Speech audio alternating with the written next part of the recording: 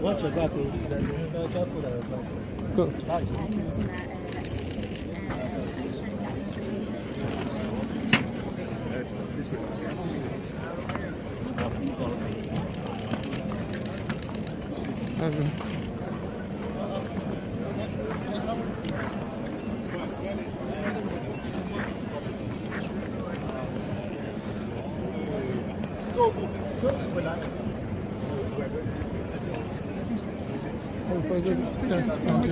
Yeah. Mr. President. Yes, yeah.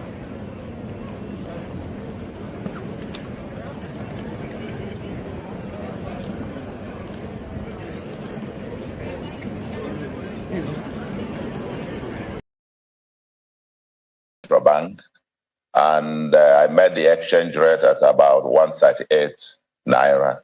I am the governor that presided over having seen the rate move down from 138 to 120 to 118, and actually came down to 112 naira to the dollar before the global financial crisis of 2008-2009.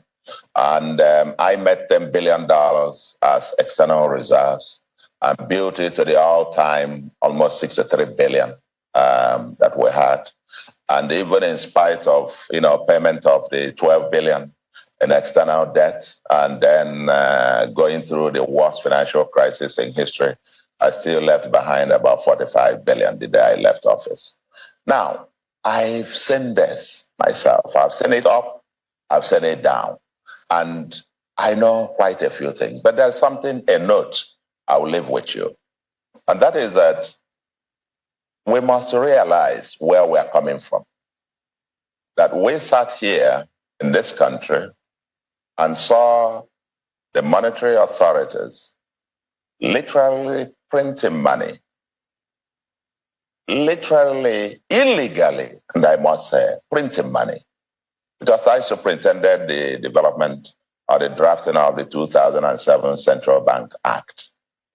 And to prevent us from getting where we are today, that's why we had an explicit clause there that prevents Central Bank from lending, recklessly, granting ways and means advances to the federal government.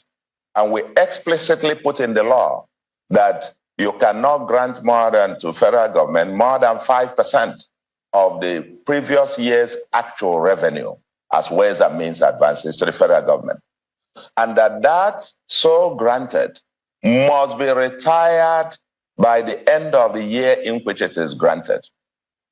And where the federal government fails to retire that, the central bank is forbidden by that law from further advancing ways and means.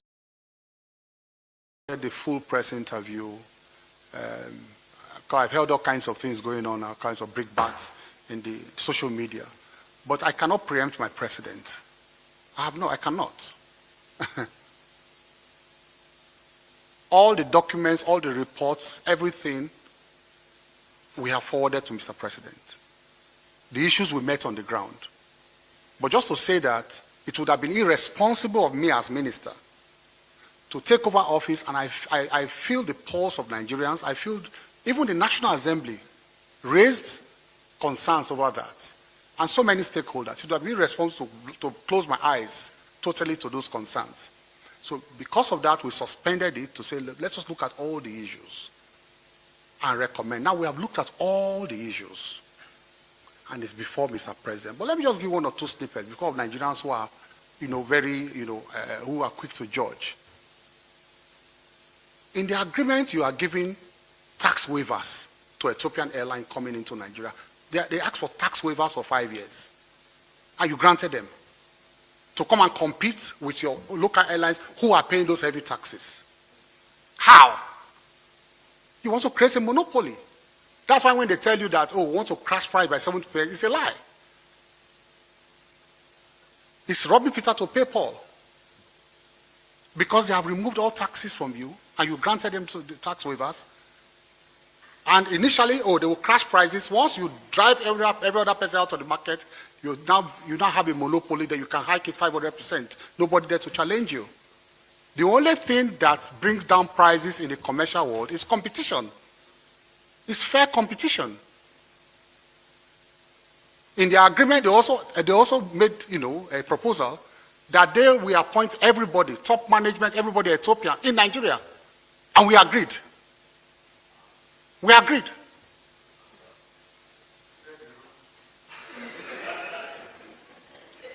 I'm just giving you snippets. I'll do a full interview. I will not give more. So, when I'm ready to talk, I will talk. But I cannot preempt Mr. President. We have raised all the concerns before him. Thank you. That will now drag me into the controversy of Benin and Lagos.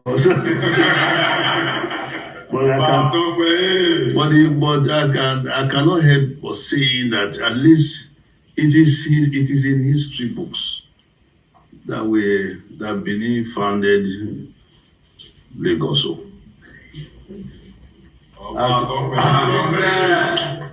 But when some people will hear it now, they go haywire and say, what is the Oba saying there again? But it is true. Go and check out the records. Maybe not all over Lagos as we know it now, but certain area in Lagos, maybe the nucleus of Lagos was founded by my ancestors. The Oba of Lagos will say so. I'm sure you know that he will always emphasize that it comes from Benin. Everybody knows. But the source of Lagos is Benin, whether on your he likes it or not.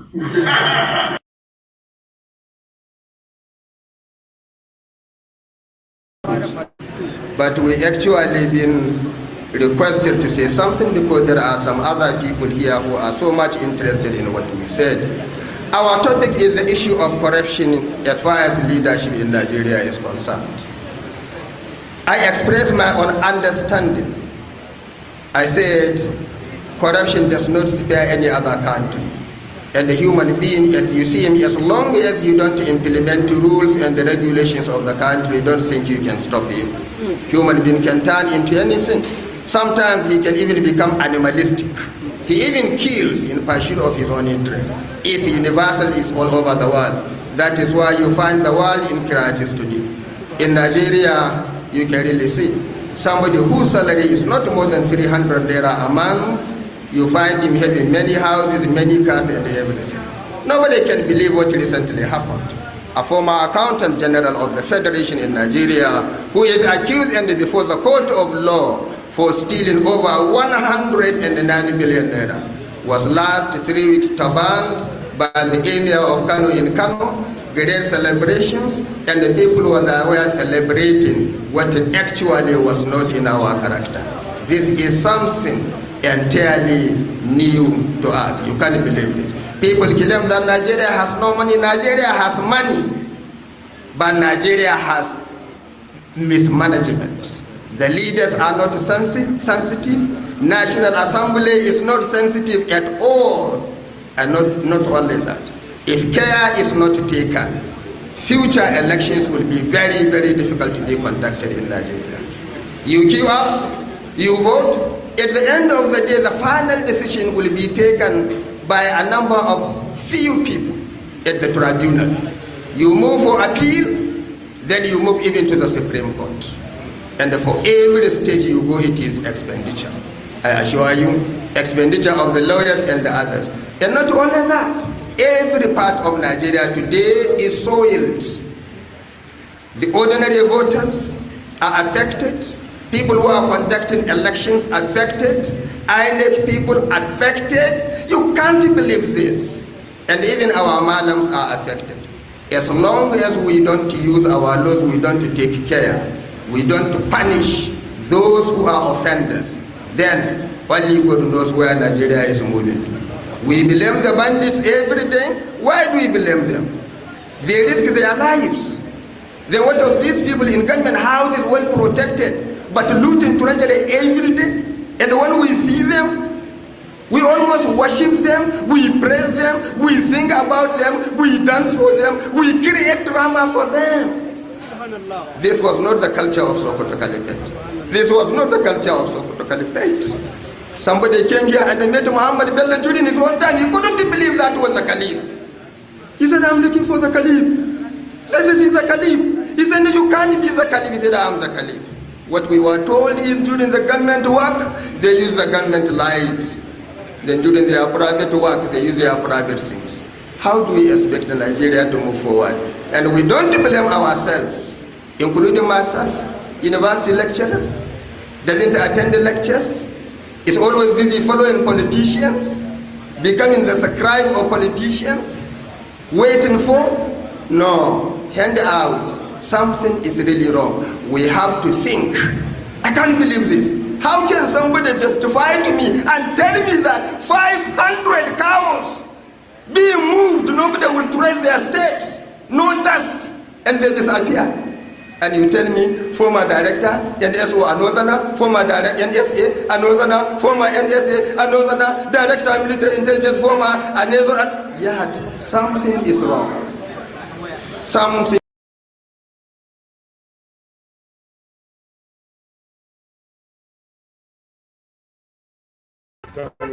Hey, how are you? Well. How are you doing? How are you? Good to see you. Are you you live here? This is my first time in Lekki. Lekki. Yeah, can you believe that? I don't live. I walk around here. You work. What do you do? I am a brand strategist. I do billboards and all that. Yeah. Maybe I need you for my branding. You know what I mean? No problem. So are you? How are things going for you? Yeah, it was fine. Fine? Yeah, we're pushing on. Pushing on. Yeah. Do you mind? Do you care what the government, people in government, they do? Do you care? Yeah, I care a lot because Does it impact your life? yeah, absolutely. We are all in it, you know, and I feel that they should do better. What should they do specifically? People are complaining. I've been talking to people all day. So Look at me. From my experience, from my training, and from what I feel, Yeah.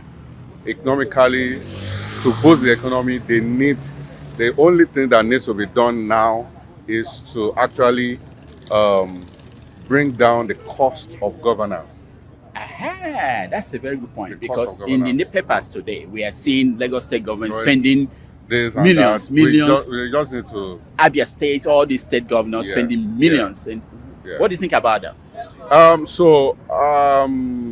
There is a place for transparency, and that is what they are supposed to do. Yeah. You know, and I feel that each of those government, maybe state or federal, should be. There's a word I want to use, and it's pure sincerity.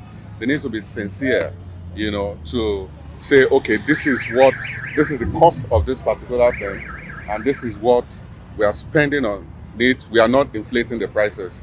Do you get? Yeah. So what I meant by, like I said the other time, it's I feel they should cut down on the cost of governance. You know, for instance, you will see a convoy of the governor and you see like 30, 40 cars in it. Mm-hmm. The fueling of those cars being on the road and the people What inside. about the chief of staff of the governor needing a bulletproof vehicle, I don't think Lexus, I don't think that is necessary. 400 and something million or something like that? I don't think that is Outrageous. necessary. Actually, it's outrageous. Yeah, I feel it's So seriously. what can people do? What can people do to stop this? Because it's okay to stay in your house and complain or on the street yeah. and complain. What should be done? Okay, like as it's were, if you look at the judiciary, the whole thing There's is no hope. stop. Yeah. Yeah, and I feel that maybe going forward, the next one is to just come out and vote en masse for. But people voted now and they were not happy about the outcome. Well, it's a serious. Did you vote? Did you vote? Yes, I voted. You were happy with how it went? Oh, not really.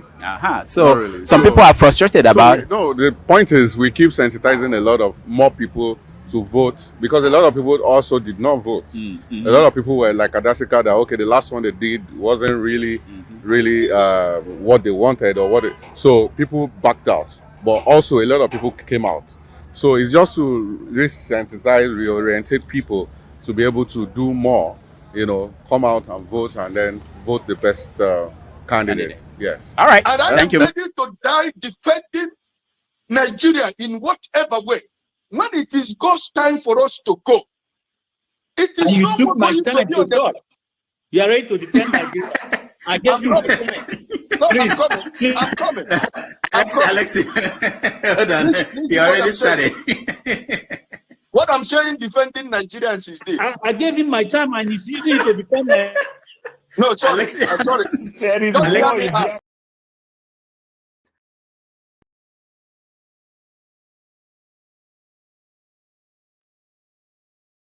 Tinubu is a criminal, yes, of course, a categorical grade 1 criminal. The only person more criminal than Tinubu in Nigeria is probably Babangida.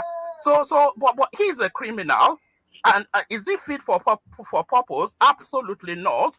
Should Tinubu be the president of Nigeria? Categorical no. Is there a better option than him? That is subjective. So show me who he is. I hope that Nigeria wins. I'm never going to wish any president evil so that I can say I told you so. No, I won't wish them evil. I hope. You see, I'm not praying. There's no point. I can't pray for Nigeria to be fine.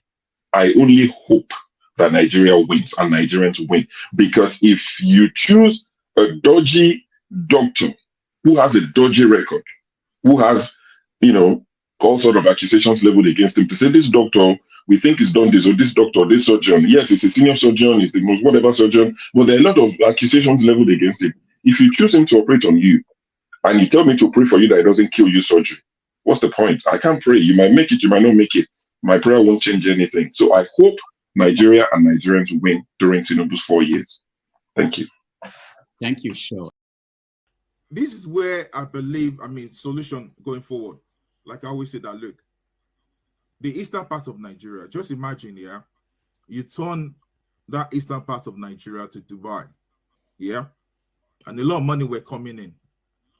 And you use some of this money, the taxes that you take, and you give it to federal government that, look, federal government, this is $5 billion, we want out. Or this is $10 billion, we want out. You understand? They will reason with you. You understand? Because when it comes to economy, you're doing best. So look, I've said this several times. If you turn the eastern part of Nigeria, turn into mini Dubai, a lot of people will flock there and they'll be doing a lot of business there, and that's what the Jews did. And that's why now on the internet, you see advertisement on Tel Aviv, you can come around, you can enjoy yourself.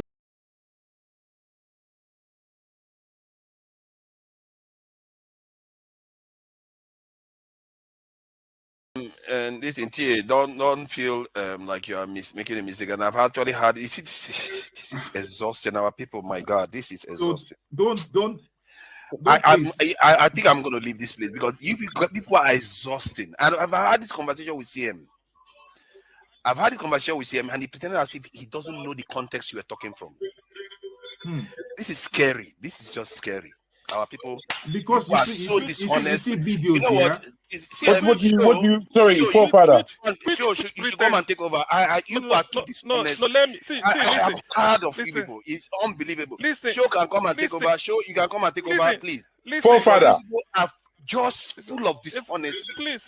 They will never tell you the truth. I don't know whether is it. What are you accusing me? You've seen whether it's deliberate or not. Calm down, please. Something is wrong. Something is broken in our people. Oh, Father. Something is broken. Calm down. We've had long conversations. That's made this. They asked a question. I gave you instances. A long one. I gave you instances. What is see, unbelievable. See, listen, forefather. Let me tell you. Let me.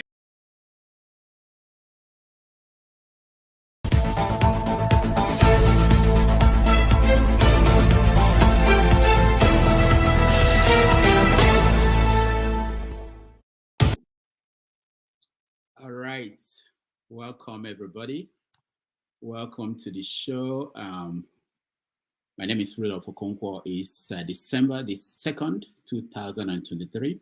It's nice to see all of you again on the show. Thank you so much for those who were with us while I was away. I was out for 2 weeks or 3 weeks in all. I thank you all for keeping the conversation going.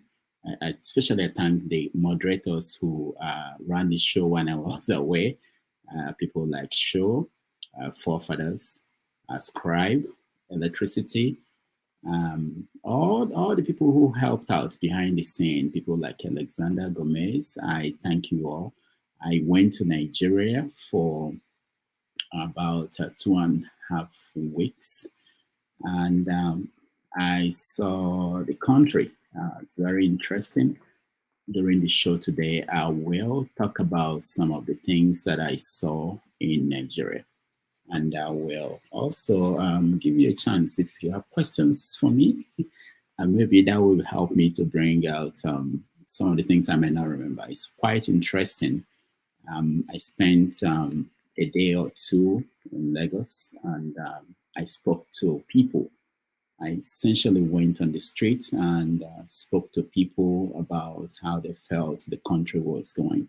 We will get to that, and we will get to so many other issues.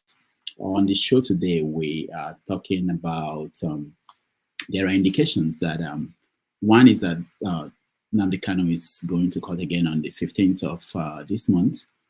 And the lawyers are thinking that finally he will be released. But at the same time, there are indications that President Bola Tinubu might do that himself and take credit for his release. So the question we're asking today is who will benefit most from Nnamdi Kanu's release? That's something that will be of interest to those who follow the politics in Nigeria, because someone will benefit. It is going to change the dynamics of Nigerian politics one way or the other. Also, we know that the president presented a budget to the National Assembly. Some are saying that he presented empty box, but details of the budget, they are coming out now. We're beginning to see how much is for concurrent expenditure, how much is for debts, how much is for the presidency, how much is for the National Assembly. So we want to look at the budget, analyze it. Is it going to serve the country? Is it going to help us? Of course, we know that they pegged the exchange rate in the budget at 700 and I think 50 something naira to a dollar. Will it stand? And of course, they are also borrowing money to finance the budget. So we're going to talk about that and hear your view on the budget and what you think would be the importance of that and whether that will help the country be in a better place. Of course, in Ondo State, there's still a political stalemate with the governor not showing up. And we saw that the president is also backing the governor. We are also going to talk about so many things. The Northern Group is basically giving 21 days. They gave 21 days ultimatum, or they will stop sending food to the South. A lot of things are going on. The Oba of Benin was recently involved in the controversy about who founded Lagos. So we will address that. But for me, the most interesting thing is that Portable went to the UK and Portable saw snow. He was excited to see snow for the first time. We are going to touch all those things. But before we let you in, if you want to join us, please, I'll share the link again. You join us and come in so that you can have the conversation. But before then, let's watch a little bit of what happened in Lagos when I was there.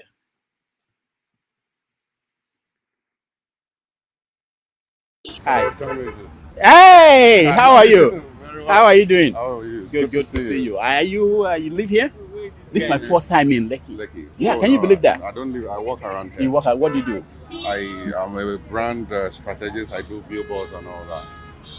Yeah. Maybe I need you for my branding. You know what I mean? No problem. So are you? How are things going for you? Oh, it was fine. Fine. Yeah, we're pushing on. Pushing on. Yeah. Do you mind? Do you care what the people in government they do? Do you care? Yeah, I care a lot because does it impact your life? Yeah, absolutely. We are all in it, you know, and I feel that they should do better. What should they do specifically? People are complaining. I've been talking to people all day. So look at me. From my experience, from my training, and from what I feel, yeah, economically, to boost the economy, the only thing that needs to be done now is to actually bring down the cost of governance. Aha, that's a very good point, because in the papers today, we are seeing Lagos State government spending millions. We just need to... Abia State, all the state governors spending millions. And what do you think about that? There is a place for transparency, and that is what they are supposed to do. Yeah. You know, and I feel that each of those government, maybe state or federal, should be, there's a word I want to use, and it's pure sincerity.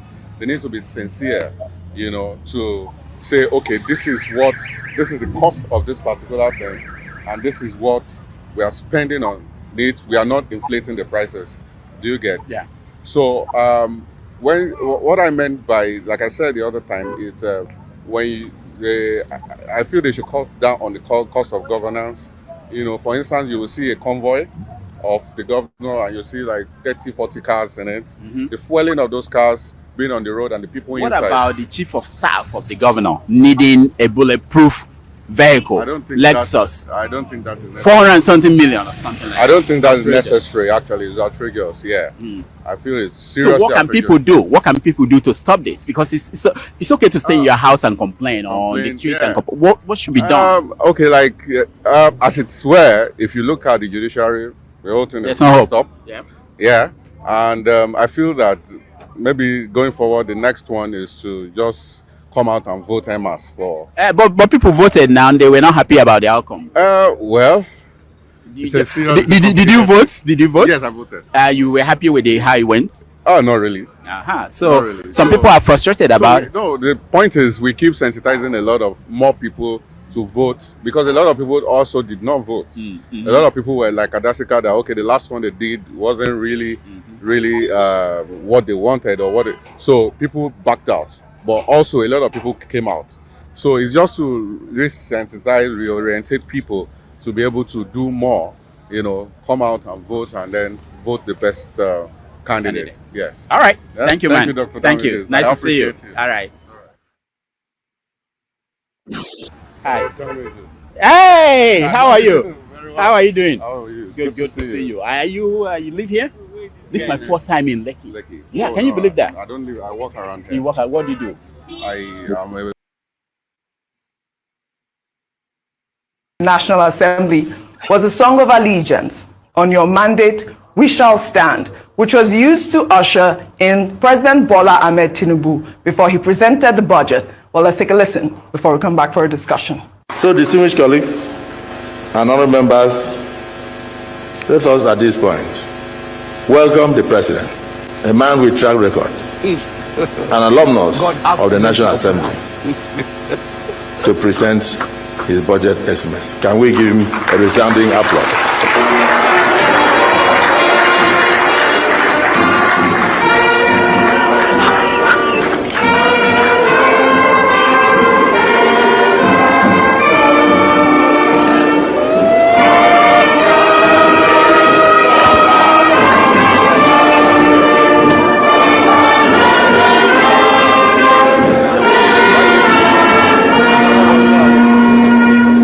Well, all right. Let's take some reactions. This is the big wig. His tweet reads, National Assembly singing for Tinubu. We have witnessed rubber stamp Senate under Ahmed Lawan. But this Godswill Akpabio Senate is a collection of hype men. He has moved from wearing Tinubu's insignia cap to on your mandate hyperlord, right on the floor of the Senate. Every well-meaning Nigerian must condemn this rendition of Tinubu's campaign tune in the National Assembly chamber, an evidence of outright totalitarianism. Dr. Abati. This is how it starts. Hero worship. Yes, sir. This is how parliaments in Africa turn their presidents into dictators. The National Assembly of the Federal Republic of Nigeria, if we check both chambers, both red and green, a collection of members from different political parties. Labour Party is there, PDP is there, APGA is there, you know, other political parties are there. So it's a place for lawmaking, for good governance, an oversight assembly. This kind of open sycophancy is primitive. if I may use that word. On your mandate we stand is the slogan, is the song, you know, for the APC. Right. So the APC cannot hijack a bipartisan National Assembly, you know, where there are other political parties representing the interests of Nigerians. And if you look at the result of the election, it's not every Nigerian that is standing on the mandate of President Tinubu. When the president arrives at an occasion, the appropriate thing to play is the national anthem. Correct. And I hope that these lawmakers are not going to pursue the idiocy of playing APC song at public events. The recognized song in Nigeria is the national anthem. If they want, and the presentation of the budget before the National Assembly is a national occasion, not an APC occasion. If you recall, during the Niger crisis, I know that the president is the ECOWAS chair. They played the same song of allegiance there. The allegiance will be to the constitution. I mean, not to an individual. Dr. Rufa is... I'm blowing hair this morning because... God help me.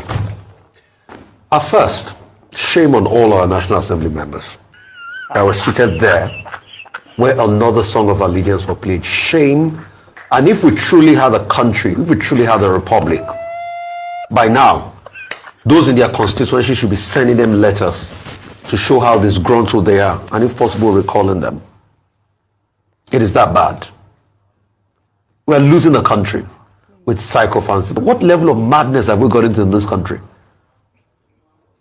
It's a whole new level of madness. What level of madness are we doing? At the hollow chamber? By playing that song, a partisan song, they desecrated the hollow chamber. And they must account for it. The parliament is for the people of Nigeria. Parlement. The meaning of the parliament is parlement, to speak on behalf of the people. Not to do political sentiment and hypocrisy, or listen to songs of allegiance posed to a certain political party. And there were some other lawmakers that they couldn't talk. How would they be able to talk? Maybe we're telling Labour Party lawmakers, when they were part of those that collected the 160 million for cars, will they have the nerve to speak? We're telling lawmakers from other parties to discountenance that they didn't do it. But how will they be able to talk? We forget in a hurry, Oji. We forget that there are three co-equal arms of government in this country. The judiciary, the legislature, and the executive. President Tinubu is the head of one equal arm, the executive. The legislature has the head of his own arm. But we have a legislature that don't even know themselves, and they are kowtowing to the executive. They are worse than copy and paste now. They are worse than rubber. They are hype men, as Big we call them. Hype men. So shame on all of them for not understanding that they are co-equal arm of government in this country, and they are singing an allegiance song. Well, all right. To the executive. You can see where we started. Yeah, I mean, I thought it was important to highlight it. We don't need a hype man at the National Assembly. Another reaction. Name? I'm Nigerian. Okay. Nice to meet you. Nice to meet you too. So what are you doing in Ikeja here? We came to the mall. Okay, no. I actually came to NIN office. NIN office. NIN? Yes, okay. NIN. You want to jack? No, not really. What are you looking for, NIN? I actually did an update, date of birth update, sometime last year. Okay, last year? Yes.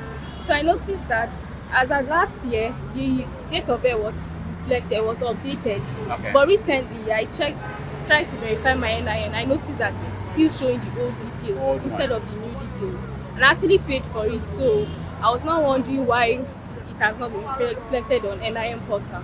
Okay. So did you resolve it? Yes, I did. Did you have to pay more? I actually didn't pay more. It's just that I came since like around 6 a.m. Wow. 6 a.m. Yes. So you must and be we hungry. still have a lot of people over there. And people are still there. Yes. Besides the network is down, so they kept on complaining about network downtime. Okay. So why do you need NIN? I don't know. I was told I needed to get my passport. Well, you don't only need NIN for passports. It's very important as a citizen of Nigeria to have your NIN because it's a means of identification. Okay. So what about the ID card? There was an ID card that we got, and then voters card and the BVN. How are those things? What are they? They are all regulatory ID cards. So you necessarily will not need an NIN if you have a voter's card. Okay. But it's actually advisable and safer to have all the regulatory ID cards because you never can tell where you need it. Okay. So let's talk about how things are. What are you do? What do you do? Are you a student? You are working? What are you doing? I'm a housewife. Oh, housewife. This why is it that there are no house husbands? You know what I mean? There are house husbands too. Now, Maybe there? Yes. So how do I know the kind of woman that will make me a house husband? You know what I mean? Yeah. I want to stay at home and just come out and look at. Actually, we have a lot of house husbands lately because a lot of men don't even want to. They don't want to work. They just want to get a wealthy woman and be at home while she sorts the bills. So they're actually house husbands. Where can I find such women? Do you know? can find them anywhere. Anywhere. I don't know where to go because I'm tired of. I want to be a house husband. Let's talk about the country. So your husband goes to work. You take care of the family, the kids. Yes. So how is that? Is it going well for you? It's actually going well for me because the thing is some husbands do not want their wives to work. Okay, that's another thing. Yes, because you have children to take care of, and especially in this part of the country, Lagos, you agree with me that you don't seem to have time for children, and especially when you are working. Yeah. So imagine you are working let's say I'm working on the mainland, traffic and all. I have to get to the office early, come back late, so you will not really have time for your children. But when you are a full-time housewife, of course, you don't have an excuse. You must ensure that your children and the family is well taken care of. So that's very good. Now, what about so the money your husband is making is enough to take care because most people don't do that because they want to. He's making enough money. No, actually, money can never be enough if you ask me. But at least it takes care of everything. Takes care of our bills, yeah, the house rent, food, and school fees. Basically, if your money can take care of those things, basic needs, then of course you are doing well to me. Does it feel like tell you like things like because I'm thinking of myself, not you, being house husband one day. Does it say things like what do you contribute to this house? He can't say that because he was the one that asked me to be. Okay, that's true. Actually, I'm a graduate. What did you study? I studied microbiology. Okay. And what was your dream before you became house? I actually wanted to be a doctor. Unfortunately, I didn't get. I didn't get. I didn't actually get. Did you apply for medicine and you didn't get it? I did. I applied for medicine. Just like me too. I didn't get. So the next year, I had to apply remedials. So it was remedials that gave me microbiology. So I had to study. Where did you study microbiology? University of Jos. Jos. Okay. Yeah. I'm glad to say I like that school. Okay. So now, what do you do after the kids are grown? What will I do? Yeah. What will you do after they are grown? Now that you are people that started with you, they're already moving up in their career, and what will you do? Exactly. Okay, actually, I have plans of going back to school, maybe to do my masters. Then from there, I can just try to do one or two business. Okay, very good. So let's talk about the state of the nation. How is the country treating you? Are you happy with how things are? The truth is, nobody is happy. I'm not happy with what is happening in the country, actually, and I'm sure that I'm not the only one. Even those people people that have money and all, they are still complaining about the state of the economy. But God has been faithful anyway. As long as I have food on my table, I can, sort out little bills. I think I'm good. But then the economy is not favorable for anybody. Because as a housewife, you go out there and you buy things, you see how the price is changing. Every day the price is just, it's hiking price. Did your husband add money to what he's been giving you? Sometimes, but then you have to understand that he doesn't have also. So as an understanding wife, even if he doesn't give me, he doesn't add anything to the money. You manage the one. Yes, so what cuts have you made in your management style? What did you cut off? I spoke to someone who said we don't eat bread anymore every day. What did you cut? Yeah, actually, we don't eat bread every day, but what I did was I had to cut down on some things. Like then I used to buy plenty of meat and stock my freezer, make lots of soups. But now I don't get to do that anymore. Before I used to make like different soups, like 4 kind of soups. For your husband, Yes. every time he comes home, there are 4 types of soup. I stock my fridge with different soups. Do you have a sister that is not married? Yes, I do. Oh, we should talk after this. So, but then I don't get to make the 4, 5 type of soups anymore. Yeah. I just get to do like 3, and then try to make like some sauce just to save costs. Yeah. And cut down on a lot. Now your husband, is he from the Jos area? Are you from that area? Yes, I am. He's from there? Yes. Okay, so there's no what brought you to Lagos? He married you and then brought you to Lagos. All right. Thank you so much. It's nice talking to you. All right.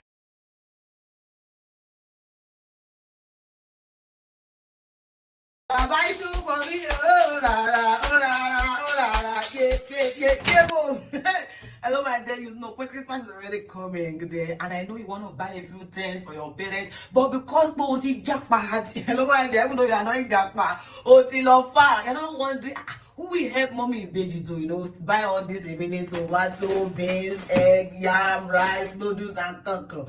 Do not worry. I'm here to introduce to you Help Me Waka. Hey, waka, waka for me. Amen. Now, what these guys are going to do for you is they will help you to deliver anything that you want to your parents, your husband, to your wife that you have left in Nigeria. You that are giving Baba Beji that is doing the work of former, according to former in your collection, your marrying. That's fact. So they can help you to build your house, they help you to buy cement, block, paint, tiles, that is, and so on and so forth.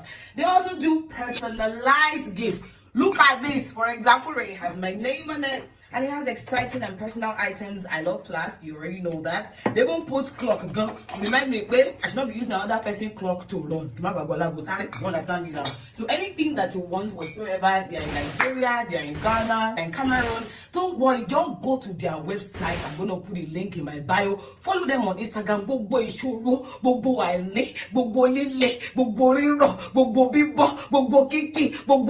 Any problem or any ills that you are having and you want it to be resolved, help me to waka. We help you to resolve it.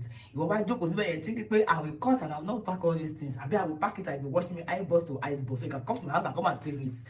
But cut me, Lily. Thank you.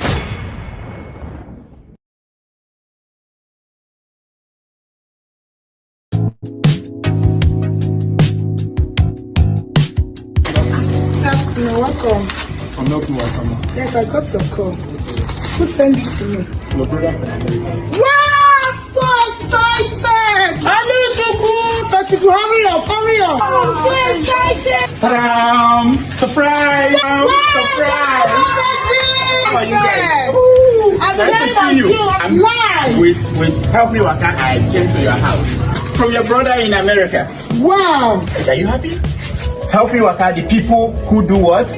Run errands for you in Nigeria and in Ghana. Say Ghana. Ghana. Say Ghana. Ghana. Nigeria and Ghana. Say Help Me Waka. Say Help Me Waka. Say Help Me Waka. Help Me Waka. Help Me Waka, the people who run errands for you.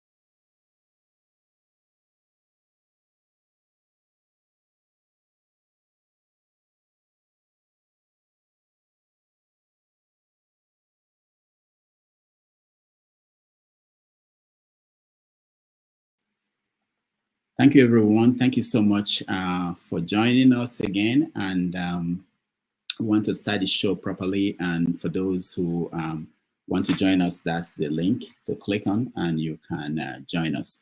We're coming to you live from New York City. And I can see some people in the studio, but you have to turn on your camera so that I can bring you on.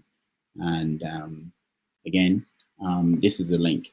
We want to have interesting conversations today. One of them is about the budget. There are trillions of naira, and we don't have the money. And we're hoping to sell crude to finance the budget. And we're also hoping to borrow money from whoever will give us money to finance the budget. By some estimation, the debt, the money we are owing will get to 51 billion by the time we are done with this borrowing. Let's bring in Olumide. Like I said, if you are in the studio and you want to come on, please turn on your camera so that we can bring you on. Olumide, welcome to the show. Thank you, Rudolph. Thank you. Yeah. So how has it been for you? Well, I'm okay. I'm good. I mean, I'm not back home in Nigeria, but we see everything that is happening. And obviously we wish that things back home were as some of us living outside are. We wish that the country was prosperous and they were treating every citizen very well, with dignity. But it's unfortunate that right before our very eyes, we're seeing things collapse and worsening. 60 years from our union together, and nobody is the better for it. And they tell us to be patient. Oh, it will get better. It will get better. But they are not even doing things towards that. But rather, some criminals have imposed themselves on the country, and they find a way to hand over to themselves from military to civilian, and then sham election every 4 years. It's just criminality going on. And all these ethnic groups that are involved in this have found themselves, found some kind of unity within themselves to keep the people suppressed. Now, let me ask you, one of the ways that people see an indication of where a country is going is by looking at the budget. Have you had any chance to look at the budget of Nigeria? And is there an indication from what you're looking at that we're going in the right direction? I've not seen the breakdown of the budget, but for me, I'm not excited to see the breakdown, because all we have every 4 years is a repetition of projects that are meant to be done, and all these are just avenues to siphon money into individual pockets. In whatever sector of the economy, there's no oversight, and it's just a sorry sight. It's a sorry sight. All right. Those are crumbling. The same thing, not just the federal. It's the same thing with the state level. You understand? It will always be an oversight over everything. And the only way the people can access the record card of the head of the country to say, oh, you have done well, we will give you another thing, or your party has done well for the people of the country, and then we will give another of your candidates to continue the good things they've been doing. It's through the ballot. But when they deliberately rig it to impose themselves on the people, then we don't expect any positive change to occur. It won't occur. Even at the state level, the same thing. The governors will choose the local government chairman, impose them on the people through their state independent electoral commission, and then they don't allow a free and fair ballot so that the local government chairman can question the fundings of the states. How will development occur? Everything is just backwards. There's no development. I can speak the same of my state, Ogun State, where the late Sage Awolowo, of all people, came from, and criminals are in charge of government there, and you want development to occur. It's never going to occur. It's just the same of the same. All right, Olumide, hold on, okay? Let's get Prince join this conversation. Mazi Prince, welcome to the show. Yes, Dr. Damages, good morning. Good morning. How are you? I'm okay. It looks like Nigeria looks so good. Nigeria looks so good on you. Yes. I went and I saw, and I'm reporting back. At least you were able to eat the food cooked with firewood. Yes. So what have you been paying attention to in the last few weeks? Of a truth, I've tried as much as possible to stay away from Nigerian politics because, to tell you the truth, it's been messing with my mental health. I try as much as possible. I take the ones I can take and just let it go. Yeah. So Mazi Prince, you can't if the truth is messing with your mental health, that means God is calling you. God is calling you to come and be a prophet unto your people.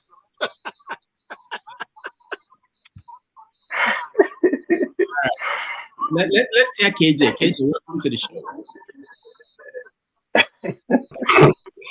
Thank you so much, Dr. Damages. I must say we missed you. First and foremost, I didn't know you were in Nigeria, so I was looking for you. I said, have you rebelled against the system not to appear any longer?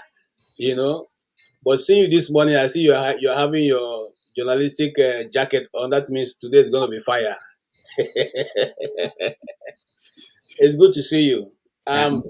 Just like Mazi, I'm trying so much not to engage myself because it's draining emotionally and otherwise. It's draining to see that what we have been seeing since our childhood is still what we are seeing even today. The budget you asked about has never changed. If you look at it, there's going to be buying of plates, there's going to be buying of cutleries, there's going to be changing of seats, there's going to be renovations. Nothing of this that affects the ordinary man in the street. Nothing. It doesn't change. All they do is just change the heading. If it was 2021, they'll make it 2022. And they'll mark up every other thing. Remember, there was a House of Rep man who said they were padding the budget, and he was dealt with seriously. And he was dealt with and he fell in line, and he came to apologize that it was even a mistake. That is how the country operates. So if you are looking at where we're going to be in the next 60 years, it is where we are today. We're not going to move, because the system have been cued such a way that it keep favoring those who are running it. They will not change it, and they will not make any amends. If you look at the Wike, for instance, I was listening to Wike's presentation in the assembly, and I was so honestly, I felt so sad. Now you are talking to use 6 billion to change or to renovate, 16 billion to build a new house for the vice president. The White House that Biden is living is how old? Who has ever changed it? The 10 Downing Street where the minister lives, the Prime Minister of Britain lives, how old? It's over 100 and something years old. Who has ever changed it? Who has ever built a new one for him? Is that they don't have money to build it? In a nation where people are struggling to eat, even one square meal. I mean, when I mean really one meal, and you are investing the people's money in such rubbish, it's appalling. It's disgraceful. It's not even something we should discuss on international media because it's very embarrassing. Honestly, it's embarrassing. All right. Thank you, KJ. And we are going to get deeper into that. The figure that they put out there is 27.5 trillion as the budget. And of course, we know that payment of the money we already borrowed, we take a big chunk of that. I think it's about 8-point-something trillion to pay debts. So that's where we are. We are still borrowing new money from anybody who will give it to us. And what I found interesting was the pegging of the exchange rate. They are basing it on 700 and I think 750 something naira to $1. And today we know, I think yesterday was about 900 and something. This is the official rate, not the open market, the rates. So the question that we're asking, and people in Nigeria, when I went home, actually, one of the things that I found very interesting is that the regular people, the people we think we talk to every day we come here on Saturday, I had a new understanding of what is going on. For most of them, they don't think anything will change. They essentially they felt invisible to the people who run things. They keep telling you that they are counting on you outside the country, to keep talking about this. Meanwhile, some of us sometimes we talk and think that they are the ones who are going to do something to change. They feel so helpless. They don't even know. I try to get people to tell me what they can do.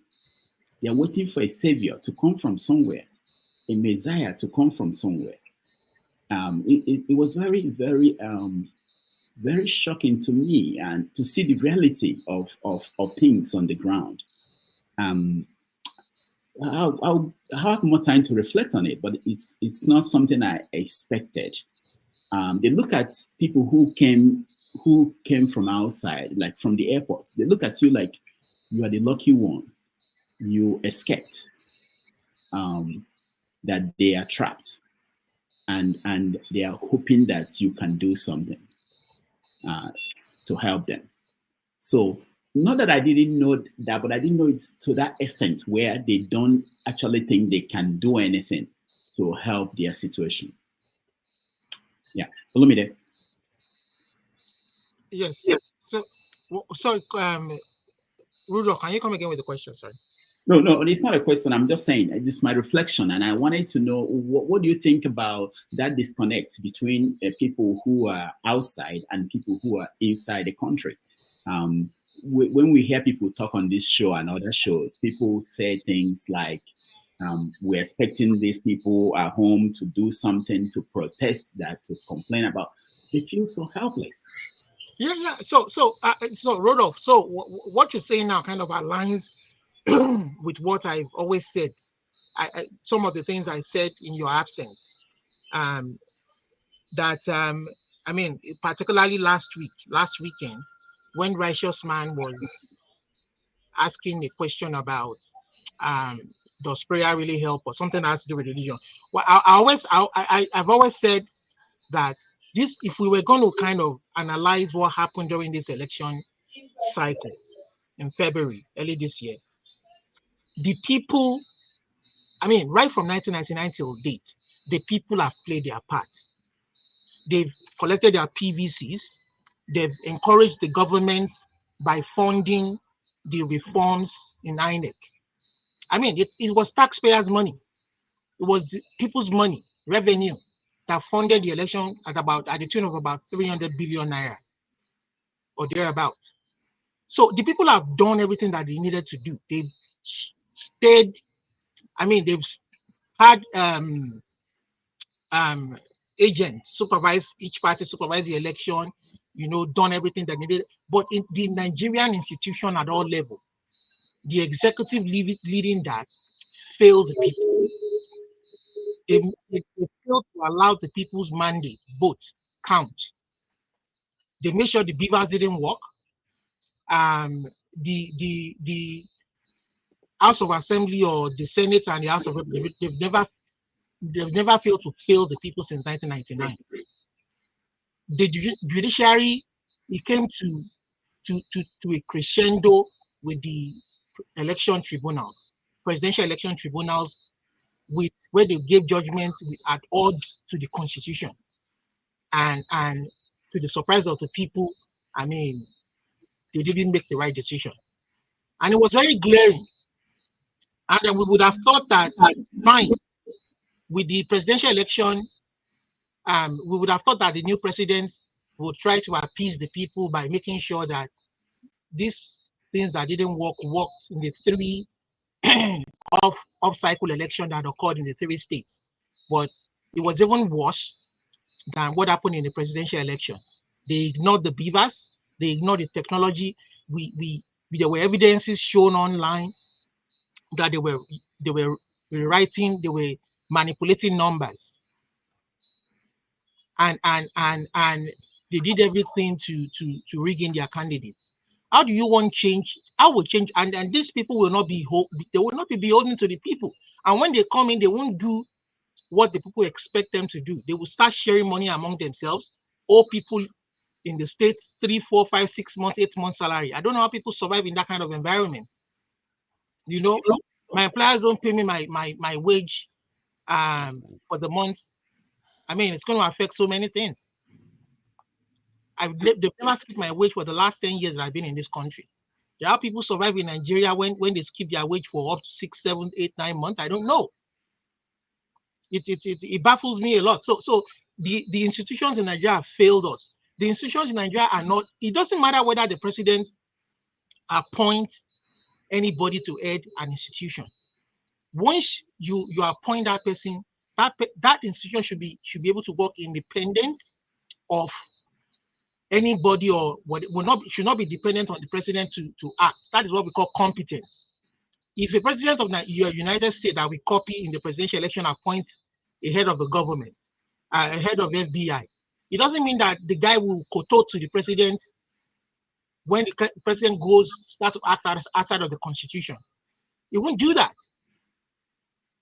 So I mean, even the U.S. Army generals, they won't do that. You understand? They will never do that. Anything that acts against the interest of the people, they will never obey such order. You understand? And the president himself will not dare do that. But these people are not independent. They have to wait. They have to get order from the president before they investigate a certain individual that has stolen the people's money. I don't think. I say once institutions are independent, the police. I don't even know why we're even going to the U.S. If there was a problem with Tinubu's certificate and his qualification, it is the Nigerian police that should be investigating him. But because they don't trust that institution, we have to go all the way to the U.S. to find answers. You understand? So our institutions are broken. They failed. The people did their best. The only thing the people stopped at, they didn't do, is carry arms to say, you know what, we must guide this election and they carry arms. But they didn't do that because they knew they will be fighting the states. And NSAS was a very good example where till today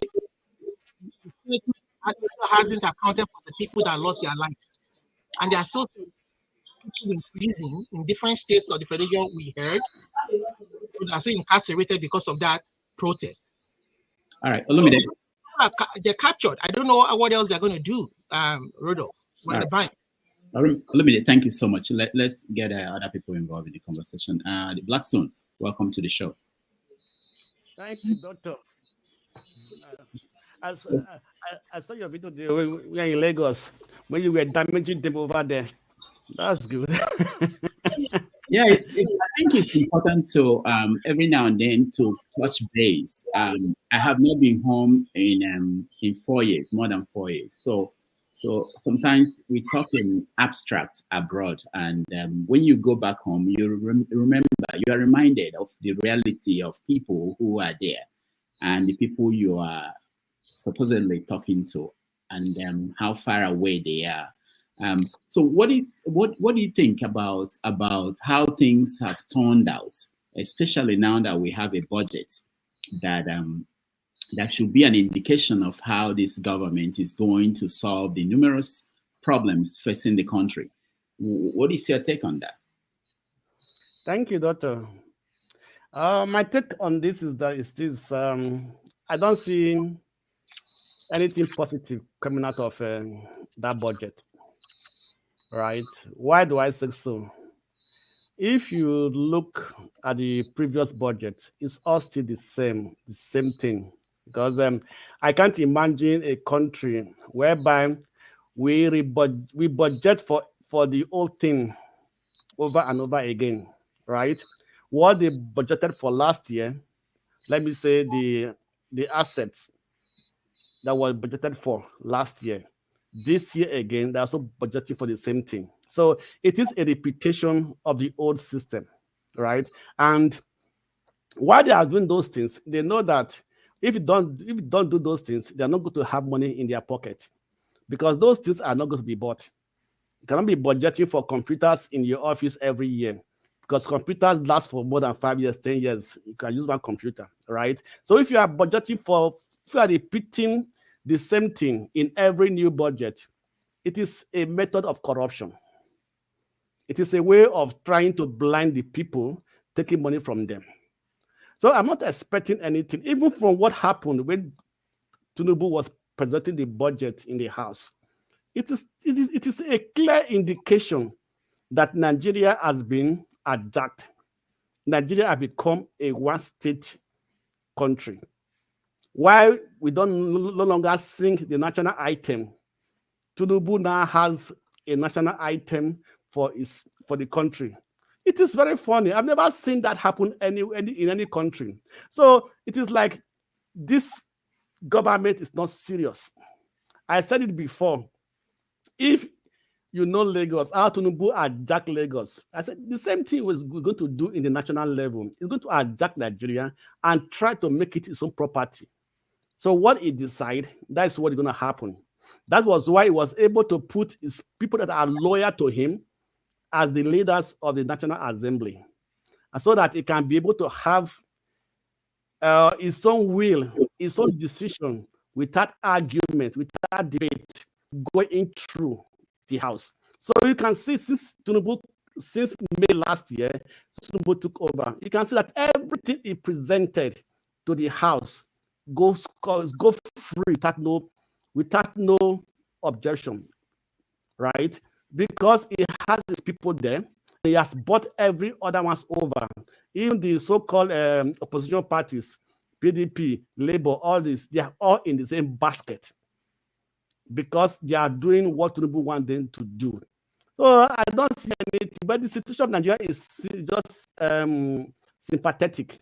Yeah, people are suffering, people are dying, and these people don't just care.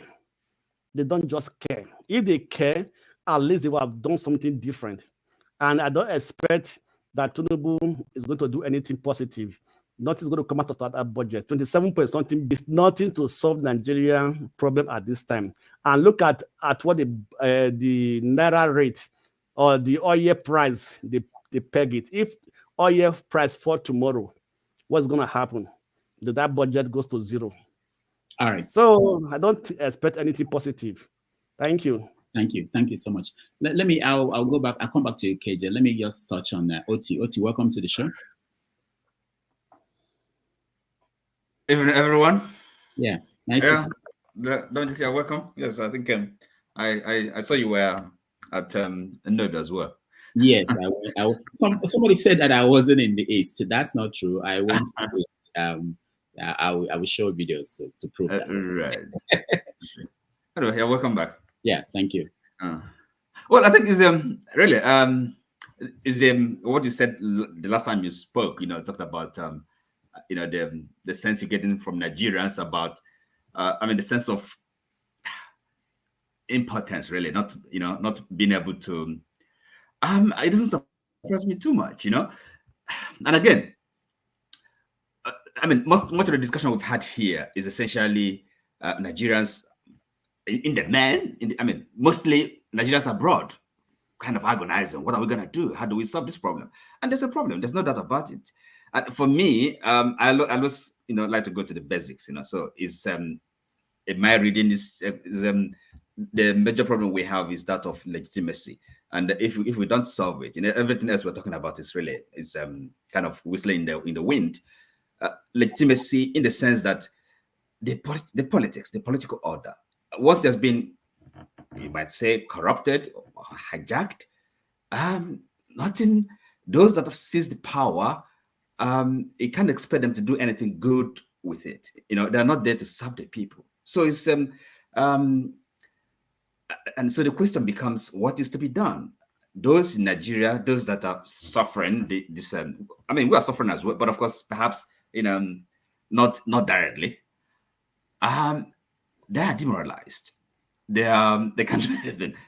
They can, but I would rather think those of us that are abroad, it'd be a lot easier for us to engage more actively and productively towards this single purpose of legitimizing the regime and possibly, opposing it at any rate, serious opposition.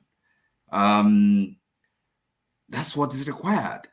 Okay, we can see. I mean, you can see what's happening with the elections that was, that took place, the midterm elections. What do you think? Can anybody expect anything different in maybe if we're gonna have elections in 2027? There's no way. So the signs every day, the handwriting is clearly on the wall, and therefore it is up to us, if you ask me, to rescue Nigeria.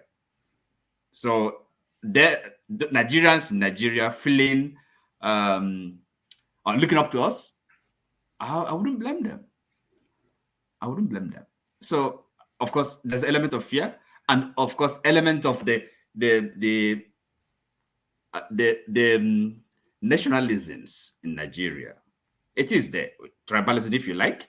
So Nigeria was never kind of we understand the structure of the country. You see, so that's kind of fundamental. The elements are there. So how to bring it together and then fight, forge a common destiny is difficult. Nothing has changed from before independence up to today. So that one Nigeria entity ideal hasn't quite hasn't quite manifested. So that problem is there, and it makes it much more difficult for people to oppose an illegitimate regime, because people have loyalties. Whether you like it or not, there are people that owe loyalty to, apart from those in the political class, that see their owe loyalty to the man that is there now at the helm. So it's from a part of in Nigeria. So whatever happens, at least we can keep quiet. We can not say anything. All right. Thank you, Uti. Thank you so much. Janaba, welcome. Dr. Rode, welcome back home or foreign land. I don't know which one is a home, whether Nigeria was a home. I think where you feel treated with respect and dignity, I think you can consider it a home. So welcome back anyway, and good morning from here, fellow panelists. I watched your video. I didn't see you in the north. I know I saw some of your thing in the east and of course in the west, but I didn't see you in the north. I could have gone. Maybe I could have sent you money to go there. It's a politics as usual, but nothing surprising from what you say is that the Nigerians are depending on the Nigerians in diaspora. The reason I can say is the fear of the system, the consequences. I think so many of them know what to do, but Nigeria is a lawlessness country where those people that are supposed to protect you will not protect you. I believe Nigerians are smart enough, know what they want, but the system that been not only in this regime, but from the previous one, from the judiciary to the ordinary branches of government that are supposed to protect the people, are so corrupt. So if they're to riot, if they're to protest, if they're to challenge the people, the people that are presiding over them, the consequences will be severe. I think that is their most fear. They will be locked up, they will be killed. But then freedom is not free. I think at a point they have to rise up to the challenges, and they can get through. Freedom is a lot. It costs a lot to be free. Then we are looking at the people in diaspora speaking to the issues. It's easy for us to speak because we have the opportunity. Some of them, they worry about what they will eat. They worry about how they'll take care of their family. And it's become a long walk to freedom for them. But hopefully we understand that we can always channel our anger in one direction as one Nigeria. We cannot use every opportunity we have to just say that as far as we talk this way, we will get a result. And no LP, no PDP. When Tinubu they sang that on Your Majesty we stand or whatever, no, all of them stood up. None of them resisted.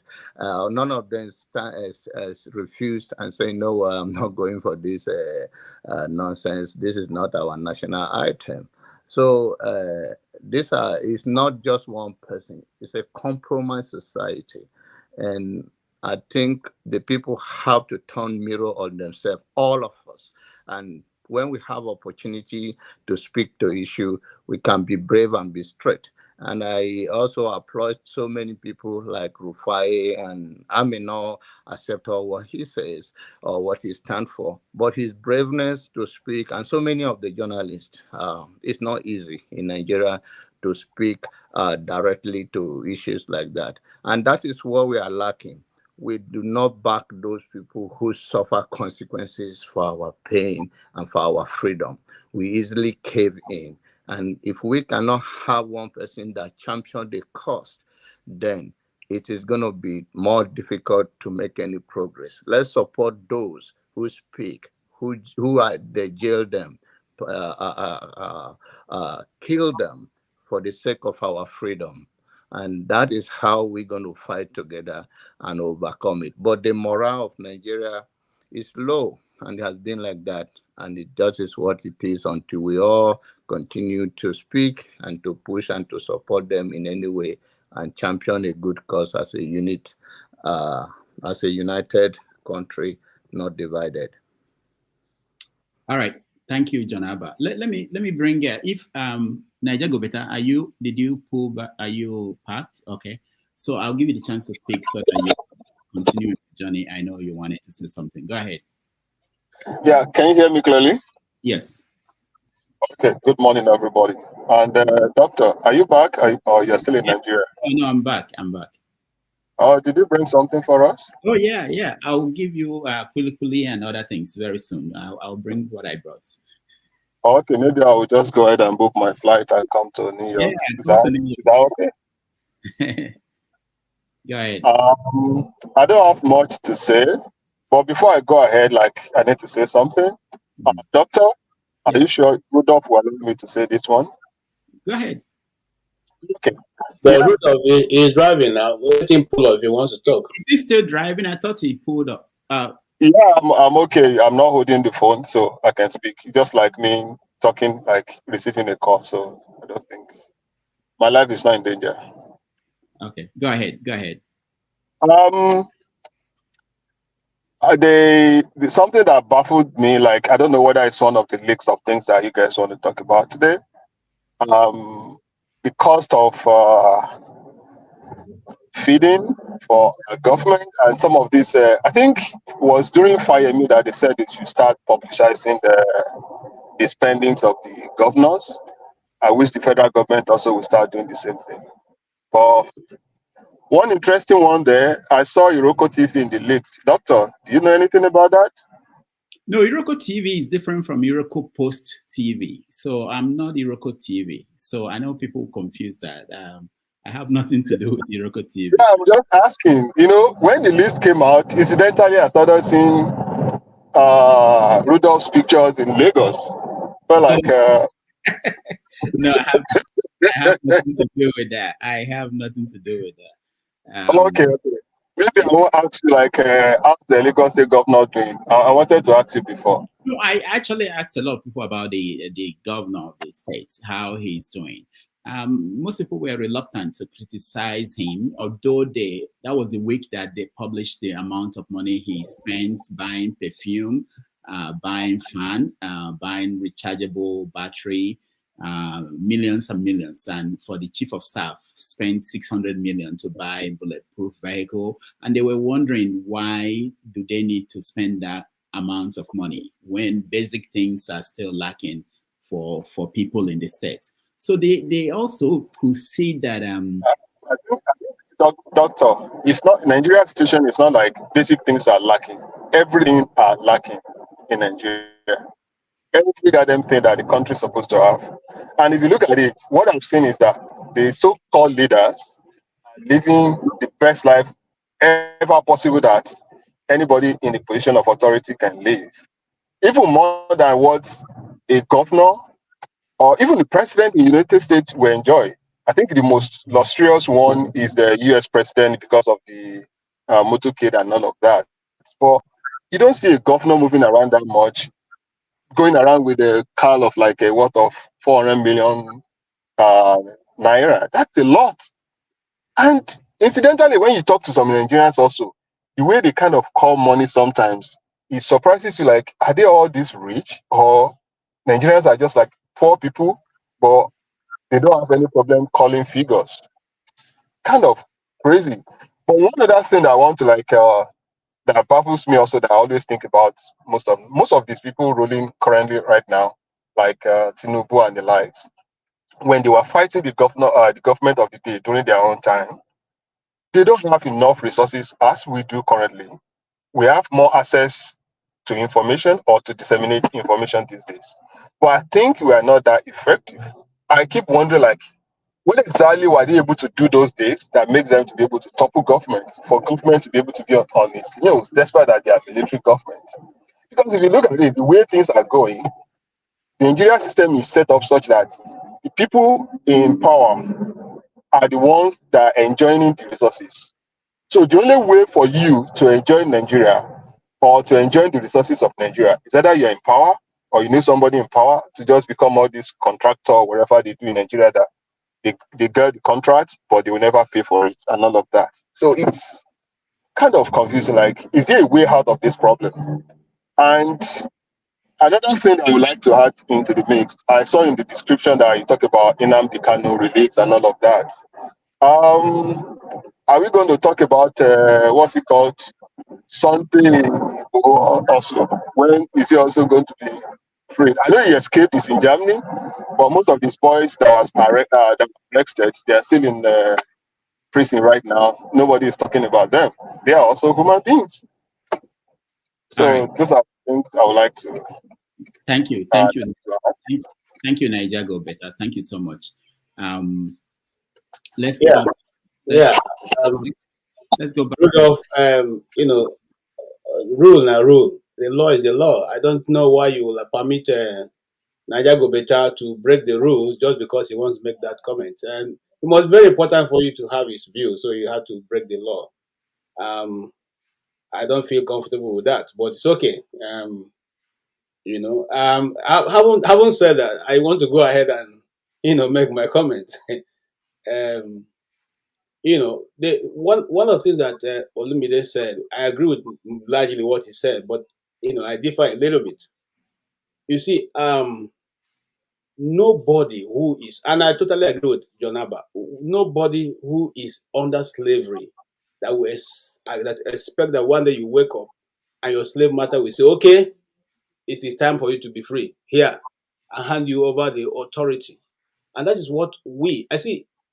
Tell the truth, Rudolph. The last, time we met here last week, I said I've stopped commenting about Nigeria because it's beating me to.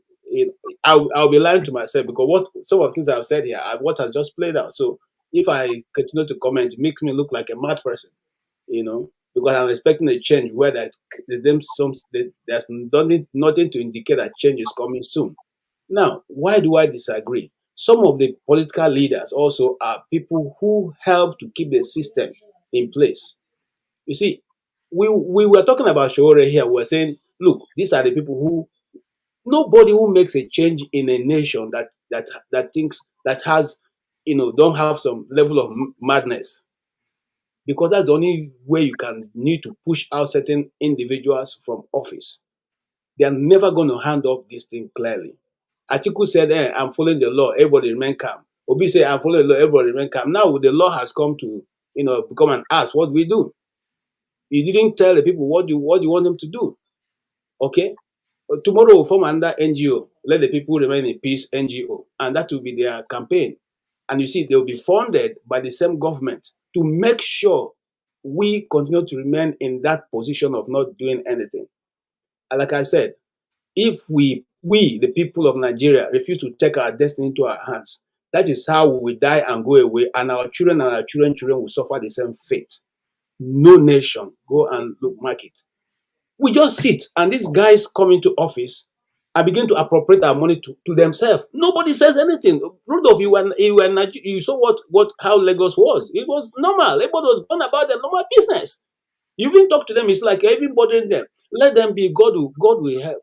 Look, God was in heaven on his throne when they were crucifying Jesus on the cross. He didn't come down. Why do you think you are Nigeria? God's going to come down on your behalf? Why? Why? Okay? If we do not organize ourselves in such a way that to battle the system, and we refuse to fall back into regionalism, we are going to remain this way. Because when they come, they don't take permission from you. They will appropriate everything to themselves, including their cats and their dogs. They will get, share of the Nigerian money. And then you, the Nigerian who is paying the tax, who owns the land, who owns the government, you continue to suffer. That's the truth. We like it, we don't like it. It may favor me today because my friends are in government, yes. But eventually, it may not favor me. It will favor Olumide because his friends are in government, yes, or he himself has taken over. Is that the way people build a nation? What is the ethos? What is it to be a Nigerian? What does the government what do we benefit from the government? What does the government do for the people of Nigeria? Why should we continue to support illegitimacy? Now, we thought that just like the 2 days ago, Dino Melaya was making noise on the TV. I was laughing. These are the same people who are clapping hands some years ago and saying, "No, they were clapping hands and celebrating the system." Today, that same thing we have been saying has fallen on you, and you are telling us you don't want to go to court. You people said the court. It is not now it started. Awolowo in 1998, 1986, 79. Yes, 79. Say he won't go to court because the court is corrupt. What is he going to go and do? For you to begin to look for how to tell him that on technical basis he didn't win the election when you know that the real thing. And then the chief judge of Nigeria comes to Nigeria, goes to the television and tells the Nigerian people, you people are mobs. I will not go to listen to you. Who set you up? Based on what is the authority that you're operating where you're operating? It's not the Nigerian constitution that says we the people. If it is really we the people, then you can tell the people who put you in government that they are a mob, I can't listen to them.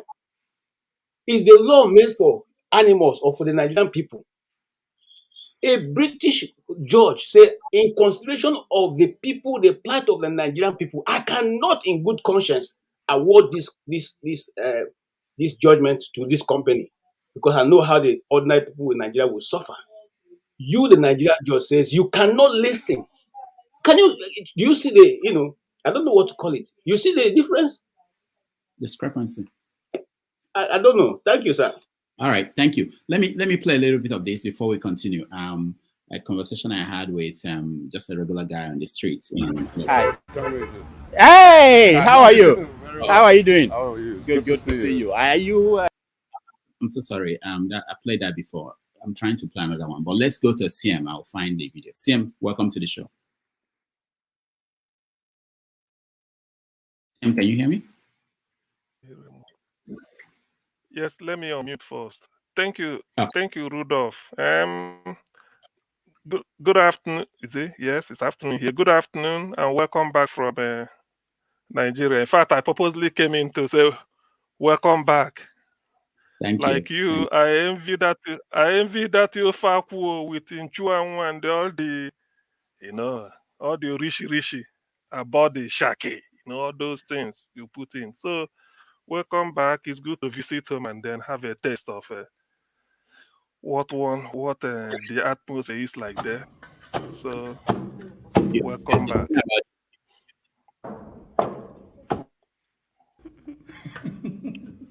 Yeah, the surprise.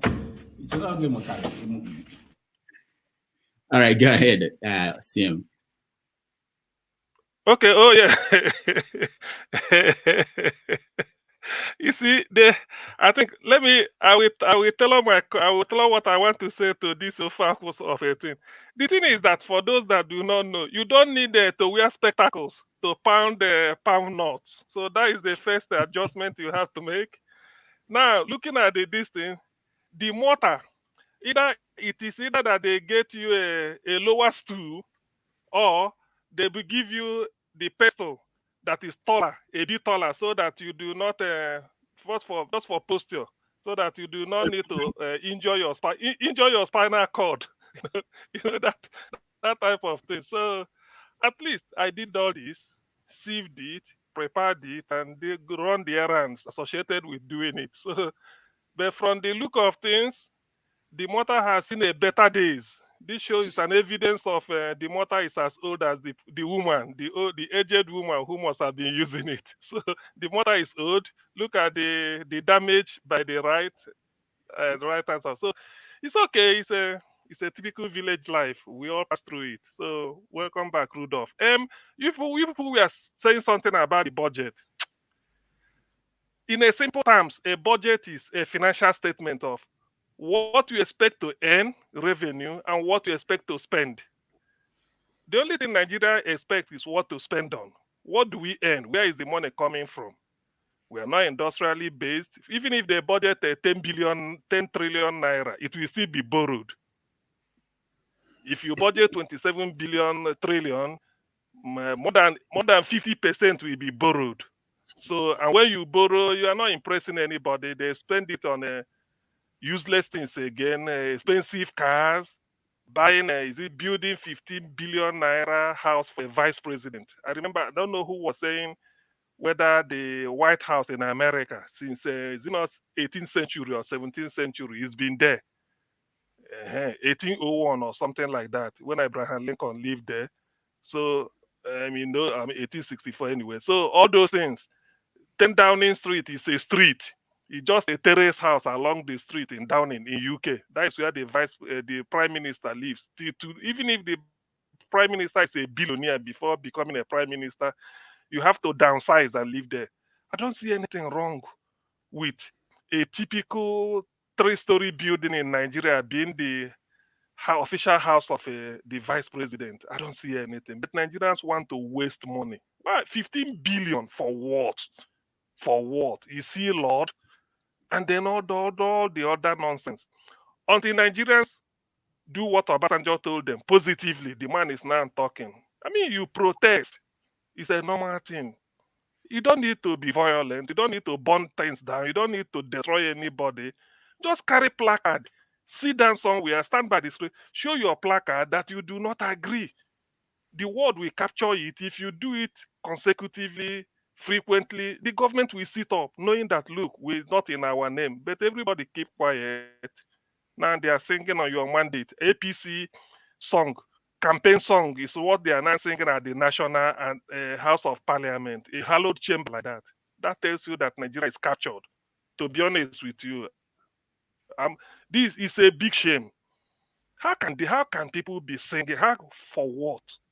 My dear Rudolph, to be honest with you, I don't know. Those that have a better idea could say, but for me, I don't see there's no light at the end of the tunnel. Tinubu can claim victory, but he can never claim legitimacy. And that will haunt him for as long as he's there. It's a shame. Nigeria has gone to the dogs. Let me stop here. All right. Thank you. Thank you so much. And let me try again and see if I can find the video I wanted to play before. If not, I wanted someone to address. I met with solutions. I know people like us to go beyond people complaining. We're challenging our people to give us solutions to the problems. Let's talk to our man here who is busy. Very busy on the roadside. Let me sit down. Do you mind if I sit with you? No problem. All right. Hey, I've been suffering here. So, how are you today? I'm fine. What's your name? My name is Ismail. Ismail. Okay, my name is Dr. Damages. Okay, welcome. So, yeah. So, I came all the way from Okokomioko. Okay. To come here. You live in Lekki. This is the first time I'm coming to Lekki. You know, things are just tough. Okay. So, tell me, how are you doing? How is the business? Is this POS? Yes. Wow. I've never seen it before. I know I hear about it. Okay. So this can give money now if I have a card. Yes. I don't have a card. That's the You problem. have a card. We give you money. Money. Yes. Wow. Okay, we'll try it later. See whether this man got card. So how do you think? How do you think things are going in the country? This country, so bad. So bad? Yes. What? Why? Yes. We have Tinubu now. Why should things be bad? Yes. This time around, everything's not good. Why? Is it the cost of living? What's the problem? Sell your market first. Okay. There's no money. There's no food. No anything. No money. No food. Yes. Foreign is too cost. So what do you want them to do?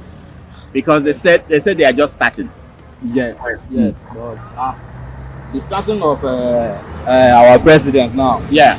It's not good at all because before our president entered the place where the countries don't be like that. Yeah. Yes. So. Okay. What else? What about the governor of the state? Because we talk about president, but this state, Lagos State, how is the governor doing? Oh yes, we manage our governor. The manager. All of us is the same thing. Yeah. Seriously. Did you hear how much the governor they spend recently for food and for perfume and for all those things? I don't even hear anything. You don't hear anything. Yes. You know see them for newspaper. So I know. People they complain.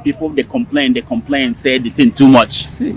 So waiting how people go stop this government, all these government people from wasting the money for the people? I don't know how to do it. If they call you now and say make we do something, you go do something. Yes. Then call me. Yes, I will go. You go. Yes. Did you vote in the last election? I not vote. Okay, but you did Lagos at that time. Yes, I did Lagos. Okay, why you no vote? I no vote. You no get hope, yes. trust for the process. Hope. Yes. Yeah, for the process. Yes. Okay. Yes. So hope. Wow. So this year POS, how do you think they work? How are you making enough to take care of your family? Yes, no, they're making small money. Small money yes. to take care of your family. Yes. Okay. Yes. All right. Thank you so much. Yeah, I appreciate you. Yes, you are welcome. Okay. All right. Where are we? Rudolph, you told the lie. Rudolph, you told the lie there. Where was that? What was it? You say you are from Okomaiko. Say you are from New York. You say you are from Okoko. How can you say Okomaiko? You say you are from New York. Are you afraid?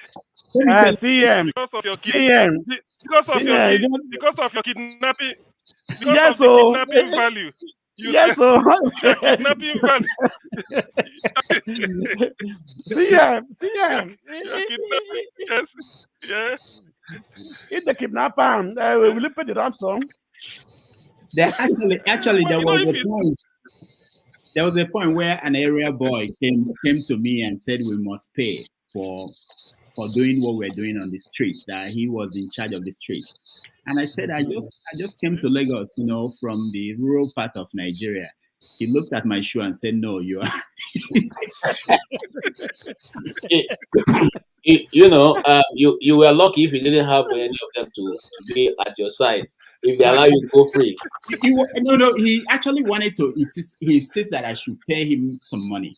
Yes. But, and my camera guy from Lagos was afraid. He was afraid of going anywhere. He was scared. I'm not scared of these people. I lived in Lagos. At a point, the guy looked at me and said, let me go. He just allowed them to go. But it was intense at one point. So we always go for area boys who follow us in productions in Lagos. Yeah, that's the only way you can do your work. Yeah. Rudolph, that thing is very common. If your car just breaks down anywhere in Lagos, in less than 2 seconds, you see area boys surrounding you. And if you don't pay, you're not moving your car from there. Yeah, the guy was everywhere in Lagos are ruled by a group of people. When we got to Ikeja, it was so bad. They started on their own, joined the production team. They started bringing people and managing people on the streets with the hope that at the end you give them something. And at the end we gave them something. That was the only way. But they did not stop us from doing the job, and they did not insist on being paid before. but they felt that they became part of the production. And so so after the work, they must get their pay after the work. Yes. It was quite fascinating. Anyway, but all right. So I wanted to point out on the budget, because it's important that education is getting 7.9%. Health sector is 5% of the budget. Infrastructure is 5%. Social development and poverty reduction 2%. But someone did a comparison: the budget of Nigeria, that of Egypt, that of Ethiopia, South Africa, and it was embarrassing when you look at the figures in dollars. And compare that to the population of these countries. With Nigeria with over 200 million people, budgeting about $33 billion. While countries like South Africa, Egypt were in big 90, I think Egypt was 95% of the $95 billion. So the point is that, and in our own case, we are going to borrow most of them, and 1/3 of our budget is going to repayment of money we already borrowed. They are still borrowing, even with the budget, they are still borrowing, right? Yes. Okay. Look, for example, since Tinubu came to power, he has always been on the road, traveling everywhere. Does that not cost Nigeria money? Why is he traveling? He has not even settled down to sit down and think over Nigerian problem, right? But he has traveled almost all around the world. Every conference, Tinubu is there. So what is he presenting? What is he suggesting that the world will listen to? And he said he's going to meet businessmen to Nigeria. How many of them have come since the past 7 months he has been in power? So the cost of traveling alone is costing Nigeria heavily. Those money can be put in other things that will benefit the citizens. So I don't see any reason why it should be jackpotting here and there and coming back, come and stay and come and sing this mandate in your mandate. So let it slim down all those, let it cut down all those things, and let it concentrate on Nigerian problem and how to solve it. All right. Thank you, Dave Blackstone. Ndubisi, welcome to the show. Oh, you can talk? Okay. So Ndubisi is not available. So Jonaba. Why did he come on the show if he cannot talk? He could have watched from the background. It's the Nigerian problem. Now, there's a story out in the papers last week about a northern group farmers, businessmen threatening that they will block food from coming to the south. People in Benue, are they part of this group? Are they going to block yam from? I ate a lot of yam in Nigeria. Are they going to block yam from coming to the south? It's yam that you worry about.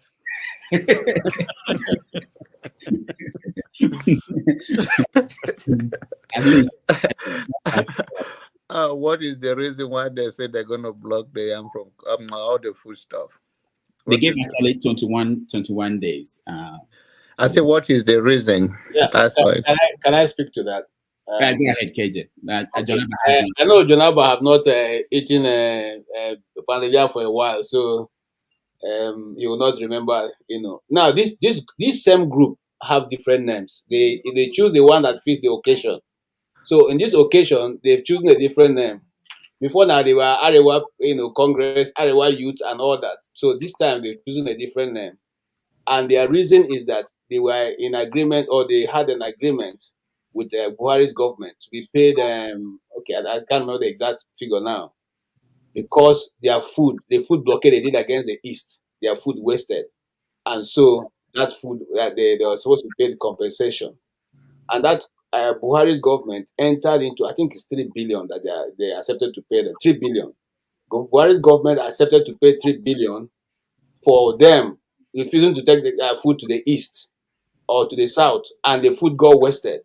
And for that, they said that if they are not paid, there'll be problems. So Buhari's government set up a team that was led by, I can remember the story now, that was led by Governor Bello of Kogi State, who went and agreed with them. Despite I think they had asked for like, is it 9 billion? I mean, like 11 billion, somewhere thereabout. But they were eventually slashed to 3 billion. And now that 3 billion was not paid until Buhari left. So when Tinubu was campaigning, they met him. And Tinubu said, well, right now I'm just campaigning. I don't have authority. So I can't promise anything. But when I get in, I will see what I can do. So now he has got in. They waited for him. And he has not paid. So this same group have said, you know what? We are giving you 21 working days outside of public holiday, outside of weekends, that you should do something, yeah, or we will stop food from going to the south, you know. And we are yet to see what Tinubu is going to do. But if I were Tinubu, I will wait for them, because look, this when they make this analogy, they forget. I grew up in Makodi. I grew up in Benue, and I know Benue people produce food, and I don't think Benue people are a part of this anyway. But here's the situation: in the south, all of us there's no Nigerian tribe apart from I don't want to call the name of those who I think they don't produce food, but there's no Nigerian community, whether in the north or the south, that don't have some form of agriculture. In the east, where I come from, in Abia State, it's called farm. We even have so much farm that there's one that's called farm settlement. You and your family own a small house in that farm. You go there during those of them who own house who live there. Live there. Some of us have houses there. We go there by Friday and come back Sunday evenings. Okay, because it's a big farm settlement. It's plenty of farm and all that. So every tribe in Nigeria, especially those from the south that I know, they farm some kind of food. So when you keep making this assertion, I know that we don't produce tomato in a large quantity.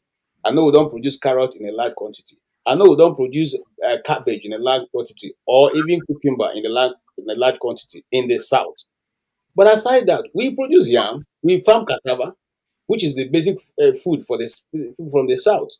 Okay, and we farm yam. The Igbos, there's a name called Okobo, which my late uncle was. Okobo, which means that you are a great farmer. He has bands and bands of yam that are tied to the sticks. Okay, year in, year out. So it's not like production of yam is left to one particular set of people. So when these things are threatened, I don't know whether the government doesn't see it as a national threat to the government. Because if it's coming from the south, by now all of them would have been rounded up and put in jail. But they have been threatening and threatening and threatening. This time, before now is a particular tribe. Before now is a particular region. Now it's become the whole of the southwest, the south that they have been threatened with food blockade. I don't know how long we're going to continue to do it, but that is what is on the news. And so far, I've not had any response from government. I think go back to what you have said, KJ. I think, in honest speaking, the government supposed to supplement food is a different topic from whatever the blockage is all about. But we should encourage a supplement from the government to do more for the farmers, whether in the north or in the south or in the west. Goodluck, the former president, Goodluck Jonathan, he did a little bit on the agricultural sector, and we can channel this government to do more on that, so that we can become a dependent nations. And the problem is that there's a lot of wastage from all over, whether it's Benue or Taraba or any part of the east or west. There's a lot of wastage. So the government should do more to avoid the wastage in our society by a good preservation of food. For instance, they'll get a flavor, Five Alive orange, and all of those things, while we have original organic one getting wasted all over.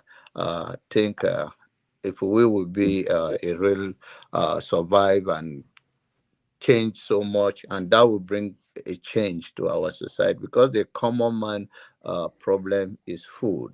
And if we can sustain ourselves, avoiding importing all those food like rice that is a large quantity is imported. If we can preserve what we have around in Nigeria, it will help our economic, it will help our society. Thank you.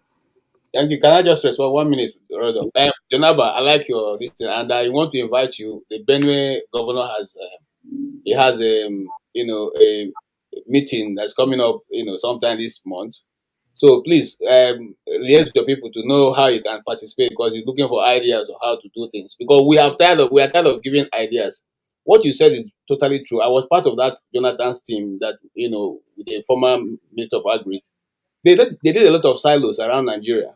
They did a lot of even ideas were presented to governors. One of the governors I know, which I participated in, is the state governor, our Benue state governor, then Suswan, who was told how we can preserve some of those things that have been produced in Benue so that they don't get wasted. But nobody picked up on that. Instead, they were asking for money. They were all asking for money to be given to them so they can do what they want, not following what experts have researched and giving you in booklet form, to implement for your people. The truth is, Jonaba, these people do not have our interest. Let's face the fact. They don't have. Because if you have the interest of Nigerians, is it difficult to develop Nigeria? Is it difficult when there's low-hanging fruit everywhere all around Nigeria? It's not difficult. They don't want to do it. They prefer to allocate money for first lady's office that don't have any office, any place in the constitution, and allocate office feeding and all that. If you calculate the amount of money that state governors and the federal government use for tea, for food, for entertainment alone, can develop one state and put every amenity you need in that state. And is that how a government in America, the president pays for his food? You pay for it. So how come you when you come, you bring the whole of your village come to visit you, they will feed on government money? Where is it done? Why is it done? Dr. Rudy, I'm not cutting you, KJ. So what do you think that since this thing was announced, there's no opposition party that have come to condemn it? Why? Condemn what? The budget. Oh, the PDP already said that it was a useless budget, that it won't achieve any goal. That is a statement. Anybody can put a statement. Do you think this is not the first time the politicians or party? Don't you think you expect more like protests and pushback from the grassroots level to the leaders of parties? Look. Let me take that, Rudolph. Let me tell you something, Dr. Jonaba, my brother. The government in Nigeria knows those who can make sense, accurate judgment. That is why Olusemetu is still rotting away today and has been forcefully declared for PDP, AP, so I can have some peace. They know those who can present a balanced argument, and they take you out of the system. Either you fall into their direction or you fall out. Okay? It has continuously been that way. Look, all oppositions died as soon as Buhari came to government. Those who went to the streets to campaign and to occupy Nigeria for 150 naira, gas, fuel, didn't go when it's 600. They have never found their voice to speak. They have not said anything about it, even though the oil is in your land. Nobody have said, till today, this is December, where Dangote has not come into the stream. Nobody has taken over Lagos. Nobody has marched. All of a sudden, all of them, even the media, are now saying, it was just a projection. So this is why it's difficult to even make an informed decision in Nigeria, because if I decide, and that's why I stopped, going to protest, that we will on this issue we will not leave the street. Tomorrow you find out you're the only one there, and the rest, the government will come. Turn left onto Field Street. At the end of it, right onto North Montello Street. To try to rescue you. Nobody comes. So you find out that you are fighting on your own. Look, let me tell you, that's why I have respect for okay? Because he has held on, sometimes in the street alone. with nobody supporting him. He stands on his ground, and he keeps saying the same thing, whether you like it or not. That is where Nigeria is right now. The more we listen to such people, the better for the country. Because if the government fears the people, the government will not do what it is. But the government has pocketed Nigerian people. And so, no matter what they do, you will say, God is looking at them. Of course, God will look at them. Okay? And their children will come back and do the same thing to you. And their children will come back and do the same thing to you. Okay? When will it stop? That's the question. Thank you, sir. All right. Thank you, KJ. Thank you, Jonaba. Let me play this old video. It's something that happened while I was in Nigeria, and I just wanted to talk about how it played out in the country while it was going on.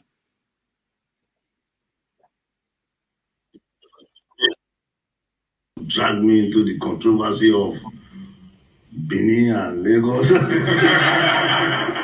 But I cannot help but saying that at least it is in history books that Benin founded Lagos.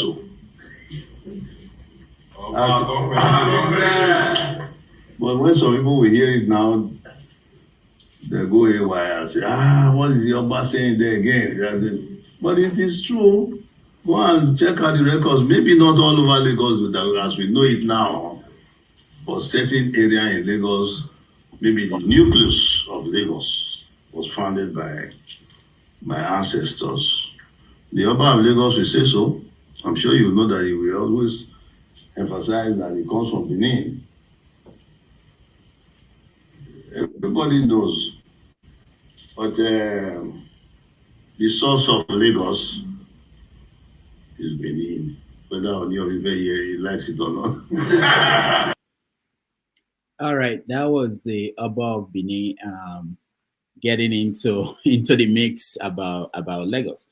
It was quite interesting when some of us abroad were on this issue, fighting really hard from different points of view. I spoke to people on the ground and people in Nigeria. So for property owners in Lagos, they look at it in a different way. For those who are regular guys who basically live and try to make a living in Lagos, the way they looked at it was quite different. And also it's important to see the difference. When the Oba of Benin said this, the reaction, how people took on him, was different from how they would have taken on any other person from any other part of the country. And also we saw the Benin people fighting back in defense of their Oba. So I know that most likely most of you discussed this when it happened, in the context of the destruction of properties that were happening across the country, especially in Lagos. All this came into a mix. And I went to several places in Lagos that period, and people were saying to me, especially those who own properties there, that something has to be done. But the ordinary people on the streets who are trying to make a living, they don't have that sense of urgency. They don't think this is an issue of interest to them. And I saw that dichotomy, and I wondered that sometimes when we discuss these things, where do we belong? Do we see this conversation? Sometimes it's not relevant to people on the ground, majority of the people. There were people who were actually having meetings and inviting me to come and see what is happening to them, how their property in Festac area or this area are being is at risk, that some people are trying to take it back and the federal government is not backing them up. I spoke to some lawyers in Nigeria during that period, and I was saying, why don't you guys take this to court and let the court decide the proper process. Even if you are going to bring down a house, if it's illegal, if it's not built on a place it shouldn't be, there should be a process. It shouldn't be someone wakes up one day and say, I'm bringing it down. There should be a court, So there are many angles to this conversation, and they all happen at the same time. I wanted to know what you guys think, and if you've been able to reflect on the conversation and whether we are going to move forward. Prince, let me start with you. Dr. Rudolph, thank you once again. As for me, with all due respect to the Oba, it's good that he mentioned it, but however, my problem with it is mentioning it, is it gonna solve the problem? You know, and apart from that, when things were going wrong in Lagos State, I did not hear the Oba say anything. He did not say anything. I live in California, and I don't think there's ever been any discussion as in, oh, these people particular founded California, or these people founded this city, or that city, or this, or that. To me, those are all lost priority for now. It's lost priority.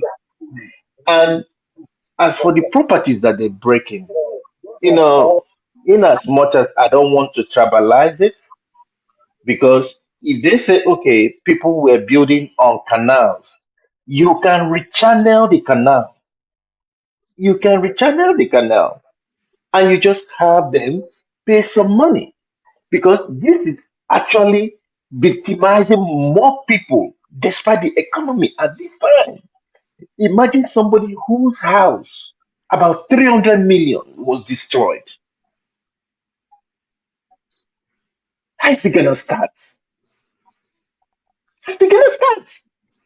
Because it's not only the building, the other properties, the TVs, the refrigerators, and the equipment, even some documents.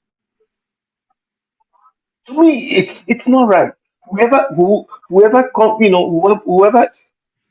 got this idea to destroy people's houses, I don't know. That person must be an assistant devil, probably originated from the kingdom of the Satan. And just one thing I just wanted to mention, John Albert, thank God that we are both in the same class now of taking high blood pressure medication. So I try to take my high blood pressure, just following your footsteps. Hmm? Yes.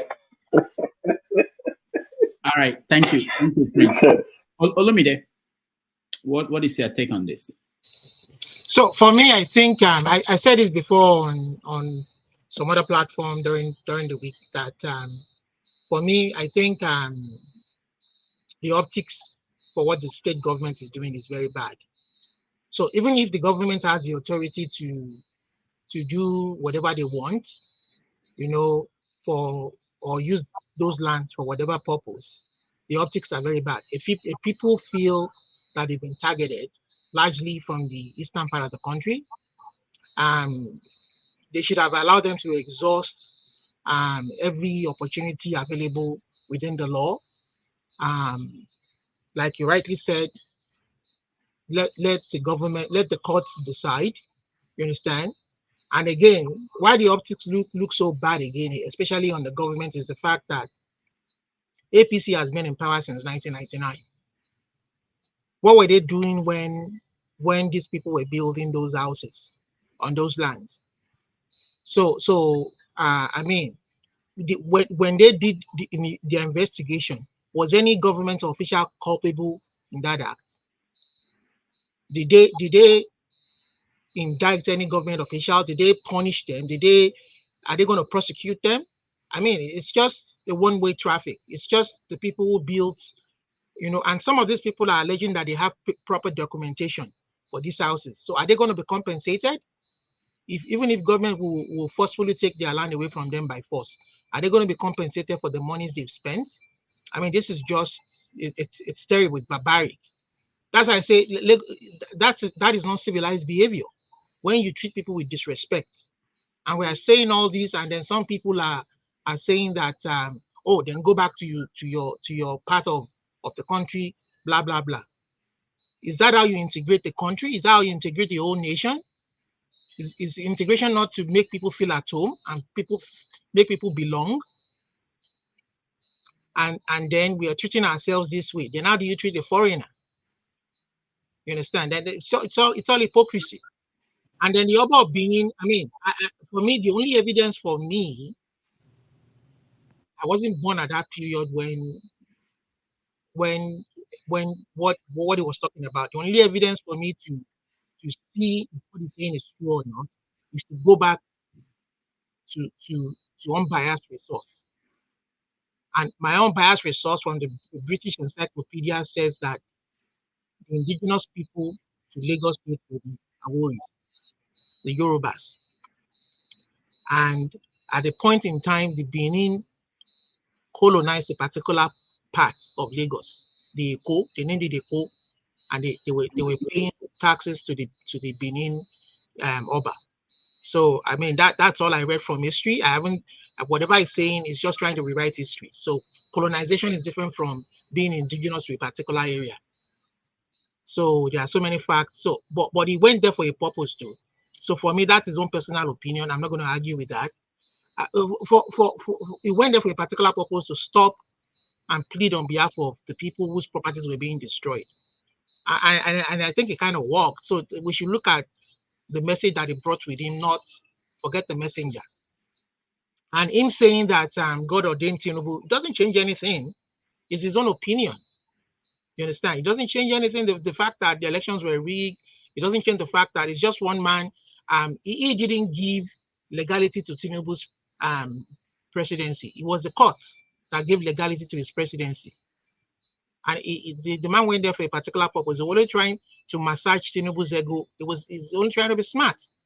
You understand? He's not a politician. I know the Oba to be non-partisan. Because I remember the last election that brought Obaseki in. This man brought Obaseki and Oshiomhole to their knees. You know what? He told them, brought them to his palace and said, you know what? You're not going to destroy Edo State because of your politics. Let the people decide. So this man is non-partisan. So I don't know what people are saying or trying to crucify him for. I mean, the country is a shithole. Complete shithole. That's all I can say. All right, thank you, Olumide. KJ. No, sir, I think it's I think sorry, I think he wants to go line by line. Let me go so that I won't miss someone. I'll come. Okay, now you want us to combine this with? Yeah, combine the three because I know it's an old conversation. Right. I want to hear. First and foremost, I want to speak on the Oba's issue. You see, you cannot blame the Oba if he says that the Benins founded Lagos. There are many sides to every history, and one side may have been written all this while, and now the other side is deciding to tell the part of their own history. Now, 2 days ago, I was listening to another program, and an Igbo guy was saying that the Igbos are from Benin, because his mother told him that there's something that they call in Igbo, which is something with their own. So, and that's why the Igbos, he will say that the Igbos, no, it's a woman that was saying that the Igbos are from Benin. And I had a good laugh, because if you know anything about the Igbos, we don't quote what our mothers tell us, even though we respect them, we revere them. You hear what your father said, that's what you are going to use to speak in a meeting. Okay? And because I am married to somebody from Delta. Tomorrow my son wakes up and says, my daddy says that, my mommy says, our pot is called Efere or something, and that is what is going to go with. No, we forget that, in that time, long ago, there are also intermarriages, and some of these cultures have mixed in such a way that only those who have the foreknowledge that can actually tell what is correct and what is not. I don't want to go into because people have tried to take it as a reason to insult the Oba. Well, my hand no there. If you want to insult Oba, you carry the consequence yourself. The truth is that if you go back to history, you find out that the Benins had control of that other region. It's not, for those of us who went to school, proper schools and read history, you know that. That's one. Two, I want to also speak, that's the reason why I came into this panel. Anyway, I'm sure Rudolph knows that. The destruction of the property of the Igbos, let's put it the way it is. It is not the first time, okay? It's not the second time. It is not the third time. It's every time there is an issue in Nigeria, most especially in the West, they come for the Igbos and their properties. You forget those people, these places they are calling canal. It was all filled of water. They sold it as water. Water. Those guys went there, filled it up, reclaimed the land, and today they are being what? They are being chased out of it. Even the parts that are not canal, that are just normal land, that the first tax 77 sites, okay, they are also breaking down. What are we saying here? Just like somebody have said, in a nation that has over 17 million deficiency, is it 17 million? Yeah, about more than that in housing. The little that people are managed to put together, you are breaking it down. Any nation that wants to develop, are you not supposed to be supporting those who are building houses than breaking it down? Okay. Now, some of these people are all their life earnings, like the guy who was saying he lost 300 million. Where is he going to get it at the age of 60 to build another house? Where is he going to put his family? Okay, you thought that you have been able to run a good race. Now you have a house that at least your children and yourself can live until you eventually go back to your heavenly Father. And now you wake up one day and it's gone. The government is not giving you any excuse. Like the man who are listening to in Arise News at 2 a.m. they came to his house and said he was vacating 1 hour. 2 a.m. And he asked a question: why are you coming at the dead of the night? And all he got was some, military blows. And eventually, tear gas was thrown all around the people who refused to open their doors. So you must have to come out. And your house is taken down. Is this what people do to a citizen? They are citizens. I mean, you are not a criminal. You are a citizen. The highest office in the land. The highest office. And your only crime is because you develop in another part of the nation. Your own nation. These people who are doing these things have houses in America. They have houses in England. They have houses in Benin Republic. They have houses in Ghana. Nobody is chasing them. Nobody is driving them. Nobody is breaking down their houses because they are not, indigenous to those places. You always find an excuse. In fact, you can always give a dog a bad name not to kill it. You always find an excuse to say these houses, and these houses have some of them have been standing there for over 10 years. Okay, now this government has come to discover that they don't have COO. I told the story of Wike in FCT. A friend of mine, their house is in Area 10. Those of you know Area 10. Area 10 is totally a developed place. That house has been standing there, built by Mama Vasa. Now Wike comes and says, "Oh, your COO has a question. You must pay 5 million or within this so and so." It's only Nigeria government that gives the citizen all. Those of you who live outside, check and see. If you have an issue with the IRS, do they say you must pay all? They tell you to tell us how you can pay. You space it out. And they agree with you most times. Or they say, no, adjust here.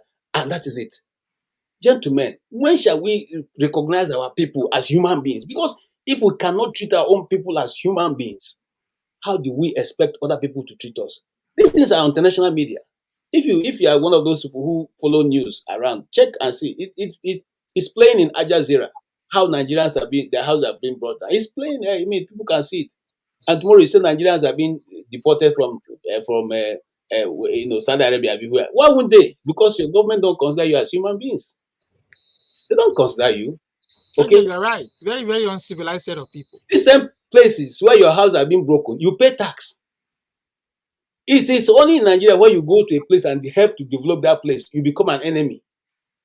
Not because any other thing happened. You paid legitimately for that land, whether it is illegal or not.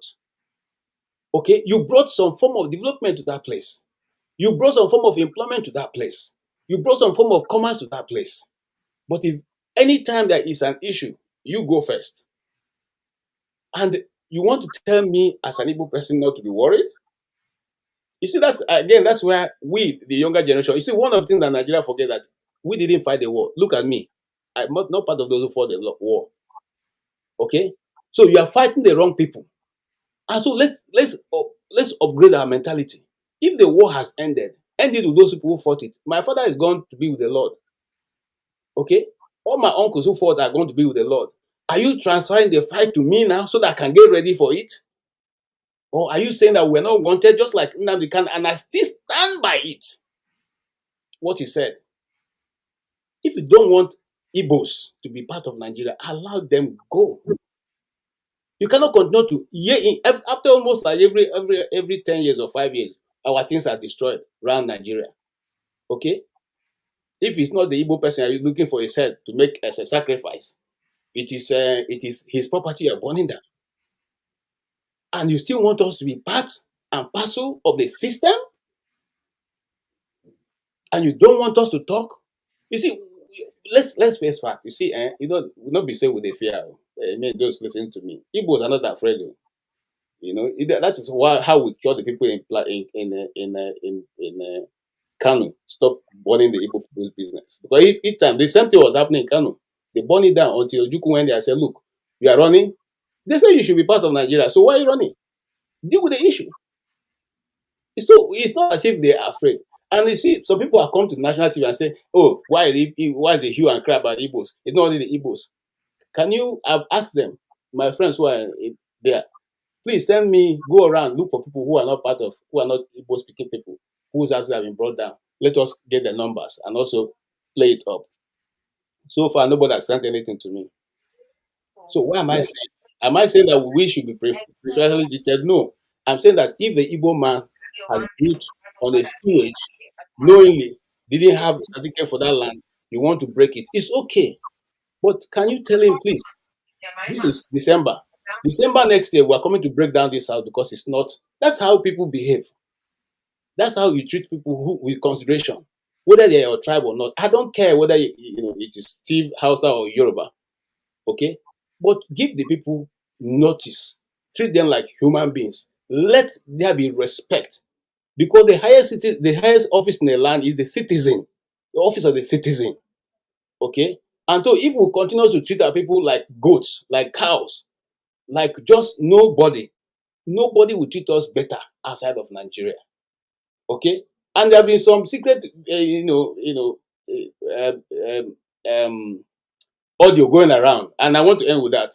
And of course, if you listen to that secret audio and you see what is going on in Lagos, this thing also went on with. Remember, as I said many times, when El-Rufai took over as minister, the first thing he did was take over Wuse Market with this that they are renovating it.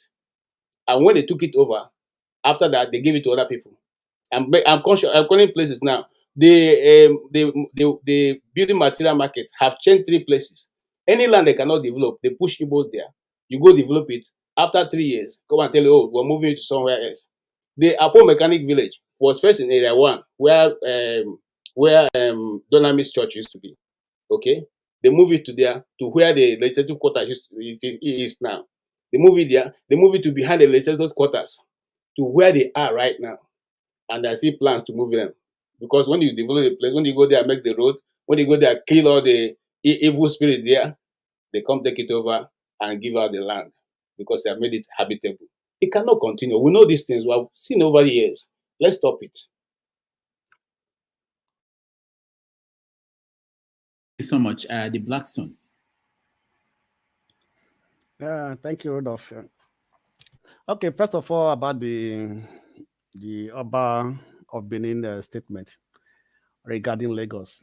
Yeah, according to KJ, we should understand that the history of Benin dates back to 18th century, even 17th century, right? Even before the British arrived in Nigeria, even at that time they also have a very good relationship with the Portuguese. The Benin monarchy was the first monarchy that had an ambassador to Portugal. Even my native name is even being answered by some Portuguese people today, because I was surprised when somebody told me, right? And so the issue of Lagos, like the Oba said it may not be the old Lagos, at least some part of Lagos. So they were the first people that actually settled there, Eko. So that's why Eko means maybe a place of settlement and things like that. So to some extent, it's right. Lagos have expanded. So he was talking to his own fellow Obas, so it has nothing to do with people, the common people and things like that. It was like I see that as if maybe just trying to remind the Oba of Lagos and so on and so forth, Yoruba monarchy that the part of Lagos or Lagos belongs to the Benin people, the origin of Lagos belongs to the Benin people. Same confusion we also have with the Oduduwa, the history of Oramiyan, why the Benin people now use the word Oba as for the monarch and things like that. Those also a controversy, but they forgot that before the Benin people start using Oba, they were the Ogisos. We are already living there, things like that. So I want to go there. So coming to the issue of the demolition of properties in Lagos, for me it is very sad because as I think I was like seeing that Nigerian government are civilized class of people, but I think this time I don't see them as civilized class of people because they cannot just wake up and just begin to demolish people's property. It costs them money.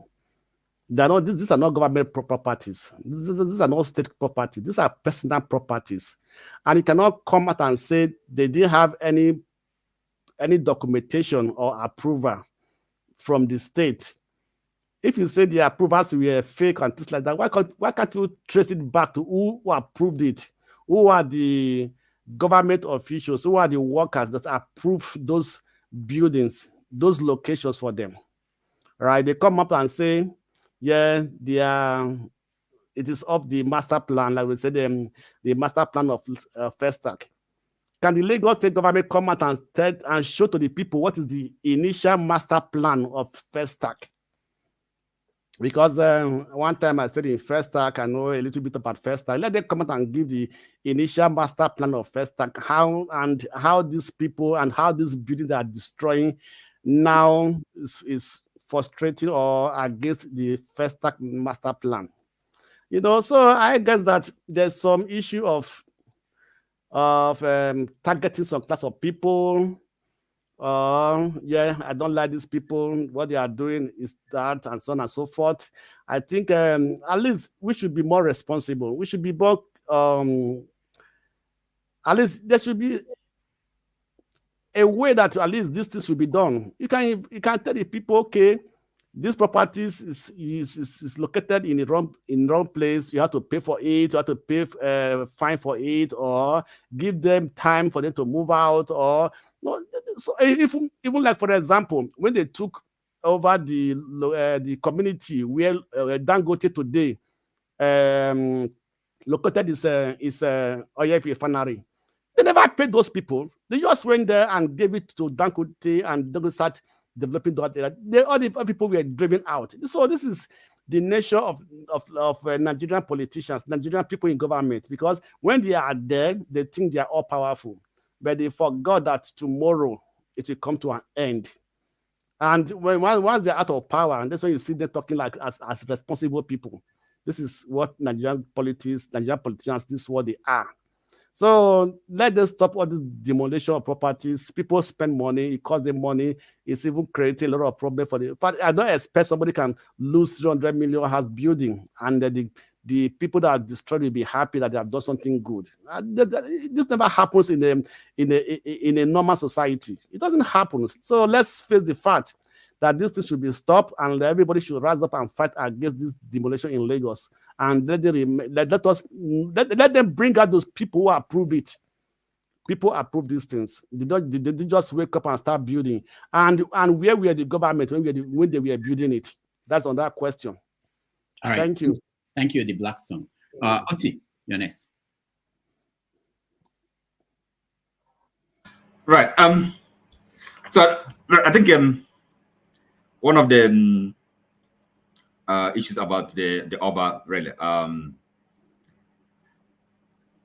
think the question, this who founded Lagos, to me, is really a distraction. I mean, it's inconsequential. Lagos is a metropolis, is a Nigerian city, so I think it's a distraction really. But I just wanted maybe a bit of clarification, because Olivia said something about the purpose of the Oba visiting Lagos. It has to do with, I mean, he's pleading for the house demolitions to stop or something. I don't know. I didn't quite get him.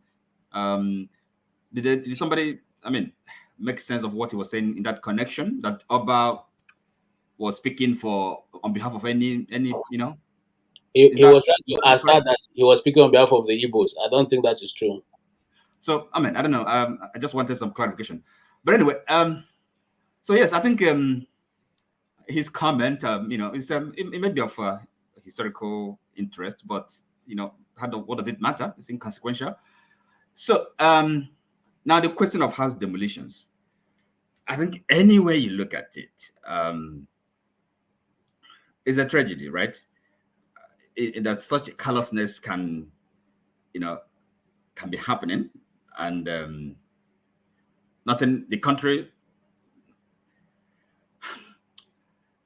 is what it shows really is that we'll be deceiving ourselves to pretend that we live in, you know, in what is called a Rechtsstaat, you know, in a country that is governed by the rule of law. No, that's, you know, it's just a jungle. It's a lawless place. This is the fact of the matter. And to me, knowing this as a people and seeing it, you know, played out, what are we, you know, the only topic, the only discussion should be, what are we going to do to overthrow this system? I mean, that is the only thing to discuss. All these things, budget, that is nonsensical. I mean, this kind of system, that such a thing should happen, right? If people contravene the law and then build in places where they're not supposed to build, is that how to deal with it? And where was the government when you know, the plans were drawn up and, you know, land and they waited, and years, you know, people have lived in these structures, and then you come one day and then do that. I mean, and in the whole world is seeing it. It doesn't bug them. It shows you we're dealing with human beings. These are not human beings, quite frankly. And look, to me, we come here, I don't know, kind of talking about things that no, the whole system has to be overthrown, overhauled. That should be the only topic for discussion, quite frankly, if we're serious. Otherwise, what are we talking about? Human beings that could do this. Okay, what has the president said? And all these people, respectable Nigerians, all over the country, in Lagos, in everywhere, has anybody said anything? And can they pretend not to see that or know that this is happening? People's dwellings, you know, it doesn't even happen in a war. This kind of thing. Where do you want them to go? Children went to school and they're coming back that their homes have turned into rubble. Where does that happen? And the country, I mean, it goes on as if nothing is nothing. So what more is going to happen before? So I don't know how to look. Okay, but frankly, yes, is even though the Igbos, I know that everybody knows that we've been the butt of all sorts of attacks, but I think is we should not, you know, fall into that trap, temptation of making it an Igbo affair, Igbos against Nigeria or Nigeria against Igbos. I think that is something we should always try to kind of be smart enough to not to fall into. Now, because it is not. Nigeria is for all Nigerians, okay, except those, of course, who are, I mean, and, you know, so let us not lose sight of that and not make it now. It's now, you know, every Nigeria against the Igbos, even though we have, you know, borne the brunt of, you know, all sorts of uncivilized attacks. You know, but we should again be careful, not make it a tribal matter. You know, because that's what perhaps these people, that's the game. That's the, you know, they're playing. You know, they play this with the politics. You know, I mean, the elections and all that. So that is the thing. Look, it's time has come for Nigeria to really kind of, you know, we should crumble the system. All right, Oti, thank you so much. That's my view. Thank you. Let me skip. Let me just do a favor to. I beg. I did walk. But give me 2 minutes now. Who is that? Who is speaking? Ovie? It's Mazi himself. Okay, so Free Nnamdi Kanu. let's go to there. Which kind? No. I'm sorry. Just he's at work. Let's give him 2 minutes, please. Ovia, go ahead. Ovia has a new. Yeah, I'm at work, so I'll just introduce myself. Then I'll be back in a few hours. Yeah, somebody saying a new hustle. When a new hustle, and somebody is actually which Why are you bank telling jumping me. queue Well, now? I think it's there. Why are you jumping queue now? This is what you were attacking people last week that you were jumping queue. Why are you then jumping? Tone. Now it's me. Who be this guy? Who be this guy, sir? I'm talking to you. I'm talking to you, Who be that boy? Brickhead. Who be that boy with the talk? Brickhead, I'm talking to you. Please. Who be that boy with the talk? Shut up. Who be that boy with the talk? Behave yourself. You think you're just something. Behave yourself. That was how. All right. That's enough, Tone. That's enough over here. I'm moving to Jonava now. To you guys. Yeah, I think you should even take them out because we need to reshape this place. Take them down. Take the rascals out. Jonava, go ahead. Forgive me, I'm just joking.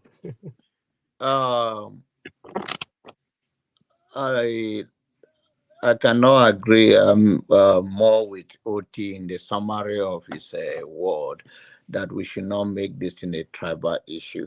I've never agreed with him for so many things, but I agree with him on this. It's a trap. And another thing is that no one is more Nigerian than Igbos. Nobody is more Nigerian than Igbo. Igbos stay in every part of Nigeria and beyond Nigeria, and they become who they want to become.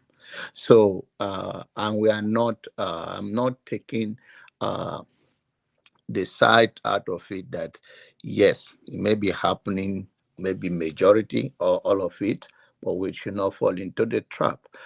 The only thing is that let's speak into it in a practical term. We all know what is expected when house is built in illegal places. There should be a due process why that house should be demolished. It cannot just get up overnight.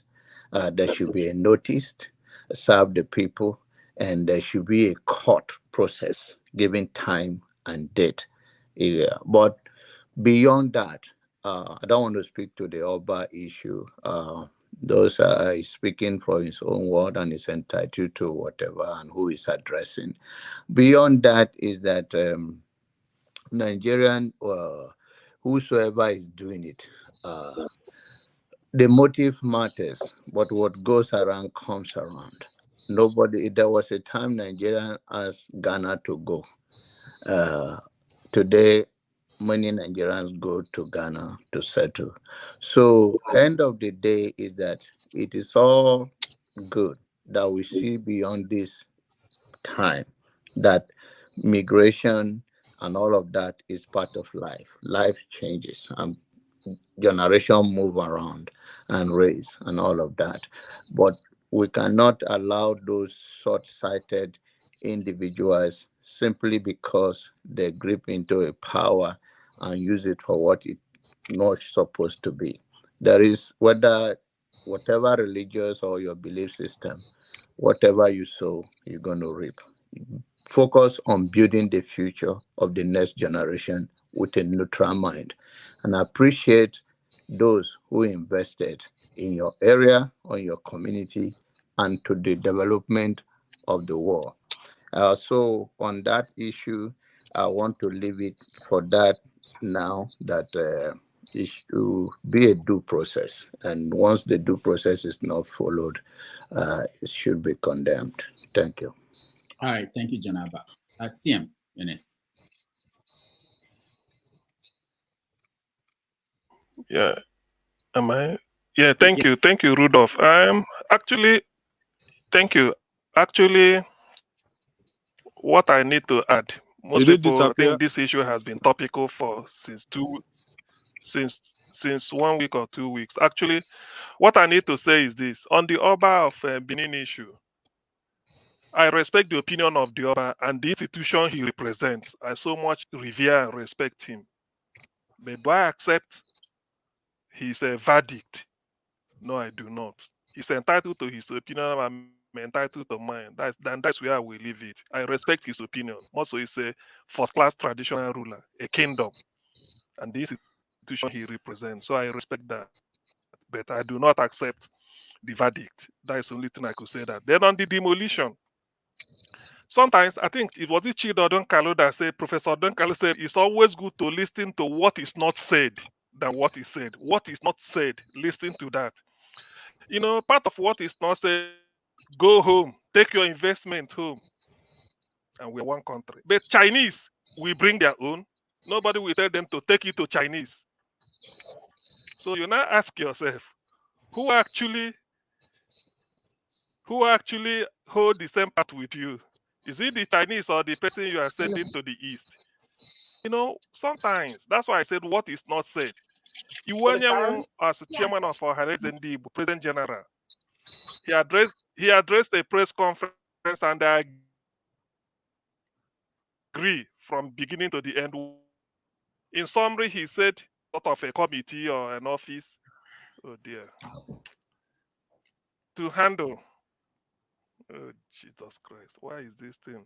So he said the Ohanes Ndibo has called on those with claims that your buildings were demolished. Come forward, present your document. They will look into it. I mean, Ohanes Ndibo, they've got all the resources: architects, engineers, town planners, administrators, lawyers, senior advocates. They will look into it in detail. Those that has a genuine claim, so Ohanese will support them. In other words, they bring the resources of Ohanese Ndibo worldwide to back them, because justice must be done. But those that for one thing or the other they are found wanting, they will also look into their case with the intention to do something. The good thing, one of the things people will also recognize, particularly for those who say that it's not only in Ndibo, the house belonging to Igbos that were demolished. I agree, because I've been in a platform in which a lady phone, he said Urobe was also crying. He said their own or his uncle's own was also part of it. So to them, despite the agony Ndibo are going through now, Ohanes Ndibo want to open a fund for those that are affected. They will do something. That is the way Igbo man does his own thing. We don't desert people in their period of agony. Talk of what happened in Sudan, and Igbo man Allen Onyema brought his aeroplane free of charge in South Africa, in India, everywhere. They do all this free of charge. So they are saying, Ohanes Ndibo, that's where I'm going. He said anybody, they will set up a fund, not just for Ndibo, whoever his own is affected should come forward, because they have a funding for them. I know some people may be surprised, but that is the way it is done. But let me leave everybody on this note. When they tell the Igbos, take your investment home, go home, leave Lagos, but the Chinese are coming, who actually is your countrymen and women? Who actually, because on the strength of this, I can raise a flag that I'm a Biafran. Because if I leave Lagos, a Chinese could be allowed to invest, a Lebanese, a Korean, invest in Lagos, anywhere you like in Nigeria. But an Igbo man will be told to go and only invest in the East. Lebanese are investing in Kanu. Nobody tells them to take this thing home. Nobody destroys them. But Igbo man will only tell you, these are the area you have to invest. Invest in the Southeast. That is your area. A Lebanese will come to Nigeria, invest anywhere. They have Chaguri and Chaguri. Nobody is telling them to go to their place, because they are welcomed. But the people you told, do not raise your flag. You are not a Biafran. We are one Nigeria, indivisible, indissoluble, everything. They take your distance, go and stay. See, let me tell you, you can only tell a blind man that the soup you are leaking, there is no oil in it. You can't tell a bad man that the soup you are leaking, there is no salt, because it has a taste board. Let me leave it at this, but future will tell. Thank you. All right. Thank you. Thank you so much. Concern, welcome to the show. Concerns. Thank you. All right. Thank you. Thank you, Dr. Damages, and welcome. May God bless your comment. Thank you. It's a pleasure that it's good. We're happy that you came back peacefully from jungle country. That hell, second hell in the world. You see, it's unfortunate about what is happening. Some people say, don't say it's an Igbo thing or Igbo against Nigeria. Whether you like it or not, it's an Igbo against Nigeria. These people, these Nigerians, or these people who are ruling, or those people they are very, very wicked. And every day they say that man who is ruling Nigeria is the face of the going everywhere to look for investors. Are those investors not see what is happening in Nigeria? All these embassies have why people don't know why there's embassy. You have embassies so that they will tell their people what is happening in that country. When in a country people are destroying people's houses for one thing or the other, how can that investor come to invest in that place? They can't. The judiciary is not working, nothing is working, and they said that man is taking the whole money, going abroad, is looking for investors. How you gonna work? It's not gonna work. You see, last 2 weeks, I didn't come out here last week because honestly speaking, my blood pressure was very, very high. When I see everything happening in Nigeria, not just because of this disruption, everything happening in Nigeria, I've never seen such place like in Nigeria. And when somebody said Nigeria is like a zoo or a zoo is better, the people start criticizing them and say they must kill them. Honestly, things are not, I don't know. Even look at the people, the lady that was killed that last time in Sokoto, where the Christian woman that tweeted, that lady is still in prison now. She's a Christian, she tweeted, and the lady is still in prison. The people that killed the young lady were left from prison, they were discharged. And the lady that tweeted is still in prison up to now. Nobody's talking about that. You see? So about this house issue, we are here in foreign land, not only in America, even in other African countries. When you want to, even in your house, you want to make a fence, immediately you put a block or you put a block, the county will come. Then just 2 days or 3 days, they will come and tell you, why is this being put here? So then you see a house that was built with mongoose amount of money. And after some years, you come to demolish that house, saying canal or no canal, road or no road. Who said those land to those people? Who approved those land? Now today, nobody approved the land. How can now let's say a man from Kano just come to Ondo State to build a house? Nobody approved land for him. Nobody do everything for him. He start building land. It doesn't happen.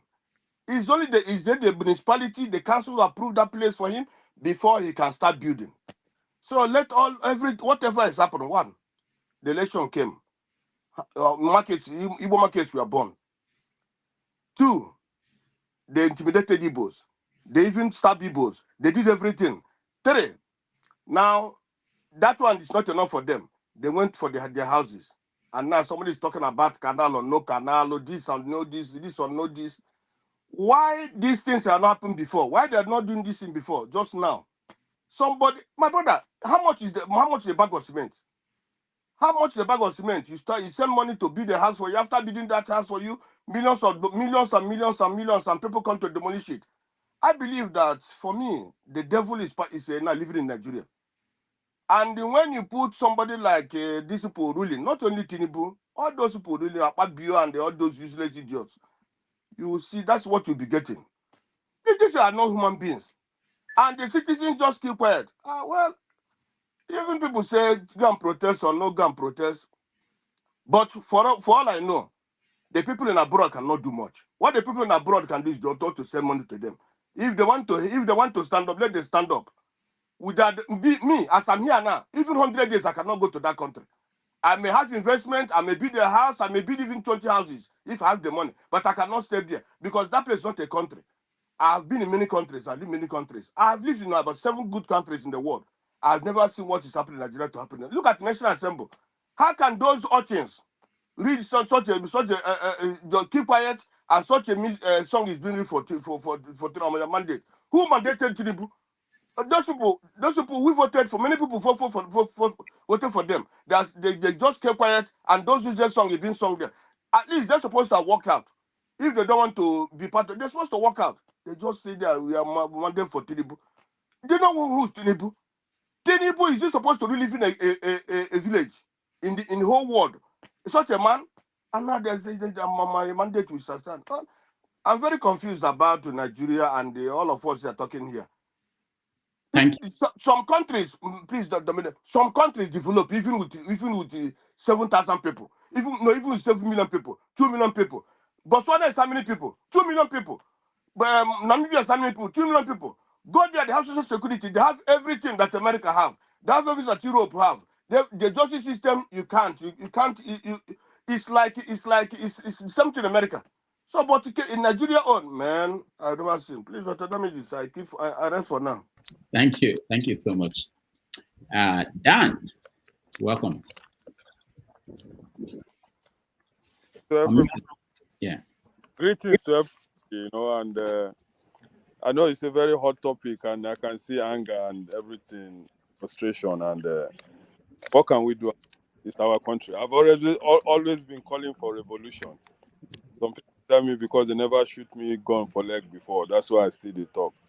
But we have to talk now. It's our country now. These people who are destroying Nigeria. Sorry that I'm just flowing into the topic because I'm so frustrated and confused.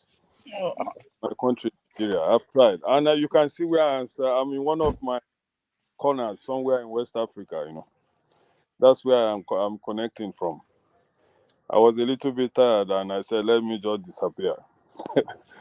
It's sorry that I have to mention it because it's very quiet and nice. It's not like Nigeria, Nigeria. I wish to be there, but God knows I can only be there in my dreams, So anyway, where I am now is very nice, and listening to you guys. The topic on the ground. Let me just go straight to the important ones: the demolition of houses in Lagos. Because people are talking about this. When you talk about it, they will take it to an ethnic side. But reality must be said. We the Igbos, of course, I speak Yoruba very well, even more than a Yoruba person. So I'm a very neutral person, and I mingle with everybody. But when they single out a group of people because of their glories and how they survive in any situation, and upon the suppression where we the Igbos are still doing well. So there's nothing to, the prosecution is welcomed. All I wish that the Igbos will start thinking of packing their things and going home. All those jujus that used to drive us, they say, boy, if they no come home, or if you come home, this and that, we have to fight that demon first because it's time to go back to our homeland. Because it's not easy after spending a lot of money building a house. They saw when you started building it, somebody approved everything. You went to the same office. So this office, if you go tomorrow, is the same office. But now here I come now. They gave you the paper there. And suddenly they just come now. They tell you that place you're not supposed to build after eating your money, approval, and everything. And we, the Igbos, are watching them. To be honest, what is left for us now is to just try to reverse back to Igbo land. All those jujus and everything they put to drive the Igbo people out, all those people who call them pastors and whatever, they should start praying because the only solution now, if we're asking for Biafra, we have to go back first. Yes, because they will not grant it to us. So the Igbos should stop complaining what is happening in Lagos. What we have to do now is to take our baggages and luggages and face back to our place. And when we come there in numbers, Biafra will be given to us. We cannot be scattered everywhere every time people are talking. And they are really dealing with us too. Not only scattered, they are dealing with us every day. During the election, they burn our markets. That's why we no talk. Now, the demolition of houses, and people are still not talking. So my only solution, so that I don't waste too much time, because I'm full of words and anger, I can keep talking for the next 2 days about this issue. So let me just caution myself and break down by telling the Igbos, turn back home. Let us take our things and go and develop our country. We have the money. Because for me, if they break my house, I feel suffocate and die. If I build house finish, I come back, I say they break up. With my kind of tension, I can just collapse. So that pain is, please let us, the Igbo, start thinking of going back home now. Thank you, Mr. Damages. All right, thank you. Tone, welcome to the show. Hi, greetings, everybody.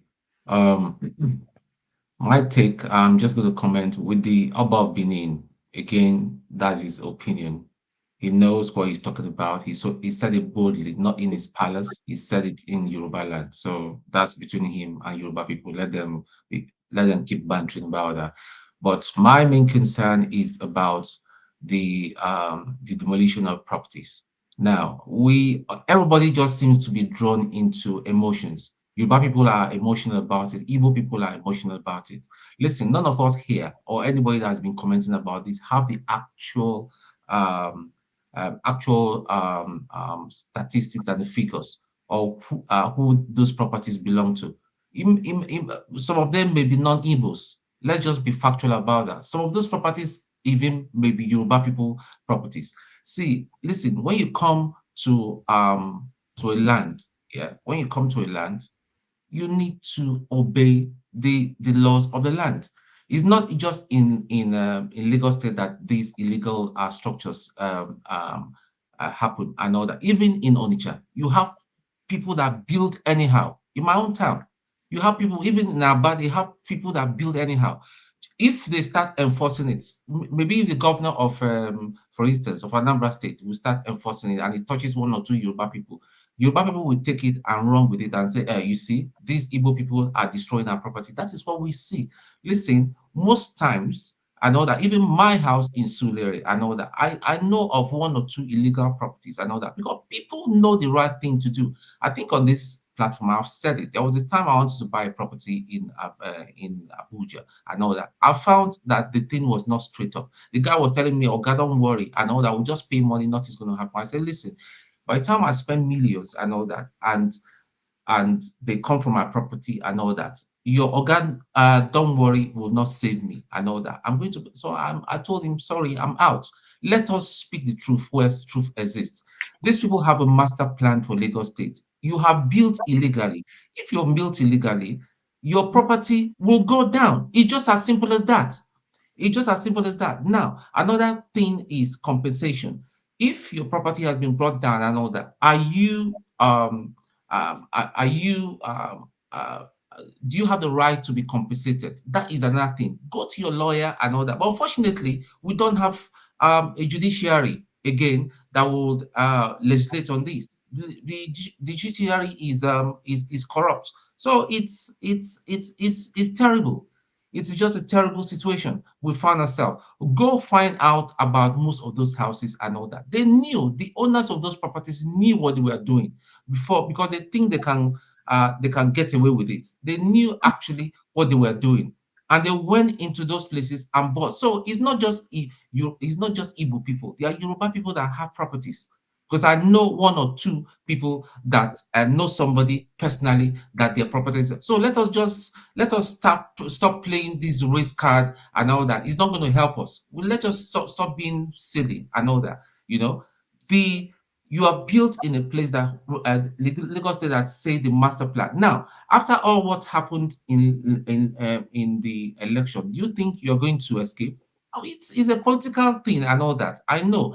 Going very, very, the way they went about it very, very suddenly, obviously you played into their hands and all that, and somebody must pay for the price. That's politics. Although I don't agree with it and all that, they were very swift in doing it and all that. But listen, just dry your tears and then learn from this mistake. If you're going to buy a property, do it properly.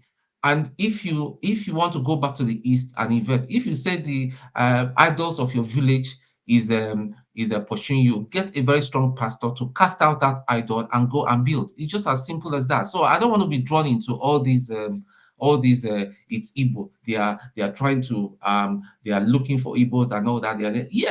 Go to Anambra State. Go and start developing Anambra State. Go and start developing Delta State, where nobody will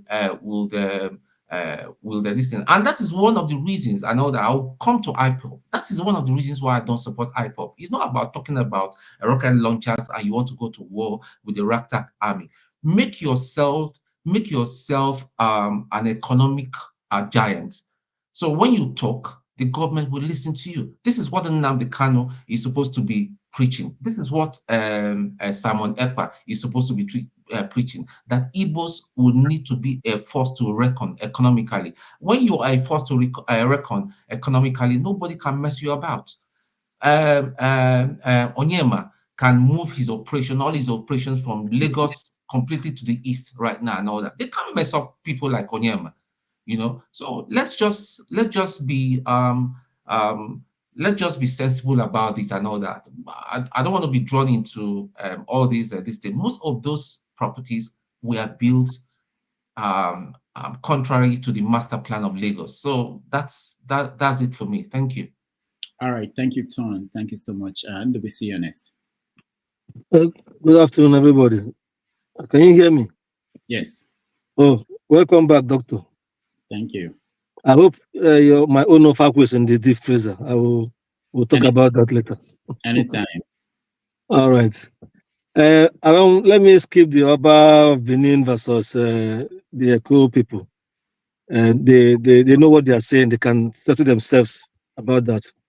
Concerning the demolition, earlier on in this program and last week in that program, I was saying that if actually those people built on a place that was not permitted to be built, and it has been demolished now, it may be a good reason, but they should have given them enough time, follow the due process, and then they leave them.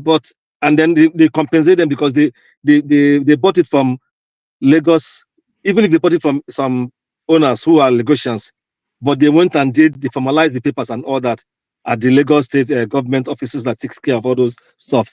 So they should be compensated. But when I heard from one of the owners that some of those properties were demolished, like his own was at the dead of the night, I felt, oh, this is not the right way. Why should they come at that point, at that time? So it got me thinking that, yes, like one of my mind was telling me, this thing it is politically motivated. It has ethnic coloration, no matter how you want to look at it. That is what it is. We're not saying that Yorubas hate Igbos, but this set of Yorubas who are in charge now in Lagos and the one now in at the villa, obviously they have been known. It has been their way. They have this bigotry going on with them. They try to color it by bringing in people from other ethnic groups to work with them and so say, oh, sometime there was one Igbo man that was, I think, finance minister in Lagos during Tinubu's time and other, but some of us know beyond that. Me, I was born in Lagos. We know what they do. So these are sets of ethnic bigotry. Somebody, if you are to be someone like Mudashiru, the former Lagos State military governor, Mudashiru was a civilian and he's in power. He wouldn't do this. If Jakonde was there, he wouldn't do this. Jakonde was even the man who gave Igbos that Alaba International area. It was a swampy area. The old Alaba was being crowded. It was causing movement and obstruction and all that. And he called them. He told them that they have to relocate. They said, give us a place, so I will go. He pointed that place out to them. I don't know how much work he did there, but they did majority of the work and established that place. And now, because that place has become a multi-trillion naira business, the eyes of these crooks who are now running the state are there. These properties we are talking about, they've been existing in that area. Nobody even knows how that area is in particular. How we should have a way of going to that area, to look at that area very well and to say, these houses, were they supposed to be demolished? Is there any way the waters can be channeled to still move around and the houses remain? Or just to ameliorate it, so the pain will not be too much for people who own houses there, whether Igbos or non-Igbos, but they won't look at it. But because of that ethnic bigotry and all we saw before and during the elections, and this set of, I'm particular about this set of rulers in Lagos. Their bigotry, that is what people should be focused on, not just Lagosians. Though they try to convince their fellow Lagosians and some buy their way. But I know, I was born in Lagos. I know that they are very good Yorubas. I have some of them as my very close friends up till now from childhood. They are free. They are among Yorubas. They are most of the free, the liberals. But this set of people, I don't know where they got this kind of hatred, not just for Igbos, but if they want to have their way, they will do the same thing. If that tribe was like a big group in Lagos and did this thing to them, they will still go after them. That is kind of bigger this are. So we should call it what it is. Alaba International has been there for long. Nobody disturbs them. When Lagos Island was overcrowded and they said, okay, if we should go to Trade Fair Center, many of those Igbos, people who sell shoes, cosmetics, in wholesale and large. They moved to that place. They have shops there. I have a friend who bought about 5 or 7 shops there. Then I don't know where they are still existing there. They are all there.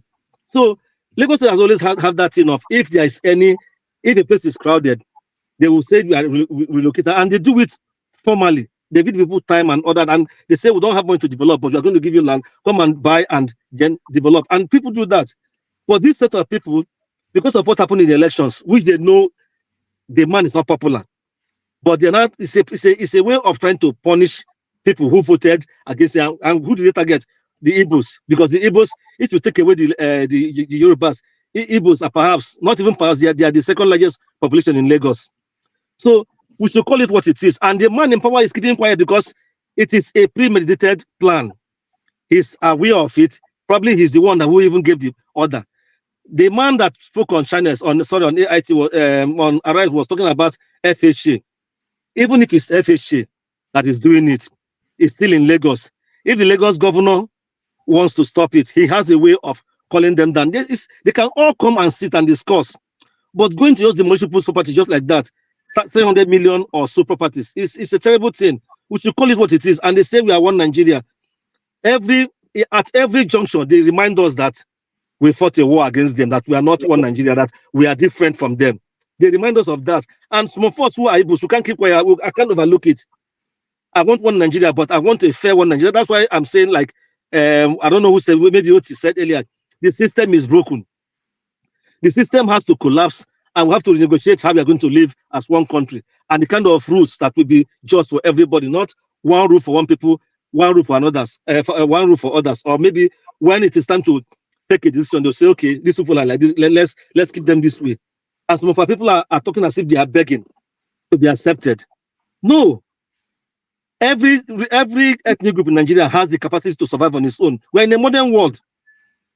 So if we want to be one Nigeria, let us sit down and discuss this country and let it be for all of us. See how the judiciary is running amok. They have run mad with the kind of decisions they give.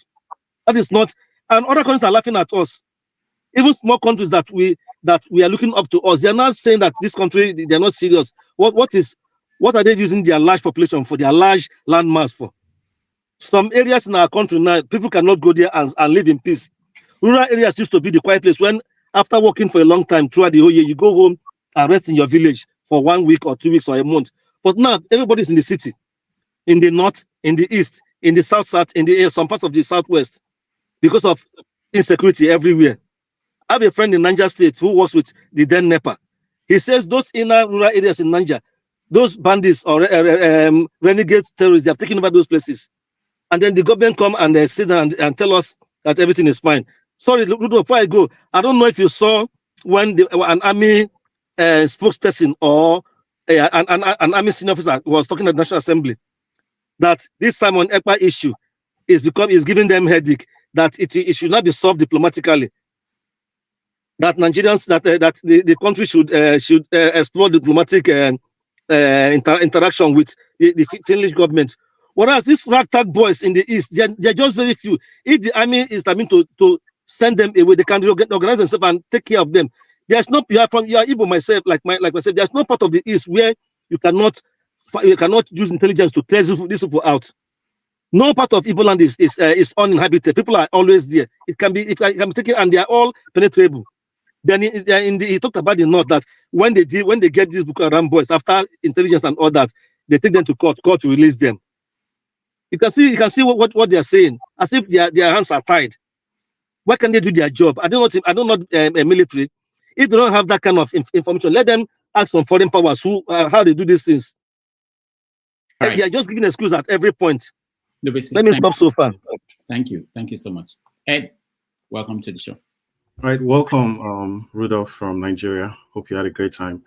So I'm going to speak on the issue that everybody has been skipping, because it's kind of, I think it's something that's home to me as a Benin man to speak on this issue. But I know it's a very controversial issue. So whatever I'm going to be saying, I'm going to be looking at it mostly from a more academic point, because to be honest, I was not there when Lagos was founded.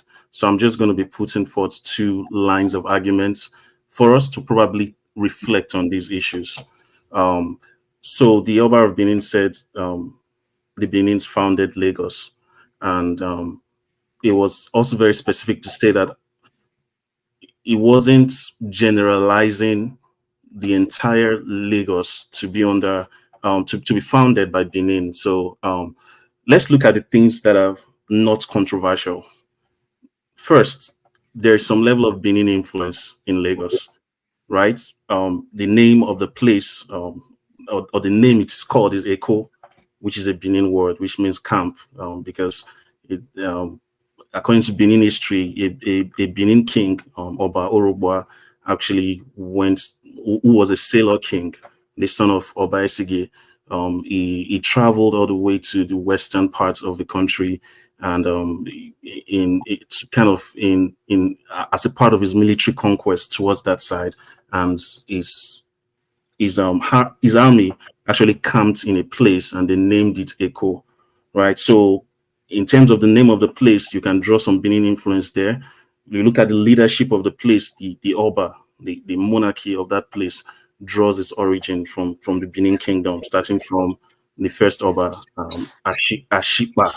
That's what the Yorubas call him, but the Benin will say is Aisipa Ewoman. That's you don't run away from your land, like you don't pack away from your land, right? So so those are things that no one can really argue, right? And then you look at the names of places in Lagos, like Oshodi. Oshodi is a name of a chief of an hereditary chieftaincy in Benin Kingdom. So there's still the Oshodi of Benin Kingdom today. You look at places like Idumota. That's not a Yoruba word. It's actually an Edo word, which is Idumota. What that means is the area where people come out in the evening. So that brings me to the controversial part of it. Because if you name a place Idumota, meaning that's a place where people come out in the evening, the question is, who are those people? Because if you say Benin founded the place, that means when they got, some people would argue that doesn't mean that there were no people when the Benins came there. So that's really the controversial issue, right? So if there were no people when the Benin army camped in the place they called Eko, you could make an argument that the Benins founded them, right? What is not controversial is that the Benins had a hand in the governmental structure and in the leadership of what is today called Lagos, right? So in that regard, there's no controversy about the influence of Benin. But the question is, were there people before the Benins came there? And that's where, for me, it's very unclear. Because if you call a place the Idumota, which is not really Idumota, I think is not even in the island, because the island is where is the real Eko, right? So it means there were people in that area. That's why it's called Idumota, people that come out in the evening, right? So that goes back to the Yoruba argument that there were Aworis there, right? So again, the argument I'm making is just a purely academic one, Again, we have to still come back to the definition of what founding is, right? For example, you look at the United States of America, when they talk about, I'm hearing feedback. Can someone? I know. Could you mute, please? Because it seems like okay. So when you look at America and they talk about the founding fathers of America, most Americans will trace that to not even 1776. They will look at the pilgrims that came into Plymouth through the Mayflower. They draw the founding of America to the Mayflower Accord, which was sometime in 1620, right? Whereas about 200 years before then, there were already Europeans in America. Actually, the first set of slaves that came to America recorded was in 1619. So there was already America, at least within the influence of Europe.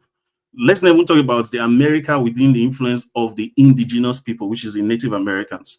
So, but then they draw their founding to when they were able to develop a system of government, which is the Mayflower Compact.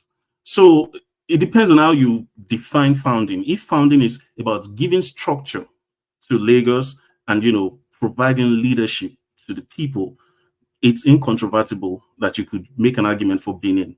But if it's about people being native to there, that is a bit controversial. And again, the Oba, we have to also cut him some slack, with all due respect, because his point was not that the whole of Lagos was founded by Benin. It was very specific in saying in at least some part of it.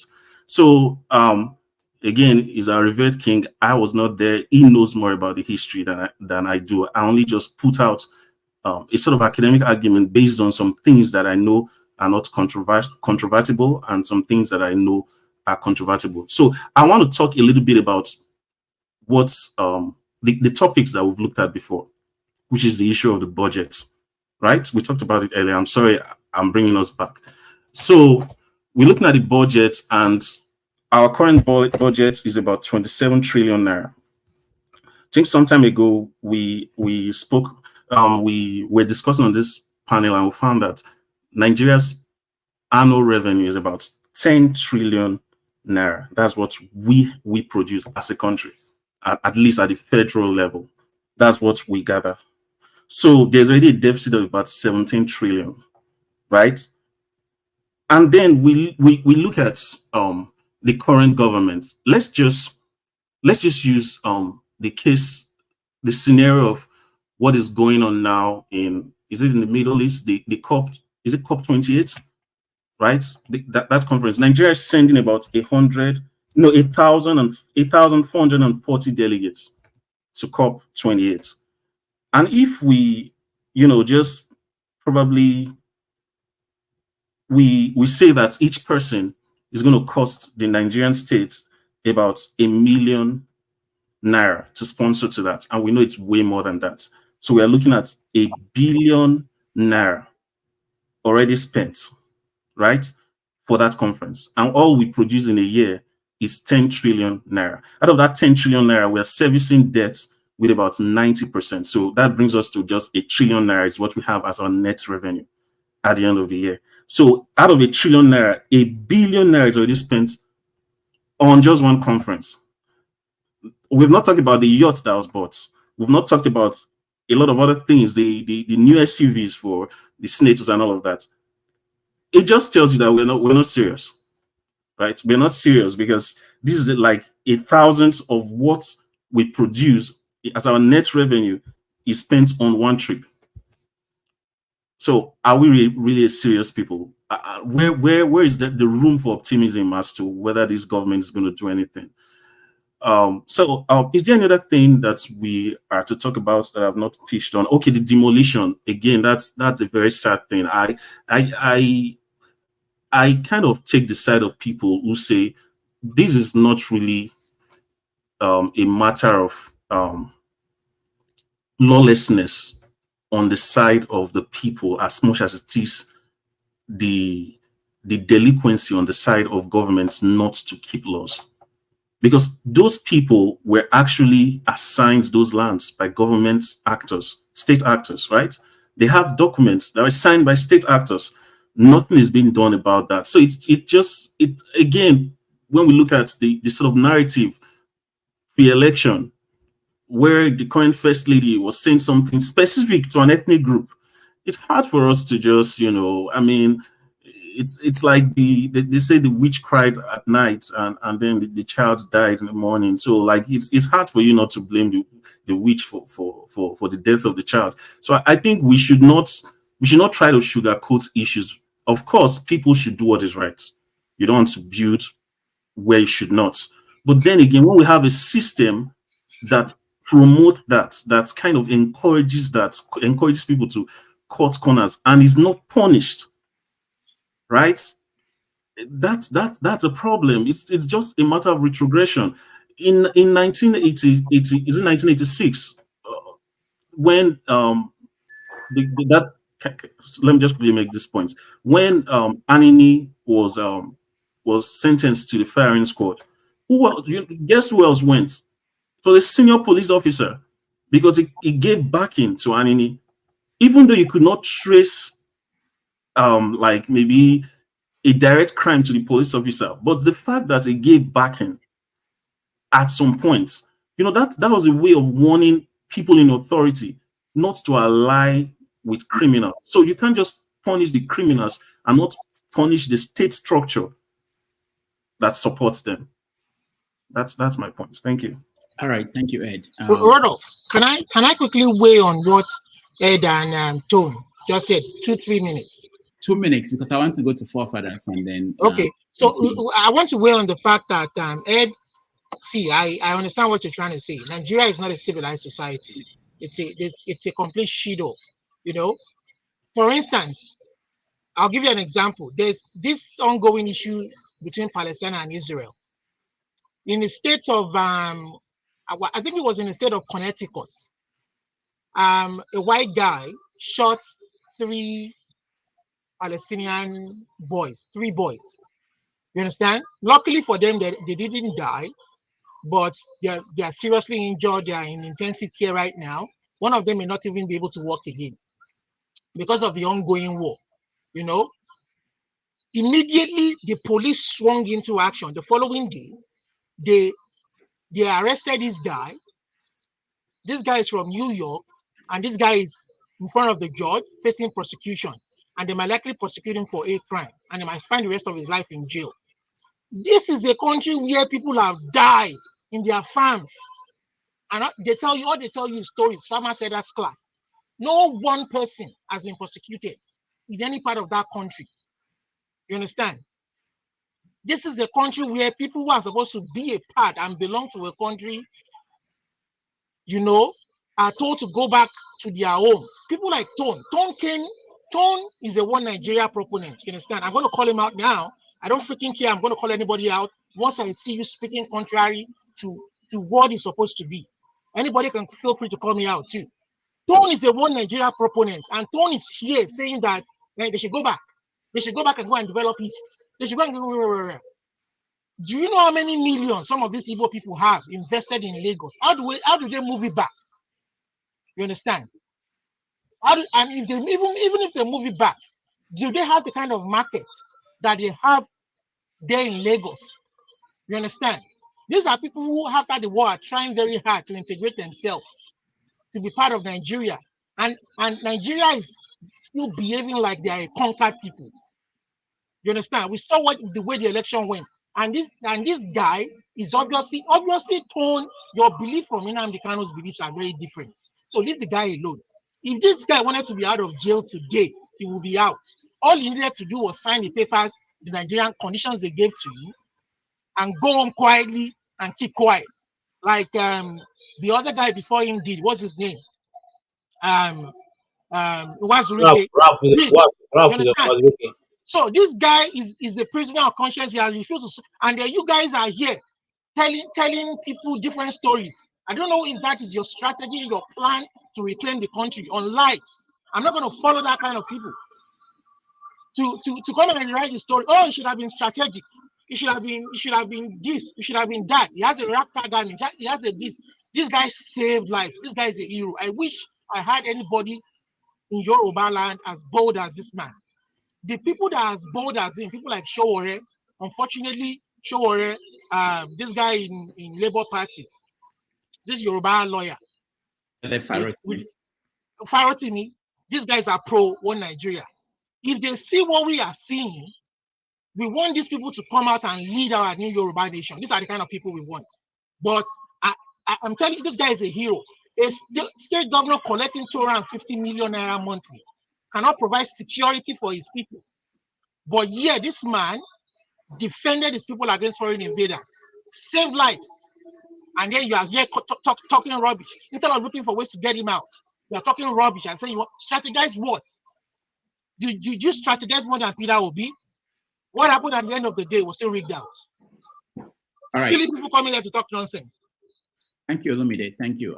Let's go to forefathers. Forefathers, welcome. Greetings. Clearly, I'm a little bit under the weather, and His Majesty seems to think that I'm talking too much. Welcome back from Nigeria, Rudolph. Thank you. You know, we really appreciate all the things you are doing, and you know, last week I did remember that You made it possible for us to be yapping on for hours here every weekend. Sometimes people forget that.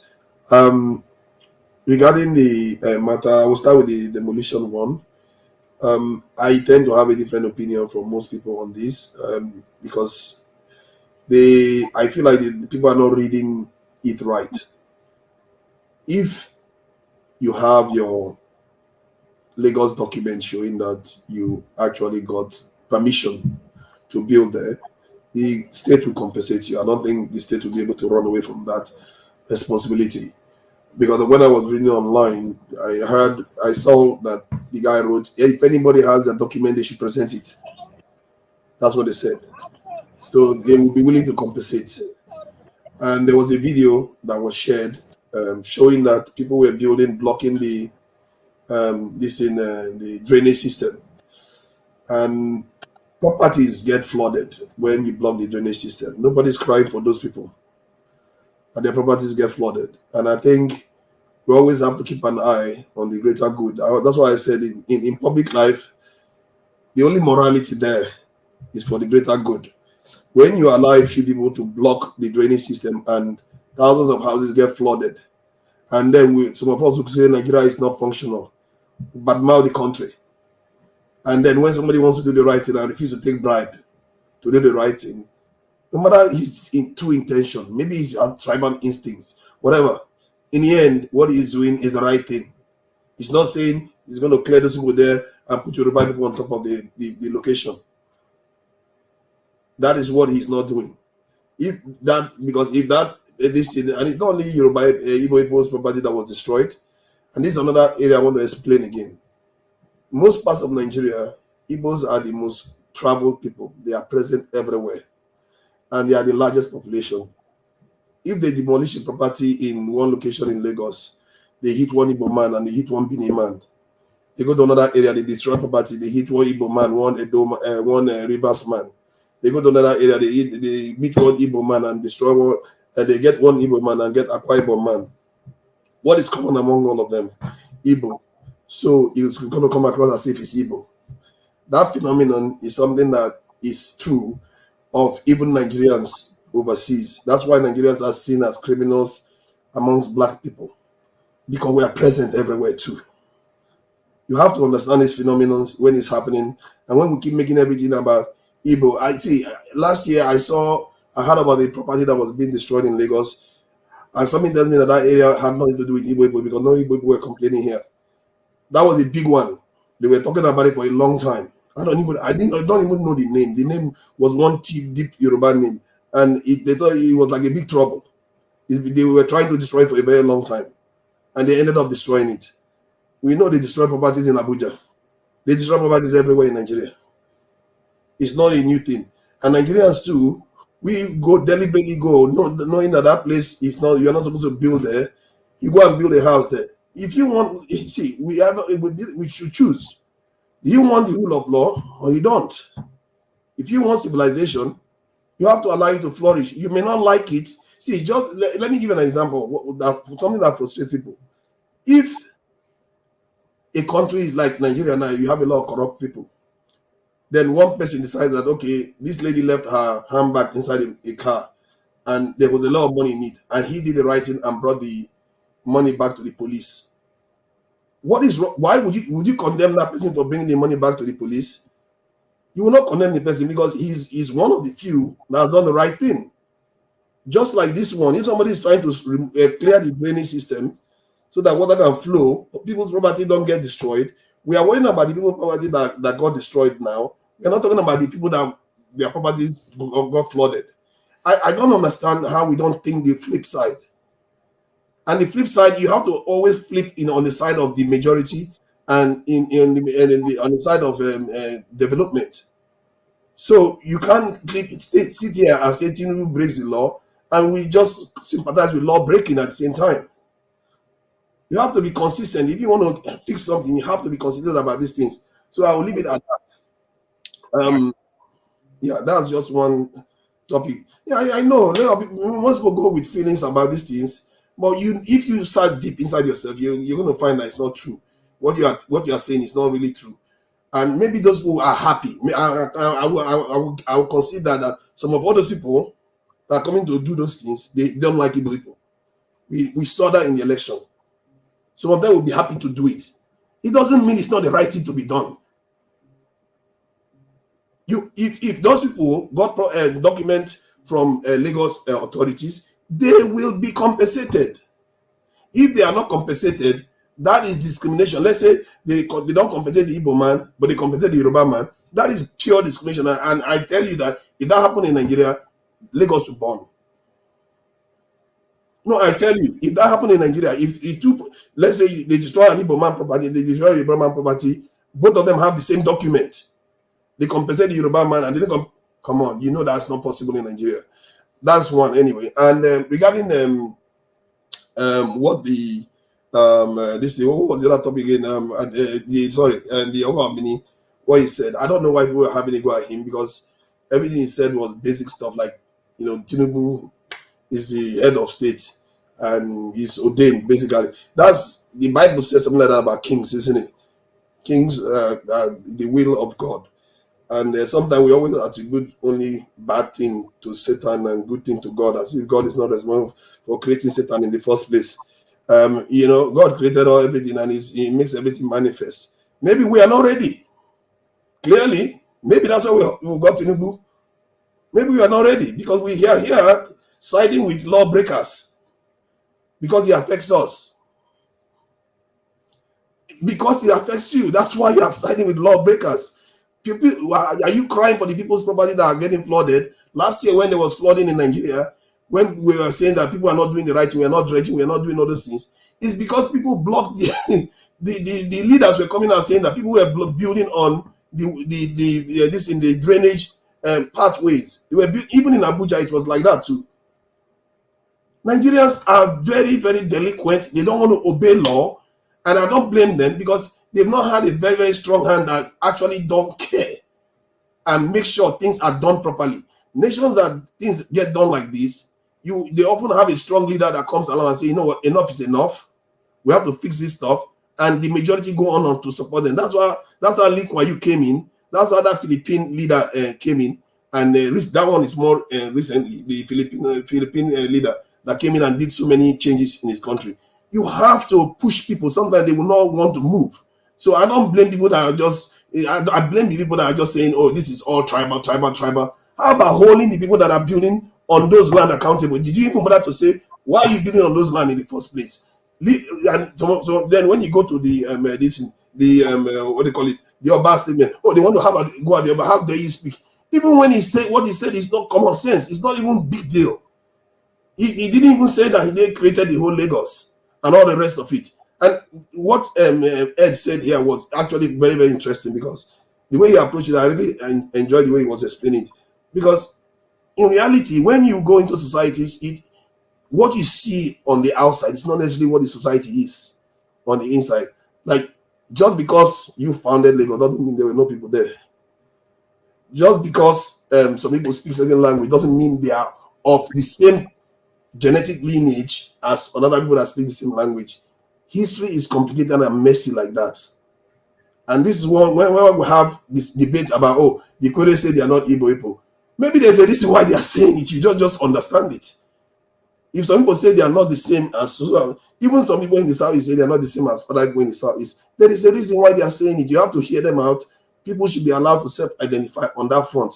But that said, on this issue of this, and that's where I find a little bit very controversial. There was one other issue that was being discussed. Sorry, I think I missed it. The budget. Okay, that was the budget. That one, I always come from a different angle on these things. That budget, when I saw it, I was like, that is about $27 billion. $27 billion for 200 million people.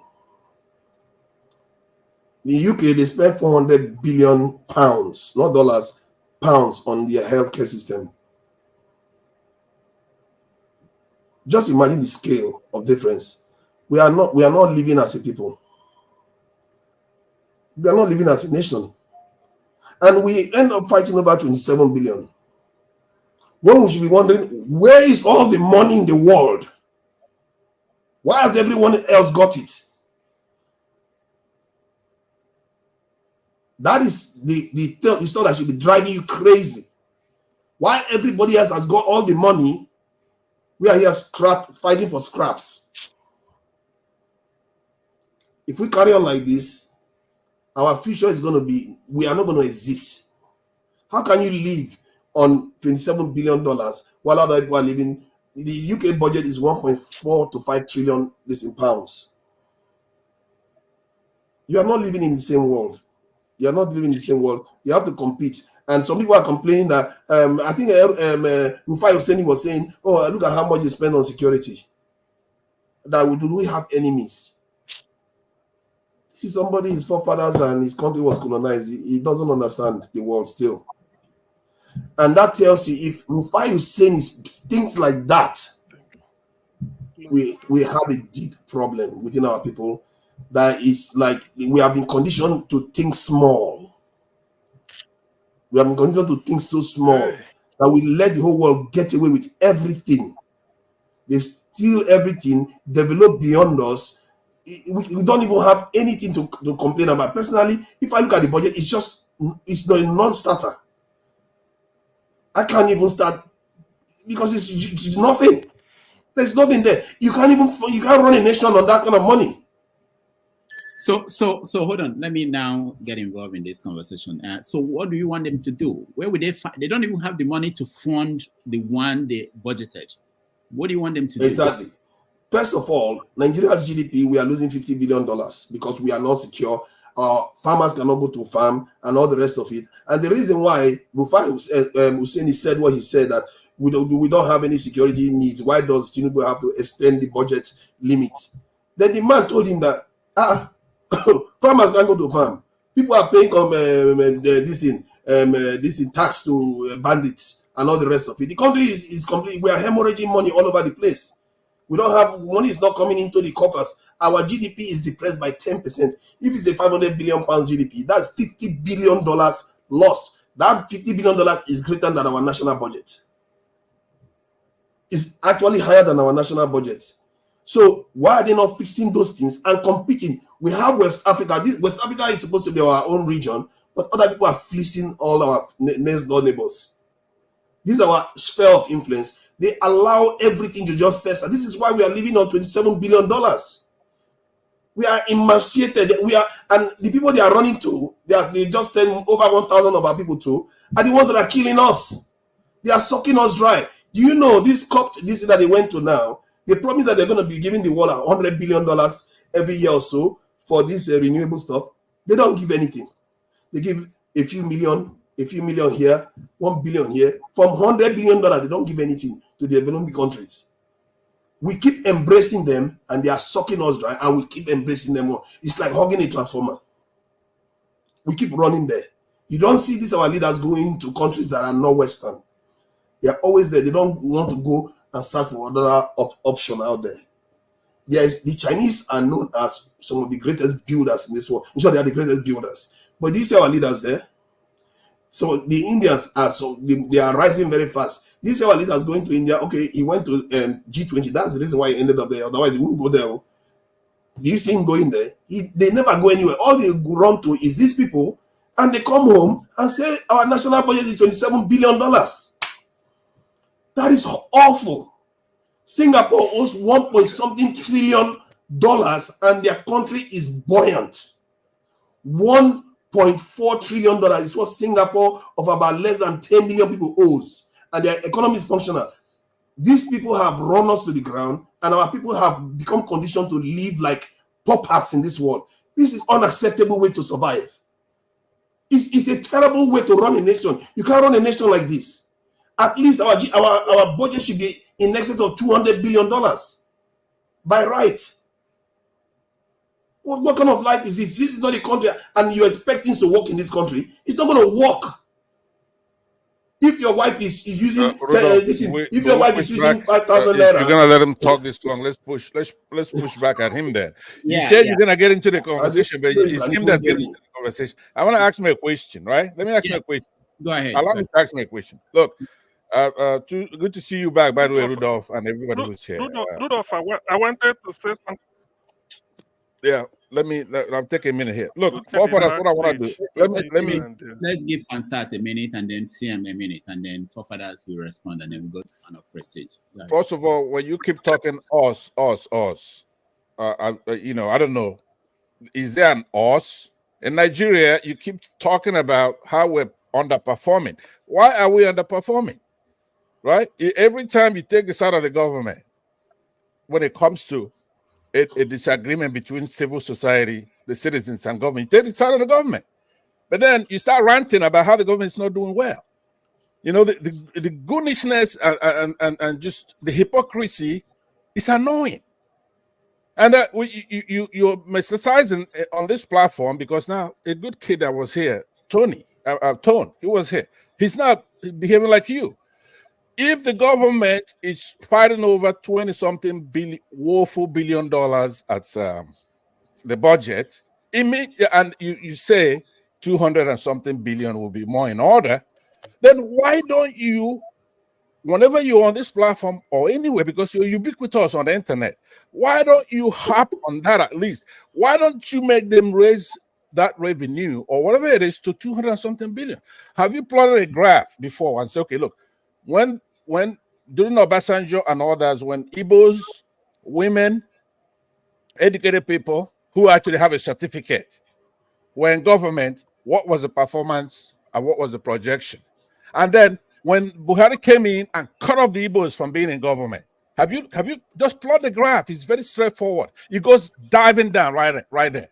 When you have people who love Nigeria, not those who talk about it. There are people who love Nigeria. All right. There are people. So what I want you to do is just put all your issues together so that you be coherent on which side you're going to be on. If you're going to be on the side of the government, you have to take it with everything that comes with it. The criticism. You cannot be with the government when there's an issue between, let's say, the university association staff and or whenever the government is taking people's lands and not giving them due process. Who are the investors going to be? You have to take issue and then deal with the government the way you see it. You cannot be on one hand you're arguing for the government and bringing up on the citizens, and on the other side that you're a super citizen. We don't know where the hell you're from. We don't know what tribe you're from. You keep talking about tribal issues. And I hold Rudolph responsible for that because we have to lay a foundation. He has an advantage of talking about the Igbos whenever the Igbos are complaining. Hey, look, we're being marginalized. He says, I don't see the marginalization, but where the hell are you from? So we could calculate the bias. You are not an angel. All right. If you said us, let us know you're one of us. Where the hell are you from? What is your tribe? And whose side are you on? You cannot have your cake and eat it too. And then, welcome back, Rudolph. Thank you. I will also stay so I could talk during my own time. I'll just your time is coming. CM, you have 2 minutes. Okay. One thing I want to clear for everybody listening, this is just like educating the entire world. Ikwere is Igbo. Where is my proof? Ohaneze is for Igbo people. The former Secretary General of Ohaneze, #2, was Barrister Uche Okuku, OKWU, KWU. He is from Ikwere local government. He has his chambers in Port Harcourt. Ohaneze Ndigbo rotates the presidency of the association. The president is the turn of Imo State. Professor George Obiozo was elected. Because he died, Imo State replaced him with Iwanyanwu. When Iwanyanwu finishes his term, hopefully next year or two, it will rotate down to Rivers State. When he gets to Rivers, it's not going to Ogoni. It's not going to Kalabare or Ijo. It's going to Ikwere land. Ikwere is Igbo. Chibuika Moechi is Ikwere. He said he's Igbo. He attends the meeting. Wike saying he's not Igbo, it's up to him. Ikwere is Igbo. Those of you in US, that's what they call Obako Ikwere. They attend Ohaneze and Igbo meeting. So anybody trying to, you throw something in, Ikwere is pure Igbo. If today CM is elected the Secretary General of Afenifere, it means I'm Yoruba, no matter where I am. If today I tell you Yoruba people say CM is their Secretary General, know you that I'm Yoruba. Yoruba man cannot go and elect somebody who is not Yoruba to be Secretary General. Ndi Igbo are not lacking capable people. Ikwere is Igbo. It's as simple as that. So if anybody is saying it, tell the person the next president of Ohanese should be an Ikwere man. The former Secretary General who was with John Onyanwodo was Ikwere man. I know. Let me mention the name Barrister Uche Okuku. Thank you. Put me in the back seat so that I can put me in the back seat so that I can. I think the Ikwere one you talked about. The only thing, personally, if I look at Ikwere people, I don't see that much difference between them and Igbo people. Hold on, man, of proceed. Let him respond to them. Yeah. Right. I don't see that much difference between Igbo people and Ikwere people myself, but what I always say is that when people self-identify, there's a reason why. And because there is just because somebody is Igbo speaking or a community is Igbo speaking doesn't make them the same as Igbo people. Even Igbo people that are in Igbo areas, sometimes they don't see themselves as, they will say that one is more Igbo than the other person. There's a reason why they do that, because historically there is a slight difference. There are variations within all groups. And that said, even in Yoruba, they have that too. I remember I was in a panel when somebody said there are groups in Yoruba that don't even like think that they are Yoruba or something like that. I don't know how they put it. So, but that said, regarding the issue of I don't know what the point Pastor came and made. Actually, I don't know what he made. But I was asking, where are you from? What tribe are you? Instead of you judging, my tribe is Nigeria. Okay, that should be good enough. I mean, Nigerian tribe. That's the new tribe. If you're going to be dishing out tribal history, right? Look, listen to me. It really doesn't matter to me. I understand what you're saying, right? We cannot deal with the Nigeria we wish we had. We have to deal with the Nigeria we have. It's a tribal country, right? Even clannish. So just for the record, right now, just come clean right now. Just tribe. You don't have to tell me your last name. You don't have to tell me anything else, because you're the one who is fixated on tribal issues, right? So if you're going to be over there talking about how the Yoruba tribe is, how the anthropology of tribes, right? At least give us the courtesy of laying your foundation and say, look, I'm Ikwere. I know you're from some kind of small clan, tribe out there. It's okay. Just come clean, have some decency. Either that or just abstain completely. Just be a Nigerian tribe. Okay, don't talk about anybody else's tribe, because you have an advantage. Like me, when I'm talking, I'm an Igbo man, right? So there are some biases built into that. When I'm talking to a Yoruba guy, right, I say, look, Yorubas, they don't even have 2% who have a genuine certificate, right? They're going to say, okay, that's an Igbo man talking, right? But I'm asking you right now in front of everybody, what's your tribe? There is no harm in that. Okay. Let me tell you my tribe now. Let me tell you my tribe. I hope you're going to accept it. Your tribe, and that's I hope you're going to accept it. I even leave if you say that. I'll leave.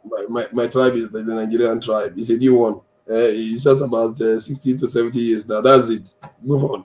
All right. No, look, Rudolph, you have to remove him from the platform unless he gives his tribe. You have to remove him from the platform. I just gave you my tribe. You're refusing it. What's wrong with you? Pansat, I think there's a more important question you asked him, which was that in some situations he will take the side of the government, and then in other situations he will take the side of the people. So I was interested in his issue with the budget, that it was so small, and that his thinking is that, I hope I'm right, forefathers, that if we provide security, we are going to make more money, so that the budget could be more than what it is, because what we have now, it makes no sense. Okay, so I think you had a question that is interesting along that line, because the expectation for him is now, what is he going to do? What is he pushing to get the government to do what needed to be done, so that we have that space to have that money, to have a reasonable budget? I thought there was something there. Because of course there's something there, but if you ask him point blank, when ASU was fighting the government, whose side were you on, our forefathers? Just, it's a binary choice.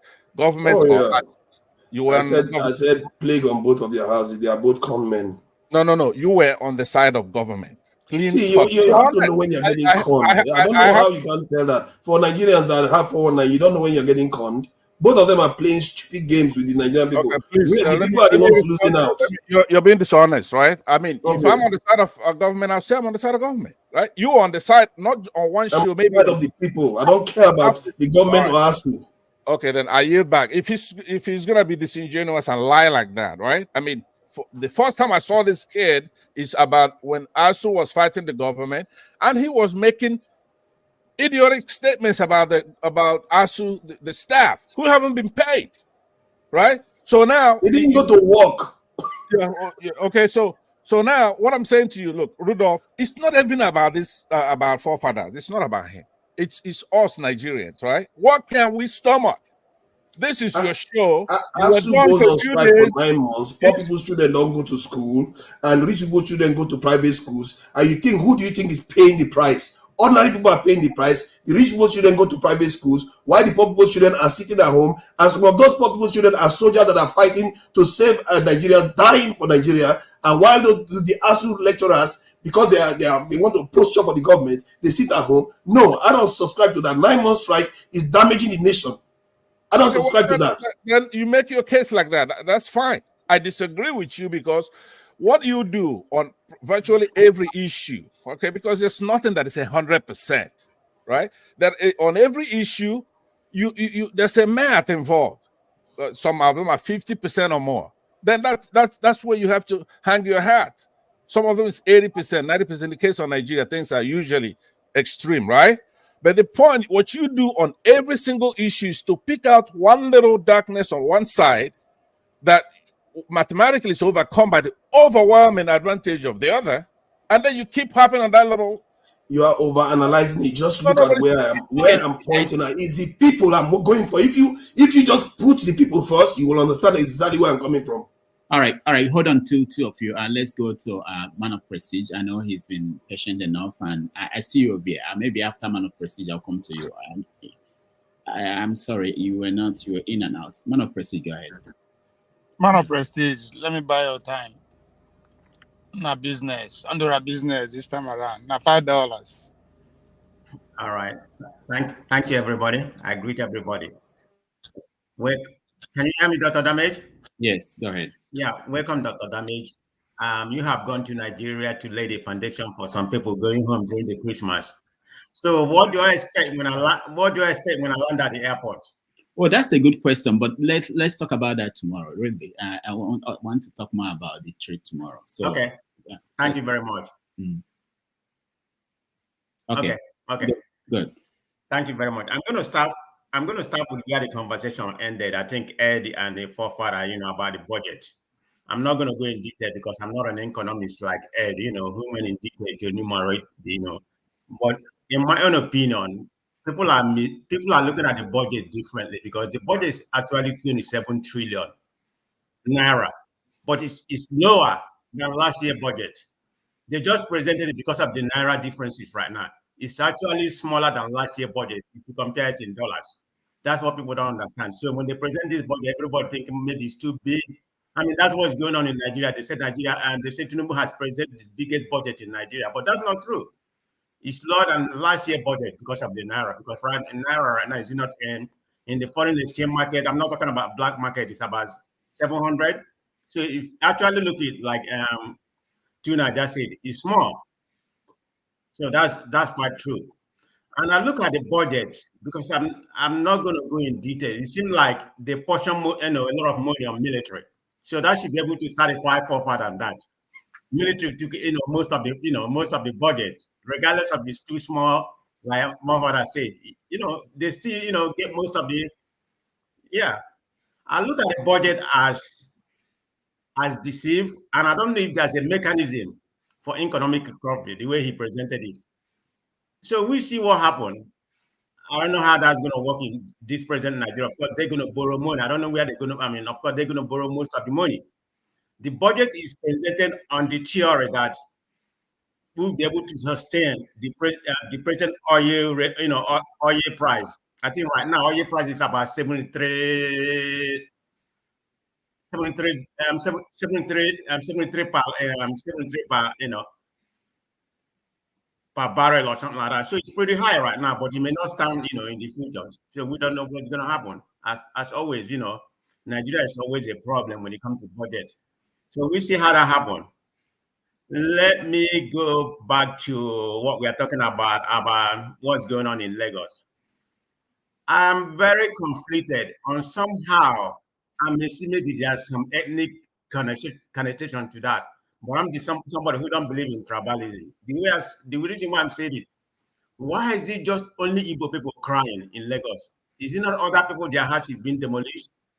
I don't know. I don't have the information to back what I'm saying, whether it's just an Igbo target. But the optic is very bad because of what transpired during the governorship election and the presidential election. The people crying right now, which are mostly Igbos, you can see where they are coming from. I mean, the optic, if not anything, the optic is definitely bad. I don't know how they managed to get the land before they're able to build whatever they're building right now. Even I thought there's definitely, they didn't get the certificate. I think the federal certificate to build the house. And many, they should have given them warning. In USA, that's what we call eminent domain. For you to take any property, the government constitutionally has a right to take anybody's property. But the law deserves them to be compensated, even what more than the property worth. But Nigeria is such a jungle. There's no law. There's no process. Everything is just come to demolish your house and say, let it be what it be. I hear a lot of people crying. It doesn't make sense. There's no law in Nigeria. Everything just deceive and everything. I don't know if you heard about what happened about the election of the Nigerian Student Union. I think this time it was portioned to the south. The person that actually won it, his name is Pedro Obi. He won it. But what transpired before that time? Seyi Tinubu was trying to buy the whole thing, mobilize people to support his own people. I think the person is from Delta State because he has an Igbo name too. But I don't know if it is, but that's his own person he wants to. And he only got 80. And the other guy that won got about 202. Don't quote me, but I think his is way less, maybe less than 80. So people are mad because he's spending the whole money in order to buy him. People see that from what it is and decided to vote that Pedro, which is the qualified because the guy is like a PhD holder or whatever. So that's who they voted to do. So the point I'm trying to make is that everything in Nigeria is about money. You have to just buy. There's nothing you can get for purity. Everything is just, I don't know. Sometimes I hate talking about Nigeria, okay, because in Nigeria, everything in Nigeria, it just if you have blood pressure. I'm going there, so I see what happened, but I'm not going to go there and dive into politics because Nigeria is a crazy jungle place. So thank you. Thank you, man of prestige. Just for your information, defense and security is taking 12% of the budget in the 2024 Nigerian budget. 12%, which is about 3.25 trillion. Ovie, I'll come to you. Eze, just pardon me, please. Let me go to Ovie. He's one of those grandfather people here. We want to give him a chance with his work. Ovie, go ahead. What is your issue today? I'll tell you, today of all people that, when I say put up the topic, I say, that's it, gotcha, get my works together. I've been planning for this for about weeks now. This is the free Nnamdi Kanu t-shirt. It's not about, it's after you start putting the money where your mouth is. But I'll come to that. We have Nnamdi Kanu as a topic. We have Demolition and Oba of Benin. Where I start from? Let me start from the short one. Oba of Benin. Now, distraction. Who owns Lagos is a distraction. The question we should be asking, the question the journalists should be asking, what we should be curious about is that why all of a sudden Oba they travel? They should have said Oba no they go transfer. Let's cast our minds back. Let's forget about the noise, the distraction, and focus on the signal here. The signal here is that let's cast our mind back during the election. Some of the various, I mean, I could be wrong, but if I say Oba of Benin was rooting for Obi, I don't think I would be out of place because some of the various videos of Obi movement, I think one or two of them came out from Oba Palace, But as soon as the election was over and they declared Bola Tinubu winner, Oba was among the first royals to stay Asu Rock. Why is he there? Is he there to beg? Is he there to beg? That's the question. That's what I want to find out. Then fast forward to him visiting Lagos. If the beg when he go back for Asu Rock no work, let's go and meet the first son of Lagos, which is Showolu, and see if he can intercept. He can intercept for him, because that's what we should be asking. Why is he there? Right? Is it that the ministerial and the appointment that are coming from Tinubu, none of them don't reach his side as she's expecting? That is why he's there to beg. That's what we should be talking about. Not who Lagos or who no Lagos. That's not distraction. Two, demolition. As far as I'm concerned, I will say that is consequences of 6 million votes. Election has consequences. That I mean, I'm ready to debate anyone about this. I was living in Lagos, Abraham Addison Estate to be precise. I was in Iba Housing Estate before Abraham Addison Estate, before Aja itself. All while Bola Tinubu was the Lagos State governor. Anybody where they listen to me today, if you are in Nigeria or if you visit Nigeria, go to Abraham Addison Estate or go there. If there's any playground or any of those places that were designated for child's play, children's school, and all that, if anyone is still there, do whatever you think you can do to me. Which was why Bola Tinubu was still a governor, that people, members of National Assembly, were buying all those playgrounds. Where would they play football? Where would they go drive? And started building houses there. Talking about illegal structure, right? So it's not about illegal structure. It is pure consequences of 6 million votes. I told them before, you get 6 million votes, let's see how is that going to happen again. This is where they're hitting them where the money is. Who are those people who are capable of actually putting the next 6 million votes? This is pure political. It is pure. I don't talk about even before the election. That what is coming. People, I think CM will give me a witness, and even the Dr. Damage, the earlier days of this show, the only to backstage. I said, yeah, it's going to be an onslaught to the people of Southeast precisely, just to dismantle them from where their money is coming from. They started from I keep saying it. If you don't get power, if you don't have power, what you are giving, you have to manage it. They were given £2 pounds, I mean 20 pounds. They were able to level up within the space of 50 years. They level up. It can't happen. It just can't happen. That's what you're saying. It can't happen, right? Now, coming to Nnamdi Kanu, because there are wild love is already Nnamdi Kanu, because we have something in common. Unless I like the fact that the Panzer challenge to Nigeria. What side are you on? And two Panzer too, I will ask you, what side are you on? Because the fact that you said that you ban me for actually saying free Nnamdi Kanu speaks a lot, right? Might not believe it. I might not agree with what Nnamdi Kanu. No, I didn't say ban you for that. Let me finish, please. I don't get time. I take a break. Flooding the comment section. That's a different issue. You posted almost 122 free Nnamdi Kanu. I couldn't read the other comments. That's flooding the comment section. That was the reason I gave, not because of your position.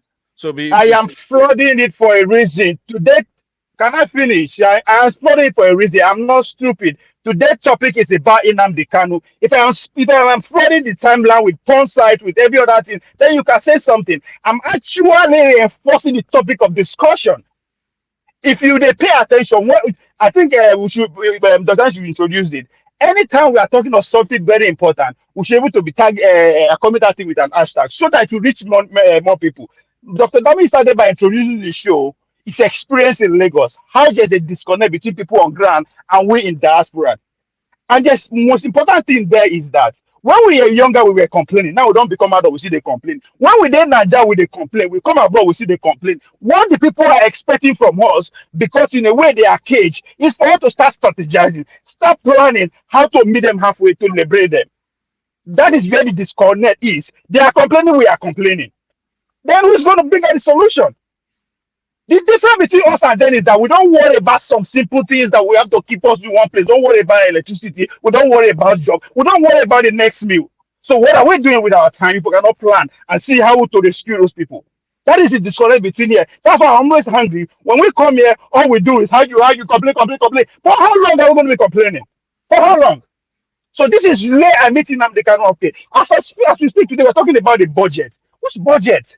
Budget to finance which policy? Policy that does not belong to Nigerians. These are policy from capitalists from the Western world who they directly hand over the paper to our government to start to start dismantling. That is what that budget is about. Yes, the military get the highest percentage of the military. For what? To show them up. 2 months ago, I mean a month ago, they were given about 18 billion. Nobody talk about that. Now they don't give them another 4 trillion. It's for them to shut up. Nobody can challenge the government of it. So what I'm saying, we are in state of capture. Few individuals don't capture our country, and the only way to do it is to link allegiance with everybody that has grievances with this government, and that's where I stand. That's why I say Nnamdi Kanu must be released. You ask a question, who will get if Nnamdi Kanu is released? Guess what? Apart from the immediate benefactor, who are the people that believe in Biafra, the next thing that will benefit the people on the streets. We need every soldier on the streets to fight the common goal. Our common goal here is the power structure. We just a find a way to dismantle power structure. Nnamdi Kanu wants regional skills to go. I support that. I want state autonomy. That's where that's that. Where do you stand? Because at this point, it's against the general oppression, and there are the people who are oppressing us. That's where we are now. It's not about government. They will come and tell you it's PDP, it's APC. No, it's not about that. They say, how do you now go Lagos? It's never about that. There are serious things going on. And if you give a snippet of what is coming for us, if you look at, go back to agricultural revolution, how did we benefit? We were shipped away through the Atlantic slavery to come and work on the plantation because that is what is invoked then during the agricultural revolution. Fast forward to industrial revolution, what happened? They came and colonized us, then what should miseducate us? To do what? To fit in the system of factories, classrooms, laboratories, and what have you. That's where we are. The next thing that is coming, what? Information revolution, it comes with brothers and cousins. What does the information revolution come with?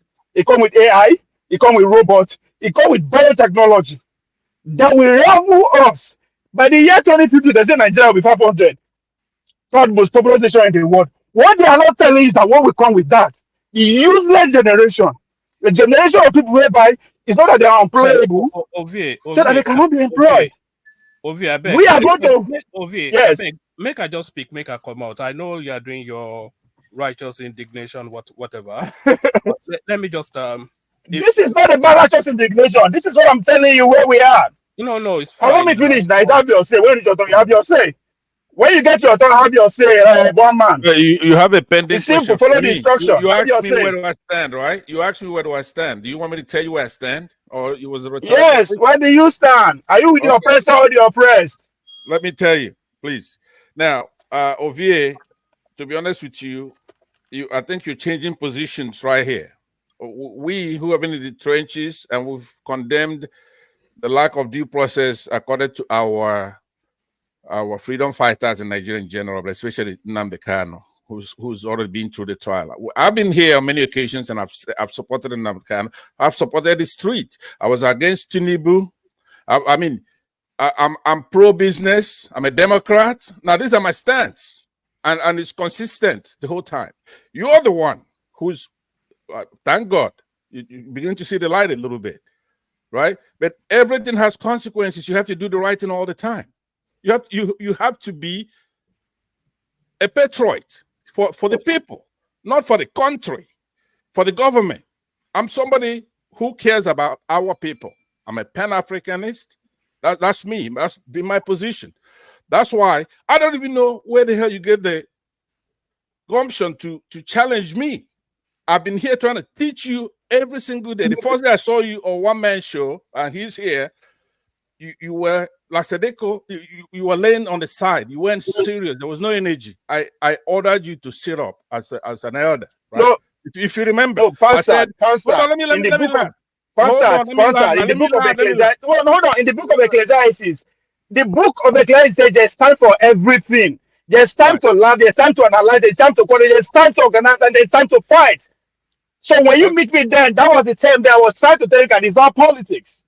Okay, that's fine. So you need to understand the times we are in. It's not the same thing all the way.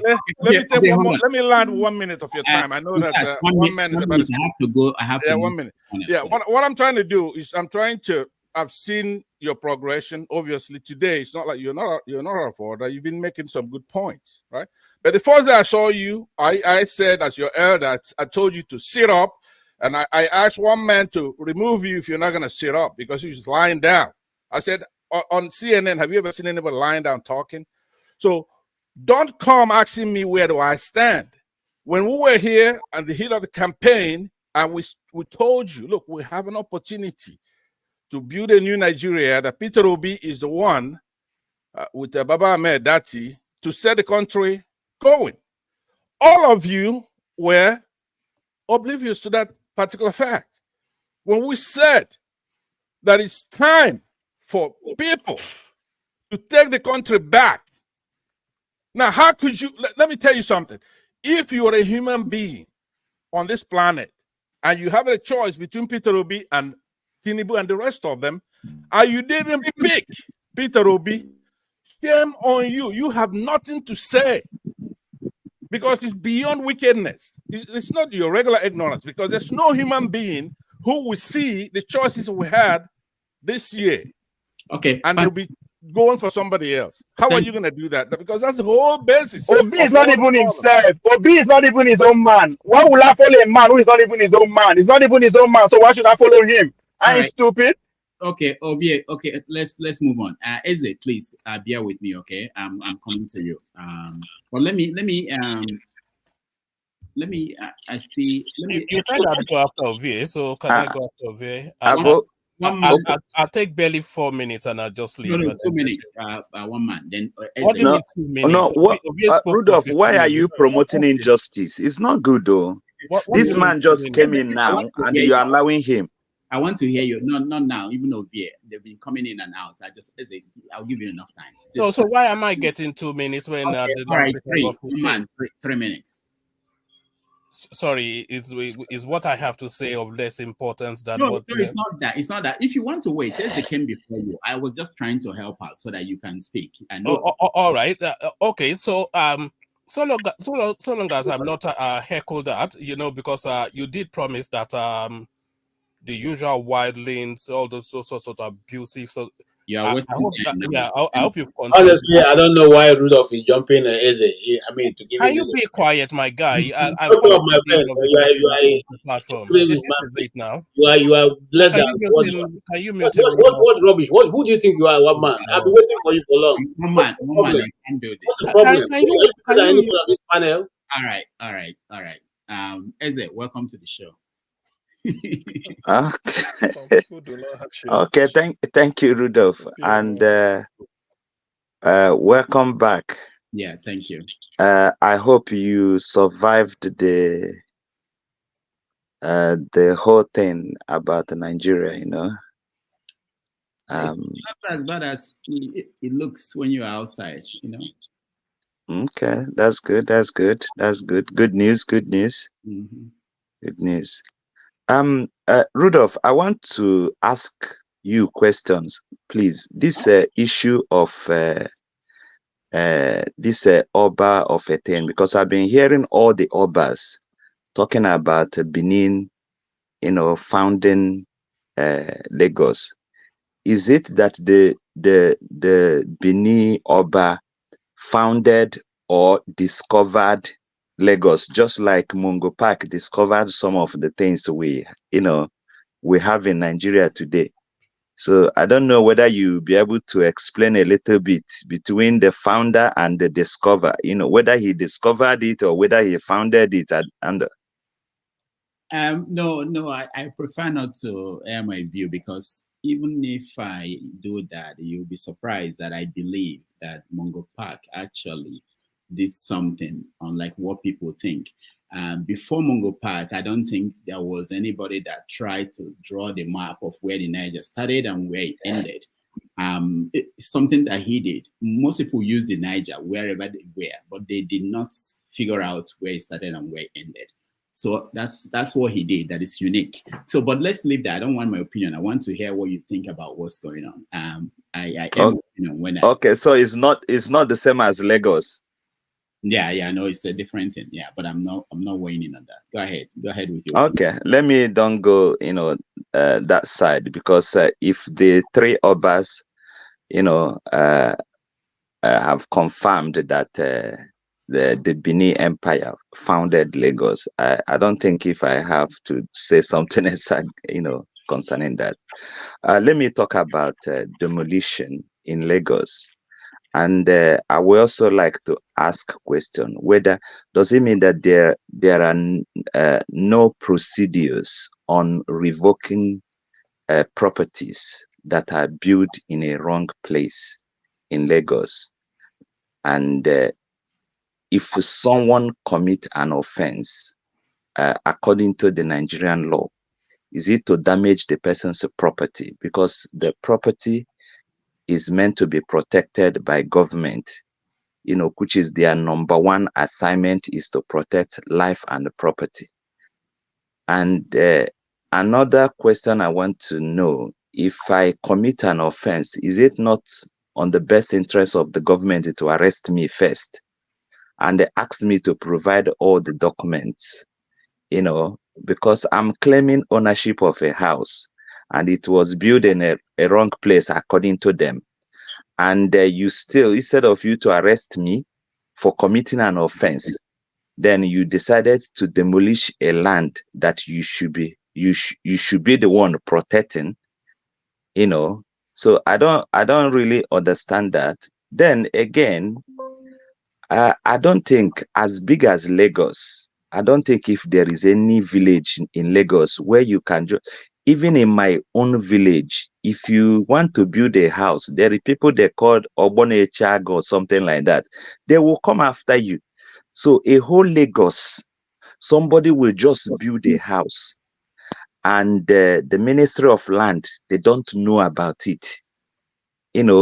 All the plastata, the people that are in charge, that will issue all the documents, they don't know anything about it. And then you set up such big structure in a wrong place.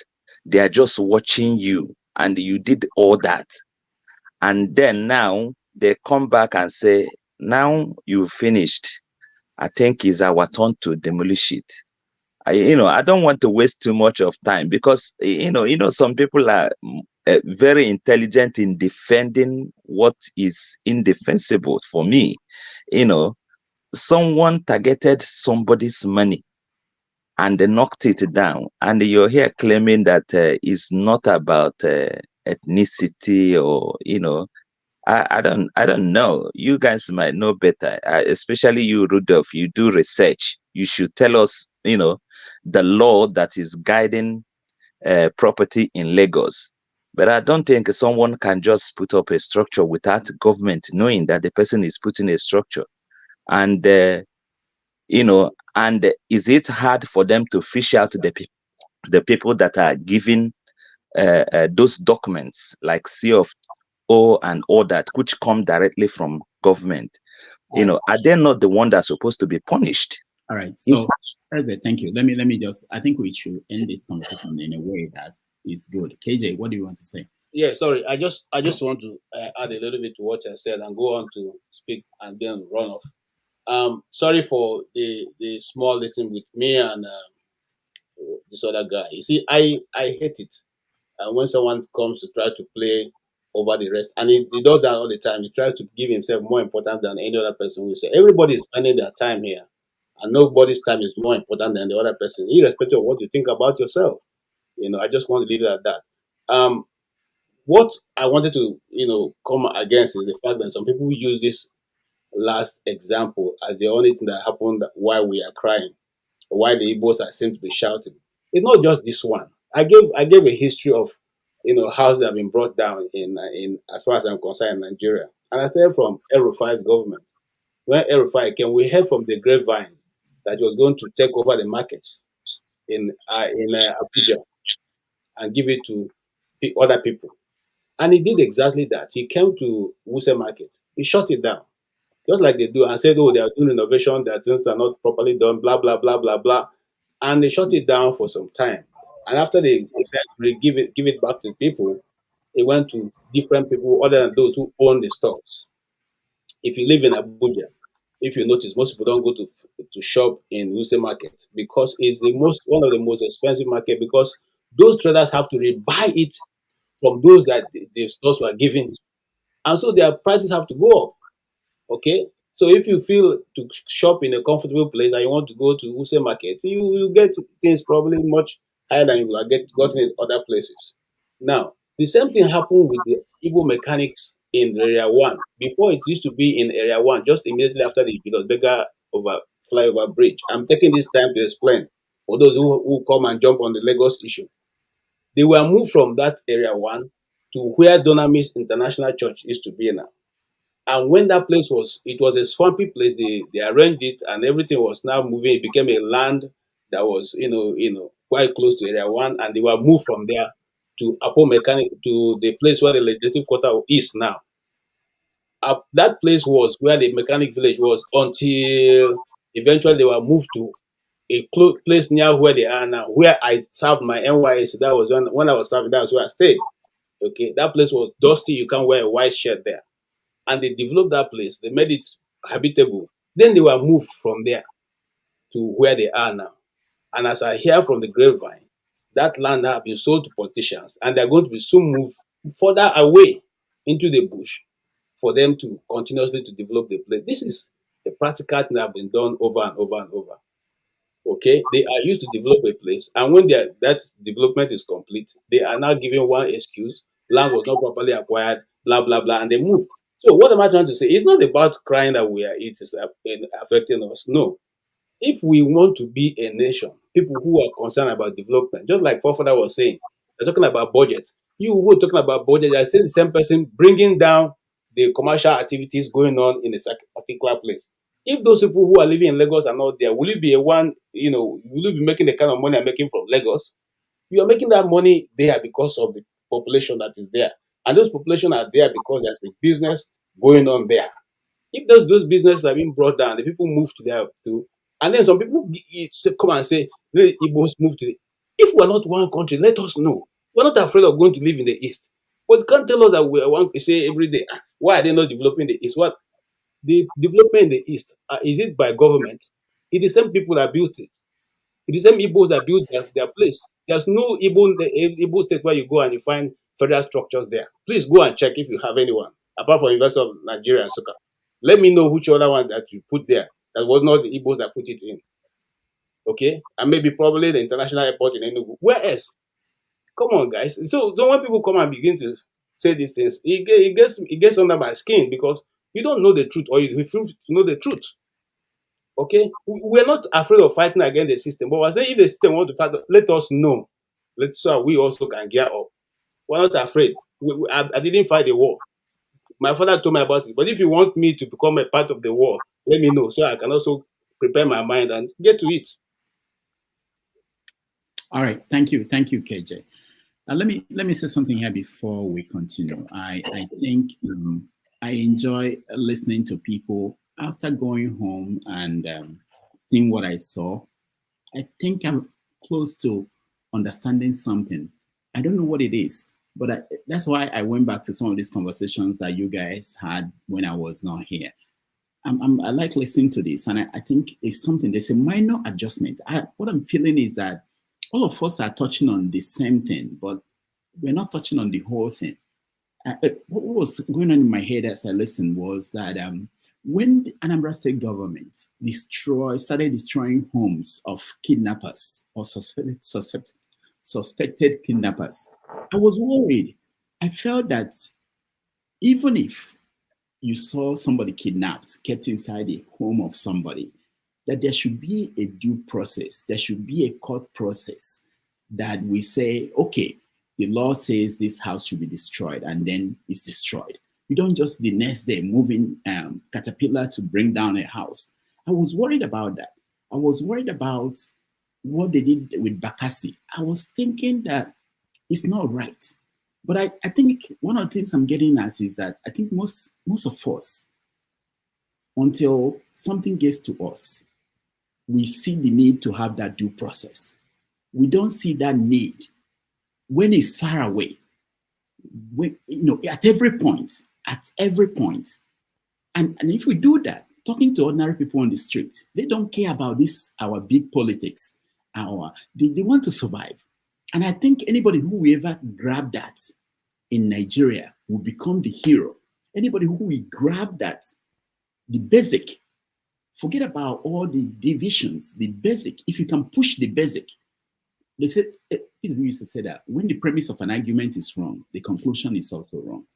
And I think if we come at the middle, your premise most of the time it will end up being wrong. I think we're all right in some ways, but I don't think we are touching the fundamental. Hopefully, I will be able to get it. I don't know, but I'm getting there. I think I'm getting there. Chim, welcome to the show. Pansat, I'll come to you, but let me see if Ike is there. Ike, are you there? No?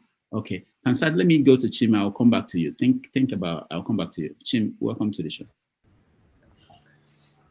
Rudolph, welcome. Excuse me, and then good morning, afternoon to everybody who's on the show today. It's been a while. I can see you went to Nigeria and you've been eating abacha and onugu soup. Please, I will be offended at you if you don't share all those largesse somehow with me. Very soon, I will. Just on a lighter note, really, I don't have much to contribute towards the budget because I literally zoned out for quite a while. I just wanted to have my sanity and focus on other things. And as per Nnamdi Kanu, well, whatever is worth doing well. If the courts, I mean, they've taken Nnamdi Kanu through the legal process, and so far so good. The judiciary has said the man is not liable for anything. I think he should be let go. You understand? If the judiciary is saying so, and if the federal government wants to appeal it with reason, appeal it in such a way that people will see that justice is being fairly done. And if ultimately, I think if we're there at the Supreme Court now, if I'm correct me if I'm wrong, if at that level the justices also pass a judgment that is favorable to him, then let the young man go home and go and live his life. That's all I can say about that. I don't think it's more than that. Like I said, I don't have much to contribute to the budget. The only thing I will say about that budget is the behavior of our National Assembly and the way people carry themselves during the visit of the president to that body. You know, it was quite shameful. You know, I was asking myself, you know, why do we have checks and balances in the democracy? You know, is it not for us to be able to hold the different arms of government accountable and to get them to do right by the people? I can't imagine and please, for those who will say I live in Canada and I keep using America, I keep using America because that's the closest to what Nigeria is running. Canadian system of government is not what Nigeria is running. You know, so I mean, I know that in the American Congress, you're not going to see people. Maybe yes, his party men may give him a standing ovation if he comes in, which is not unusual. But to sit inside there and be shouting somebody's, you know, on your mad debt or museum mandate, it's so. I mean, our National Assembly men need to do better. They should realize they are grown men. They're not children. I don't know why our National Assembly people tend to behave like. Hold on. Why do you think that happened? Why do you think that happened? Because we complain about these things. Are you saying that what's his name? Ababio doesn't know that what he's doing is not? Why do you think it happened? Okay, so Rudolph, this is where I will slightly. I hear you. Now, the president of the Senate is first among equals. He's just a presiding officer. So the other grown men inside that house should have been bold enough to tell him, my friend, please, this is pedestrian and this is childish. We're not going to do this.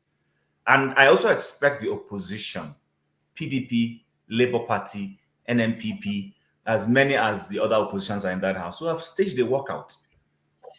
Staged a walkout to say, no, we don't agree with what you're trying to do. They have principal officers of the house that belong to the opposition.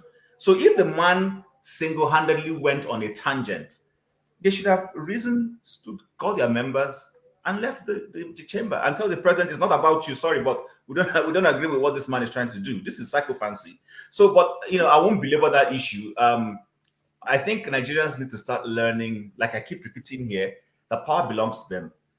Start learning to vote people out of office when they misbehave. Akpabio has no basis or reason to be in that house in the first instance. So I'll leave that and then go to the demolition. The demolition is something that is very touchy.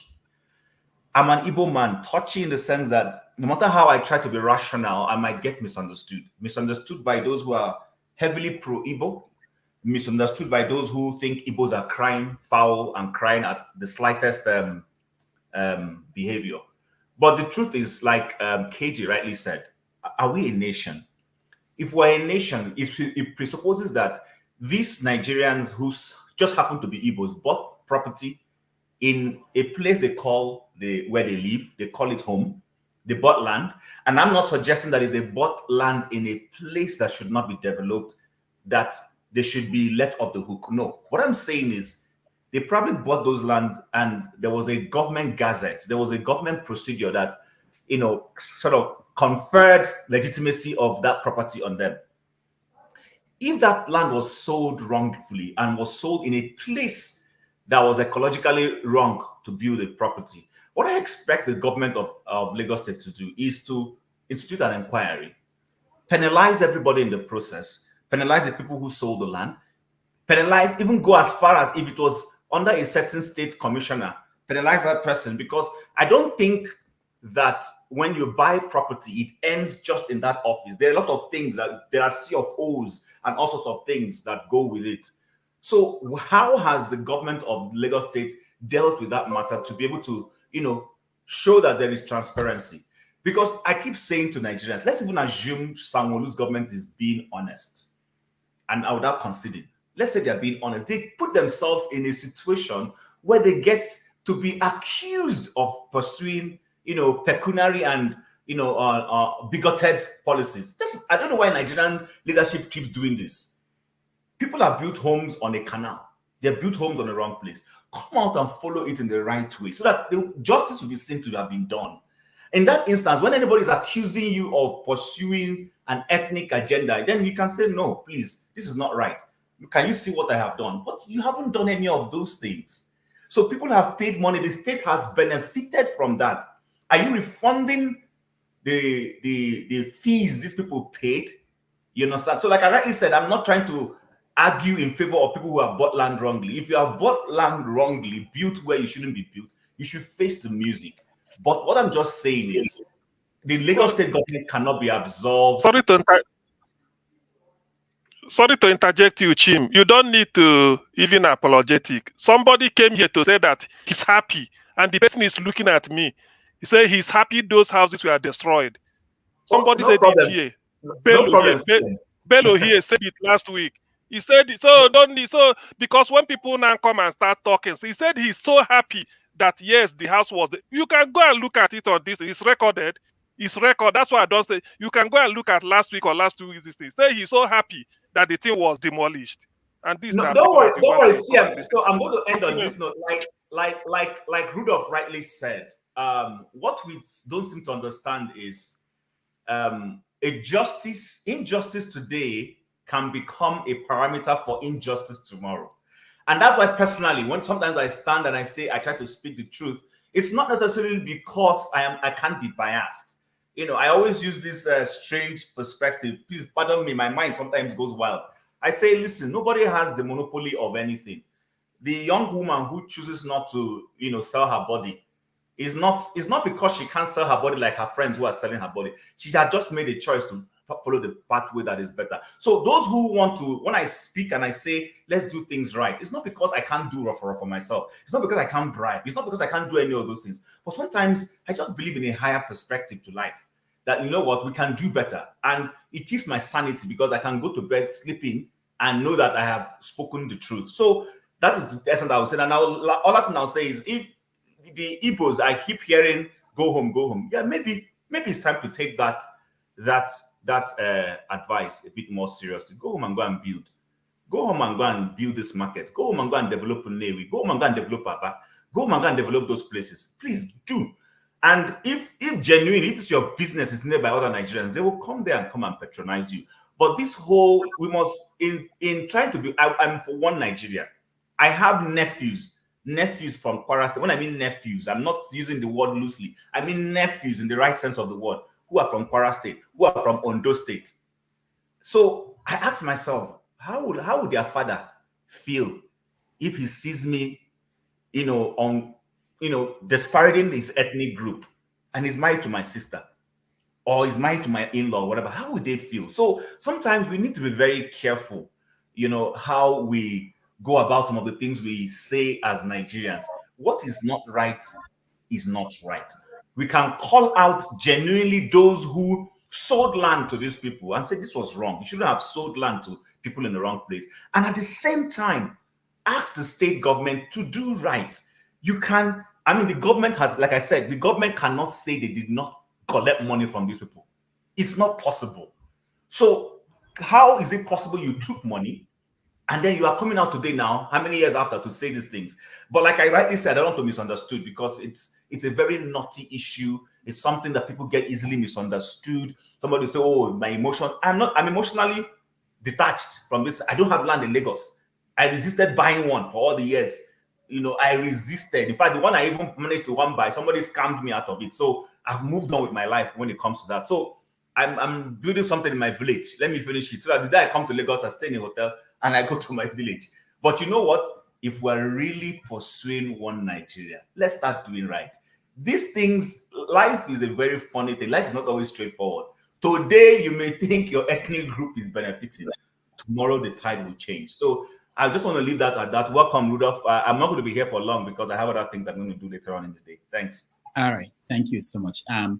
Let me, Hansat, I'll come to you next after Paul, just so that Paul, go ahead.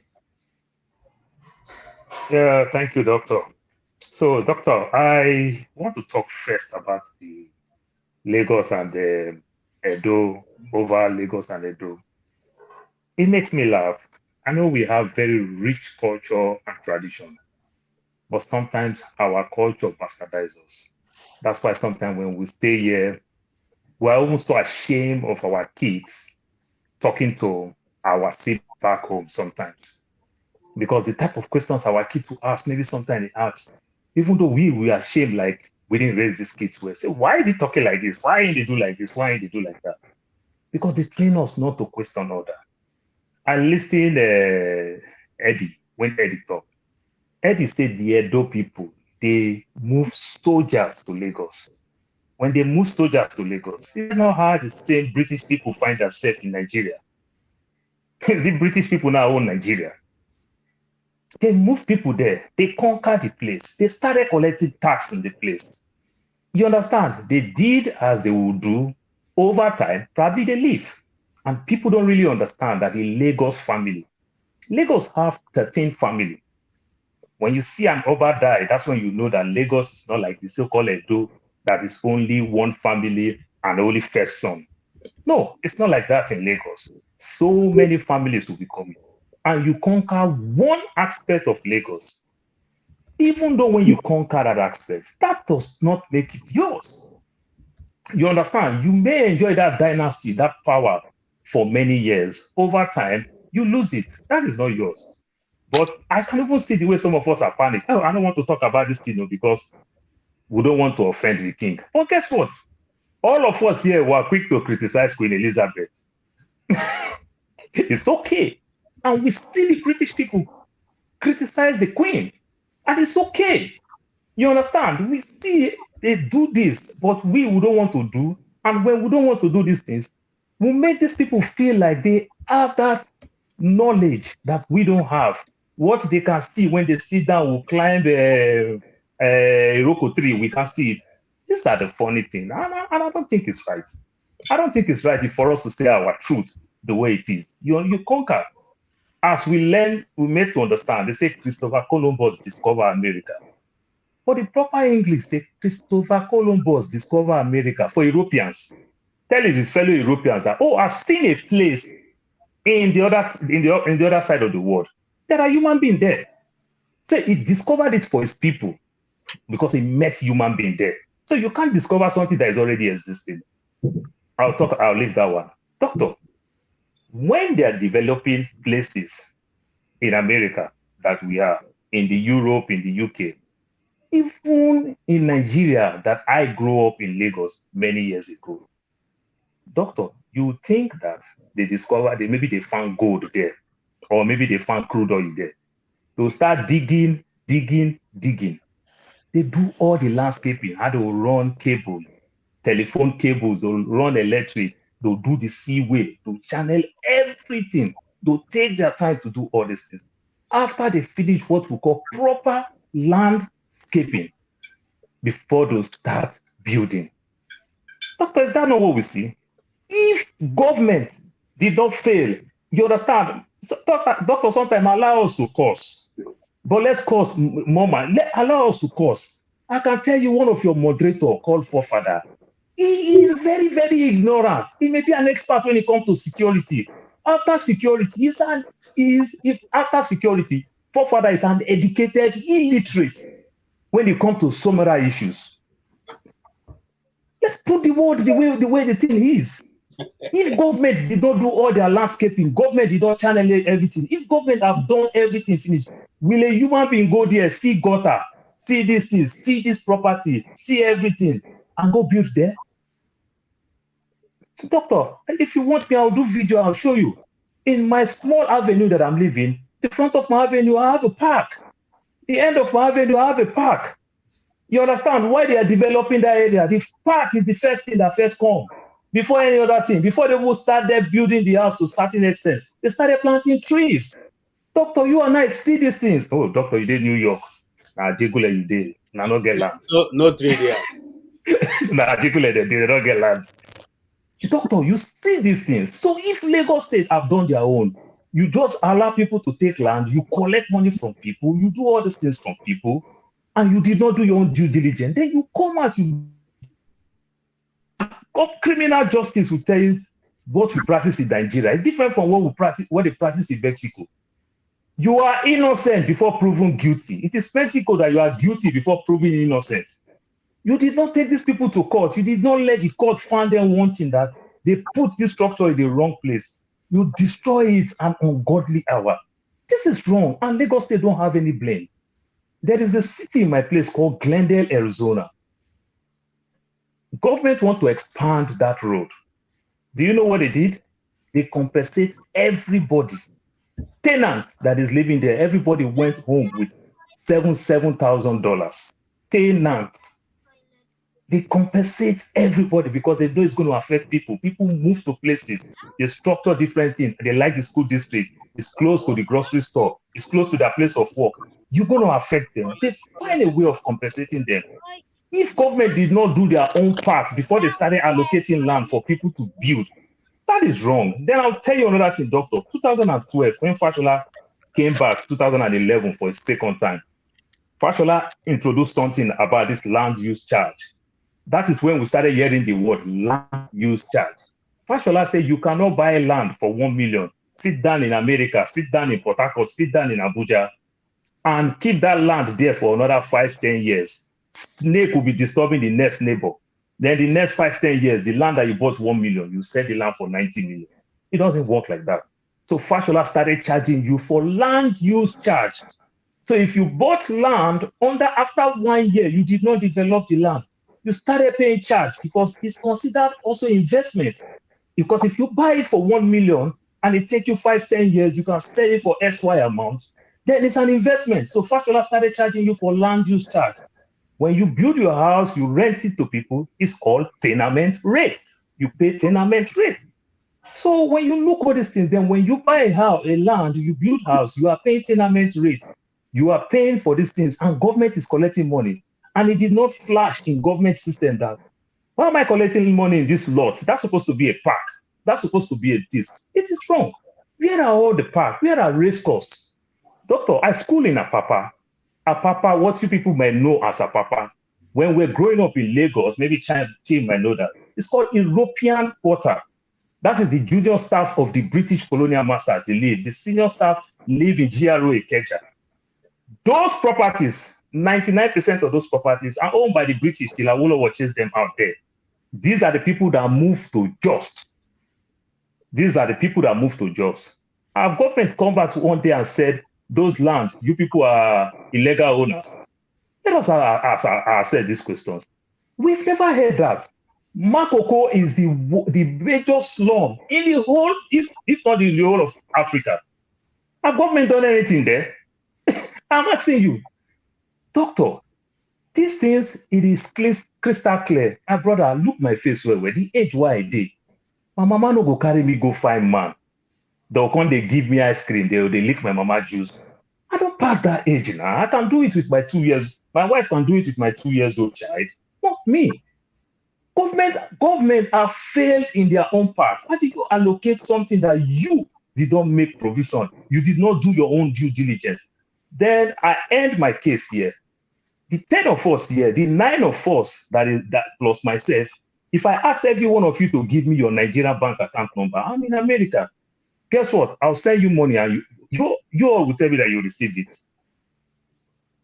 Can we access anything from anything government in Nigeria? You go begin call your brother.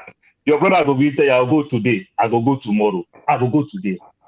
Why government can't come out? Why I own properties in Lagos? I can't go online to access anything about my property in Lagos. Did any one of you own mortgage in America? Do we know any government offices in America? Government offices that we know is in our laptop, is in our phone and our computer. We don't know where government office is. This is deliberate wickedness. Human beings make themselves lord over the people.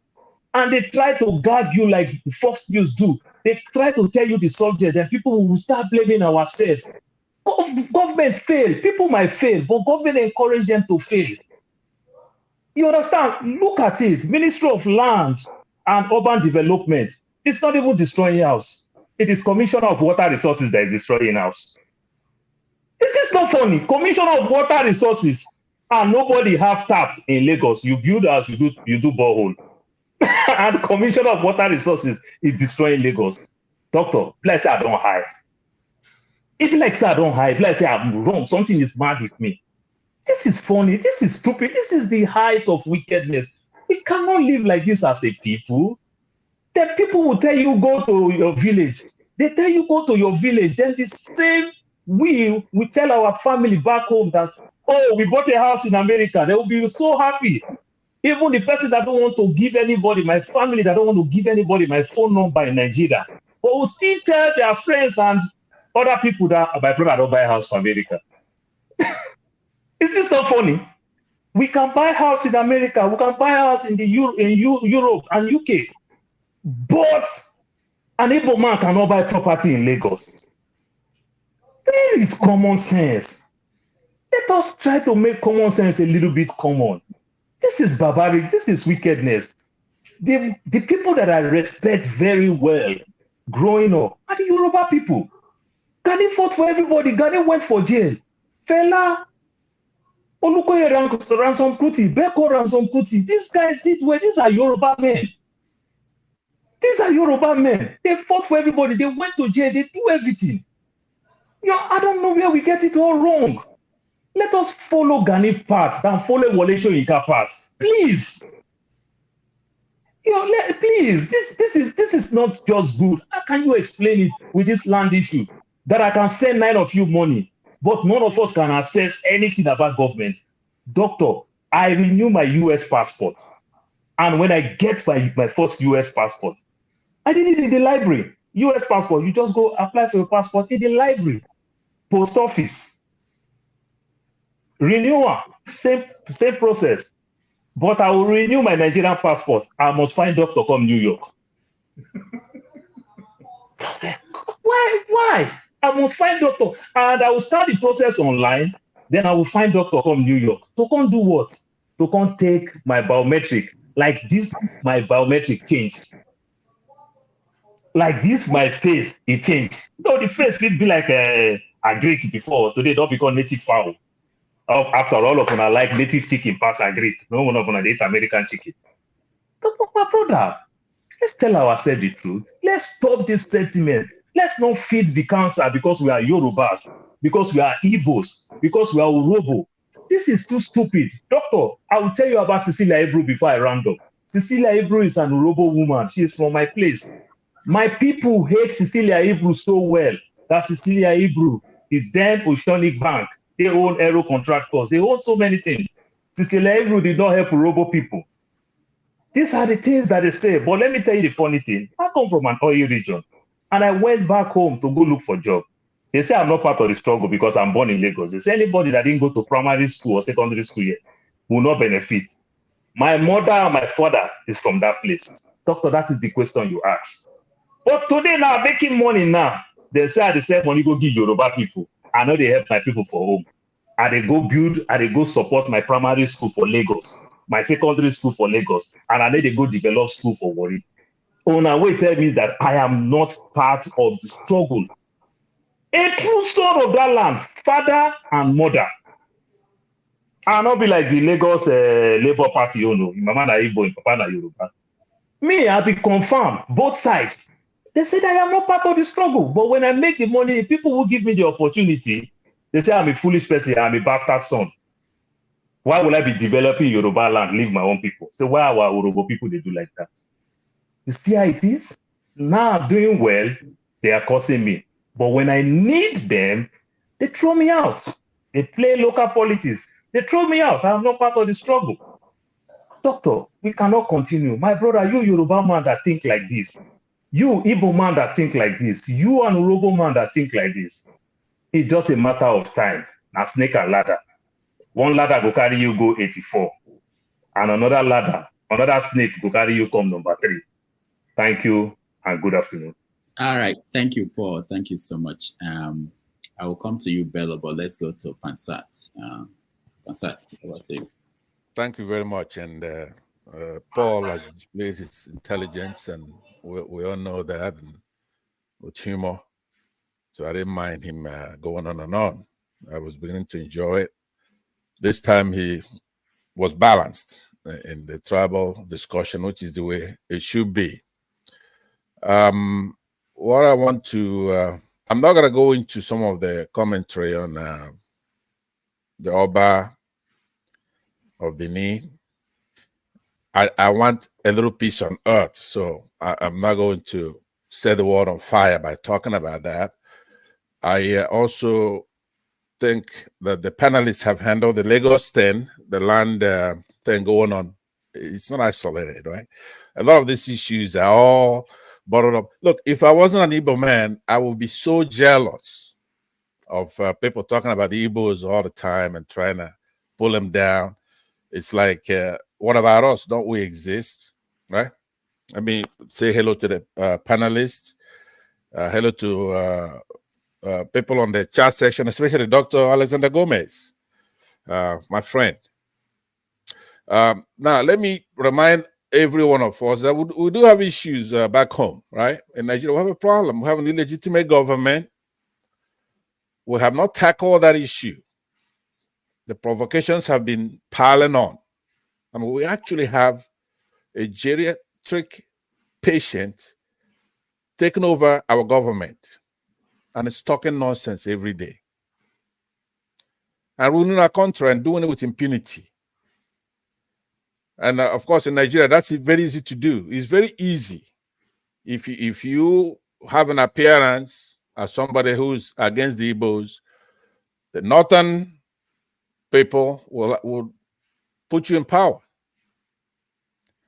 They'll forget that corruption pervades the daily lives of Nigerians. Government institutions they're not adequately engaged to handle citizens. The private sector, there's no capacity whatsoever. So civil society is nothing to sing home about in Nigeria. But the illegitimacy of this government has to be tackled. Rudolph, it may take a while. He cannot be in office much longer. That's the kind of thinking that people should have. It's not over. We don't have a country right now. INEC is not like other people's electoral body. It's not. The country, when Buhari came in, he was putting his people in office, Muslims, not Muslims. And people were saying, hey, look, what difference does it make if we're all Nigerians, if they could do the job? But they cannot do the job. Yeah, if they can do the job, no problem. But look, they cannot do the job. We know that we have a clash of traditions. They don't like Christians, people from the north. They don't. Not even their neighbors. They don't like, especially the Southeasterners. So they weeded the Southeastern out of office. When we're talking about the tradition between Christians and Muslims in Nigeria, now I want everybody to understand it's just euphemism. They're using Igbos as the euphemism, right? It's a Christian-Muslim dichotomy. Since caveman, no other society has been able to emancipate themselves from the claws of fundamental Islamic stuff without a battle. It's never happened. And then you're not going to just have a society that's progressive, that's going very well. So we do have when I came here, I told you, we have to go to war. It's not a protest thing. You know, Rudolph, you went home, you come back, and I hope you had your eye open when you went home to understand that we have a problem, and we didn't ask for it, right? It's not going to be a civil thing or go protest. We have to talk about it. Even though the government is there now, doesn't mean it's our government. They rigged the election, and they're doubling down. INEC is an Islamic organ, EFCC, the army, all those things. That's where it is. Now, you could say, you know what? We don't want to deal with this right now. It's a problem. It's going to cause war. And that's fine. But at least let's identify what the problem is. And then what is the solution? I submit. I mean, when I'm talking, it's not a comfortable thing. And trust me, I don't want to talk about this, right? But I have to.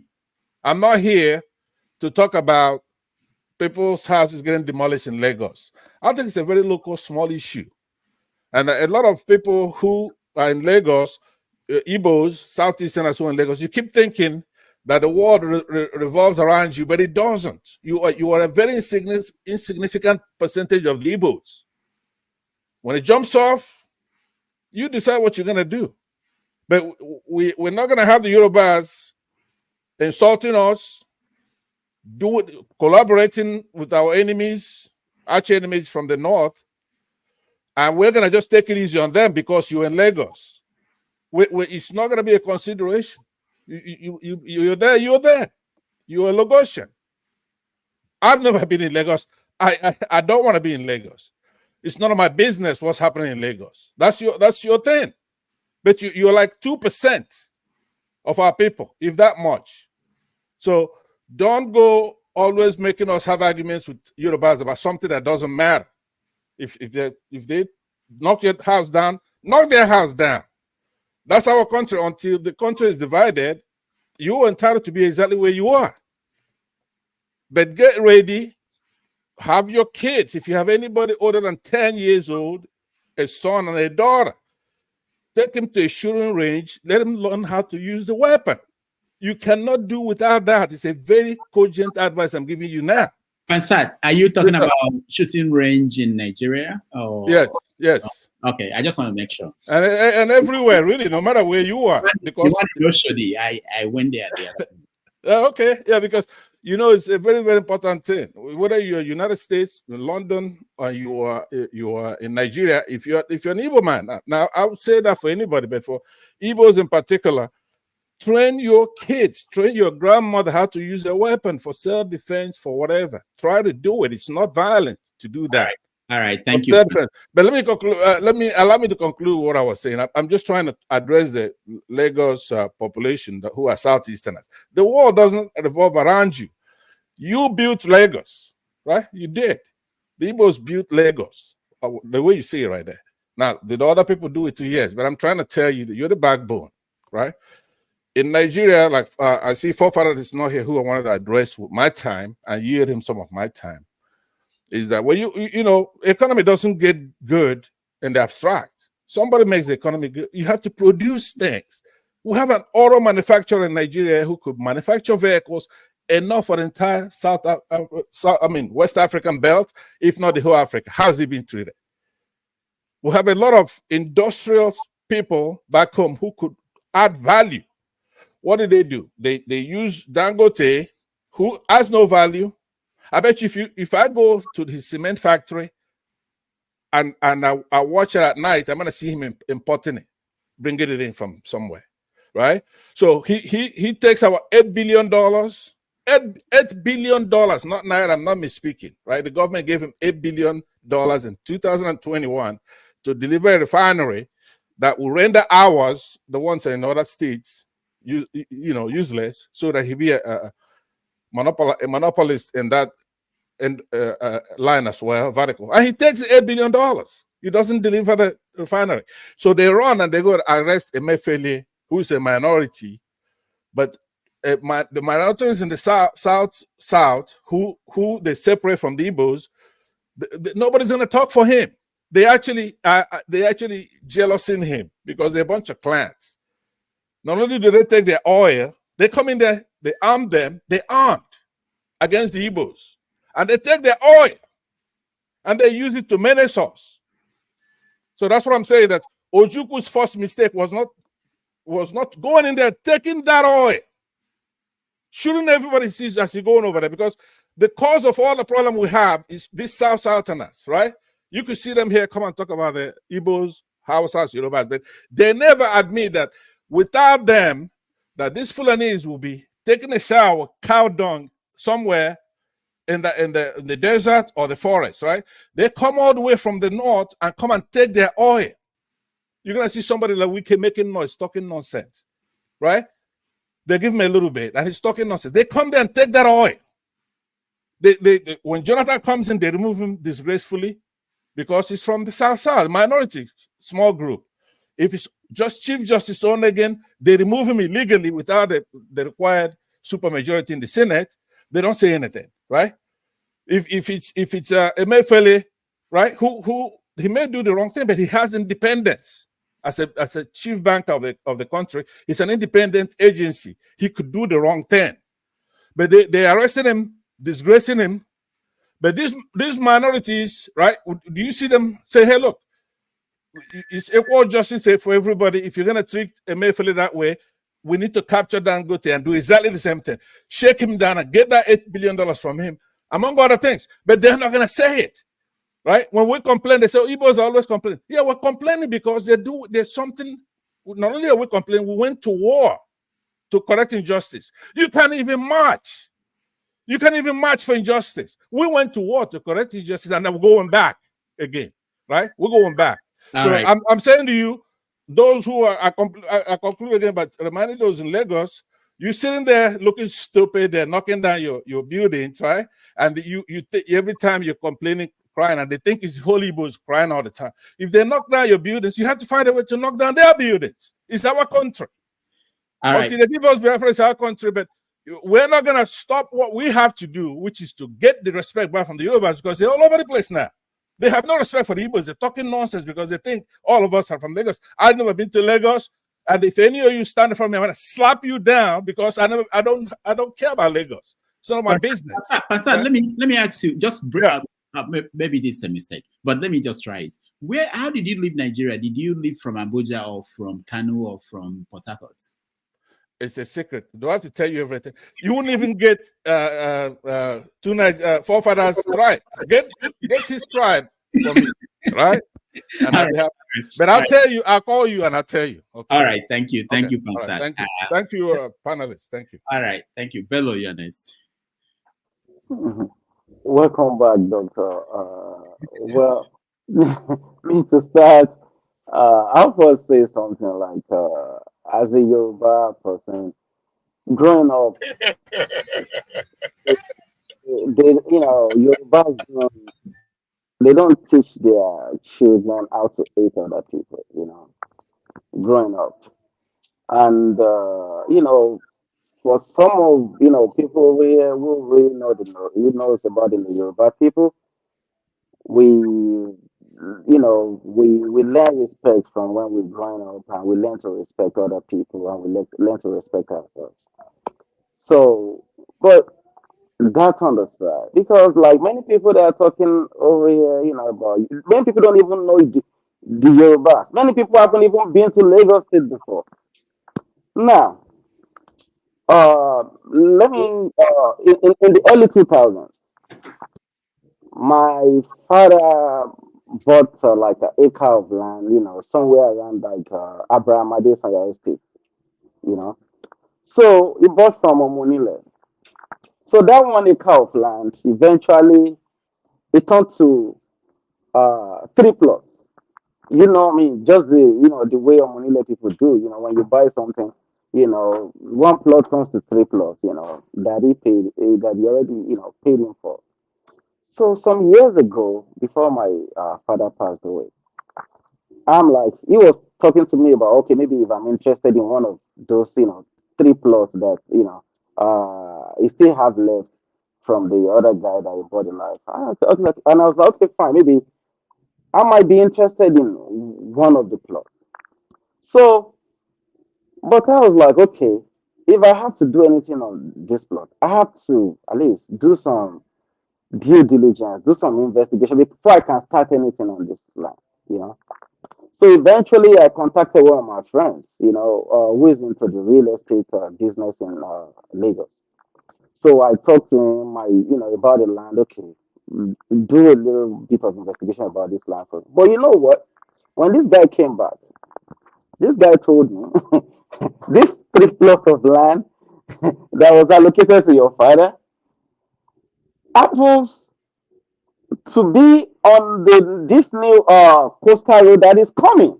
The land is actually on the road. So how do you expect me to go and build on that kind of land? So I mean, I'm trying to lay the background of my argument, from that little story, and from there, even up till now, that guy is still paying my family because my dad is late now. He's still he's still owing my family, part of the money he owed my dad. So okay, now imagine myself build on that land, and okay, maybe my house probably could have been standing on that land, today. And by the time the government, because the road is already coming from, the Dangote area, and it's still going to pass through that area. So eventually, when the government come and they say, "Oh, you built on the wrong location," and I start crying foul, "Oh, that someone sold this land for me." I mean, what justification will I have, to say the government is doing something that is bad? So now let's go to the issue of the demolition proper. So I want to ask, all of us here, how many of us have been a flood victim? Like, how many of you guys over here have had a situation whereby, rain is falling and, you have to start packing your things, back and forth. So, that is why when I see many people, talk about, oh, this thing is just like a vengeance or targeted, towards some kind of people, I look like, do people really know what they are talking about? If you have not been a victim, I have been a victim. Okay? So let me tell you, our house currently, I'm talking about my father's house currently, the house I lived before I traveled, before I moved down here. Every time when it's raining, I give it 2 hours after, the water is everywhere. The road is, I mean, all flooded. Our compound is all flooded. Let it be in the middle of the night. I mean, do you ever imagine you sleeping in your house in the middle of the night and it was raining, and then it is the flood that will be waking you up on the bed, like you'll be like, did I pee on my body? Have you ever been in that situation before? So if you have never been in that situation before, it means you really, really don't know what you're talking about. And that is why last week when CM was talking about, I said I'm happy. Yes, I couldn't be less happy because like 2 weeks ago, I just saw it on the TV. I didn't even know that was even happening in that area. And eventually I called my brother, like, my brother still living in that house. Like, hey, I see something like this. Is it real? And he said, yes. They start pulling down all these houses. And I said, yes, I'm very, very happy. How happy would I ever be? Because these people, they rich, they bought these lands, they built all these houses, and when they build these houses, they have the money. They build a big fence with concrete. And now, you know what they do? They divert the flood that water that is supposed to be going through that land, and they divert it to other streets, to other people who don't even know nothing about what is going on. And now let me now tell you, for those of you who are putting an ethnic coloration upon this thing, the house that we live, the right house, the house on the right is, is a house who was owned by an Igbo man. The left, the house, but on the left side was also owned by an Igbo man. The house behind our house is also owned by an Igbo man. We all suffer this scourge. Okay? We all suffer this menace. And when the flood comes, the flood doesn't know, oh, this house is a Yoruba man house, or this house is either maybe like an Igbo man house, or this house is an Hausa man house. We all suffer from this situation, unfortunately. And let me now tell you, the owner of the house on the right, when he got tired, he sold the house. He sold the house to another person. The new owner who eventually bought the house, I think he fixed it and he rented it out to some new tenants. When those ones couldn't cope, what did they do? They moved out. I traveled home in June. Lo and behold, I'm telling you right now, the owner, he can't even get a tenant to live in the house because I don't think the man even live in Nigeria. And now when I traveled in June, I went in there. It's an advocate that was sleeping in that house. Why? Just because of what people, some people's activity to decide to build a house on the floodplain. So now, and when this flood keeps coming, will the happens to be the victim? We are all supposed to be, have a government who's supposed to protect us, isn't it? So now, when this demolition happens, and why would be happy? And now let me tell you something. They have marked all this house for demolition for numbers of years ago. This case has been in the courts. They have been postponing. And when I listen to some people say, "Oh, maybe give them some time," it's been years. It's been many, many years. All these have been marked for so many years. I was watching Arise TV the other day, and woman was talking about, they just came, they gave us 1 hour to leave. No, you have had the notification for many years ago to leave the house. But you know what? Nigerians, we have one character. Like, they are not going to do anything. We will keep going there. We'll keep bribing them. We are not going to do anything. Will they come and bring this whole house on my bring all this whole roof down on me? Oh, they're never going to do that. And the government has been watching. They have been watching for too long. And now when the government come and they decide, like, okay, fine, this is the right thing to do. And now we all come out like, oh, the economy is bad. Oh, government, they hate our people. Oh, government, no, they are biased. No, please, we need to put an end to this ethnic coloration. I'm talking about ethnic something. The only injustice I think is being done to the Igbos. I mean, if I search my heart, is the economic injustice. And why do I say economic injustice? But you know what? The Igbos are still complicit because they are the one. When you listen to people like CM who come here, who come to to a forum like this, an international forum, and start saying, "Oh, until we all go home, hoist our flag and this thing." These are the reasons. And why do I say economic injustice? It's not that maybe Igbo can't do businesses in in Igbo land and thrive, or probably they do the business in Igbo land and ship it back to Lagos to sell. They'll still make their money, but all the importation that they are doing, where would the ship go? The ship will still end up docking in Lagos. Why can't we have a seaport in the east? That is what I mean by economic injustice. But you know what? Because of people like CM, the government will not sensible government will want to do it. Because when we say, okay, fine, let's put up this structure, and by the time we do it, people start bringing, weapons of mass destruction to bring down the government. We say to the government, we want to do that. No, you have to, yourself, search inside your mind. Which government will want will want the nation to, we want somebody to bring down the country on its knees. So this is where I was. I just want to ask whether your bell is still there. All right, thank you, Bello. I know. Sorry, Rudolph, can I say something before Wale speaks, please? Wale, please, can I beg you? Can I just say something, please? Please. Go ahead. Sorry, Bello. Respectfully, I think. So sorry. Wale. Sorry. It's Bello. only fair.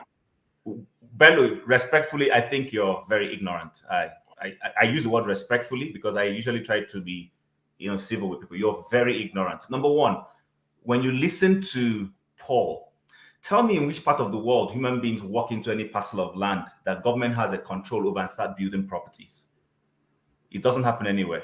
So the government watched people walk into supposedly environmentally hazardous properties and start building. But the same government that is very ecologically conscious has a Makoko watching the entire world. Everybody traveling into Nigeria and going to VI sees Makoko. And in fact, Makoko has even become a tourist center now because some white people are going there to go and find out what makes that place what it is.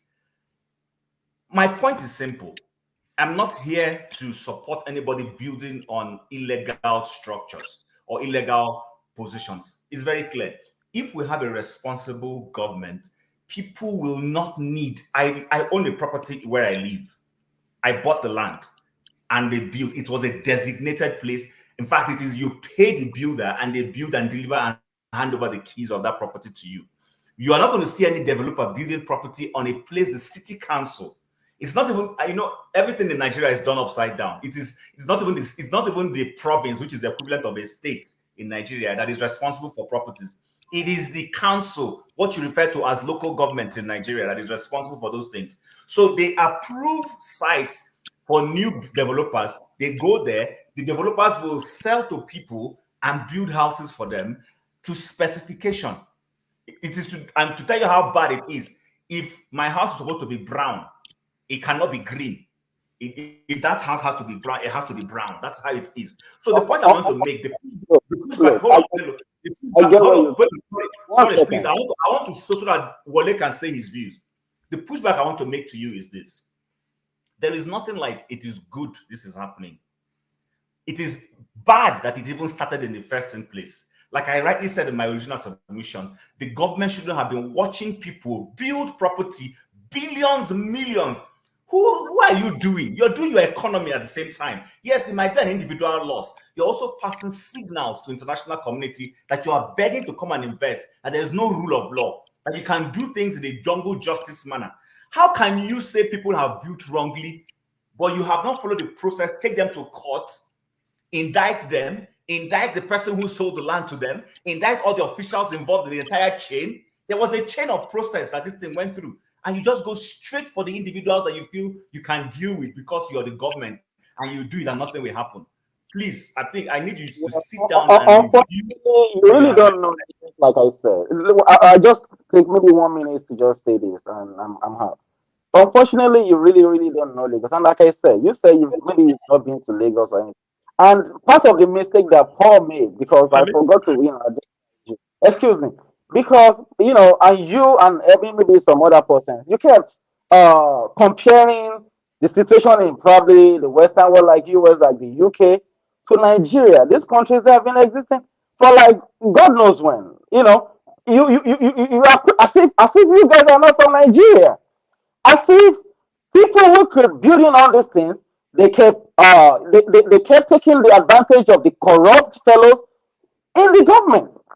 Bribe them today, bribe them tomorrow.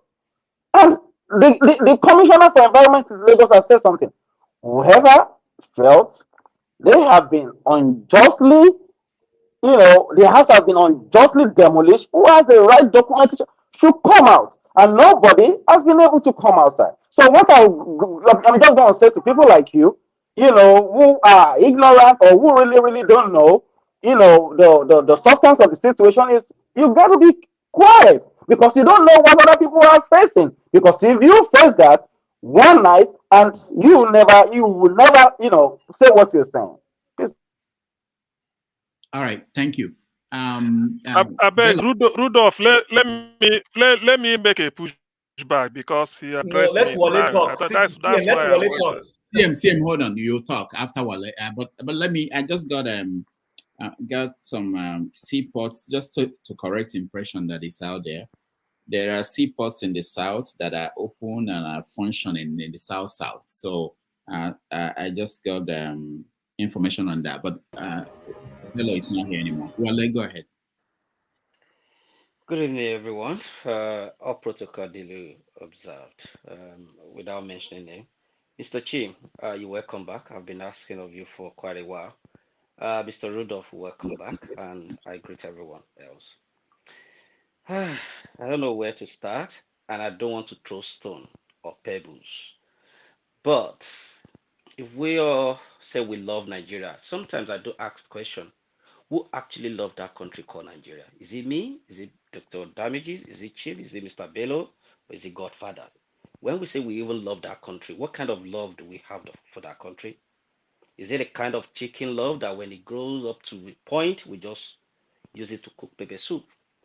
Everybody talked about the demolition. Whose country does that? Even a country where tsunami or earthquake or everything happen, even in UK or the abroad where we live, before government will take people out of their residence or accommodation, something must have been in place. And just to buttress on what everybody has said, I can't just build a house overnight without the bricklayers, the local government, the people living there, the papers. Why, if my house is demolished, yes, I might be a corporate, but what other people that collected money from my illegal erection, where are they? That's the question I would probably ask everybody, because my brother might be the director of camp planning or whatever. Did I say what my brother did when he was collecting money from illegal land purchaser, the town planner that satisfied the building to go ahead? Where are these people? I mean, we can all say, oh, it's government, this is Let's call a spade a spade. What is wrong is wrong. Where is the humanity? Does that mean if you see someone who is homeless or because their business has been destroyed, what do you want them to leave? Are we trying to say we should have more criminals in town? No matter what, if someone float a business, one or two people will be an employee to them. Now, where do you expect those employees to live, to survive, when the owner of the business cannot even survive? Let's try to put humanity to whatever we do. If you are a Christian, always remember that Bible says, Ashiwere Rojo, I don't know how do I transfer that, idiot or a foolish man gather wealth without even knowing what is going to happen to it. And if you're a Muslim, Muslim will say, Hina lelai wa hina lelai jihun. You come with nothing, you go with nothing. Why do you want to shed human blood? Because you want to live this life that no matter how long you live, you can't live more than 150 years. What's the point? And we Nigerians, I think there's something we need to start asking ourselves. Because these so-called leaders, they come from you and I. We don't ask why and how. If we can ask those two questions, I think our life would be a little bit better. Because we could blame the white man or we could blame the colonial masters for enslaving us. But the slavery we are even doing to ourselves, the damages we are even doing to ourselves is even worse than what the colonial master did. So until we ask ourselves, we look inward and say, this thing I'm doing, is it good enough? What do I want to benefit from it? Or am I going to continue living and better than my neighbor? It's not. I mean, let's call a spade a spade. We all moved from Nigeria. We live in UK, we live in America. The American could have said, oh, we're not going to sell mortgage or land to you. But look at how we all come from our country and settle wherever we settled. Our kids go to their school. They didn't say because you are black or because you are this, you get paid. They didn't say, oh, because nobody to defend you, you're not getting paid. At what point are we going to continue to inflict our own? I don't understand it. But either you're on the defense of the government, like Mr. Paul said, it's turn by turn. Don't worry. It's on the ladder. The day it will happen to you, this is how people will just look at, okay, fine. And I think that is the problem we have in Nigeria. Because it happened to Mr. A today, it doesn't affect us. We think, oh, that's fine, they can fight government. Wait until the day it happened to me. Who is going to defend me? Yeah, but the point I noticed that when somebody came, yeah, I just wanted to ask a question because I noticed that when somebody came and testified to their houses getting flooded, nobody cared. I know Dr. Damage is timing me. Sorry, let me quickly finish my point. I'm sorry. So one thing I want us to do, I think I've mentioned it times without number. I don't want us to be coming here every week and be ranting because Nigeria has over 1 million problems. I don't think we're going to solve the problem until we all, move. But we can do one thing. Dr. Damages, I said this, I'm not sure maybe you were around then. These people that are holding Nigeria on the jugular, I'm not even sure they do their meeting in the daylight. Maybe they hold their meeting in the middle of the night. They strategize what they're going to do in the next 20 years. How they're going to borrow trillions upon trillions of naira to leave debt. But you and I will be here, we'll be fighting each other. You are Igbo, you are Hausa, you are Muslim, you are a Christian. What strategy do we have in place? 2027 will come, these people will still continue and will still be here fighting each other. Then they will build another one house for Shetima in Oyo, one in Kaduna, one in Lagos. They will tell you the price has gone up from 15 billion to 35 billion.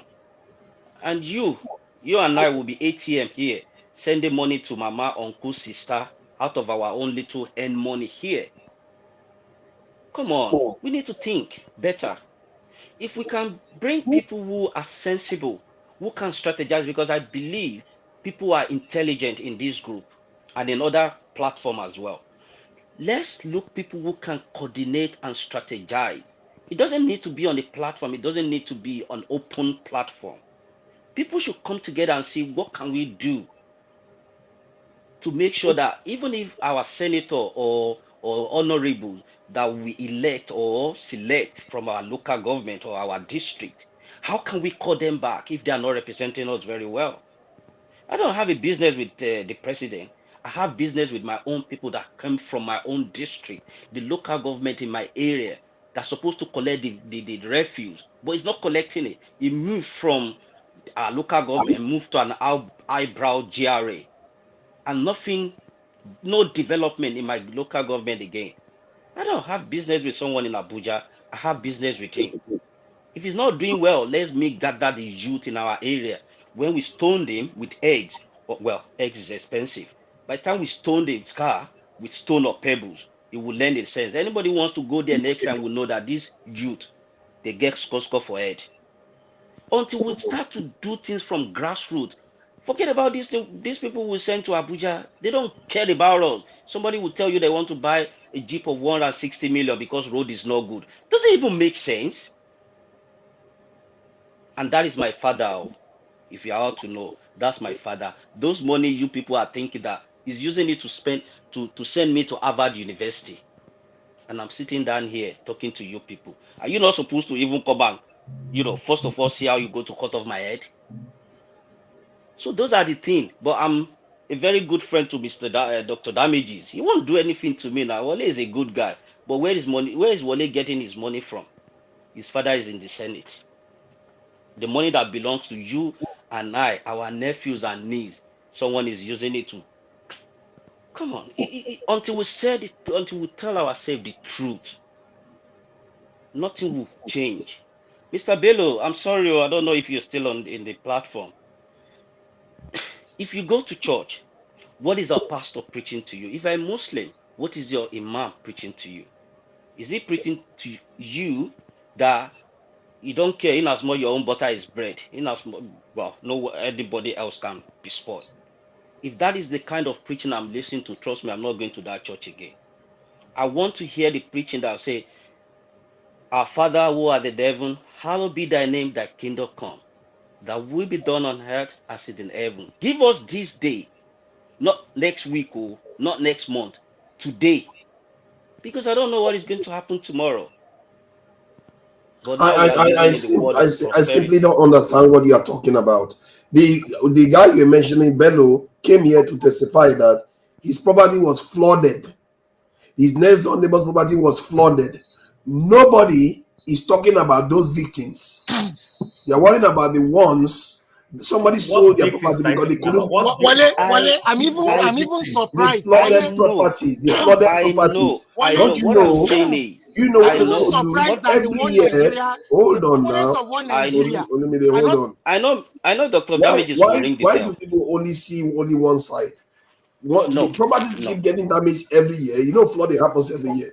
When they get flooding flooded will every year, they can't have Why anything. is it They that? get, no, I don't understand how people Rudolph, keep supporting if law I want to, breaking. if I want to You all are interject, just People supporting know me law as one breaking. Nigeria proponent. Rudolph, But this one, I mean, Yoruba Nation Rudolph, proponent. if I But this want You to one see why we interject, have Nigeria, a you will problem in stop the you're me. not country. even I We don't like speak criticizing. from it. both sides of Okay, our hold on, mouth. We hold don't on. want to I uphold the don't like law. it. I Okay, don't hold like on, hold this. on. CM, hold on. CM, hold on. I CM, hold on. We are all I timed. wanted to. CM, We hold are on. all CM, hold timed. on. When CM, my hold on. time is up, I'll shut up. I Wale, don't disrupt Wale, anybody. okay, Wale, your time is up now. What I'm trying to, my time is up. Round up, please. Okay, what I'm trying to say is, let every single one of us look inward. Simply because we are not doing things right, that's why we're all suffering the damage. Okay? All right. If we try to look inward and do everything as it should be, then our life will be easier. But because we choose not to, we are very economical with the truth. We know the truth, but we refuse to say it because it's better. You are benefiting from it. That's why we are all suffering it. But can I just say something? No, hold on, forefathers. CM, go ahead. See, so sometimes, Rudolph, when somebody want to make a rebuttal, you allow the person. Bello said all sorts of trash here. He left. You said me to wait for Wale. I waited, and in waiting for Wale, people started interjecting and they kept quiet. It's not. Look, all of us have got some element of brigandage in us. But when you sort of, when you like your own, when you someone to play cool, people should not take you for granted. Look at what Bello is saying. That to open a seaport listen, I'm coming. Olumide, hold on, I'm coming. When they open a seaport in the east, they will use it to import weapons of mass destruction. Did you people hear it? Didn't you people hear it? You see, the Yes. lies that people are using to justify the destruction is this. They will tell you, Igbos, go and develop your place. On one breath, they said it's not only the Igbos that their houses were destroyed. Have you had people making videos saying, okay, Urobo, go and develop your place. Ijo, take your this thing to Ijo land. Have you had it? Fulani, take your own. Since it's not only Igbos that were destroyed in Lagos. You see, when people want to be hypocritical, this is what they face. As far as I'm concerned, I'm only keeping quiet because Iwanyan has taken it up themselves, or Harez Igbo for the first time. They are conducting. Forget about somebody telling you. Even if I have documents, I can't bring it I can't bring it here to show you. If I have documents to my house, it's been destroyed. I can never bring it here. Not to, if I even want to show, I can't bring it here to show anybody. You present it in court. They know what to do. By the way, this is Federal Housing Authority. It's not a Lagos State issue. It's federal. Why Lagos State is involved is because of the election. Tinubu want to show Ndibo that he can deal with them. But we shall see how these things will end. As far as I'm concerned, since Iwanyan Ohaneze has taken it up themselves, that is the best thing they've ever done. And we will get to the root of it. There are senior advocates, there are lawyers, there are accountants, there are architects, there are engineers, surveyors, builders. civil engineers everywhere. People will know exactly what happened. All these things, people are just paid to come here and be collecting money. Then when they come here, they want to, if you ask them, what is your own stake inside? They will all tell you, I'm a Nigerian. Talking nonsense from anywhere. If you ask, you don't even know where they come from. So when the chips are down, the whole Igbo population, both home and abroad, are involved in this thing. So it's not going to go away. We will get to the bottom of it. This will either make Nigeria or break Nigeria, as far as I know.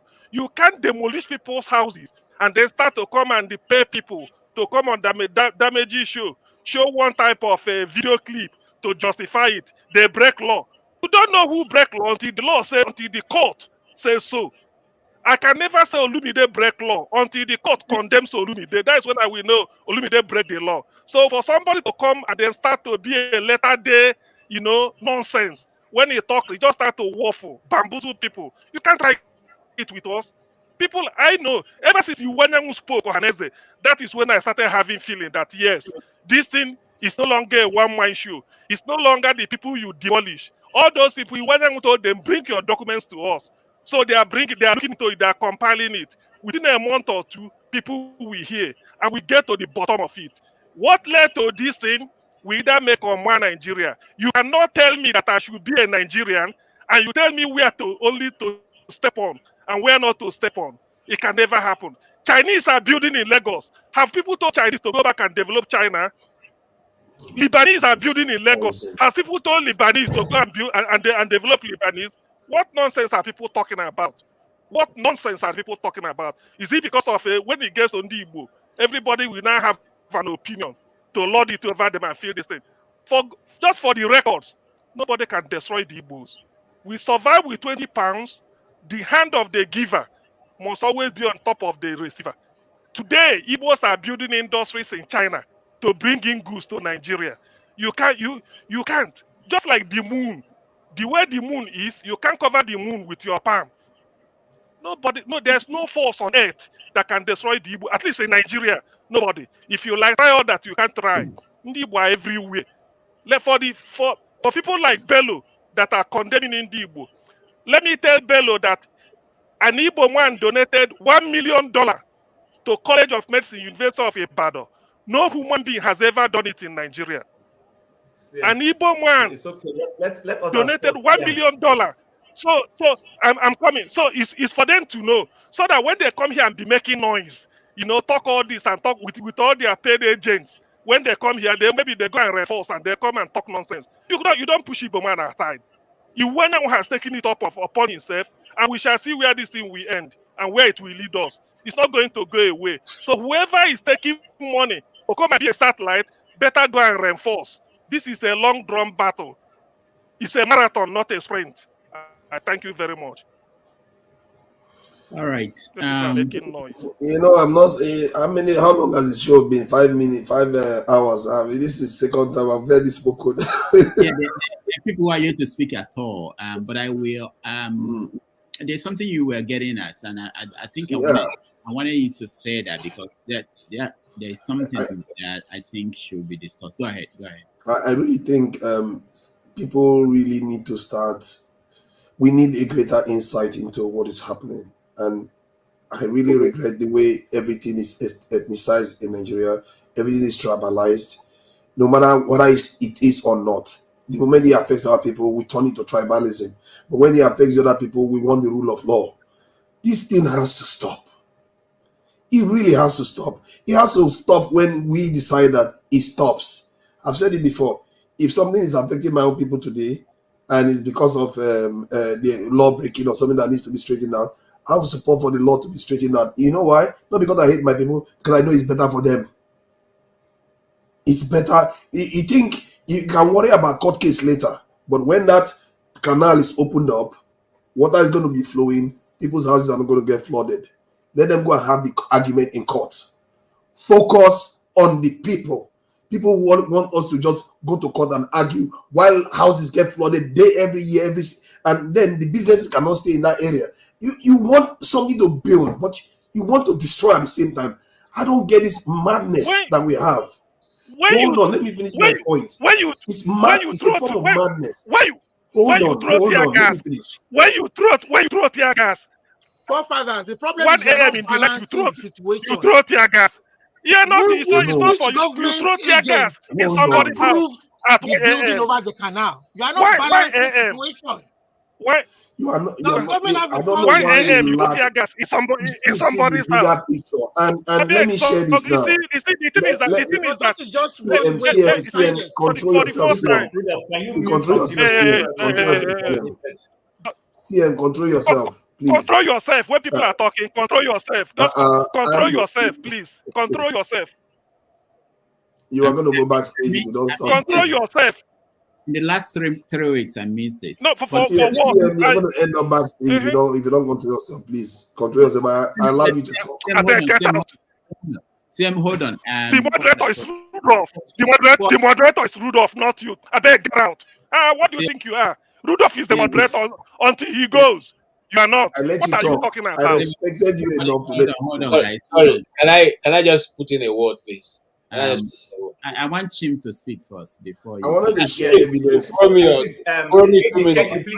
Please, AJ, Biko, you can't just stop me from talking like that. I was trying to respond to. See, I wanted to share evidence. I'm not finished talking. I wanted to share evidence of something. I What is it? I didn't interject. You said you are finished. Is he going to talk forever? Is he going to talk forever? Are you the moderator? I beg, get out. You are not the moderator. Until Rudolph goes, then you can do your worst. Nonsense. What rubbish is this? Where Rudolph? I can't. Can I go on?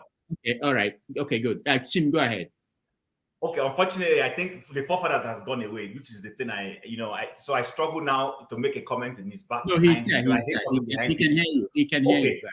All right. So, number one, when we're trying to be, forefather is trying to project an image of an analytical and objective person. I have no problem with that. But in trying to be analytical and objective, you must be open-minded enough to want to hear what other people are saying. You can't drown yourself off and claim that you want to be analytical, but in true sense, you actually being myopic and stage-jacketed in what you're trying to project. Bello came here. Everything Bello said may not be exactly wrong, but Bello spewed things that were very inaccurate and unfactual. Number one was the one you picked him on, which is on the issue of seaport. For anybody who has listened to me here, I've spoken about this seaport matter here severally. I may not have all the facts. I've said it that it's in the best interest of Lagos for other seaports to be open. Not everybody who lives in Lagos doing business wants to live in Lagos. Can we say that? I have Yoruba friends who live in Ibadan and work in Lagos. I have a friend who used to come to Lagos Monday morning, work, last thing from the office, she picks up her items, heads back to Ibadan. And I asked her why. She said she cannot stand Lagos life. But she has to be working in Lagos because all the corporate jobs, the kind of things she wants to do are all in Lagos. It's the same way when it comes to these business opportunities. I've said it. People may not understand it. See, I've said Ojimnala Jiomwea. For those who understand that concept in Igbo, to go and interpret and know what it means. You can't shut down or make the other seaports in other parts of Nigeria. And it's not correct. Whoever told you that the seaports in other parts are working, it's not correct. Let them be at the same par with what is happening in Lagos. Don't say certain things can come to Lagos and certain can go to those places and everything can come to Lagos. Open up the space very well and let us see if everybody's going to rush to this Lagos. I have nothing against Lagos. I grew up in Lagos. I went to school in Lagos. I lived in Lagos for all of my life before I left Nigeria. But the point remains that open up the space very well. We want to be a federal government, a federal nation. Let us practice this federalism properly.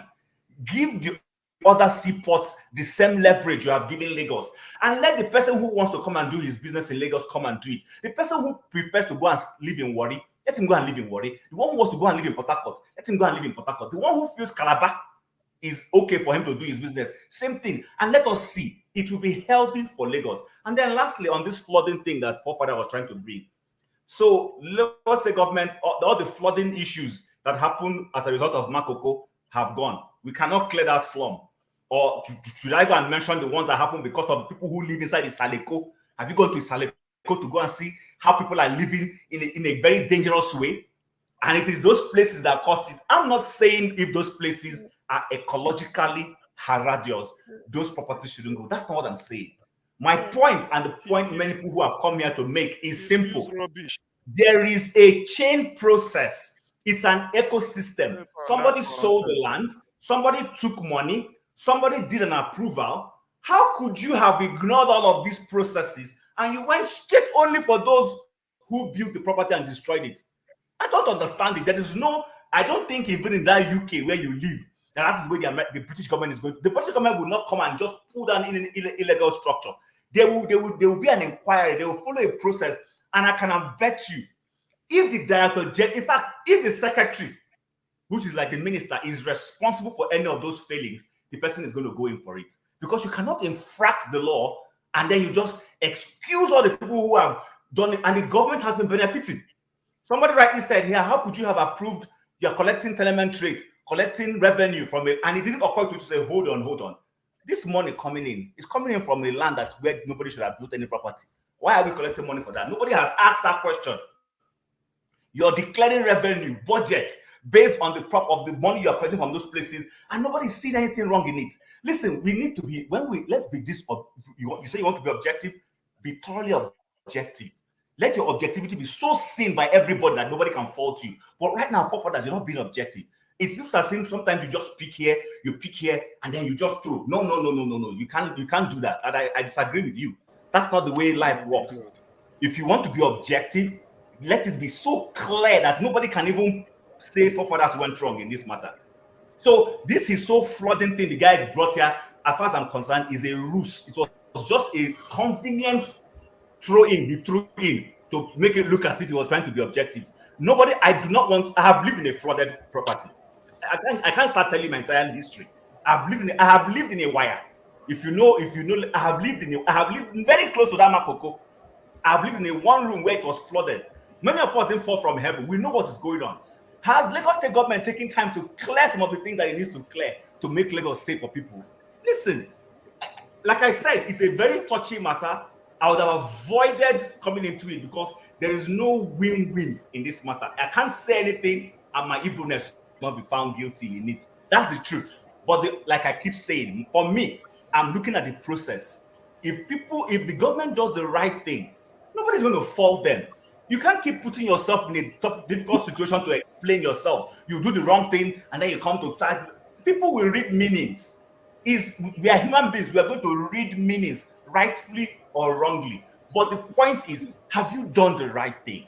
And in my own estimation, this Lagos State government or the federal government or whoever is responsible for this has not done the right thing. That's my point. All right, thank you, Chim. Let me say this before we continue. I'll come to Eheme, and he's been quiet and I need to hear from him. Let me say this: it's good to always let people speak, and I hope that people will have the opportunity to go back and listen to themselves and hear certain things they say. It helps, and I think it will help us to understand that sometimes we say certain things that if you look back at them, you may think that you should have said it differently. Let me come to you. I'll go back. Forefathers will come back to you. Maybe tomorrow, Forefathers, you can be a guest. I really want to talk to. I want to process certain things. There's something new, because when Bello said that if they give seaports to Igbo people, in the seaports in the southeast, in the south, that they will bring in arms, it really touched me. I wouldn't think that if the federal government will set up a seaport because it's in the south, then we don't have confidence that they will now bring in arms. Can you imagine? Hold on. Can you imagine? In Lagos, arms are coming in, and it's Lagos. You see, that is a ridiculous suggestion. Hold on. People say things. This is what I want to react. This is what I want to react to. And then this is what I want to react to. And those that feel that they are holier than thou, they will now come here and be making noise. Just imagine. And we continue to do. Yeah, same. Sure, we need to let you host. One of the things I like about this opportunity that we have to air our views is that we also have to look back at things we said. And when you allow people to say this, maybe I've never had something like that. It wouldn't have crossed my mind that if there's a seaport in the north, that they will use it to bring arms. So if that is the thinking, I don't know how many people are thinking that way. Maybe that's why they are not doing certain things they should be doing to make life easy. So I don't know, but it's good that we. Rodolph, can I just say that for somebody like me, I'm a Yoruba Nation proponent. You understand? I'm a Yoruba Nation proponent, and then when I hear something like this coming from one Nigeria proponent, I'm flabbergasted that you see what they've had all along is nothing but falsehood. There's no one country. This is what we're telling them. Write a constitution that everyone will respect. Yes. Let's have one country. When you begin to suppress a people's progress because because you want to share in their resources, you don't want them to have control of their destiny, and you want to hold them down by all means on their own God-given land. This is just crazy.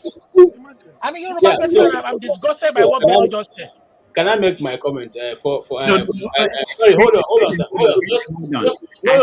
Just 1 minute, sir. Okay, 1 minute. I'm actually dwelling on your thoughts, on the thoughts you just projected from that fellow guy. Now, we from the east, we have confidence that the open border so porous in Nigeria up north, arms are not coming. So we have confidence in that, right? But they don't have confidence that if we have a seaport, arms will not come in. But have confidence. All right. The girls have stopped speaking. Dr. Shim said Bello is ignorant before. Dr. Shim said Bello is ignorant, and he further displayed his ignorance when he was speaking. So that's right. Let's hear someone who has been quiet and calmly listening. Go ahead, Amy. I hope I'm pronouncing it well.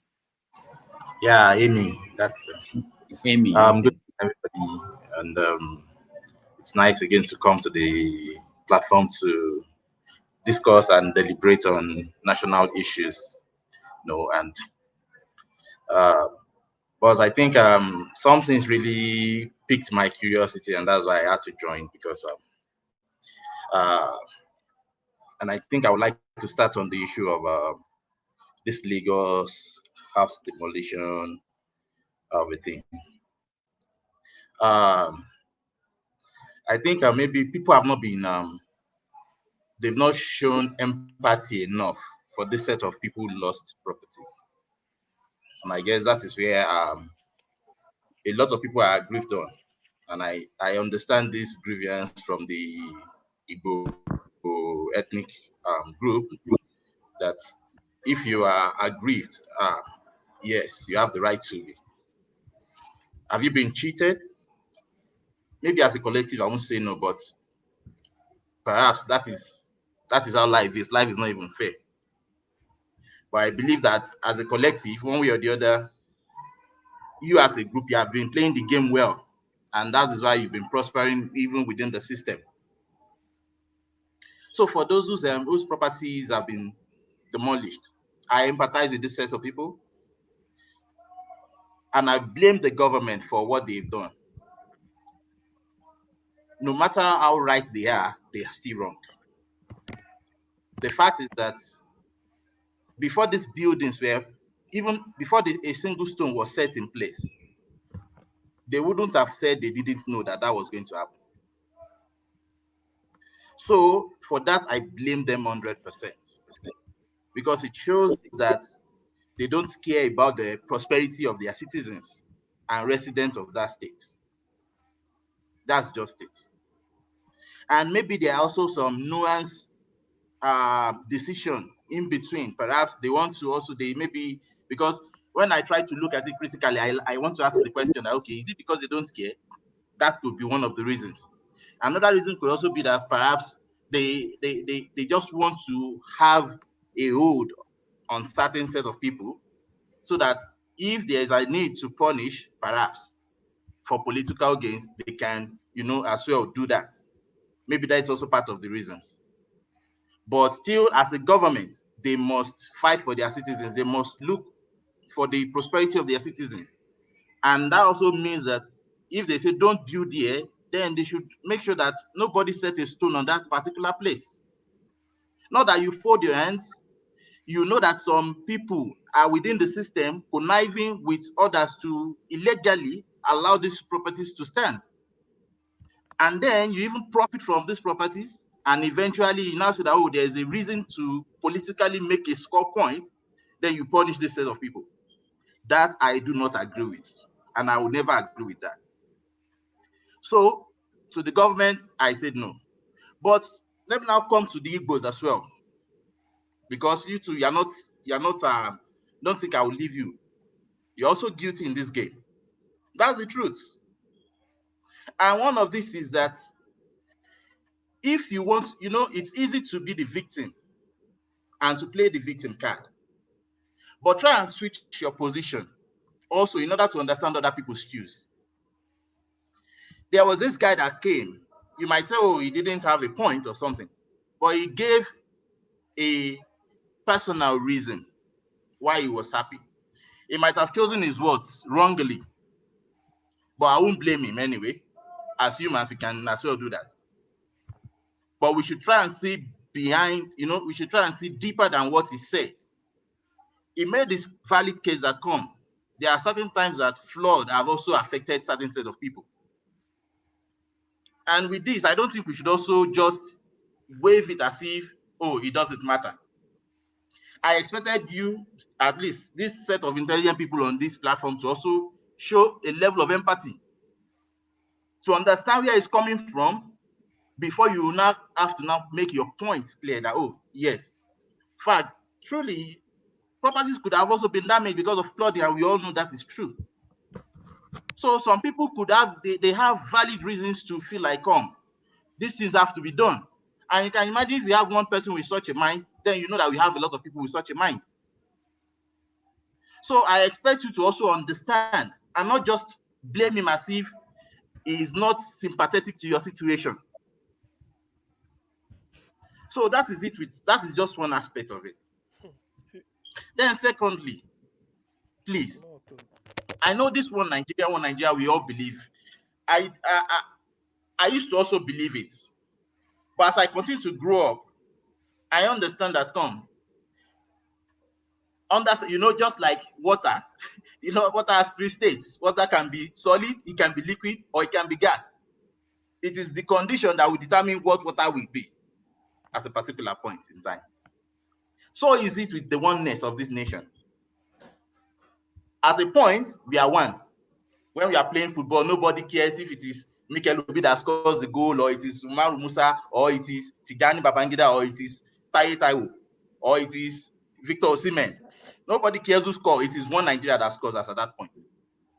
And under certain conditions, one Nigeria is non-negotiable because we all benefit from it. We all share in that glory.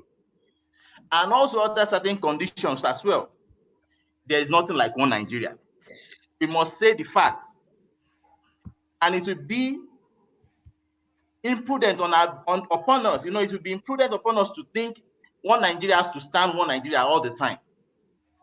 Because the nation that we have now and the set of leaders that we have had so far, they have categorically shown that even in the next 10, 20 years, if we don't make decisions to change the set of people we put in there and to have a rejig of our national orientation, we'll continue to be in the same system. And under that condition, one Nigeria at a certain point will continue to not hold. So if you, as a set of people, are fighting for one particular one Nigeria, I would think maybe there is a gain in it for you as well. That is the point. So it's either that you fight for one Nigeria as a point, yes, but also, please, I'm not saying go and develop yourselves, or who doesn't know that the Igbos don't have development and they are not capable of course, you are capable of doing that. But one thing is certain in unity. For you to negotiate unity, sometimes you must negotiate your respect and your differences. If you don't emphasize on your differences first, you can't negotiate unity. So ensure that your differences are known. If the Yoruba says this is how we want to do it, no problem then. If you want to do businesses in Lagos, please, I will advise, don't build houses in Lagos. It's not necessary. Let alone spending 200 million to build your house. And I know sometimes you want to feel like, an Igbo man, we always want to make sure that it's comfortable. Come, Now that's the point.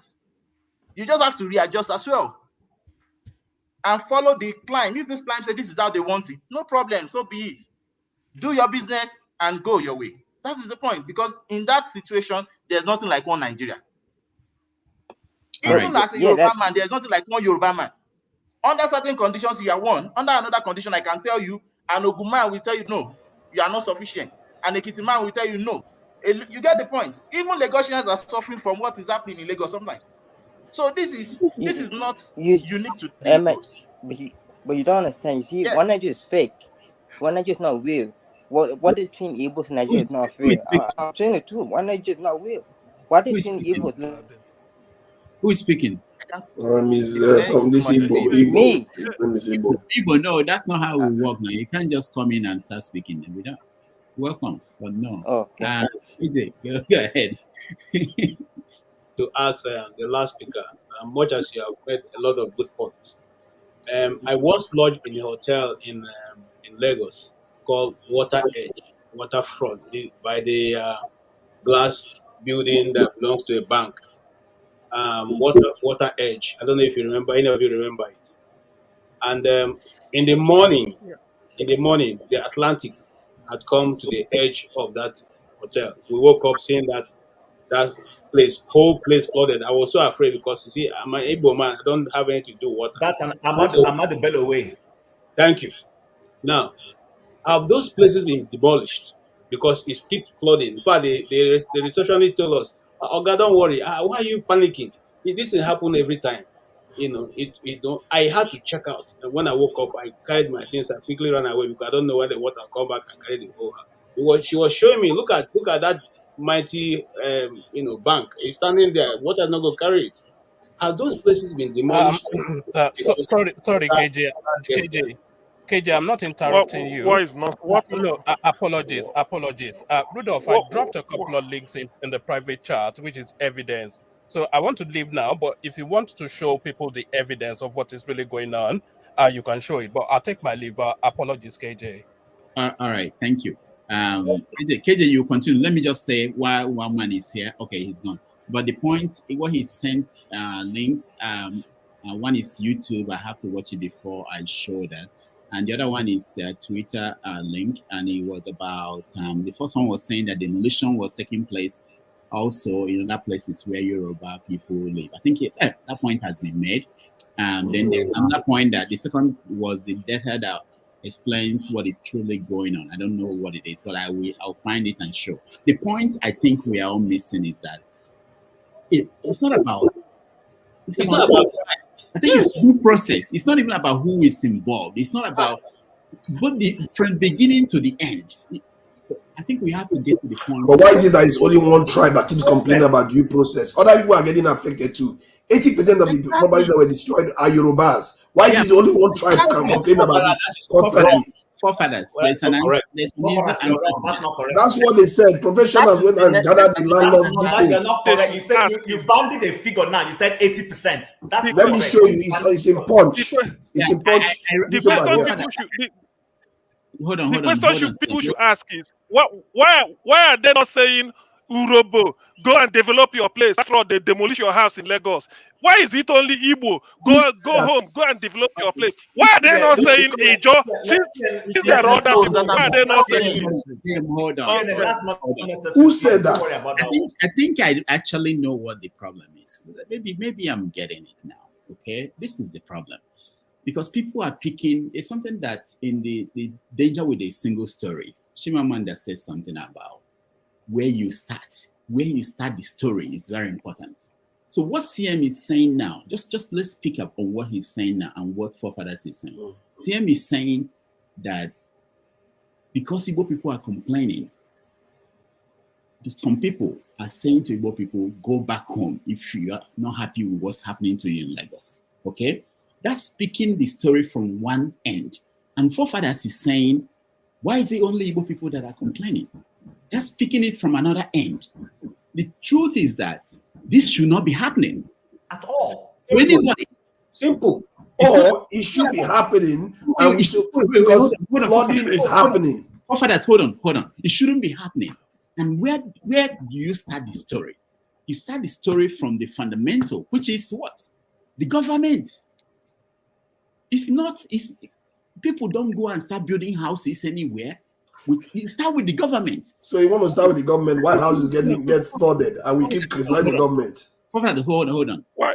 Bello said something that is important. He said that sometimes people bribe government officials to look away, or people go to court and make sure the case will stay in court for years.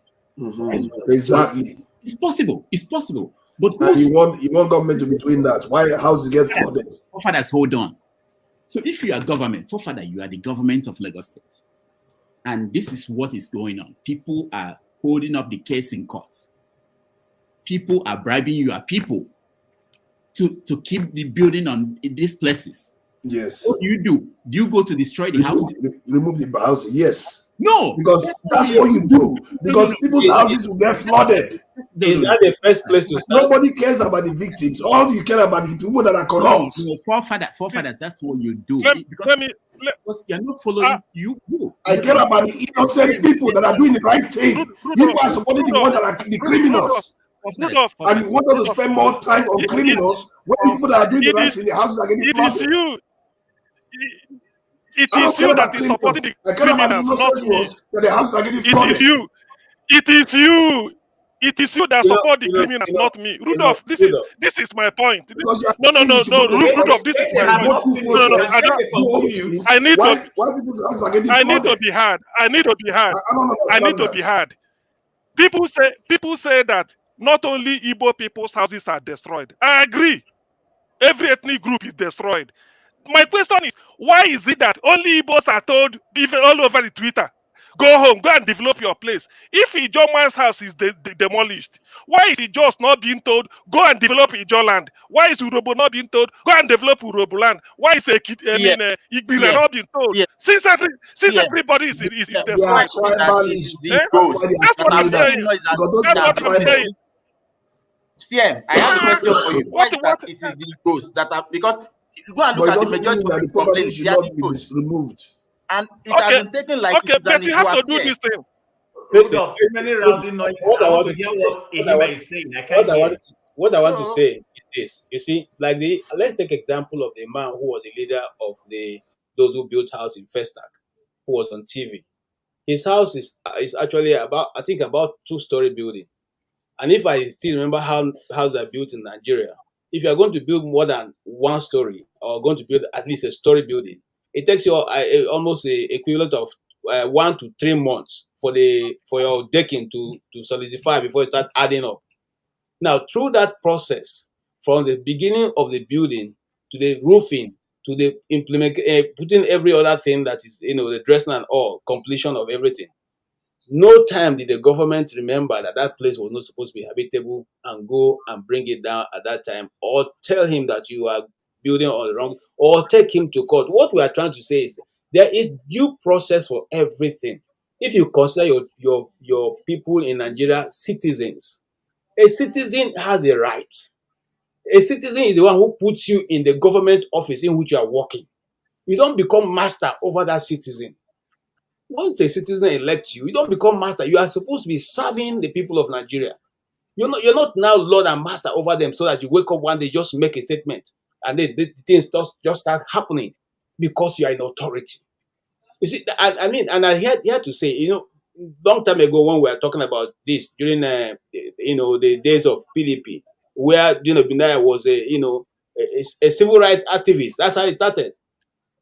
Okay, and we're saying these things people are doing are not going to. He didn't believe it, but a man called Yahya Bello have brought him to his knees, made him, taken off. In fact, just made him rubbish. Okay, you see, this is how it works. What goes around comes around. You said that you accept it today, but tomorrow the boomerang will come to you, and now he's the one suffering it. Do you think that he couldn't have won the governorship of Kogi State? No, that's not true. You and I know he will win, but where is he? Where is he? So this is what I was talking about. It's not about our people. And of course, look, as an Igbo man, and I am proud to say that, I am Igbo, and I know there's nothing about it, and I have no apology. Okay? If you don't want Igbo to be in Lagos, it's simple. what is our basis for our unity? That's what we're asking. Let's sit down and discuss it. You say, okay, we don't want you. If you go to live Igbo land, don't build a house anywhere. We can also decide to live like the Fulanis. We'll go there, we'll make baja.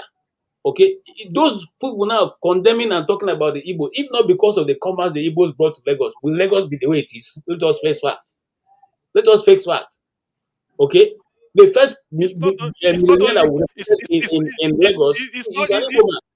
It's So not only commerce. Igbo built schools in Lagos. Igbo man built schools in Lagos. Lagos City College hereby was built by Igbo. And this is property of Lagos State. Igbo built schools in Lagos. There are a lot of things. If you want me to enumerate them, why some people cannot even contribute. Nobody, no, some many groups cannot contribute even to the development of Igbo land. But Igbo built school in Lagos, built in Port Harcourt, Editorial High School. Go and check. Owned by Onyeko Onwenu's father. I want somebody to prove me wrong. This is business. And then, no, I'm coming. It's not only business because when they say business, business brings business brings there are a lot the of reason why you and I are not in Zamfara is because there's no business there. If Igbos going to Zamfara today and put up business, Zamfara become something. So it's business. And then go to Zamfara and put on the business. So don't discountenance in Lagos. We can no. When you brag and everybody just perspective to it. Some people also received you. This is a land that also accepted you. That's so why maybe you think that you are. That's why personally I was not interested in this conversation. You see why? Because it can boil over into emotions, and we lose ration and lose focus. Personally, my view. Let me re-emphasize my view. I am not in support of people building properties in environmentally unfriendly spots. Period. What I am saying is the process. Listen, last week I got 2 parking tickets. I'm not happy about it because with this economic situation, I mean, you know now, okay, Rudolph, you live in Ajegule, as somebody said, just rightly said. You know what it is when you live in Ajegule, I have to pay ticket. But guess what? I intentionally parked in those places because I was rushing for a meeting. I had no choice. I was just hoping that before the ticketing officer will come, I'll be done with my business, take my car, and go away. Unfortunately for me, the man came before I was there and gave me a ticket. I went and I have paid it. What I'm saying is this. There was a no parking in that spot. Clearly, I saw it. Everywhere there is development, I live in the Western world. We all live in the Western world. Nobody wakes up and goes and starts building properties anyhow. You can't do it. And that's why we're saying Nigeria needs to change. Because you know what? When government has good policies, it encourages good behavior. Why we are seeing some of the bad behaviors in our nation is because government is doing things that is encouraging bad behavior. For instance, I mean, it was Paul that said it, and I will rest on this. People have moved away. Do you know? I don't know the equivalent of the tax office in Canada. I don't know where it is. I pay my tax. They have every year I file my tax. If I'm owing them, they will send me a slip to go and pay it into the bank. If they are going to refund me and if I overpay tax, they send me my money into my account. I don't know where CRA, what in America you call IRS, IR, whatever. I don't know their office. Same thing with a lot of things. We don't know their offices. From the comfort of our computers, we apply. This whole having human beings come in contact with officials in government, it fuels corruption. It fuels corruption. So any government that genuinely wants to make progress needs to begin to look for a way to remove this human-to-human contact so that people will do what they need to do and get their dues. Even students know what we're talking about. You don't need anybody to tell you whether you qualify. You go online, you apply, there are processes, they'll write you back to say you qualify, you don't qualify. If you qualify, this is how the disbursement is going to be made. Nobody's going to ask you, PAMSEC has not moved your file, give me 2 naira, give me 2 kobo. These are the things that are people to break those laws. And if Lagos State government, if the federal government, any level of government wants to make progress, we need to start moving forward to encourage our people to do good behavior. Jim, can I address? Can I talk to him? Can I just quickly say that? Just one more. I just want to make a point to rebuttal. Emmy.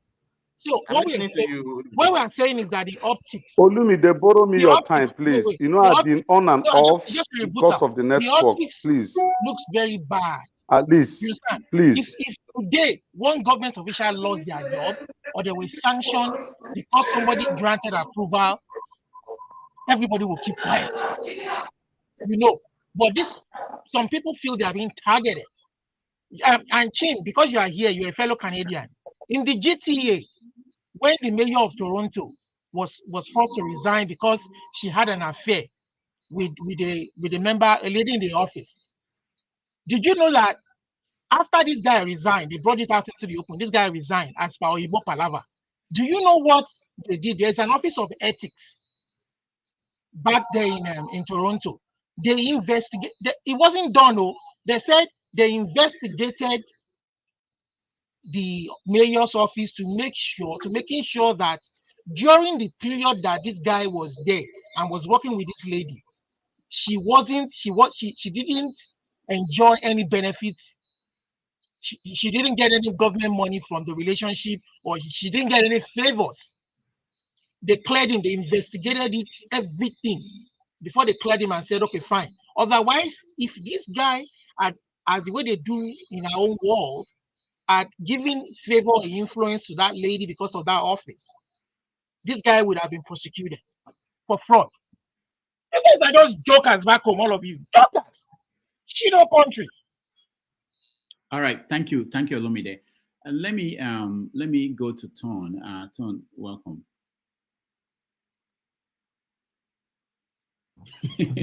Unmute yourself, Ton. I can see I have. Okay. Henry, you're entertaining. Go ahead, Ton. Okay. Yes. The point I forgot to make when I spoke earlier, I had to go backstage. It just came back to me. By the way, forefathers, well done for your analysis earlier, your first submission. See, I'm one guy that, and then also Chim, welcome, long time no see. Hope you're good. Right. We just wallow in emotions. Emotion that does not hold water. But they say the truth is so bitter, and when the truth comes to you, it will piss you off before it sets you free. That's what the good book says.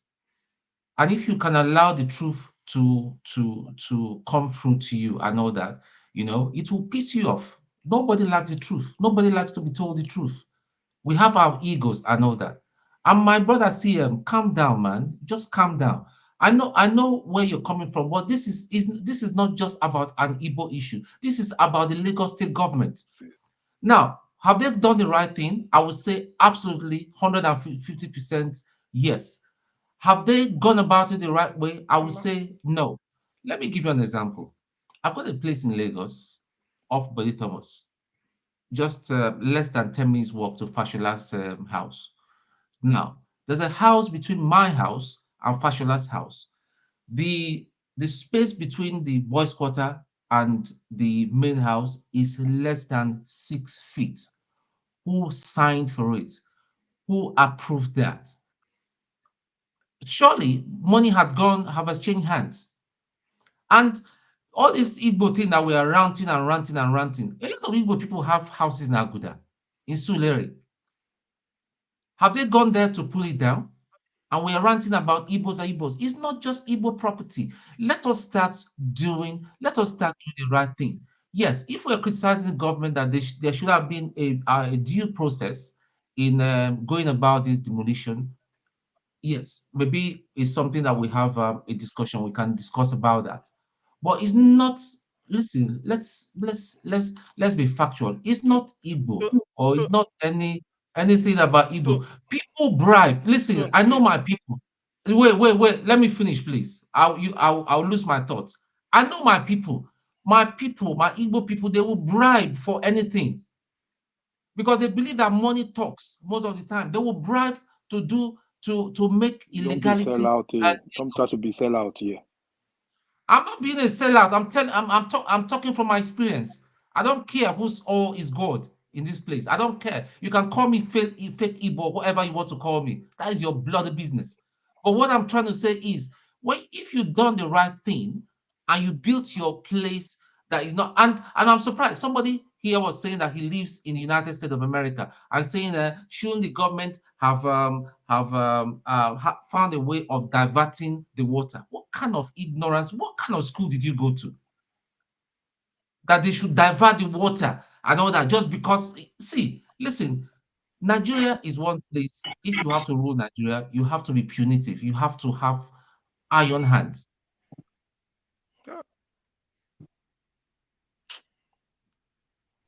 Okay, Tone, I think we lost you. What is going on? No, he was muted. I think you muted yourself by accident. Okay, I think you were too close to your phone. Okay. Yeah.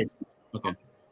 So what I'm trying to say is that, guys, let's not drift into a race thing, a racial thing, and all that. It's not about Igbo or Yoruba. Let us look critically. Why did they happen?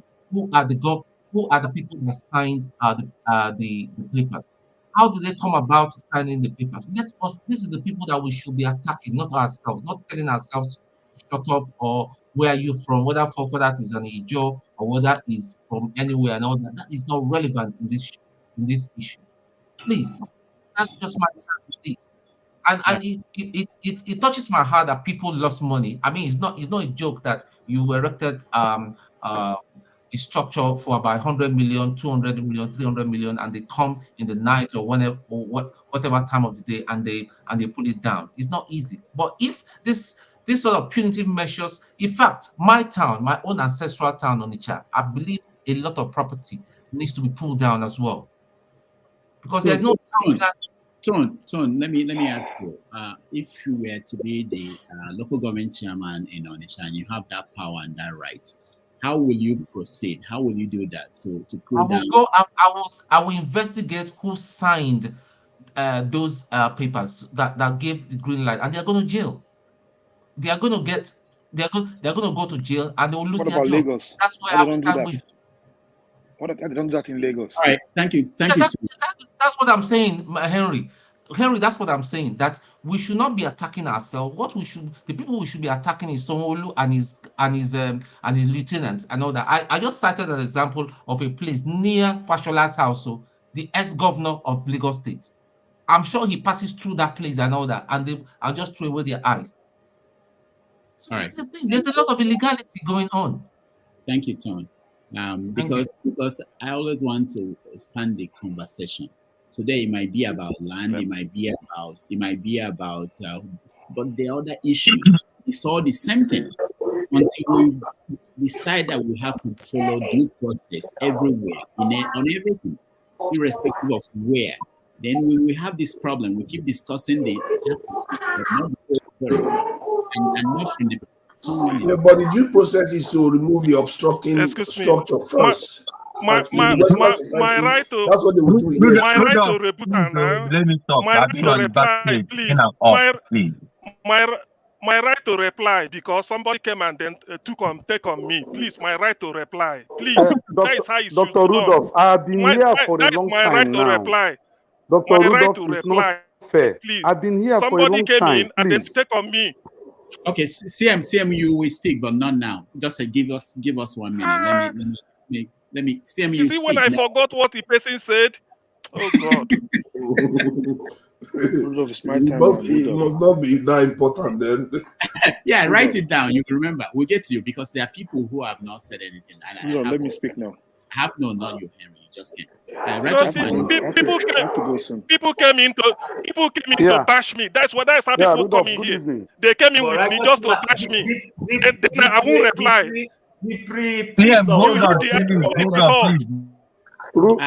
Rudolph, good evening. Righteous man, yeah, go ahead. Rudolph, yeah, good evening and welcome back. You are really shining. It's like you ate okra soup and vegetable.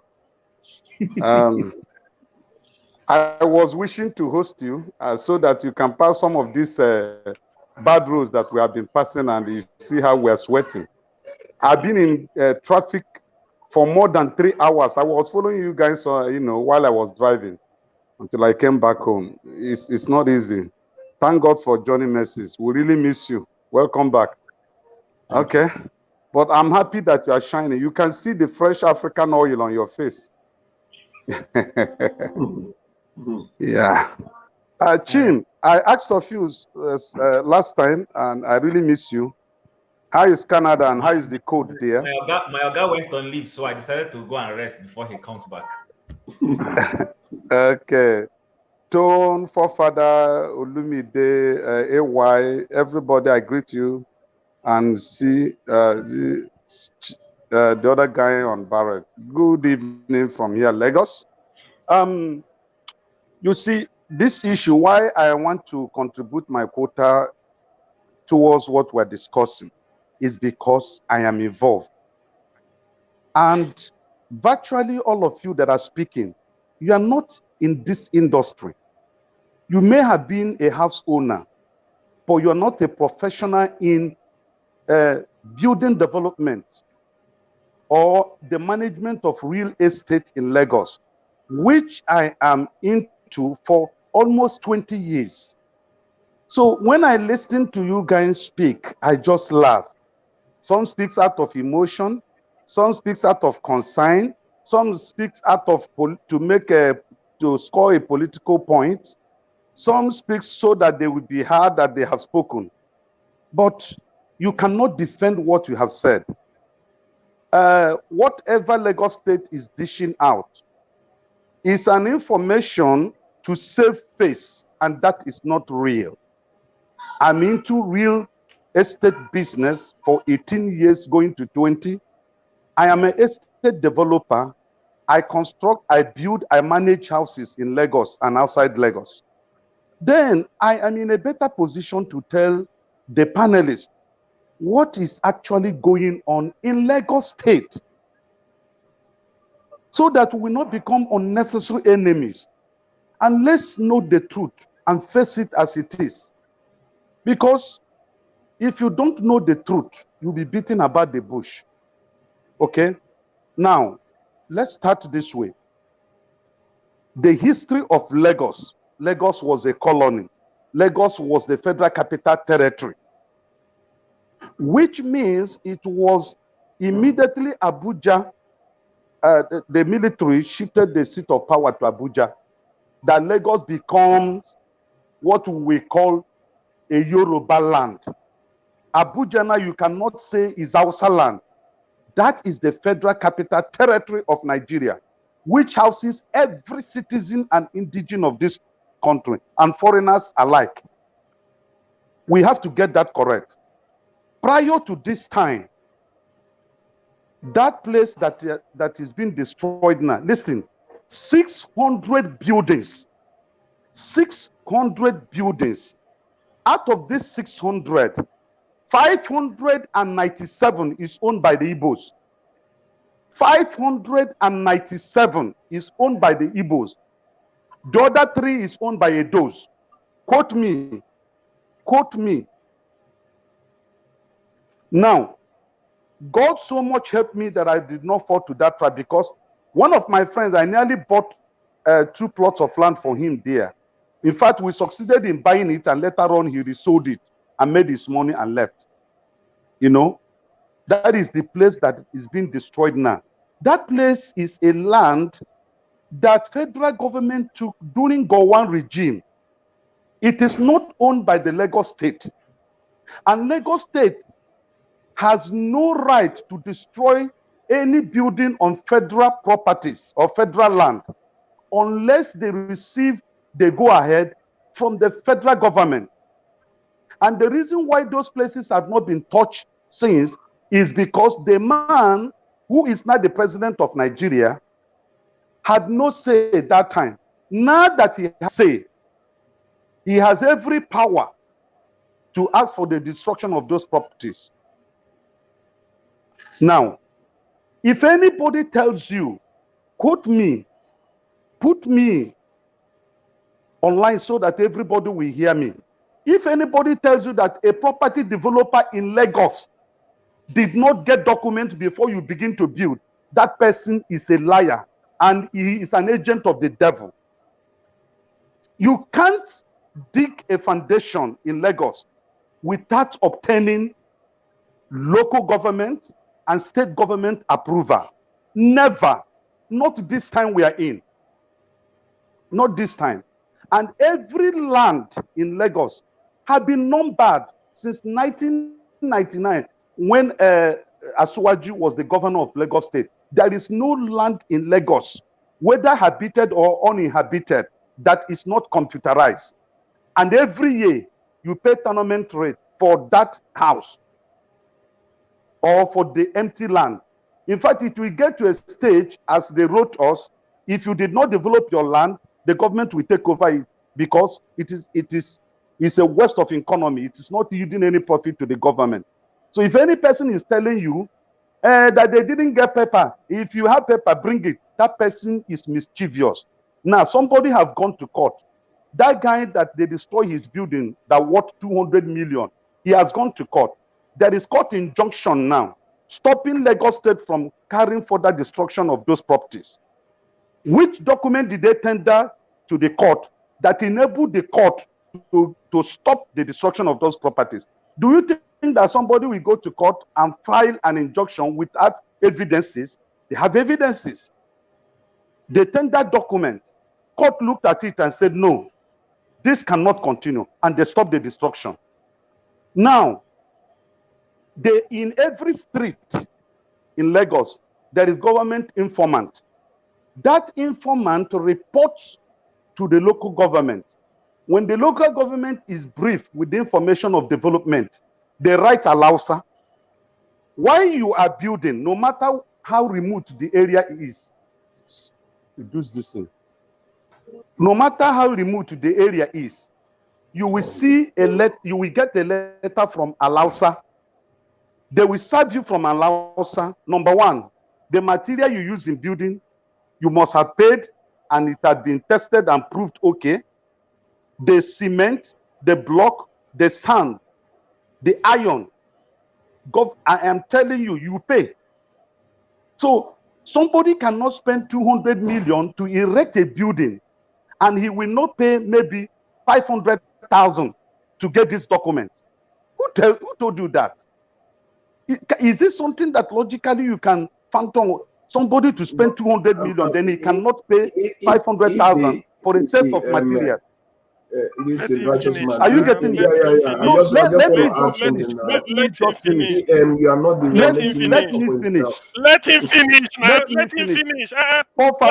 Let me finish. What sort of nonsense I've not been talking. Allow him to finish.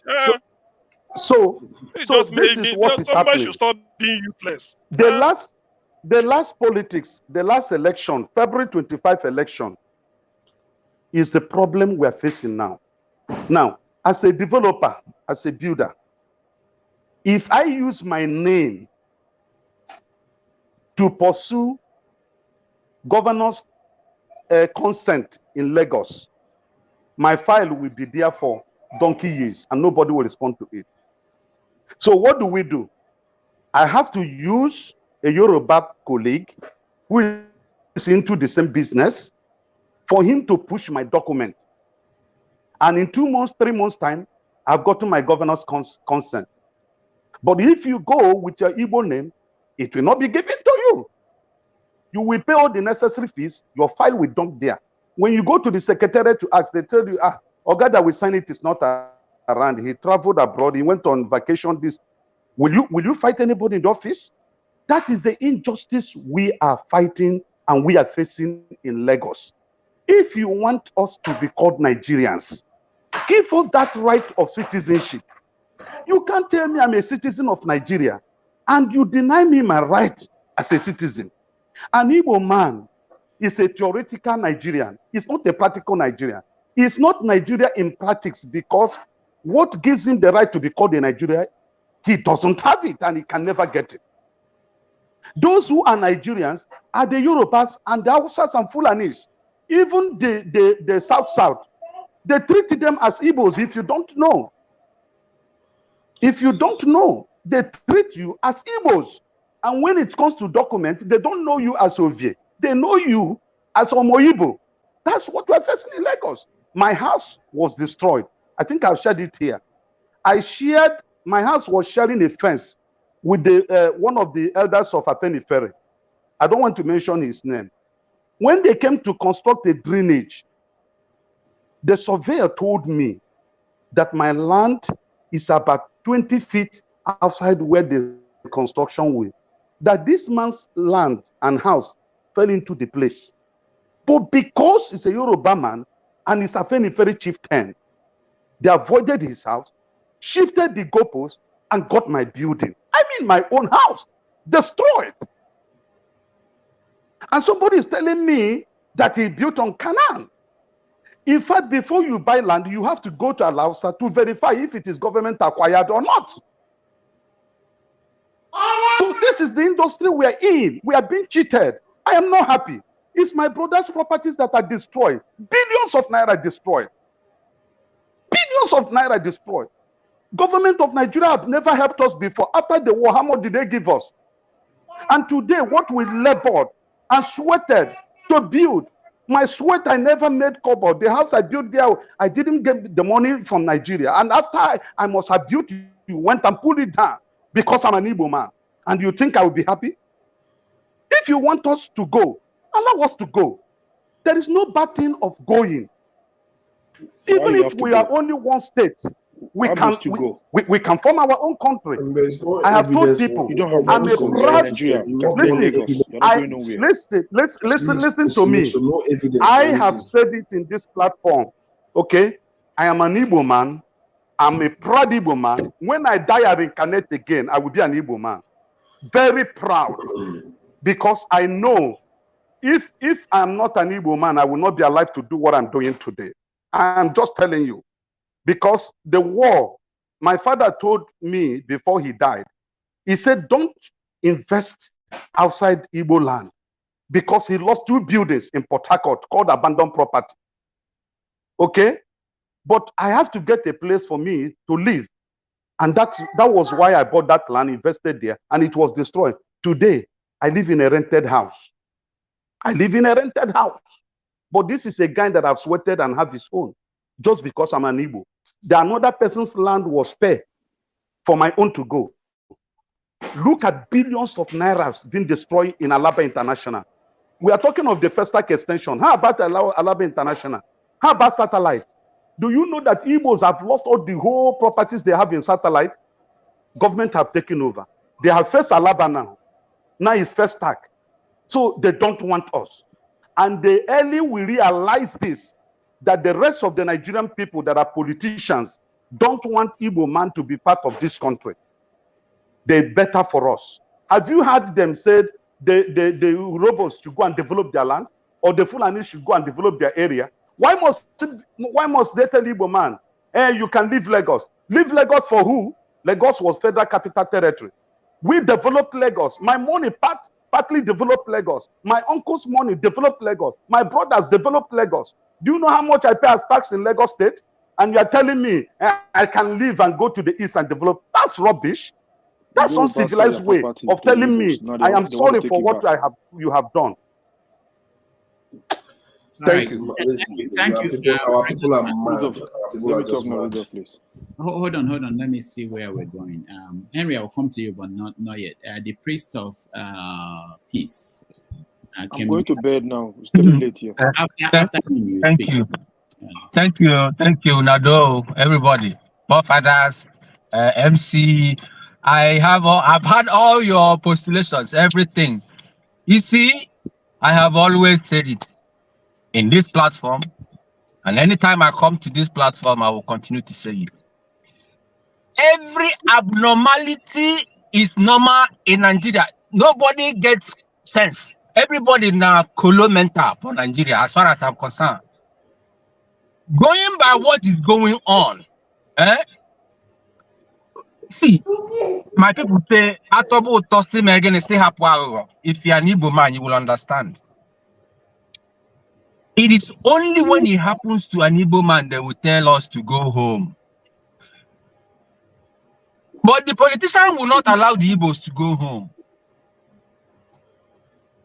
You see, if Nigerian system, because this is all about the Nigerian system, it is not about Igbo man, Yoruba man, whatever. It is about the system. The Nigerian people, we are not angry enough. You see, we come to Dr. Damage's platform, we will just talk. But we are not professing solution to Nigerian issue. We are just bouncing upon each other. What is the solution? Give us solution now. The solution is complete restructuring. You will ask me, how would this happen? To be honest, so I don't know, but I would say, from my own opinion, is it possible? Yes. On the other hand, it might seem impossible. It might seem impossible, but it's possible, because if there is will, what is happening in Nigeria, in Lagos, shouldn't be happening to the Igbos. The other guy from Onitsha, I heard what was. I grew up in Onitsha. Fege brought up now where I grew up. My papa get house for Onitsha. Me, I get one too. My father was a lieutenant in the Biafran army during the war. That I'm saying this in passing. And righteous man said something. Exactly what my father said. Said, I will say it in an Igbo adage. If you marry outside your tradition, you sold your soul. You have sold your soul entirely. Listen, see here, Rudolph and everybody here.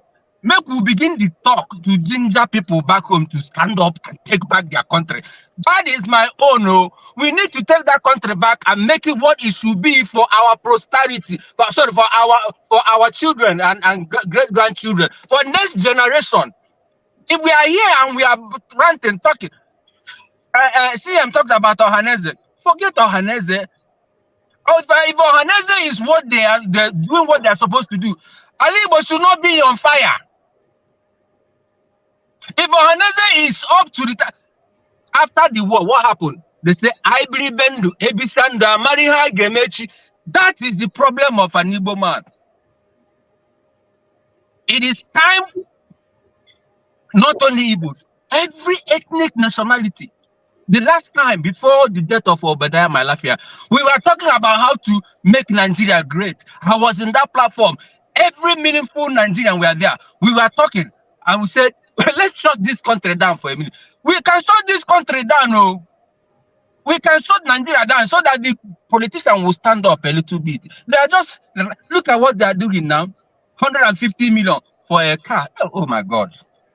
God help us. You see, what else can we say? It is time when we come to this platform, we will tell Nigerians, they are listening. We will tell them what they need to hear. I am sorry about a righteous man losing his house. It's not his fault.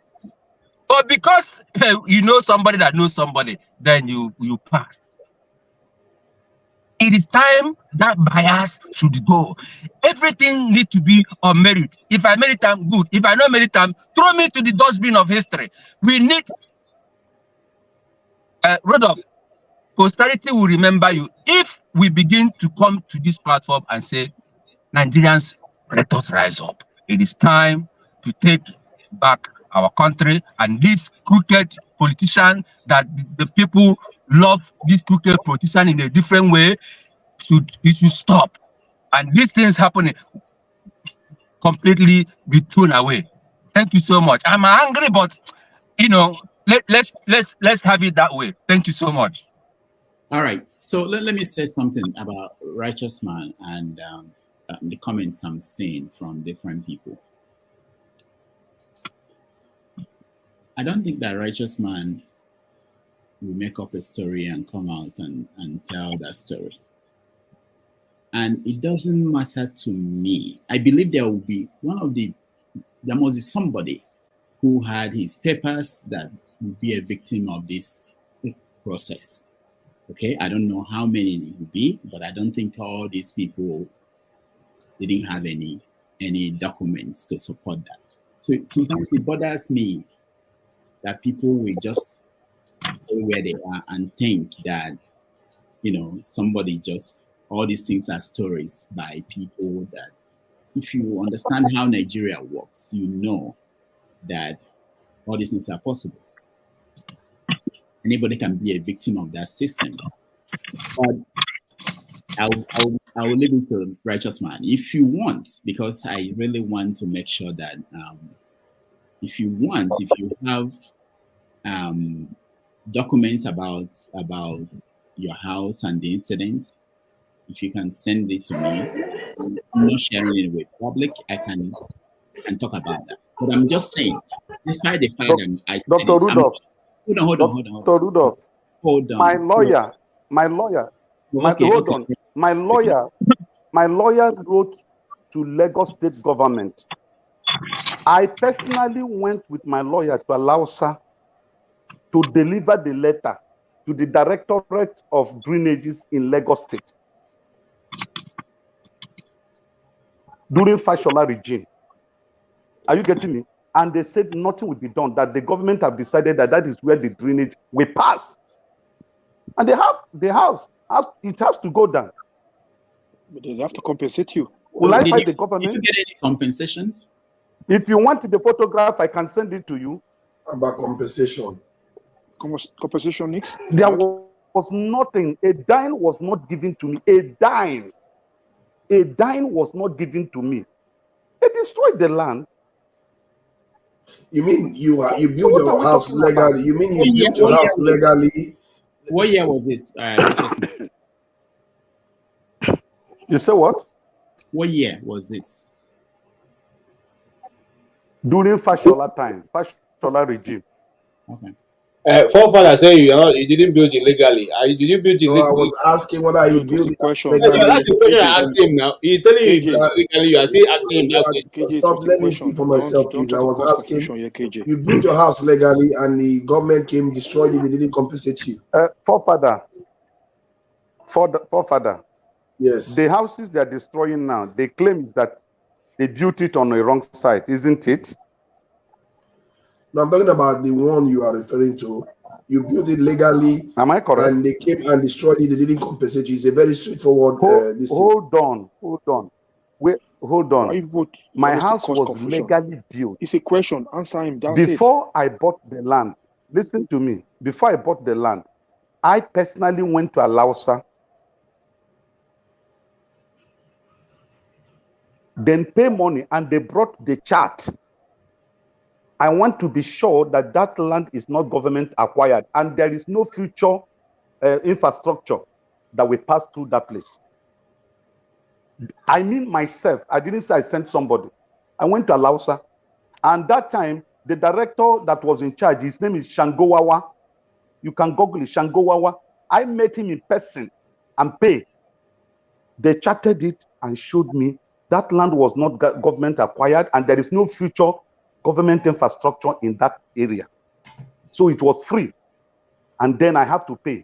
I bought it from a woman whose child was trying to travel to Italy and she had no money. So she has to sell that land. That was how I bought it. So okay. And I they started didn't developing give any documentary evidence that when I the started land developing is legitimate. You see, the thing with Nigeria is that we don't operate based. Did they give you document to show that the land is free for you to buy? Who is asking me that question? No, I'm the one asking whether they gave you the evidence. I mean evidence, because when people say you say you saw something, the courts don't care about that. They want to see evidence that you have evidence that this land is free. Forefather, it is a business that I'm into. Let me educate you. If you want to buy land in Rudolph, Lagos, it's not in my the turn first yet. thing you go, you will go to Alausa to find out if that. All right, righteous man. Land is free government acquisition. Has bought before, whether it has a C of O or governor's consent in another person's name. When these things are cleared and you are sure that you are dealing with the original owner, then you can effect payment. Government is not going to give you any letter to tell you that that land is free.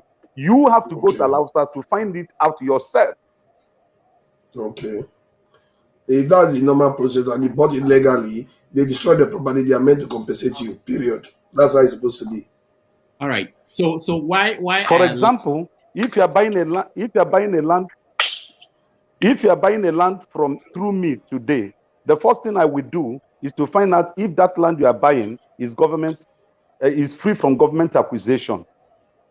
Once it's free from government acquisition, and I find out that it doesn't have a C of O or governor's consent or deed of conveyance in another person's name, if the title of ownership is original and genuine, then I will tell you, send your money and pay. The land is genuine. That is just it. So government is not going to write a letter and send to you and say, go and pay. The land is genuine. No. And to start with, who are those who are selling the land? Are they not Yoruba selling the land? Is the Igbo man that comes to Lagos to sell land? It's still the indigenous of the land that sells this land. You're wrong. It's the Oba of Benin that is selling the land. Yeah. Okay. Hold on, guys. Thank you, righteous man. This is what I like when we hear from people who have understanding. I also, when I went to Lagos, I listened to a lot of people who were victims and who got letters already written to them about their land, and they were worried. And when forefathers were saying something about compensation, I know people who have gone through things in Nigeria and they were not compensated. It's easy for us to say in the Western world and think that all these things happen where we come from. They don't happen. Nobody will listen to you. And until you become a victim, you won't know that the Nigerian Who says I've not been a victim? I didn't say you are not. I don't know you well. I don't know whether you are. Nigeria happens to everybody. Yeah. Let's see, you can't escape it. I wouldn't even suggest that somebody will be compensated in Nigeria. Yeah. Nobody can escape the chaos in Nigeria. After Henry, AY. Henry, go ahead. Rudolph, first of all, let me ask you a question.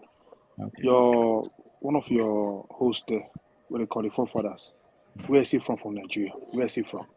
Are you serious? Yeah, I'm serious. I have told you. I've said it earlier. My tribe is Nigerian tribe. Yeah, because did you just join us? Pansat tried that it didn't work out well. No, for my time, I'm serious because every time he come in to attack other tribe, I'm not attacking. You are insensitive. Maybe that's what I need to be. Yeah, no. You're not a human. Then Henry. No, because you have to strike a balance. No. People are the victims. You have to worry about the balance issue. Henry, please. Maybe. Henry, please, just a minute, because thank God sir, you said it. It is forefather that called a Biafra scientist. He called them Boko Haram. He called them Al Qaeda. Here, it's on record. He called them Al Qaeda. Seriously? Well, I beg, get out. What do you mean by seriously? Because I quoted because I brought up Edwin Clark. We're very nice yesterday, so you're just so angry. I beg, please. It's okay. Because I said I read the biography of Edwin Clark. Edwin Clark was the former minister. Edwin Clark was the former minister for information under Gowon. Edwin Clark said Edo man Ogbemudia suggested at the cabinet that since we fought with these Biafrans and look at their scientific exploits, is it not better for us now to take all these their scientists, put them in the Ministry of Science and Technology, and use them as the base for Nigeria to launch into scientific advancement? He said that was opportunity missed. Because of that, they have to topple Gowon. Edwin Clark, minister, wrote this in his biography. What forefather said was, of course now, they are right. How can you fight with Boko Haram and you want to put them in your army? If America fight with Al Qaeda, how can they be part of Al Qaeda? This is how Igbophobic he is. But he'll be laughing. That's why when you ask him where he's from, he will say no. The question I wanted to ask. I beg you. Ofala is Igbo. Look, forget it. We know ourselves. Forget that. Anybody can claim anything. Anybody can. What I'm trying to tell you. See, let me So talk when now. Let me talk. I'll when go you to are bed saying now. this It's thing, getting late here. Henry, your time is about to finish up. Okay, go ahead. Sim, finish up. Sim, finish up. okay, see, okay, yeah. So now the question I wanted to ask, but Rudolph, sometimes when somebody take on me, you allow me to reply the person why he's here. The question I wanted to ask to a righteous man because he's left, how will he feel that in this day and age, somebody is saying, Bello came here to say, last week he said he was happy that destroying Igbo properties. This week he said why they shouldn't have a seaport in the east is because if there is seaport there, they will use it to import weapons of mass destruction. Have you heard about that before? And we are one Nigeria. Have you heard about it? This is somebody's thinking. And when we react Yeah, to it's one something like person's that, opinion. people will say you are too emotional. Then Tom came here to tell me calm down, calm down. Didn't he listen to it? If we have a seaport in the east, we use it to import arms. What stops me? We are born scientists. What stops people at Yoka to manufacture arms? Did we import the one we used in Biafran War? We manufactured it ourselves. That's why they closed down the Department of Chemical Engineering, University of Nigeria and Sokati today. It's not in session. Just Google it. Nsukka has no Department of Chemical Engineering because of that. So what are they talking about? Look, whether Nigeria like it or not, Rudolph, let us talk about the second topic about Nnamdi Kanu. Ndi Igbo, we are going home, whether you like it or not. No, let me finish. All right. I'm not finished. Henry, your time is up. Let's go to AY. I'm just kidding. Henry, finish. Henry, finish. Let Henry finish. Yeah. Oh my God! Everybody's speaking at AY. Yeah, I was saying these things because I was asking this question because I'm a proud Benin man, and I remember Benin. When I die, I come back to this world again. I'll be a Benin. You are Team Biafra. You are Team Biafra. Because we are authentic. We Benis are authentic. We welcome everybody in our state. I have a problem. The Yoruba said this land to the people there. I don't care if it's Igbo or their tribe. They sold this land to them. Before they start building these buildings, they have permission from the state government. None of you here who standing here against this, supporting this havoc the government is doing in that state, that they don't know what was going on before they build these buildings. Maybe some are illegal, but some have the document. You not tell me those estates they have there, they don't have some document, or the government don't know this. It's only in Nigeria, who is a zoo, that government will destroy your complete buildings without compensation. Before they build this building to this level, living there for many years, the government could not come there to say, you know what, we want to use this place is illegal. If it's illegal, or maybe they have to pay for this. If not disturbing the erosion or the drainage, the government should find a way to make sure they pay fine for all these things. Or if they want to take this house from them, compensate them, at least something. You don't destroy houses like that. I mean, none of you here who is here now talking like this is easy. They will do something like this to you, to your generation. You will be happy. Some people will come and start bragging. I built a house very close to this, close to that. It's all a bunch of crap. Righteous Paul was saying what they did to him. Some of you here will not believe what he was saying. Only it's inhuman. A sensible person cannot believe what he's saying. Except Nigeria happened to you, that you will believe. I'm a pure Benin. I'm not against any tribe, but it's written in that Lagos there. Their sickness they have, the sickness they have there is this tribal bigot they have there. 98% of them are tribalist. Even your so-called president and that president wife said it about. I guess you see this video one time. The wife said before the election, you know, when tools come here to try to play like a pure, not pure straight Igbo man, it's all bunch of crap. I'm straightforward. I was born in Lagos. Yeah, my father was working with federal government of Lagos before he came back to Benin, University of Lagos. So when somebody starts to come here to be like, try to say I'm not biased, it's all bullshit. Say it as it is, straightforward. I'm authentic. I'm straightforward. I don't come here to make friends. If you like what I've said, take it. But it's not right.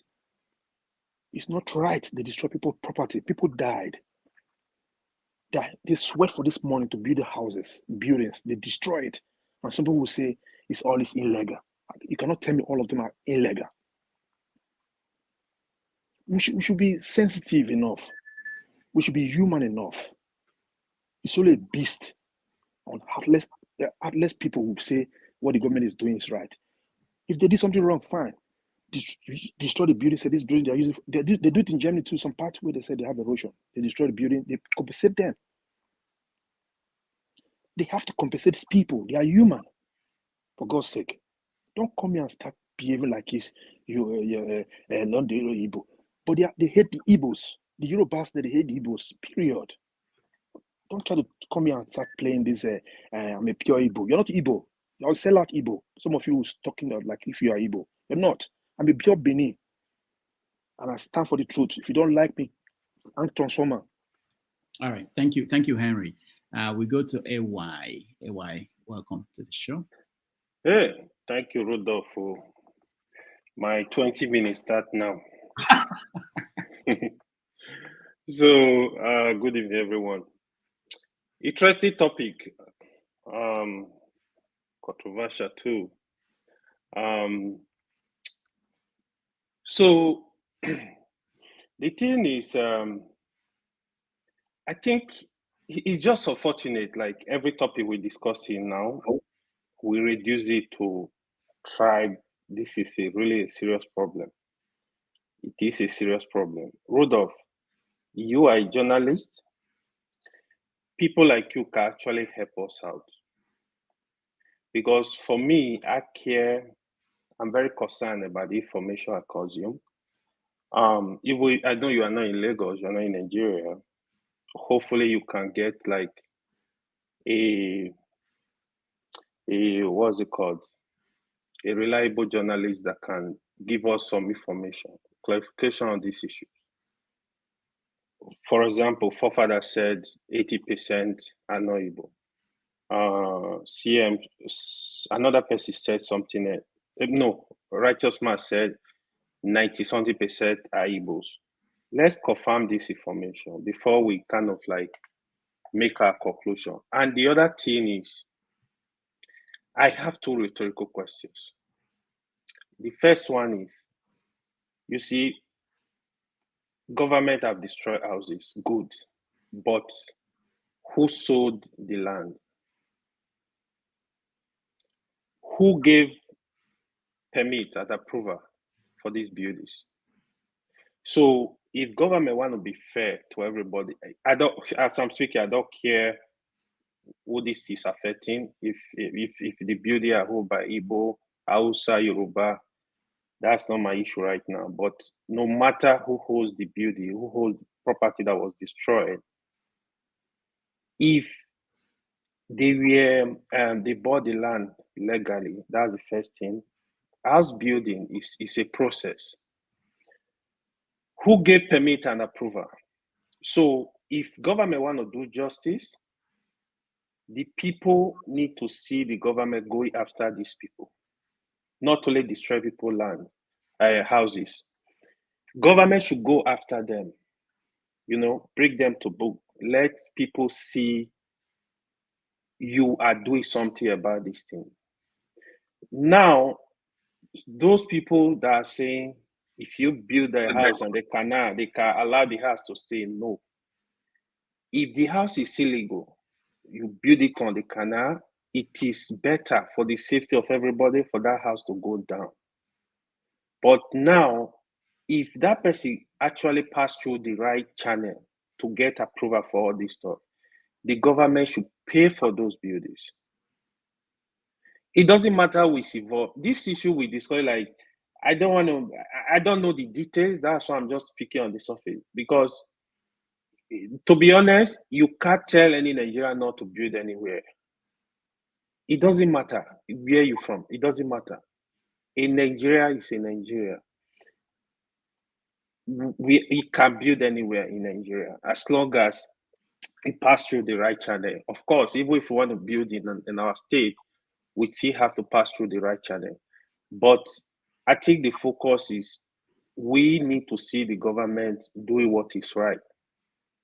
Yeah, if the properties were acquired illegally, the permit they were not approvals, and you build on these channels, yeah, then the house can go down.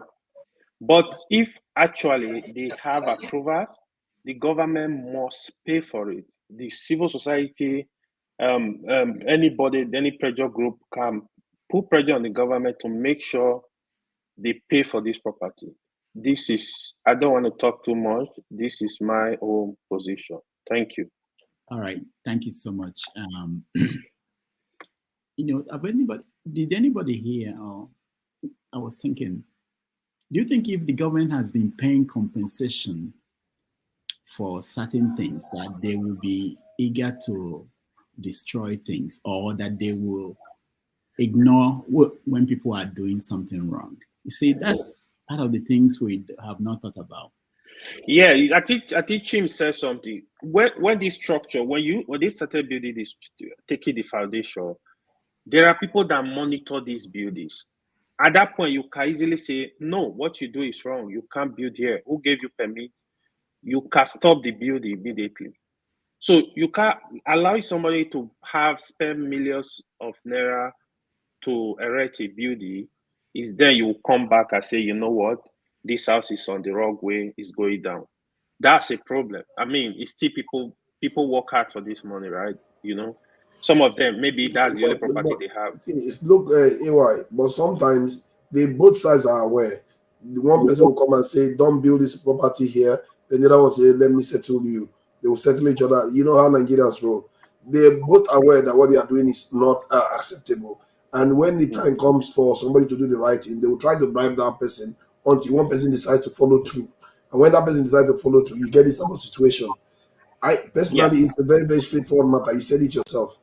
If they got the property legally, they will be compensated. I don't believe that in Nigeria, that case will not go away. People will complain and complain.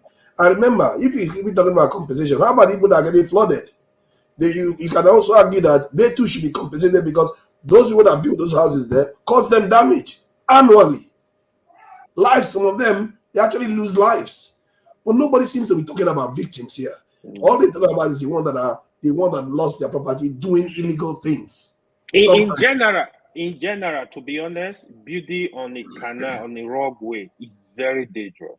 To be honest, water, you gotta let water flow. You gotta let building in the wrong way is very, very dangerous. It causes actually a bigger harm in the future. It's so easy for us to build and say, oh, relax on it. Yeah, go ahead, Jim. Sorry, I'm conscious there are some people who have come in like electricity, but I need to go. Just a quick comment and then I leave. When you see this issue of flooding, you know, let's get things in perspective. A lot of things can cause flooding. Flooding is not necessarily an outcome of canals being blocked. Maybe that is the easiest excuses governments in Nigeria, I won't even say Africa, constantly keep using. In 2013 in Calgary here, there was a city-wide flooding. For anybody who has visited Calgary, Calgary is one of the most developed and as in most well laid out cities in North America. But there was a flood even to downtown. And these are I was there. I was an eyewitness. Thank you. It was not because anybody blocked any canal. In fact, that is the base on which, you know, Justin Trudeau now is busy with all this carbon tax and all this carbon talk that Canada is carrying on his head, like, you know, it's the biggest deal in the world. While I am not a climate change denier, I'm just simply trying to say, I grew up in Lagos at a time where some of those locations where they are destroying today were not in existence. I saw flooding on Ahmadu Bello Way, NTA, owned by federal government, Central Bank minting and press on that same road, flooding for several years. It wasn't So because are anybody you blocked the arguing canal. that they chose to create the canal for no reason? If somebody blocks No, the no, hold gutter, on, hold on. there's definitely going to be somewhere. flooding. Can I finish? Please, can I finish? You're trying My to argue point that is, something else. please, you don't know what I am. You're not in my mind. So please, when I'm not trying to sing my song. When people are talking, I try to give them the distance to speak. Let me finish. What I'm saying is this. I don't want us to keep dwelling on this whole canal. And I'm not saying, let me caveat openly, I've said it here. If there is no reason anybody should build on, note my word, environmentally dangerous or unfriendly spots, I have said it, mine is clear. I'm pained that this thing is becoming an ethnic thing. I'm Igbo. Like I said at the beginning, it's a very sensitive touch. It does sometimes, people who may misunderstand you. I can bear with government, but my view has been, and AY has said, and many people have said it here, there is a process. Those houses are not popcorn. They are not mushrooms. They didn't just sprout from oblivion.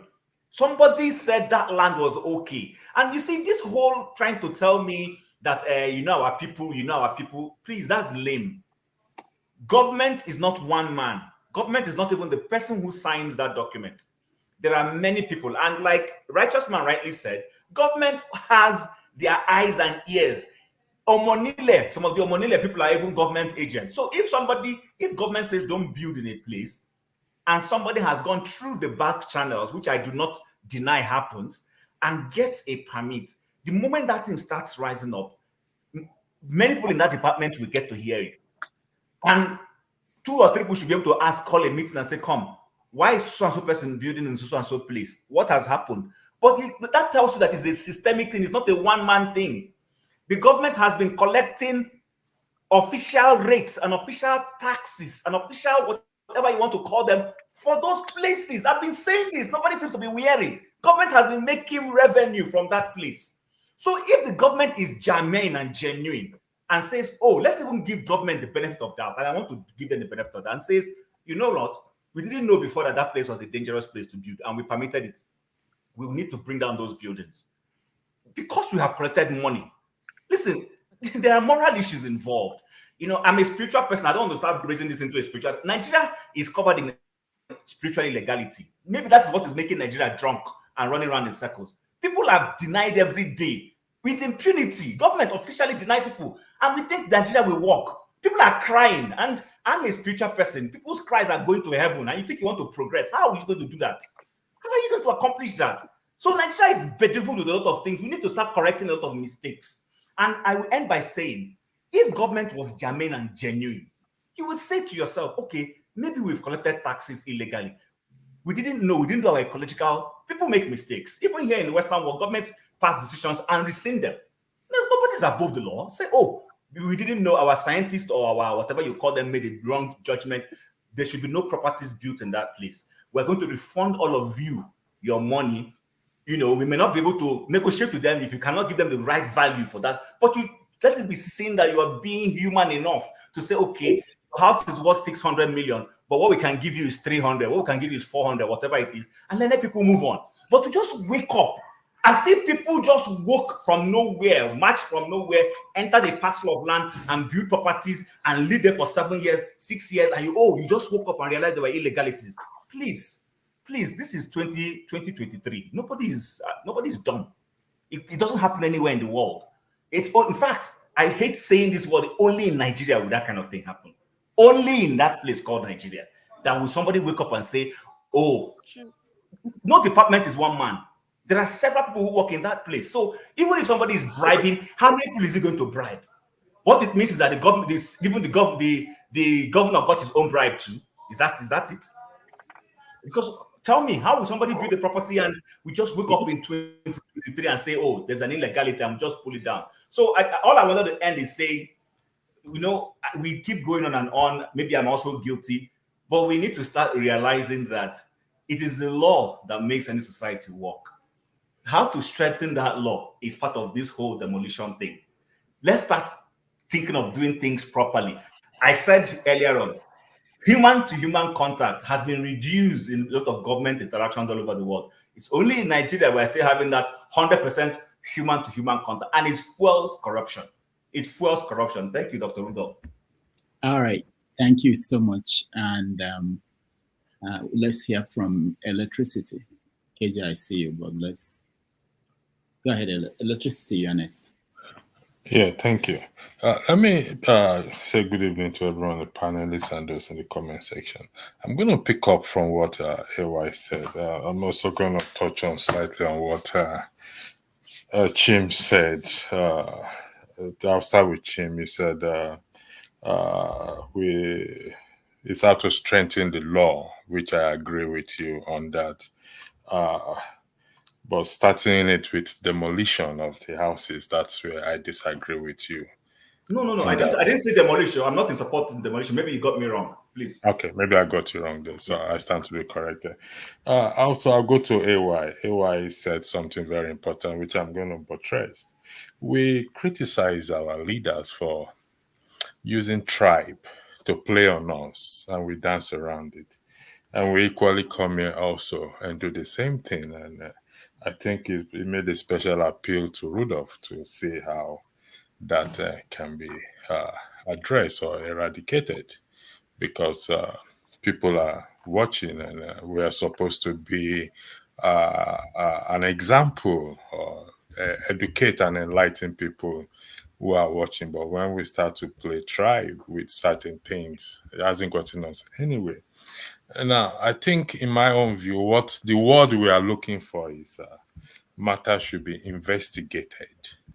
And everybody is guilty, the seller, the buyer, and the government, in issues when it comes to land in Nigeria. It doesn't matter where it's being sold or bought from, because the issue that is happening in Lagos is equally happening everywhere. If the government, the institutions, like what Jim rightly said, the institutions are functioning very well, we will not have these issues going on. And if the matters are actually also investigated by the government, then we will know who is guilty, who is at fault. Is it the buyer? Is it the seller? Is it the housing authority? Then that is how we will now start to strengthen the laws and our institution. It's a painful thing to demolish somebody's house because it's a hard-earned money they use in building the house. But we have to be surprisingly, nobody has ever, I don't know, I stand to be corrected. Lagos State has a very good planning development plan, which they don't follow, sadly, because of greed.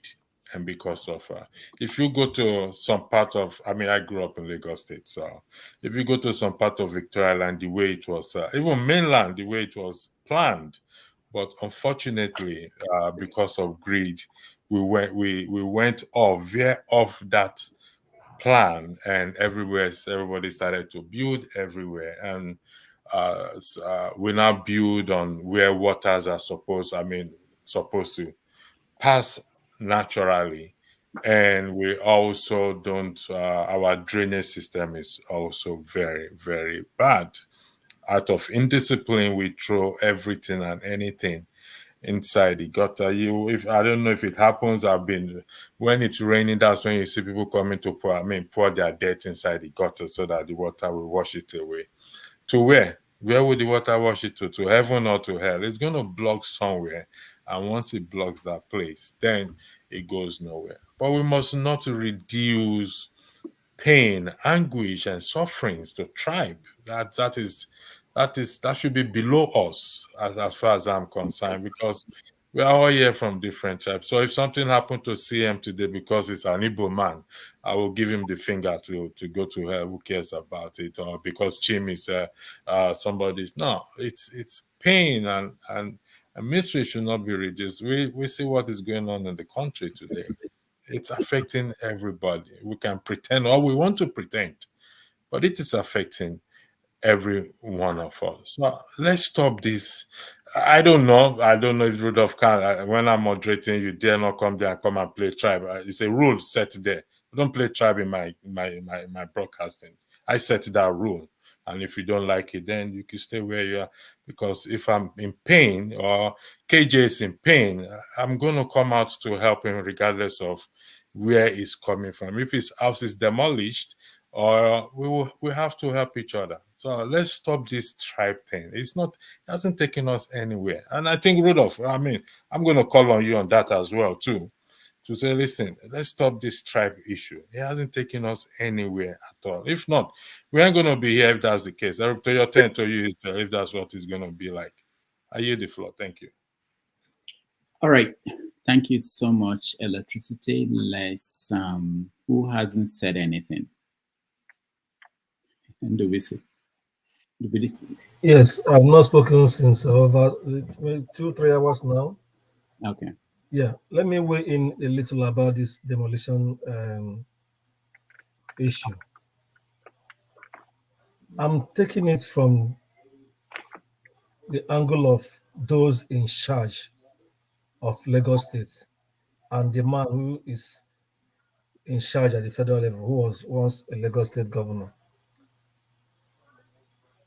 Righteous man said something that this land is a federal land and it has been there. You don't touch, the state government doesn't touch federal land, and the land was properly given out to those people. It was the Lagos State government couldn't go do what they wanted to do until now that their man is in charge. Unfortunately for them, majority of the owners, like Righteous man who is into that line of business, said are Igbo property owners. And they did this. And some of us are trying to say we shouldn't look at it from that angle. You can't beat a child and say the child shouldn't cry. It is clearly what it is. If people are saying they did it based on tribal, it's a tribal thing, that is what it is. Because if they are not being targeted, why should they go demolish the land? Okay, and if this land, as Righteous man said, majority of them have papers, why can't the government follow the due process like we have been saying here? You don't just wake up one morning or one night and decide to demolish. You call them to a meeting. There should be a discussion with them, with their lawyers and attorneys. Everything will be ironed out. If the place really needs to go, compensation plans will be worked out and enough time given to them to relocate to that to somewhere else. We know how hard it is now. Some people have invested their lifelong savings to build this, and they feel that now they've had the place of their own. They no longer have any issue with landlord problem of being a tenant in future. But you have returned them basically to ground zero now with this thing they did. So it is the impunity and lack of respect to the rule of law that we have in our country that is playing out. Whenever I'm in charge, I'll say I can do whatever I like. I'm the law myself. That is what these people who are in charge do. Like I said, I have many people from the Southwest as my friend. I was born there. I was born in Lagos. I have that they are very nice people, but some of them, particularly those who are in charge now, they are bigots, and that is what they are displaying. Somebody who is a good leader will not descend this low to do this kind of thing. If they say the country belongs to all of us, why singling out a particular area? Lagos, we know it's a swampy area. It's like almost like partly water, partly land. That is not the only area we have these things like that. CM knows our area where we grew up in Ajegule. There are so many swampy areas there. In fact, one of those areas that they call Wema area in Ajegule, there is a bridge and there's a long canal that stretches from towards Maitu to along towards Maitu to somewhere that area. Some years back during Fashola's area, they drained those places and it's now a motorable area. It's not a motorable area. They can do it if they want to do it. But what I'm saying is you cannot just come and just decide to single out the people and do this. And this rumor has been going on shortly before, after the elections, that this people will come back. And we saw what they did, hunting people down. You don't come out to vote because you're from this place. It is what they did. It's clear. What I feel the people can do now, like, okay, somebody has gone to court, as Righteous man said, and the court has given an injunction to stop it. And please let us take what Righteous man said. If you say we don't believe it, many of us have friends and families in Lagos. We can call them and find out if what Righteous man who is there in Lagos is saying is not true. So what I'm saying is it's just a reckless way of showing power. Power should be used for the good of the people. People voted for you and they didn't vote for. It doesn't matter. Now that you are there, so they have said you are the one there now. Show that you love all Nigerians by being fair to everybody. Don't still show that you have hatred for a particular people or some people, that some people don't belong. If somebody comes in today and decide to do the right thing for everybody, this agitation for I want my own country or whatever, we begin to slow down. But as it is now, like I said earlier in my earlier remark, Nigeria, we don't have a true country. There is so much impunity in government. Somebody comes in, decides to do things the way he likes. Even some who are experts, who know that this thing is wrong, they'll keep quiet. They don't want to advise the man that this is not the way to go because they are afraid. How many of us are they going to kill if all of us come out and say this is wrong, this is wrong? Some of us will just behave like ostrich and keep our heads to the ground. It doesn't concern me. And that doesn't concern me is why the country is going down by the day. We need a total rejig of the system. The system, like I said, the bottom lines for everybody to all ethnic nationalities to come down and sit there because everybody feels one pain or the other. But it seems that people from the south is my own part of people who complain more because we are both to talk. We don't see injustice and keep quiet. We are both to talk. Some of us. These things are not good. All right, thank you, WC. I can see the night shift. They are coming in, and Buddy is here. Okay, I'll put you on the backstage for now. This guy is here. Huh?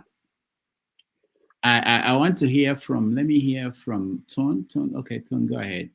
Sorry, when are we going to go to Dr. Rudolph? Dr. Rudolph, from last week, somebody has been putting me in the backstage while some people have not been reshoveled enough. So I think it's only fair. I'm not attacking you. I'm just saying generally to people that have the access to whatever and all that. So if you're reshoveling, can we just make it fair? Okay. Thank you. What I just want to say is just an appeal. CM, I know you're very upset. Everyone is upset. Nobody is happy. Please, But let us wait. CM alone. Say what you want to say. Leave me. No, please, leave me out of your discussion. Okay, that's fine. You've I'm called leaving you me alone. before. You called me okay. before. I wanted to reply to you. Rudolph didn't allow me. Now you come in again. What did I do to you? Please leave me. What is it? Leave me out of your discussion. Please. Okay, apologies. I'll Yes, withdraw forever. Withdraw. Okay, I'll take it back. And forever. So what I'm just going to say, listen, guys. What I'm just going to say, Righteous Man. I don't know whether you're listening to this. Dr.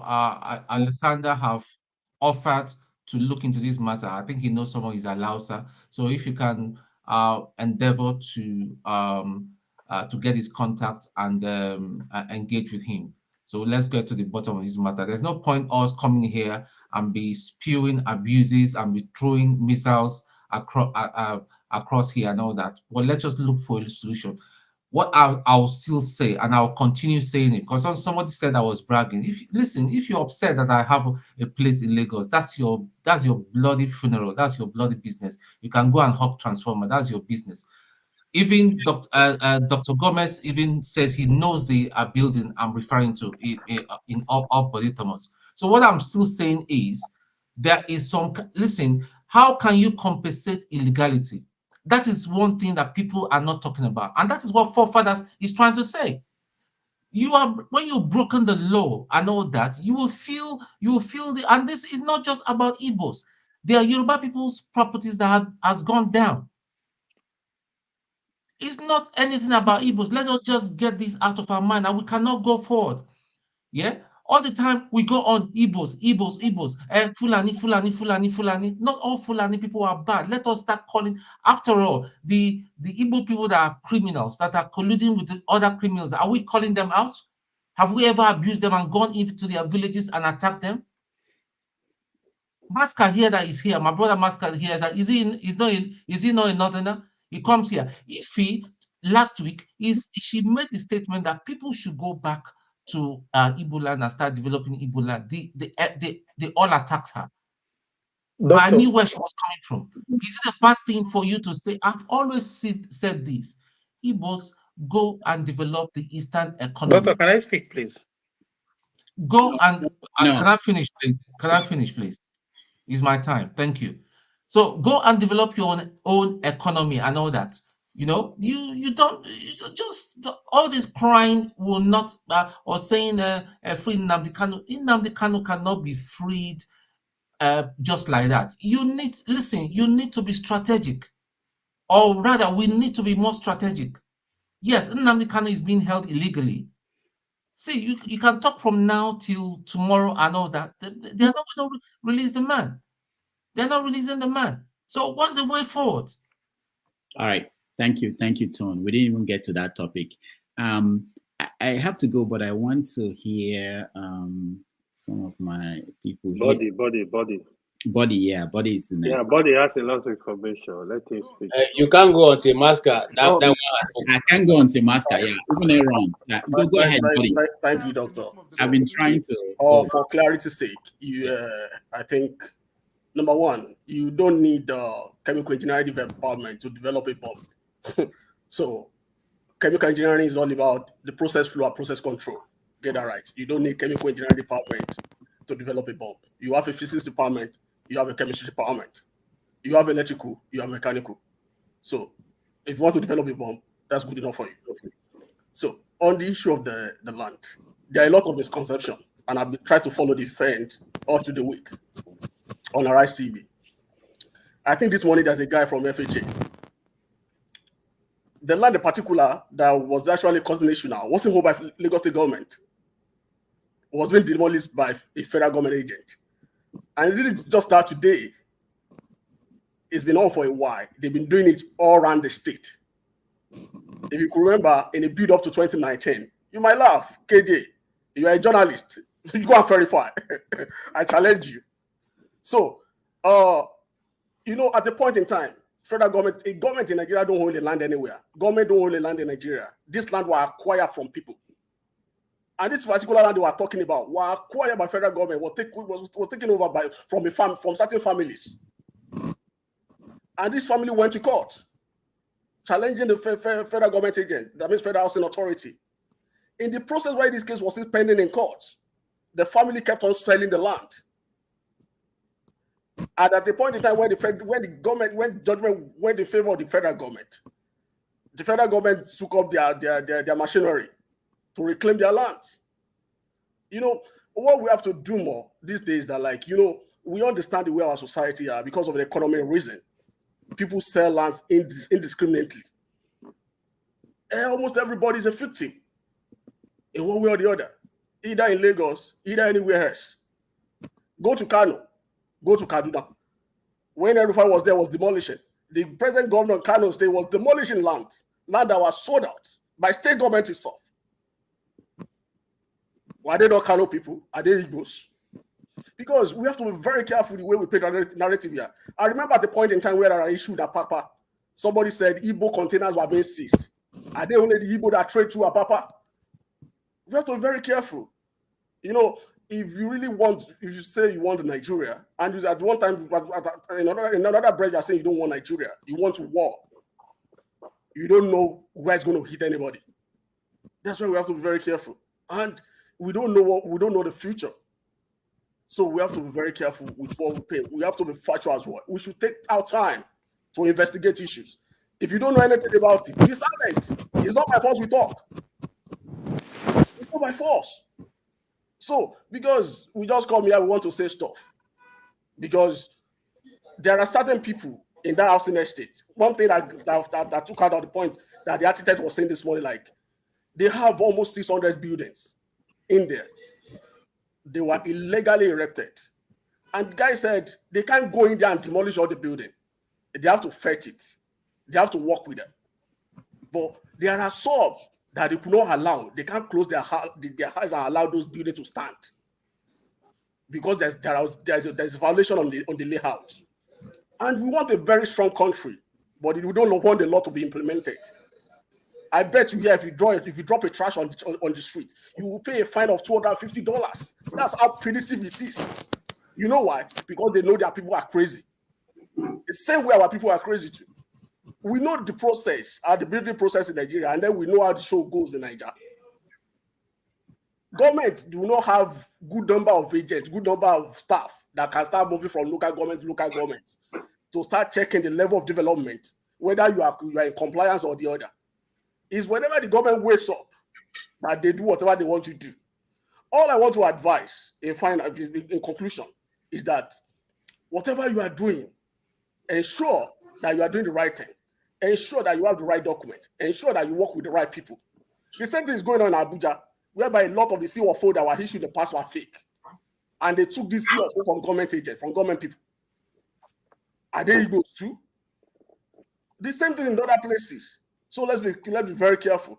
Like what Righteous Man was saying the other time that, oh, you have your way, you have your building on canal, and it was demolished because of canal. And then you have the CFO and the likes. If you could build house with 250 billion and challenge you, go to court and challenge that kind of demolition. If you have the right paper, sue the government. Let them pay for that. So thank you. All right, thank you, buddy. Please, can I respond? There's important issue he mentioned. Let me correct it before everybody will think that statement is right. All right, go ahead. My brother Budi, as far as Lagos State is concerned, please carefully listen to me. This is a business I'm into. It's not issue of being tribal. Every street in Lagos, the government has informant.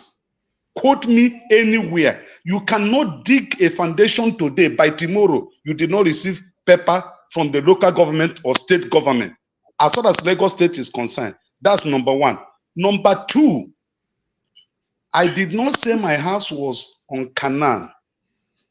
I said there was a canal to be constructed. Okay. My land was 20 feet off from the canal side. But because that canal, if it is constructed, it falls in somebody that is a VIP. They now shifted it because I met the surveyor. He told me that my land is 20 feet off from it. So where it fell into was a VIP personnel. They have to shift it to my side and not get my building destroyed. That's what I said. So please quote me rightly. So when we are talking about Kanu, it was politically motivated. And that is why the Kanu governor is paying for it now. The destructions he was carrying on was against his political opponent. Understand it. Nobody does destruction. You don't listen. You don't destroy people's houses. Okay, I want to ask you a question. Since the issue of this political dispensation, democracy, how many buildings have the government erected for low-income earners in Lagos that the citizens can pay 500,000 naira and own a property like during Jakonde regime? The houses, hold on. The houses Lagos State have developed. Listen, the houses Lagos State has built. A poor man, a salary earner that only depend on his salary can never afford it until he die. Yeah, but I know many places. In the same vein, that does not make you to violate the law because government is not building small houses. Does not make who violated the law? How do you prove it? It is the court. It is the court of law that says somebody has violated the law or not. This is a federal government. This is a federal government. My brother, listen. My brother, listen. My brother, listen. That land, Festac Extension, is owned by the federal government, and that land was not gotten from families. It was taken 1977 during Obasanjo regime. If you don't know it is the federal. Every land in Nigeria is owned by the government. There is no individual that owns the land. What point is every land in Nigeria is owned by the federal government. All right. So thank you. Maska, you're next. That one. I thought I would. Okay, well, let me. Yeah, that one. We gotta go. It's in London now. At least I'm very happy that I've made a good friend and a brother. Now KJ is my brother, so at least I feel I've achieved something. All right, good evening, everybody. I think Righteous Man, I need to correct you on a couple of things. Okay, The reality also is that, yes, you might be in that business, but you need to also go and do a lot of enlightenment for yourself. You talk about federal government owning land. There is no, within the constitution in Nigeria, federal government cannot own land.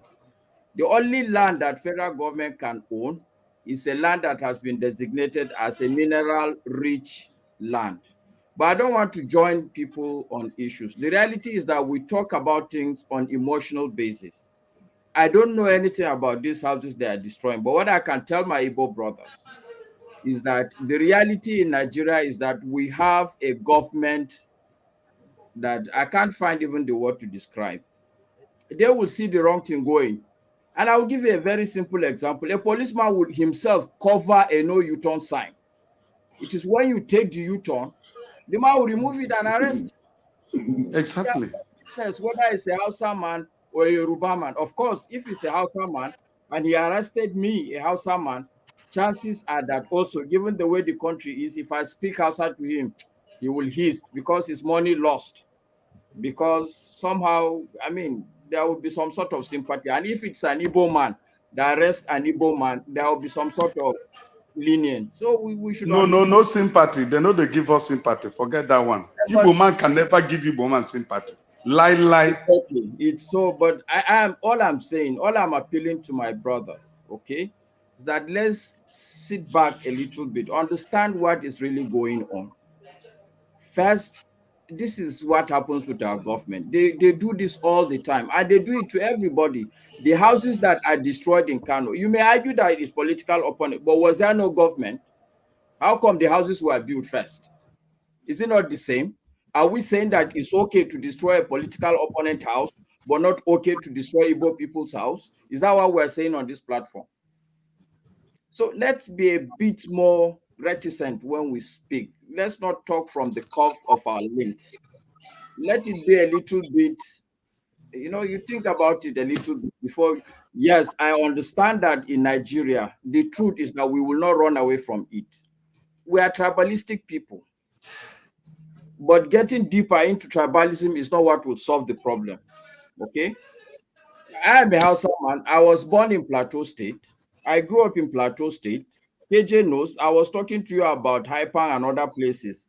But the truth is that I have to leave the state because the reality is that the indigenous people there are not happy with the Hausa people. And I can understand that because I believe in the Hausa people, they don't play their cards well. Okay? So I'm just saying that as a people, there's a saying in my place that somebody is maybe you have to help us, Mr. Rudolph. Oh yeah, I'm hearing the noise. I was thinking it was coming from you. No. Most people here, they are muted. Well, it's okay now. I'm sure the person has muted, and thank him for muting also. Okay, so my singular point is very simple. See, it's not unusual in Nigeria for Nigerian government to allow a house to go up and subsequently turn around to come and destroy it. It's not unusual. So let's not be surprised.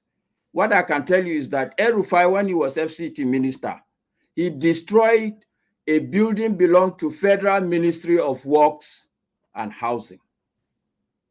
This is Nigerian government. Federal Ministry of Works and Housing has gone to erect an illegal structure.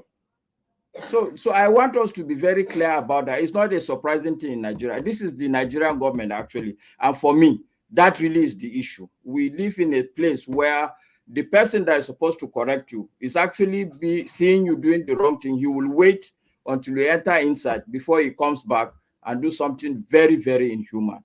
Yes, maybe it's Igbo people now that are suffering, but I think this is what we should collectively talk about. We should not be allowing that to happen. Secondly, I think also that on this platform, even if the truth is that, yes, we all have our own initial, if I come here and I start abusing Igbo people and start supporting Hausa people, nobody is going to be happy. I have my reasons why I can have some grudges against the Igbo people. I'm a human being. Even the Igbo people, they cannot claim to be perfect.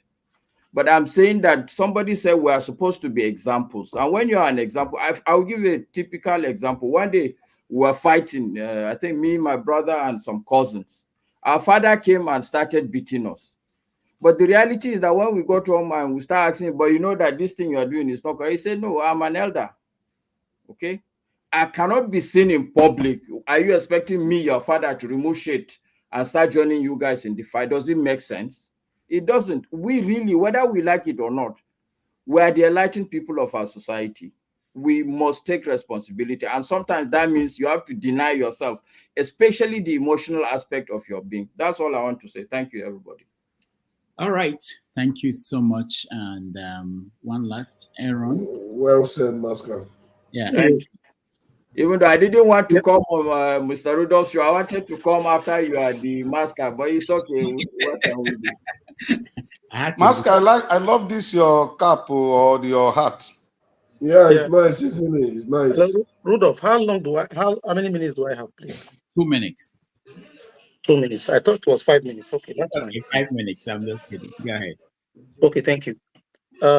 I joined because I don't want to call names because there was one particular statement somebody made. I think I don't want to mention them anyway. He talked about you don't want ethnicity. If he was the one anchoring the program, he would not want ethnicity to come in. First of all, I'm not from an Igbo. I'm not an Igbo man, but I understand exactly what is going on.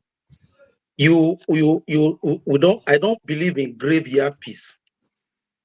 You see, sometimes in 2015, there was a leaked phone call conversation. I'm not going to call names because it was not confirmed, but nobody denied it. A lot was said in that 22 minutes phone conversation about what will happen to Igbo properties, especially in Lagos. It was said nobody came to deny that audio conversation. A lot of people who are coming here to talk about, oh, you build in the government this thing, do they think that we forgot that phone conversation?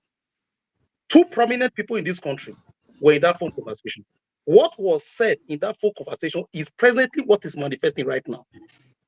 We are witness to the 2023 presidential election. Exactly. We saw Sorry, which people? You have to name such names if you are making such a big claim. I'm not going to call it, but you know exactly what I'm talking about. I want to know. That's what I'm asking. I'm going to help Rudolph platform. That's why I'm not calling him. Allow him to talk now. Don't interrupt him. Don't interrupt him. Don't interrupt him. He doesn't want to name names. Don't interrupt him. Dr. Rudolph, what nonsense is this? I better speak up. Speak up. I don't think I have I don't think I've said anything wrong here now. Please tell forefathers to just stay calm when I'm talking because I have not made reference to him. I do not believe in coming to stand on the fence. You are neither hot, you are neither cold. You see truth, you'll be navigating it and be going here and go here. Say the truth. You are a man. Stand on the truth. When you see exactly what is going on, stand on it. The government saw a property. I see some of those properties. One column, I'm an engineer. One column on some of those properties that these excavators were bringing down is up to 1 million naira. You saw a beauty. The planning committee in the state. The federal government has all of these things. Who gave them the papers? Who gave them authorization to even first of all start building? Then the building got erected. People have been living in those houses in the middle of the night. You come at Demolition and you are coming here to tell me that, oh, it is normal. You didn't build this thing. You didn't build the right of way. You didn't do this one. You didn't do this one. No. Some people said they got 1 hour. 1 hour to vacate their premises. We know what is going on. So let's not pretend about it. Don't tell me it's because they built on this thing. Those areas are Igbo-dominated neighborhood. Dominated area. So don't tell me that because they built on this thing that we know you in the election. Are you going to deny that what happened in the election didn't happen? Are you going to say that people were not denied voting rights because they came from Eastern Nigeria? Edo State inclusive. I'm from Edo State. So let nobody come and pretend here. Let's say the truth. The problem of Nigeria, we all know the problem of Nigeria. But the truth is this. The problem of Nigeria can only be solved by revolution. And that revolution will never happen. You know why? Because of tribalism. Because of tribalism. And this political elite knows that that problem can never be resolved because we will never be able to come together to solve the problem. Because when you want to come together, this person will say, oh, it's my brother, it's Tinubu that is there now. they will start to defend him. When somebody once said that even if Buhari, if a person from his side, northern Nigeria, eats somebody's leg, eat it, that is not going to criticize the person. Eat human being leg because it's from their region. That is the same problem. If a dog person is there, a dog people will protect it. So Nigeria is not one. We are forcing ourselves to be together. The tribalism will never allow the restructure of Nigeria, which will eventually make Nigeria a great country. We are only just wasting our time talking about it. For me, the solution to this problem, because I have told you the reason why, the only way Nigeria can be a good country, a progressive country, if we will restructure Nigeria. And the restructuring of Nigeria will never happen because certain people will never allow it to happen. Tribalism, specifically because of tribalism. And we can never move forward if we cannot agree. Some people will be thinking of different things, some people are thinking of progress, some people are thinking of completely different things. There is no way we can forge ahead and progress as a country. The only solution to the problem of Nigeria, I don't believe in just talking and talking and talking. What is the solution? Break it up. That's the only solution. We are not one. We are not one. Thank you. All right. Thank you so much for that contribution. You never reach my turn. Now my turn now.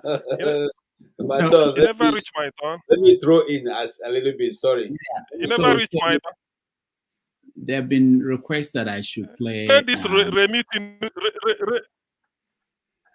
yes, play the Remi Tinubu video. First Lady of Nigeria. Play the video.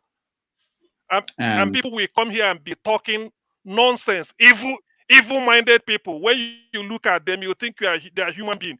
Play this video, let them see. They are coming here to friend, stop insulting people here. What's wrong with you, man? Control yourself. Stop insulting people. I beg you, stop. All right. Did I call your name? Did I call your name? Listen, you're an embarrassment. You're an educated man. Stop giving. Look, calm down, gentlemen. Calm down. Calm down. Listen. You are too chameleonic to speak to me. You are too chameleonic. What can I meet people? Play the video. All right. So hold on, CM, everybody. I think there's certain things I'm learning as we do this, as we go along. I think it would be very helpful, if people come on the platform and air their view and leave, especially, by now, we know each other. Leave other people alone, air your view and say your point. And, that will help. I don't have any joy in shouting and trying to get people out from the platform. So that's one. The second thing I want to also say is that there's something that forefathers said now, there's no evidence. There's evidence for everything in Nigeria.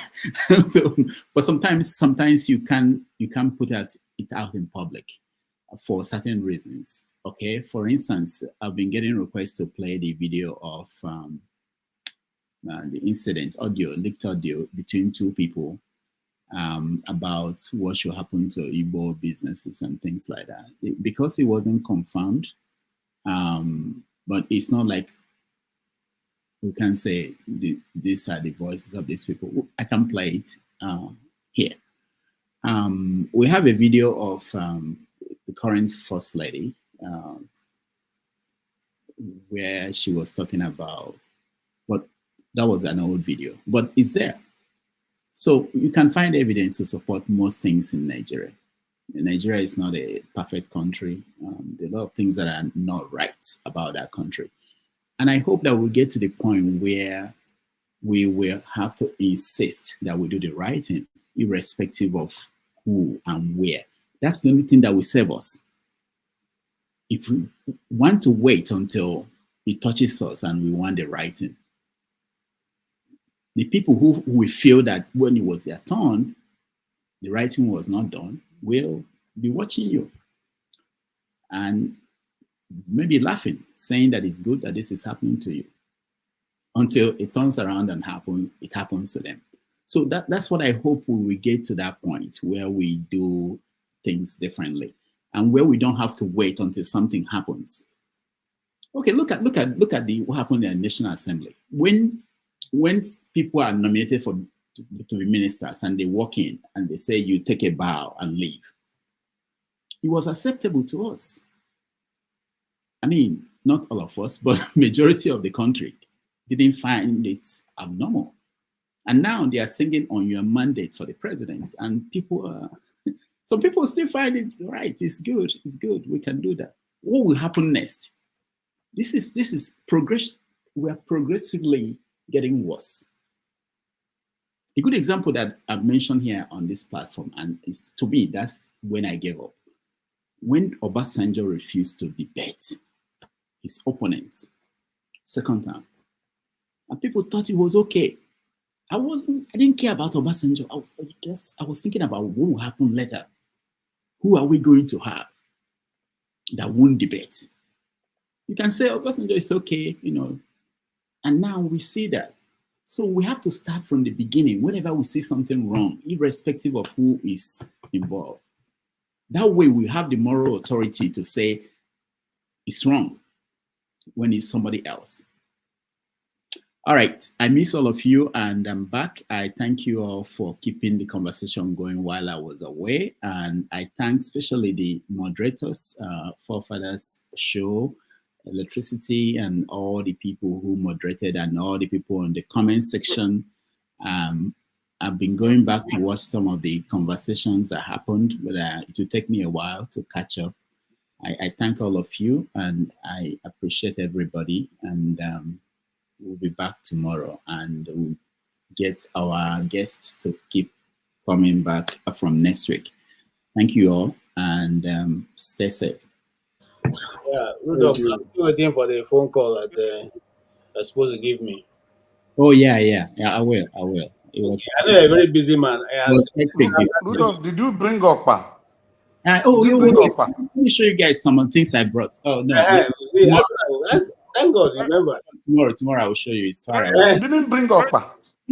I brought a few things, yeah. Righteous man, I need your phone number, righteous man. I need your phone number, please. Righteous man, your phone number, please. All right. Thank you, everybody. Okay. Righteous man, I gave your number to Dr. Alexander Gomez. He will reach out to you. All right. Thank you, everybody. And who is he? Sorry, who is he? He will tell you who he is when he calls you. Okay. All right. Thank you. All right. See you guys. Thank you. Yeah. Now, finally, in the hand of Abacha's younger brother. Come on, you know I'm very nice. Each other I like to have evidence when people make claims. That's all really. Okay.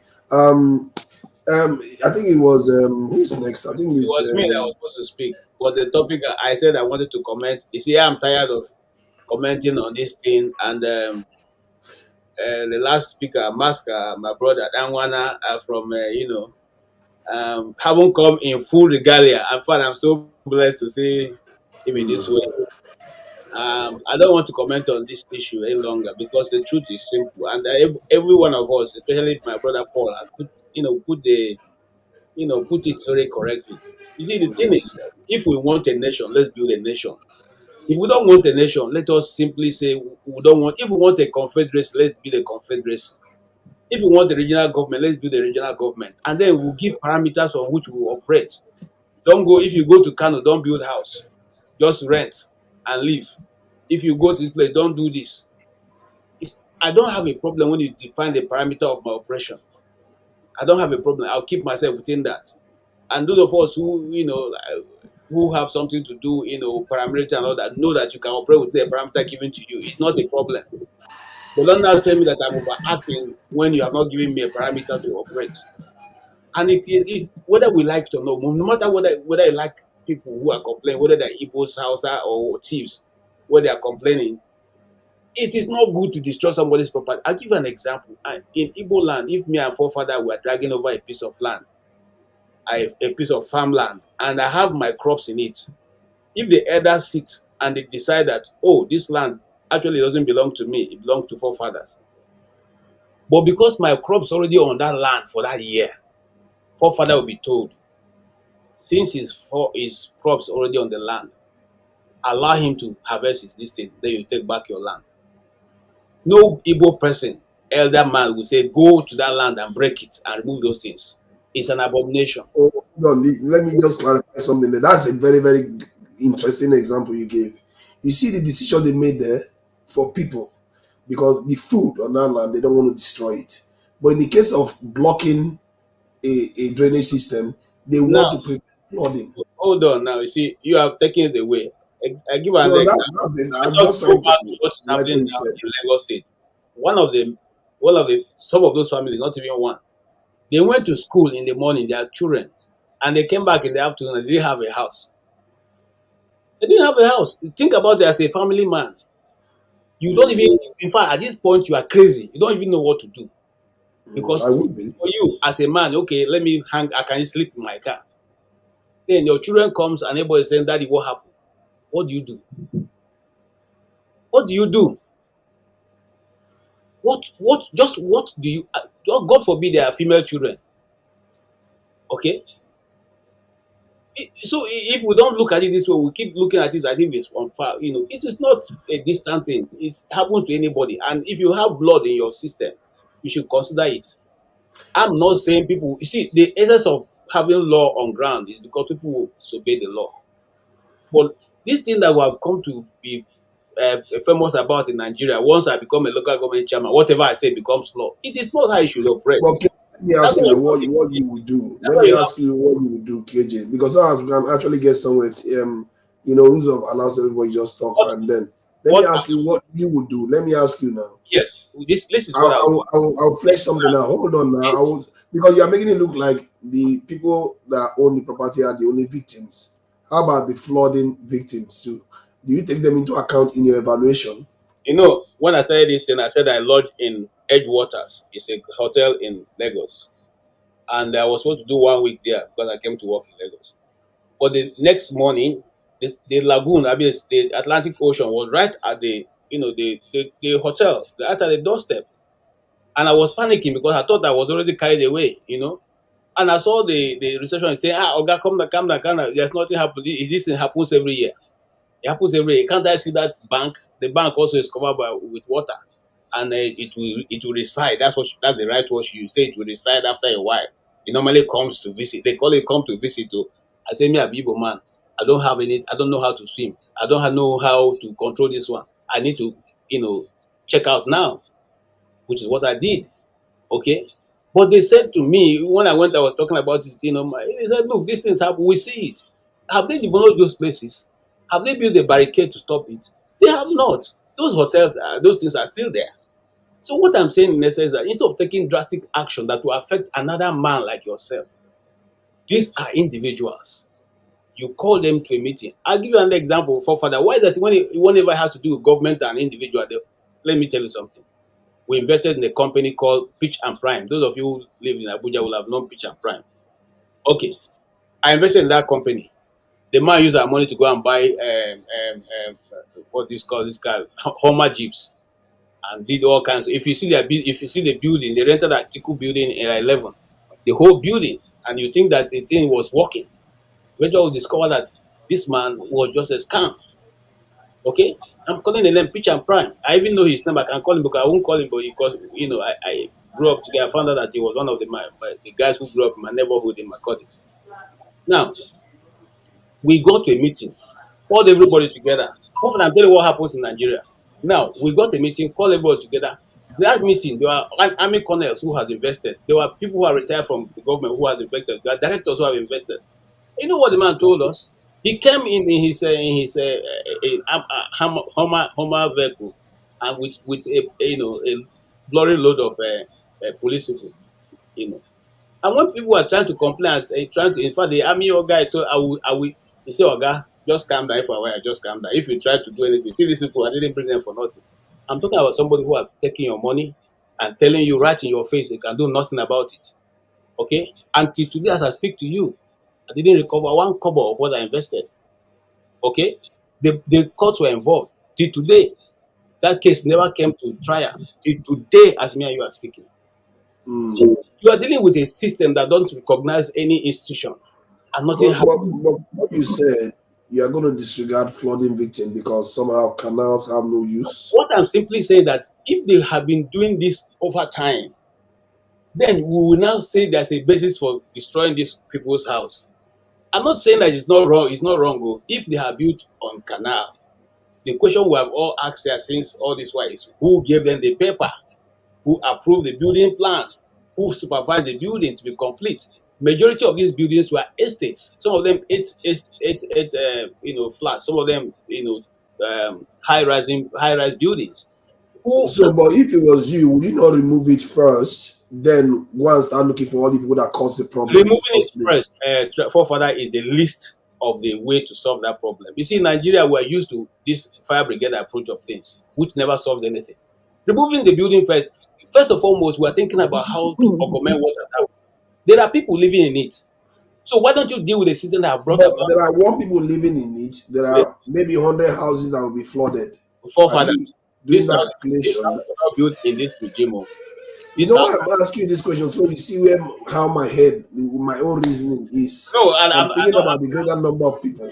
Listen, why I'm not agreeing with you, because first of all, it's the human individual. That's the individual in the thing that matters to you. That should matter to anybody first. But those 100 houses have individuals in them too.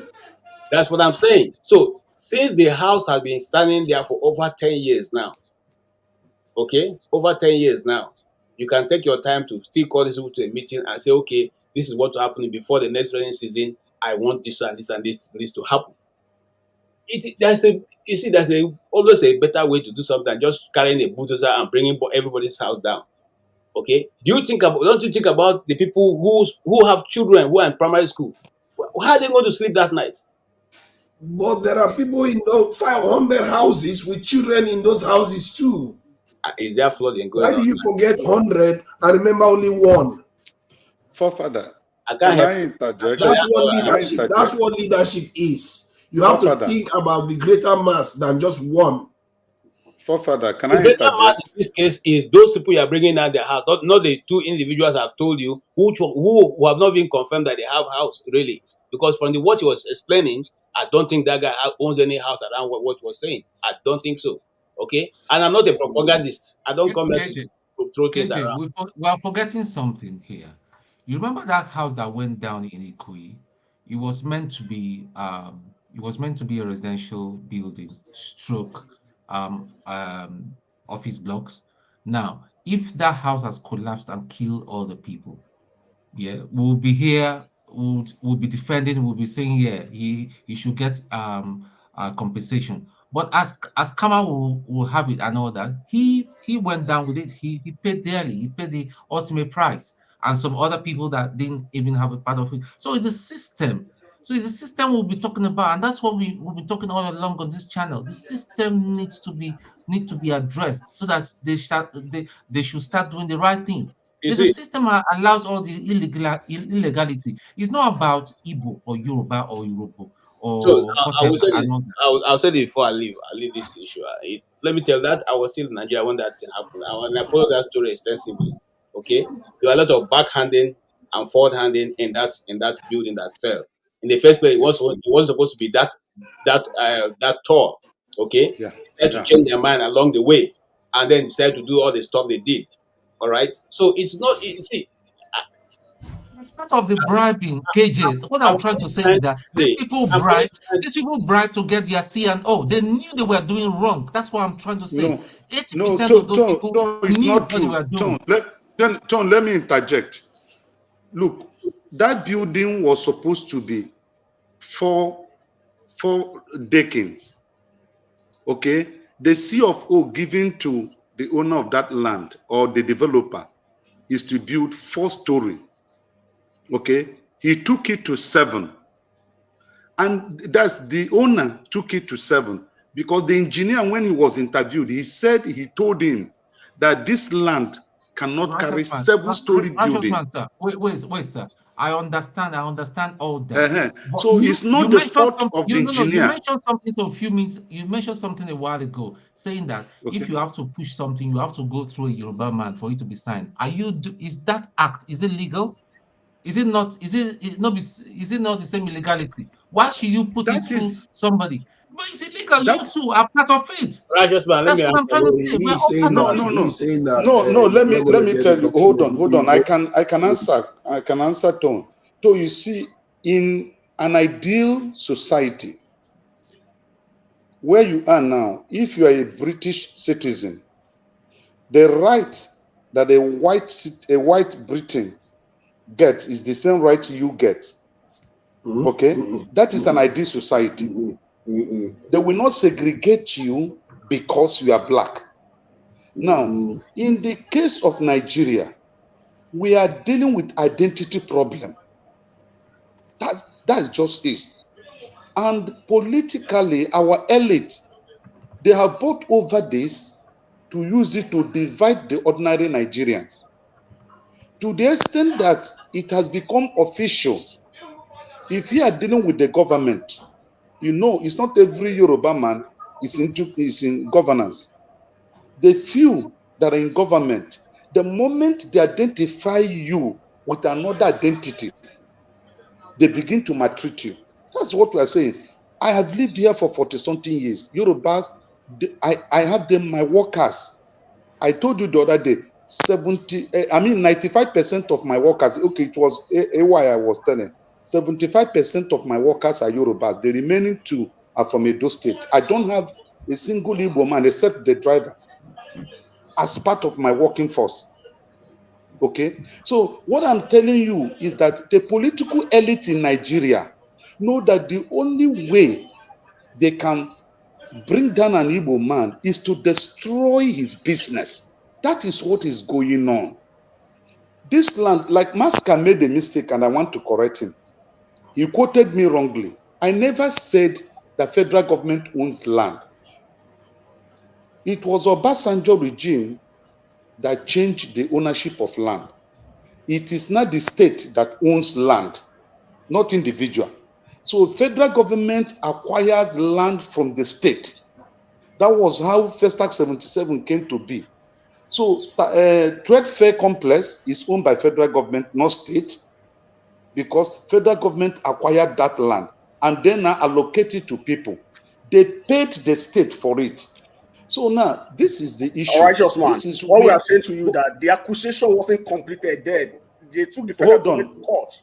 Go and check it. Hold on. What I'm saying is this. FHA, Federal Housing Authority. Budi, can you hold on now? Let me finish what I'm saying. Budi, let me finish what I'm saying.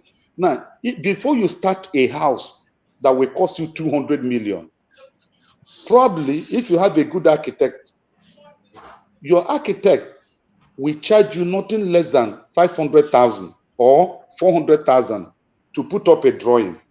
Now, that drawing have to go to the state for approval. Righteous man. Hold on. It has to go to the state for approval. A minute, just a minute, please.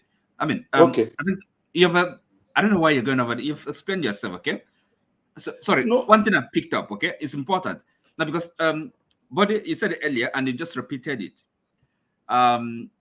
In other words, you're saying this thing, I mean, at least one area is about land ownership. Who owns land? Okay, isn't it? That's one area. Yeah, the right. recent one. And therefore, so if that is the case, this issue of people building, in other words, we're not dealing with environmental issue, environmental protection, and therefore the question about flooding shouldn't arise. Sometimes it's just confused issues. I don't understand what's going on. Some people should follow their thoughts, logically. Let me quickly clarify. One thing is to, the FHA, presently, FHA owns the land. You understand? No. So for me, the thing is this: it's not about the environment. It's not about flooding. Somebody building on where they should not build, but rather dispute over land. Who owns what? Okay, and such a thing, you cannot take such a drastic measure. I mean, from nowhere and start destroying properties. And then somebody is trying to kind of realize Sorry.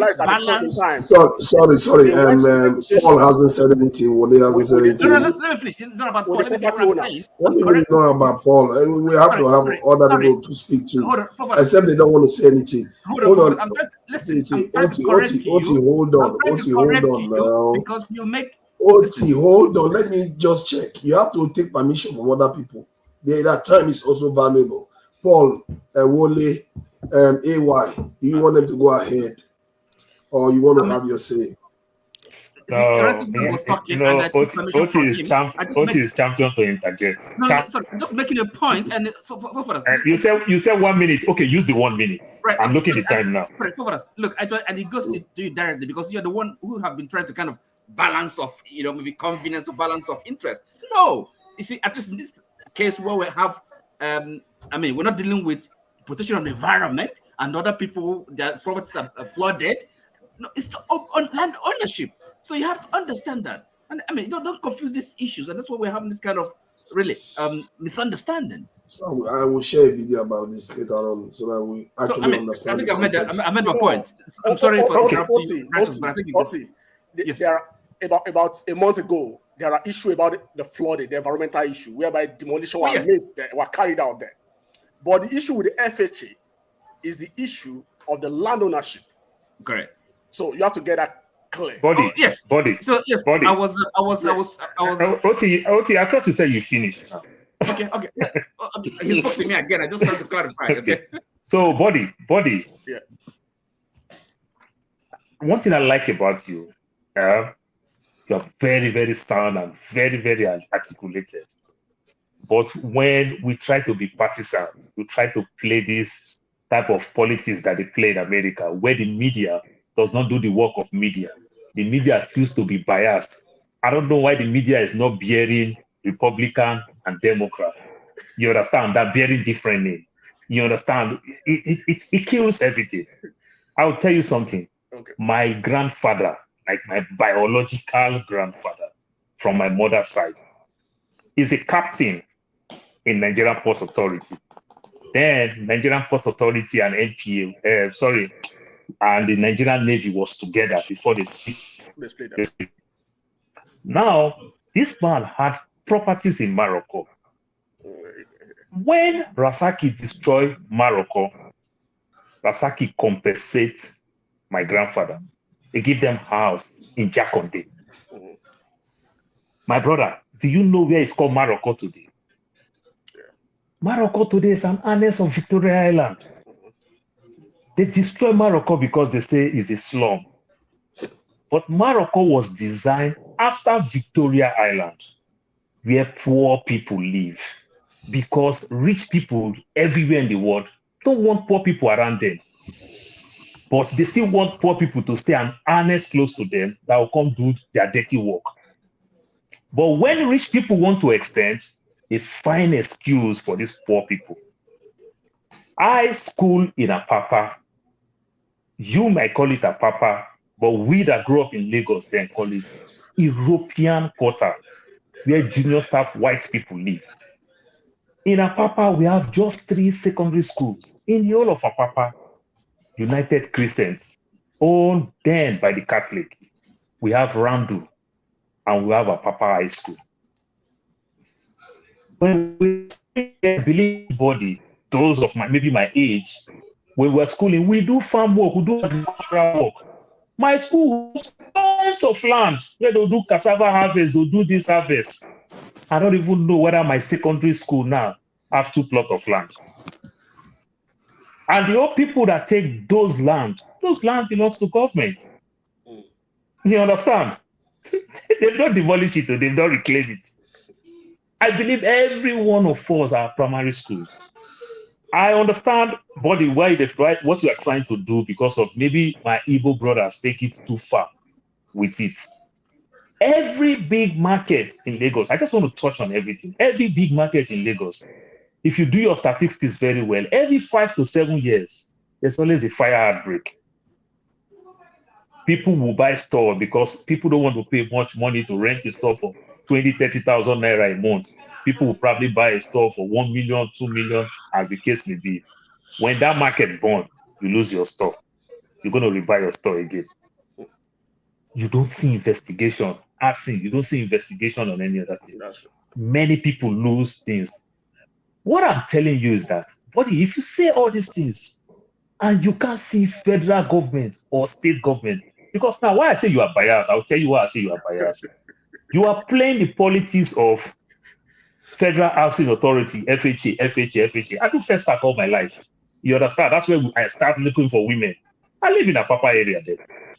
Oh, so when you talk about FHA, you are not talking about Ajada that are demolishing houses. But There's no some FHA of us, there. our wives are listening. No, let them not think that we're Yes, I never get white baby at that time now, so they go understand. You did talk about Ajada, they are destroying properties. All I'm saying is that look what happened just last year in Magodo. Because that place happened to be the elitists. Okay. State government, someone who tried to manage it when there, even ordinary DSP, junior police officer, talk to governor and say, I can't do anything. Disrespect the governor. And the governor could not do anything. Do you know why?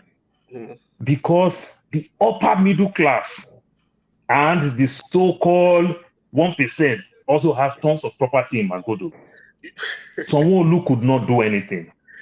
Let's tell ourselves the truth. Buddy, we know all this story. Buddy, all I'm telling you is that I am not standing here telling you that everything that happened to these owners of these properties, that good percentage of them, they do it the wrong way. But the state government also encourage it tremendously. Like I said, there is 10 of us here. I can send money to 9 of you, your Nigerian account, and all of you will give me tons of that you receive the money. Can we assess anything about government, state government, federal government, local government in that way? The answer is no. On that aspect, government has failed.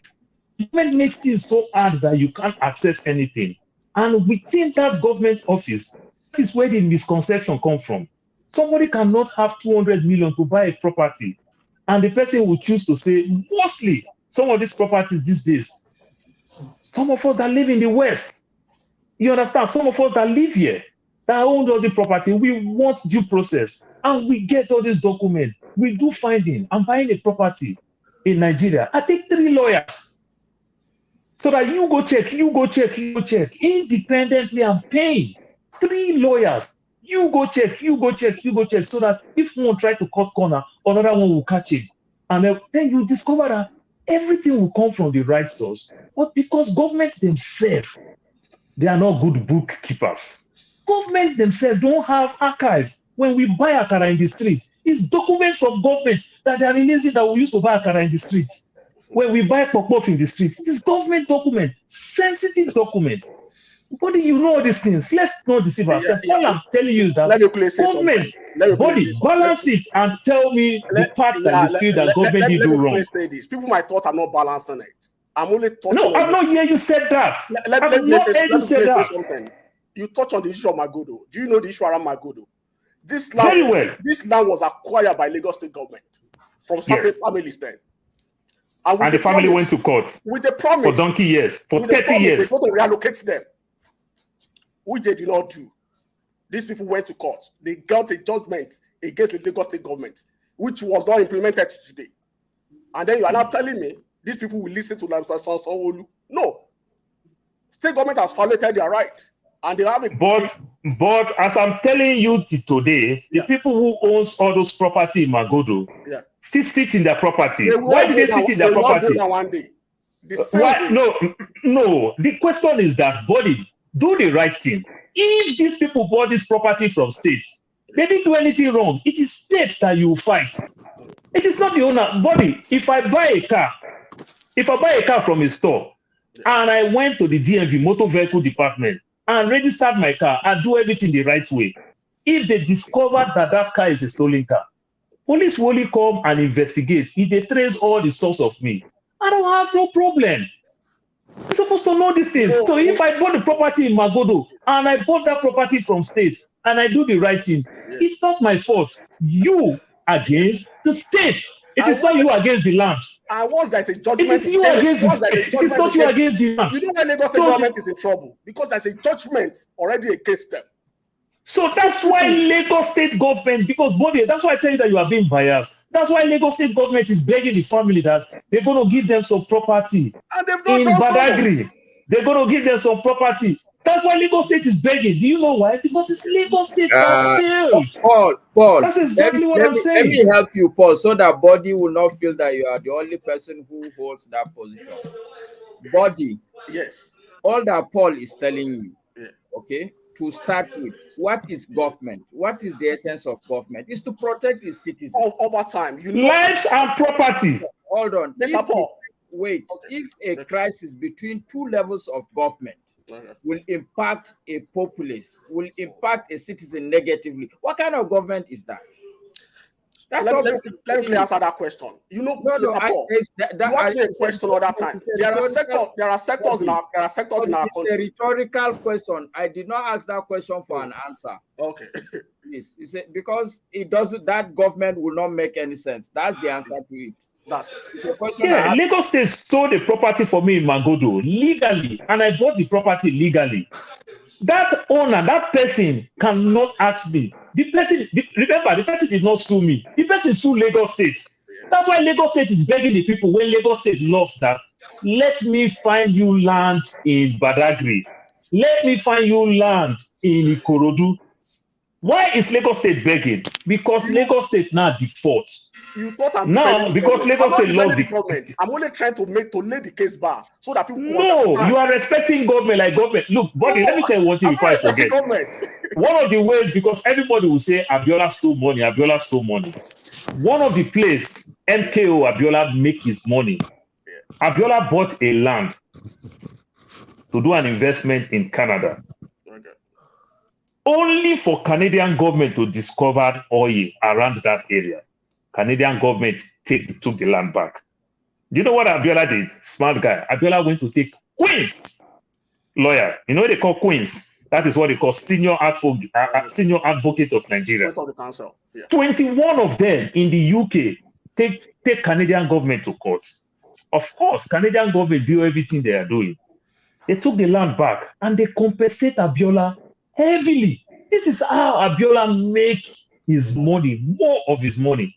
All I'm telling you is that we cannot stand here and say states cannot lose anything. Or if somebody inside state office sign every document inside state office, then they say the man don't resign. Then they say the man did the wrong thing. The man is the state. Are you hearing me? It is, look, why would they tell you that you can't fight a police officer, you can't fight a military officer? Why? In court, what did they tell you? They say you against the state, not you against the man, because the man represents the state. So if I go to Ministry of Land and Urban Development, and from that office, I got every necessary document, then they say the person did not do the right work. It is the state that failed. It is not my fault. Let me quickly make this clear. You know, like the one in that the one at hand now, the issue at hand, and that of Magodo, they kind of like interchange. You know, I will tell you the reason why. The one that the FHA is talking about, the landowner sued the FHA, the agents of the government. They sued the government. And at a point, the federal government won the case. That means, and this owner, they are demolishing their house. They bought the land, not from the government. They bought the land from the private people, the original owner of the land that sued the government. Unlike in case of Magodo, whereby there's a judgment against the government. That's why I'm trying to labor. I'm not holding brief for the government. So, buddy, that's why I say you are trying to pick and choose. You are behaving like Fox and them. No, I'm not picking and choose. I said make comments about Aja. Don't talk about...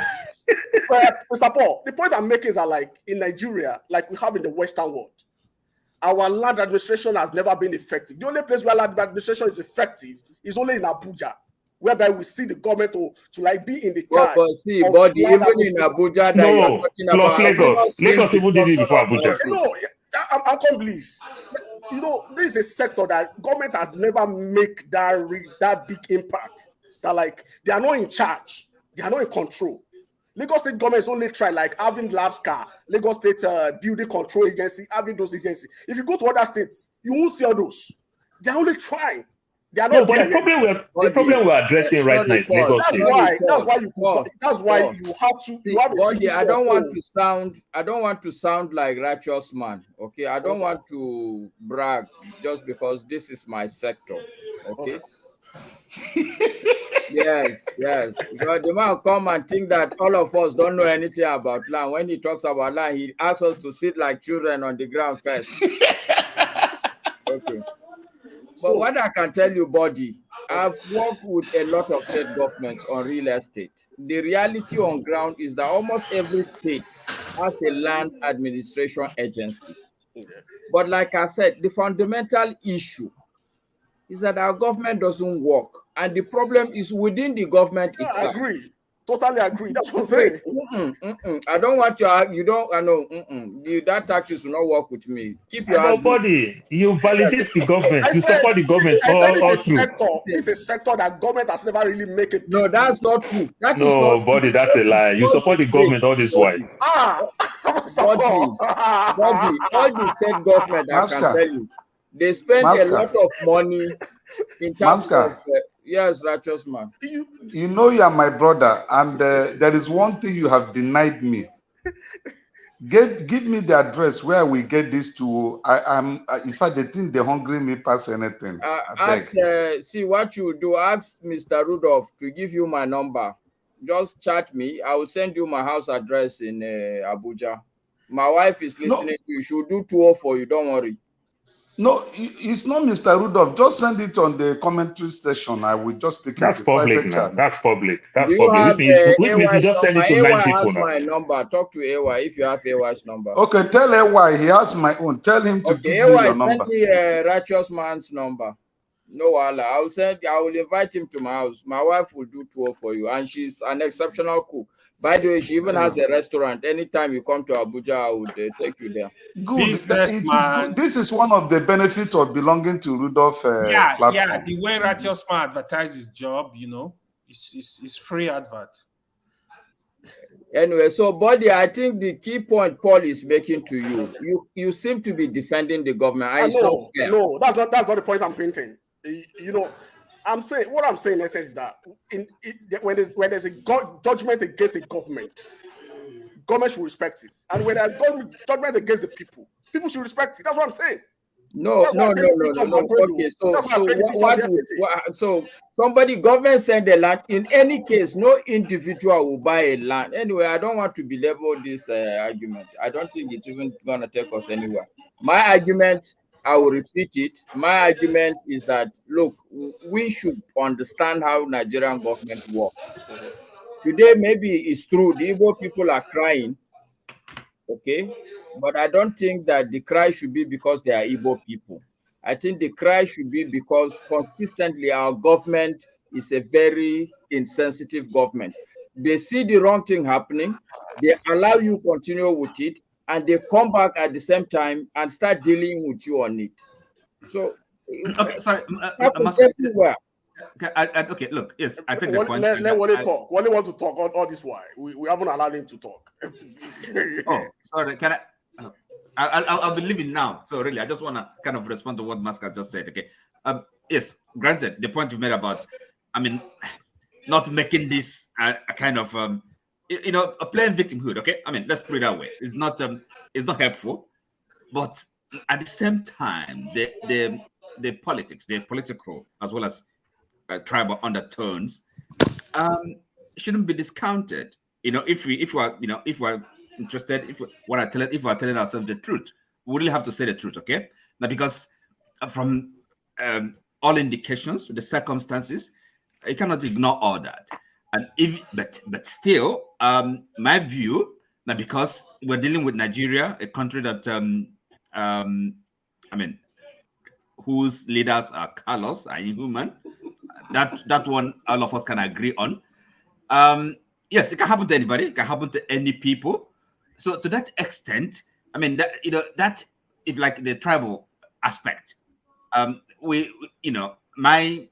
my view would be we try to kind of minimize it, but it is there certainly. Nobody can deny that. No, but let us not. Speaking to Igbos now, I'm one, so let us not kind of below that point of a Leboid is now Nigeria against Igbos. So we know the politics. It's part of the politics, the elections. So that's what's going on. There's no doubt about it.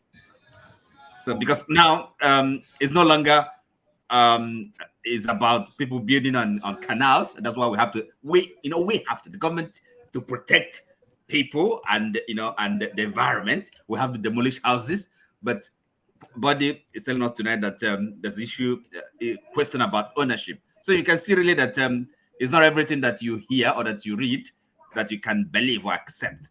So that is just really my. What is this? Is this not even a lot small street? It's simple. KJ, I would have loved Can I just make my point, please, righteous man? I saw one thing you were carrying. Righteous man, hold on. Oh yeah. Sorry.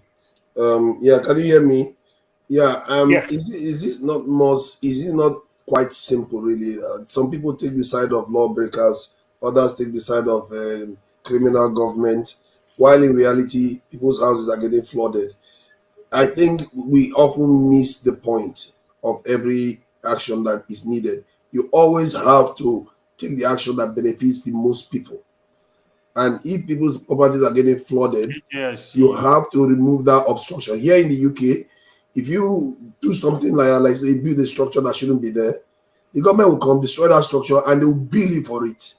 You don't pay that bill, they will send bills for you to come and allow get you. Wale to speak. Then maybe you as the moderator can close. Mind your business, Jare. I'm allowed to say. You said your say just now. Saying government you're saying government is the only one to blame, and the other one is saying that the people that are breaking law, we should worry about protecting the people that are breaking the law. How is the ones that are the innocent ones that are actually doing the right thing?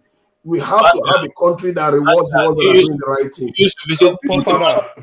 Father, you are the ignorant one. You might think you are doing the right thing. I didn't say because you are not trying. You are not trying to balance the thing. Listen, how am I not balancing it? Father, people break the law. We understand. That's why government is there. But the question I'm telling you is that what about when government break the law? Why do you just see government like government have immunity to break laws?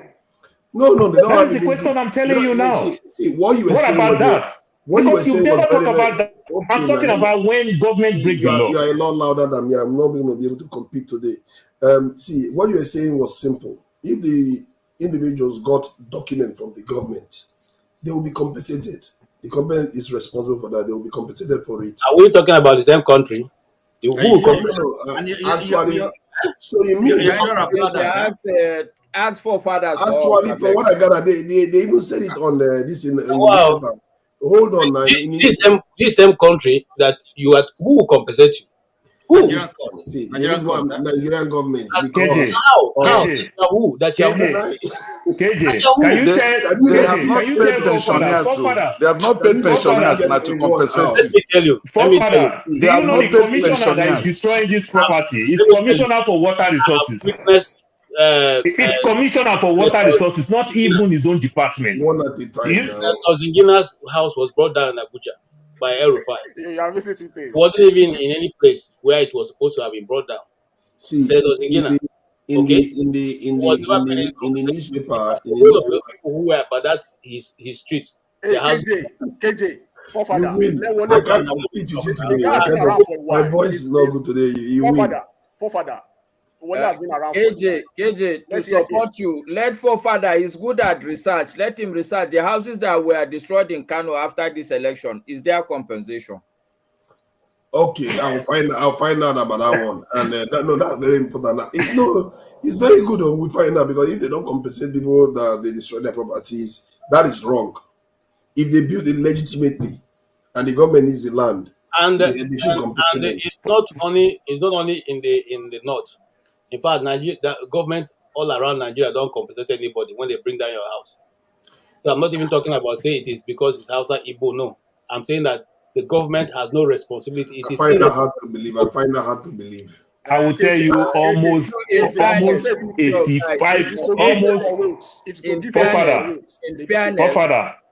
almost 85% of properties owned by Lagos Badagry Expressway when they are doing this railway thing are owned by the Yoruba. And state government expand the road, destroy people's properties, and everything. Today, they've not even paid their compensation. Can I share this video about this very case that's going on in Lagos so that people will get an idea? It's a bit long. I'll try to Don't skip pick and choose, forefather. It's not fair. What do you mean, pick and choose? I'm not picking and choosing.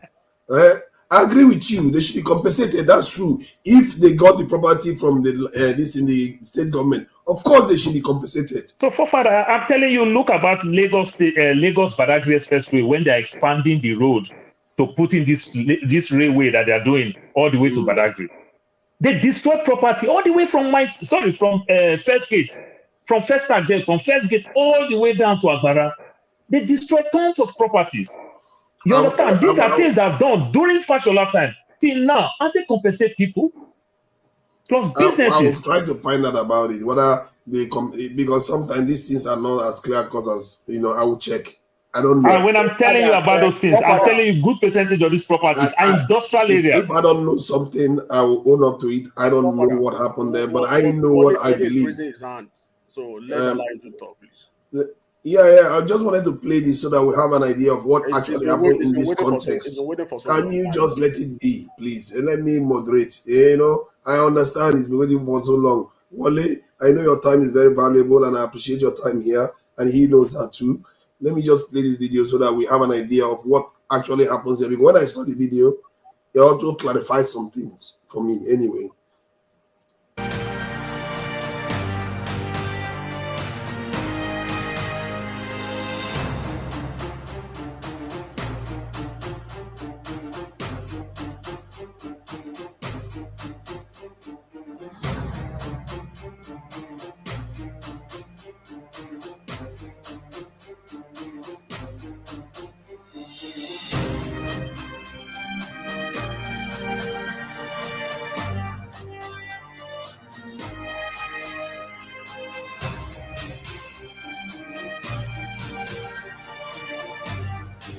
It's unfortunate. And by the way, if you're wondering where I am, I'm currently on site, as you can see. And before everything becomes crazy, I decided to do this video. So I just had to leave that place. There were a lot of distractions, people needing my attention, and a lot of noise. It was affecting my train of thought. However, this is also our project, but this is just so the person that bought it is the one doing the innovations you can see behind me. I just quickly came in here, to record this video. It's in the same estate, just across the road here.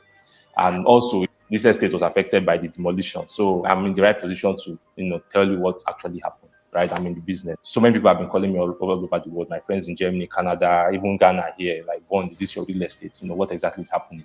And also this comment by MNK, right? Trying to tribalize the issue. These are the things that motivated me to create this video. I understand MNK's sentiment. I'm an Igbo boy. I'm a member of local government in Ondo State, right? So MNK is my brother. I know where his house is. I know where his hotel is. Right? And all this stems from, what happened during the election. So I understand it. However, I feel that it is right to, share this information that I have with the public, for those who genuinely want to understand what happened. So right now, I'm going to go into my computer and then show you a high-level assessment, of what happened there. Let's jump right in. This is a map showing the Ikota area of Lekki. If you scroll in, you can see Ikota GRA down here. And if you're familiar with the demolition case that's currently trending online, you will know that the demolition happened somewhere here, just off Mobile Road here, beside Copra Mat, for those familiar with this area. And the demolition started from here and is going down to Ikota. But this is not the beginning. This is not where the story begins. Let's scroll down, right? Sorry. To here. You can see that this water channel, water body or canal, whatever I want to call it, commences from this place, just off Ogombo Road, not far from Ogombo Road, right?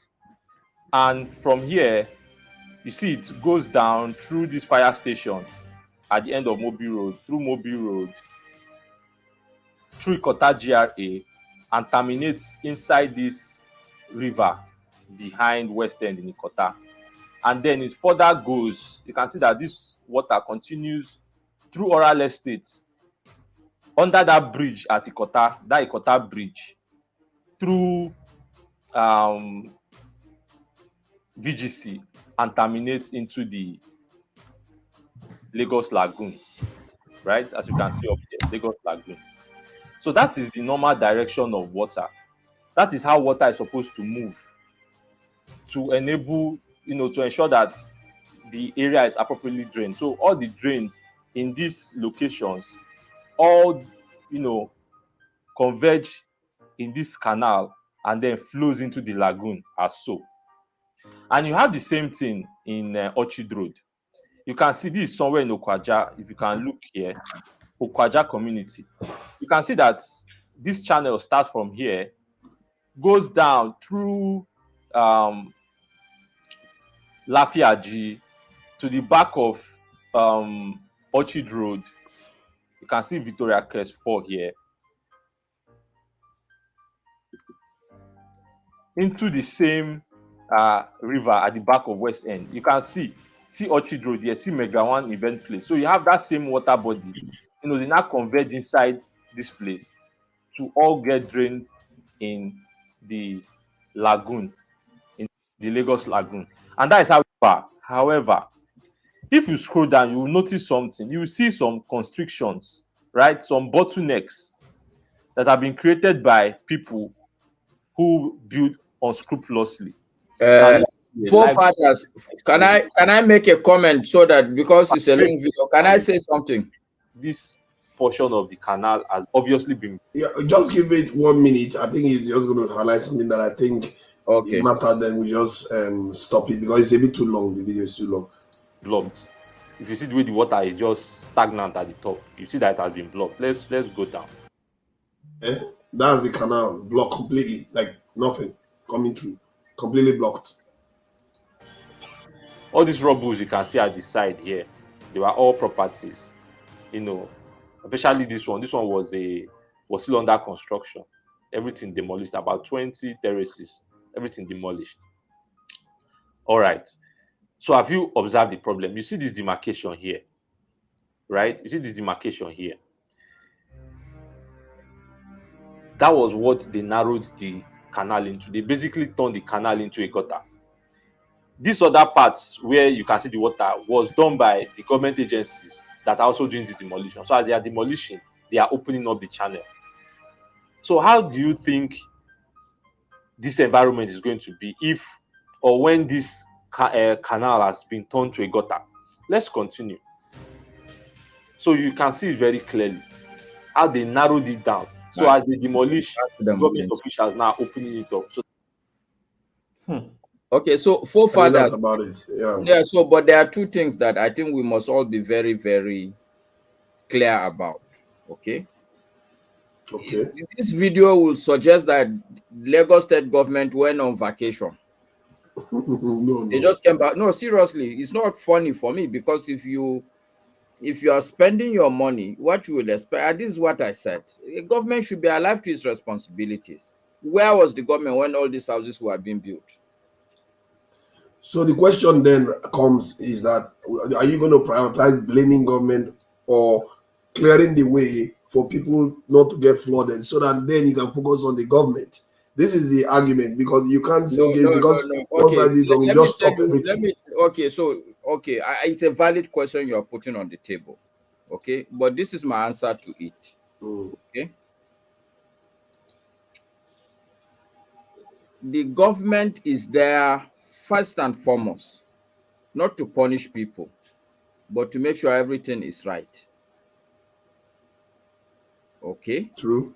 What has happened now, and I think the bottom line of all these things, let's not go far. Me, at my level, I know that a story. The truth is that government anytime can wake up for what they call public, is it public good or something? There's a clause in the Constitution. Government at any point, anywhere, can wake up and take public interest. For public interest. That no country, no citizen can deny that. I think the bottom line, if you demolish my house, two things are expected. You must carry me to another land, give me a prime land that is almost of equivalent value, and you must compensate me. It's constitutional. This is not even a law anyway. It's in our own constitution. You must compensate me with another land, and you must pay me for the value of what I'm putting up on that structure. So this is no man will argue. So my argument is basically only two. The government should have been alive. When I go and start clearing land, they should come and stop me. That is good governance. Forefather, I'm the next to. Yeah, if it's illegal, we always have to qualify. Can I just add this? We need to qualify whenever we say government must do this if it's a legal property. What is Because legal? No, there's nothing like legal here. There's no legal. If you actually follow the if there's nothing like legal, then you are basically arguing to reward criminal behavior. No, so far, now because I know say my guy, I will tell you the truth. Is that what you don't know? Don't comment. Just let people talk about it. All right. Yeah, if you don't know things, just calm down. No, you don't know things. Just my guy. If you go down, I will tell you. He's not my guy. What the information you don't know? So information you don't know. You don't kick and let people talk about it. Made a video of it. Don't tell me. I know what I'm talking about. The video. Do you see? The video was going. You say, look at blockage. Government didn't put bridge. They put road across the canal. And you say this is a blockage. Do you condemn government for business to road across the canal? It's an estate. It's what? It's an estate, isn't it? Did they put bridge across the canal, or they don't build road across the canal and block it by themselves? Allow Wole to speak. This is how we Myself and Wole, I don't know what we did to them. Wole, you have to understand. This is the evening session. You fight for your share. This is evening match. This is evening match. You know the damage show. Wole is a gentleman. Let's allow him to talk. Okay. Yeah. Thank you, everyone. Forefathers, I think you did something last week where the lady was a timekeeper. I could remember very well. Yes. But anyway, all that aside, where should I even start before I lose my thought again? The thing is, okay, I've been on this program for quite a few hours now, and some of my friends that, came around and I didn't go out because I don't know why Nigeria is I'm so absorbed in Nigeria matters. But one of them made a comment, and I was thinking about it like, it made sense in a way. He said, is this the collection of busybody people that just sit down there for quiet hours? Don't they have work? I said, they have work, but this is my suggestion to this platform. If there's anything we need to know, I know there are over 1 million problems in Nigeria, and that is what the government are doing. They bring something for us to talk about why they are strategizing their own way of either they go and borrow money, either they do something. They just keep us talking. What is the solution to what we talked about last week, 2 weeks ago, 3 weeks ago? I know we'll come here every weekend or every now and then to talk, which is not bad because we have to talk. But I would really want us to think about one thing. What is the way out? Because till next year, we'll still have something to talk about. And the way I look at it, I've challenged myself that, okay, if I'm part of those who are destroying Nigeria, I need to check myself and make sure that I do everything right. How do I do it right? It could be very frustrating. Every single one of us, we're in the West. If we want to renew our passport, we know what we go through. Is that how it should be? Many of us will have the West passport. You will sit in your comfort, in the comfort of your home. Probably maybe you just go to post office or something. Your passport will be delivered to your doorstep. But in Nigerian case, it's not. But the question I ask myself is it NEPA that take light? Is it printer that is not working? Is it the technology? I always pray, may Nigeria never happen to you. Honestly, and it will happen to every single one of us, either we like it or not. Not a cause. But how do we move forward? Since I was born, they've been saying Nigeria is this. It's never get better. And now we are giving birth to our children living abroad. Some people will say they would never take their children back to Nigeria. Are we becoming second-class slaves? We are supplying them more. Wow, they need to know their origin. I don't say we shouldn't talk about the problem of what is going on in Nigeria, but what I want us to talk about is, if possible, let people come with What is the solution? People have come up with solution, but we just keep going back to the same thing. Like, okay, this house has been destroyed. Even if government is going to pay them compensation, the damages, the traumatic damage, or the psychological damage that has been done for a child that was coming back from school, no home to stay, have to go to a hotel or a neighbor or a family member's house. Those people who invested their money to build those houses, it can't be the same.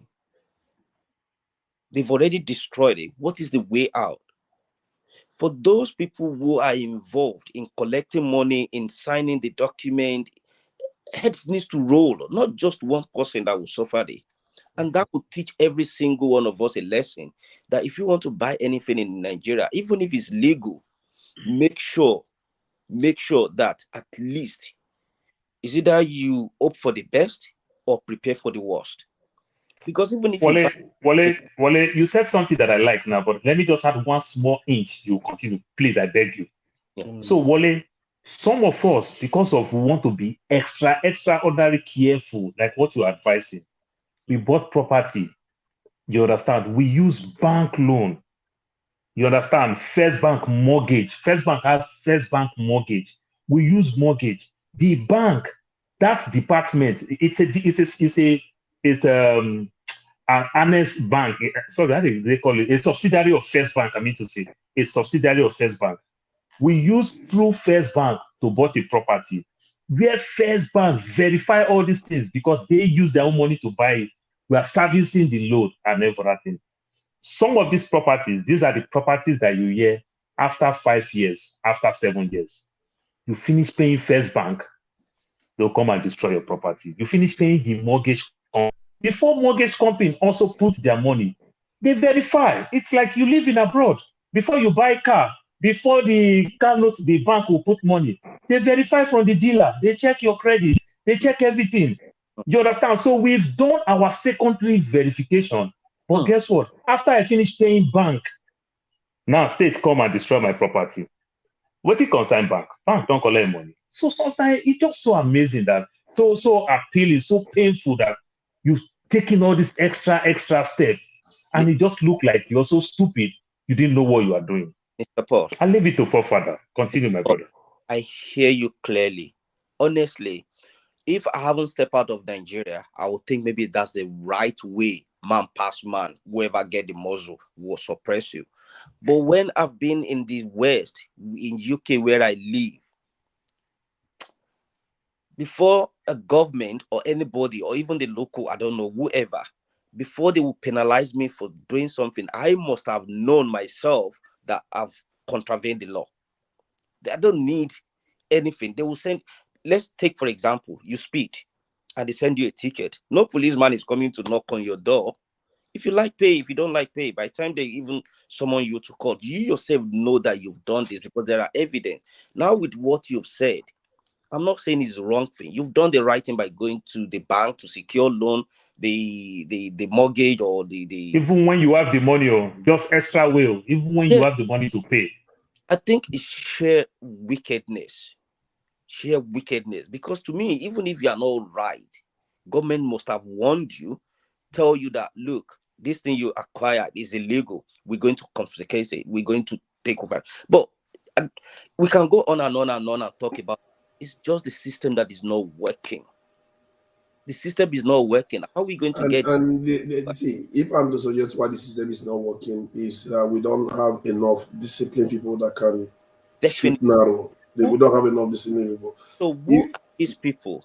These people we are talking about, our citizens. They are our No, forefather. The West break more law than they put the law in place so that when they think about the law, they will not want to break the law. I will tell you that's true, but you have to have citizens to want to enforce it. But what we hear is that sometimes some people were inadvertently So arguing for criminal it's government behavior. that will enforce the law now, but they are the highest lawbreaker. They got it the wrong way around. It's leadership. If he's here to moderate, and she's going to help moderate. I'm thinking I'm not sure that's why she's here, but she's saying no. Let me she's saying no. She's not here to moderate. Who is going to step out then? Please go ahead. Sorry, let me quickly round up. No lady has contributed to this conversation. Please bring Ife in. Let me step out. Let me. Okay, thank you. I'll step out. Two things I noticed about. Two things the ladies here. Two things I noticed about human psychology. We were born to be selfish. Two things actually stopped us from being over selfish. One, the law. Two, our conscience. So the law will say, okay, do it, but this is the penalty, this is the consequence. Your conscience will make you feel like, okay, this thing I shouldn't do it. It's not fair. It's not, I want to steal Mr. Forefather's money. I know he's been saving this money to look after his child, but I went ahead to steal the money. My conscience would tell me that, would you be happy if someone do that to you when you have to care for your daughter? If the answer is no, why should I do it to him? So those two things, if we completely ignore it, maybe we'll face the consequence, maybe we'll enjoy it. But that is one thing. Now, please, everyone, including the people who are very close to you, I really want us to do how we can look inward and change things. Let's ask questions why and how. Two, let's try to change the mindset of our people, because everybody just wants to do, I better pass you. Look at the car I'm riding. Look at my house is bigger than yours. Until we move away from this mentality, we're not going to move forward. Sorry, what's the time frame you're going for this? For this reform? For this, conversion? The national budget is $27 billion. How many years are we? Yes. What's the projection? Wale, it's not our fault that our houses in America is way bigger than your house in the UK. It's not our fault. Just to let you know. all this, Chief, you don't come again. all these Americans. Bigger issue. Don't start now. Don't let's go there. The land is don't mind them. All these colonies. Well, I cry. These are touch up. No, brother. The land is so small. But father in the same pass now.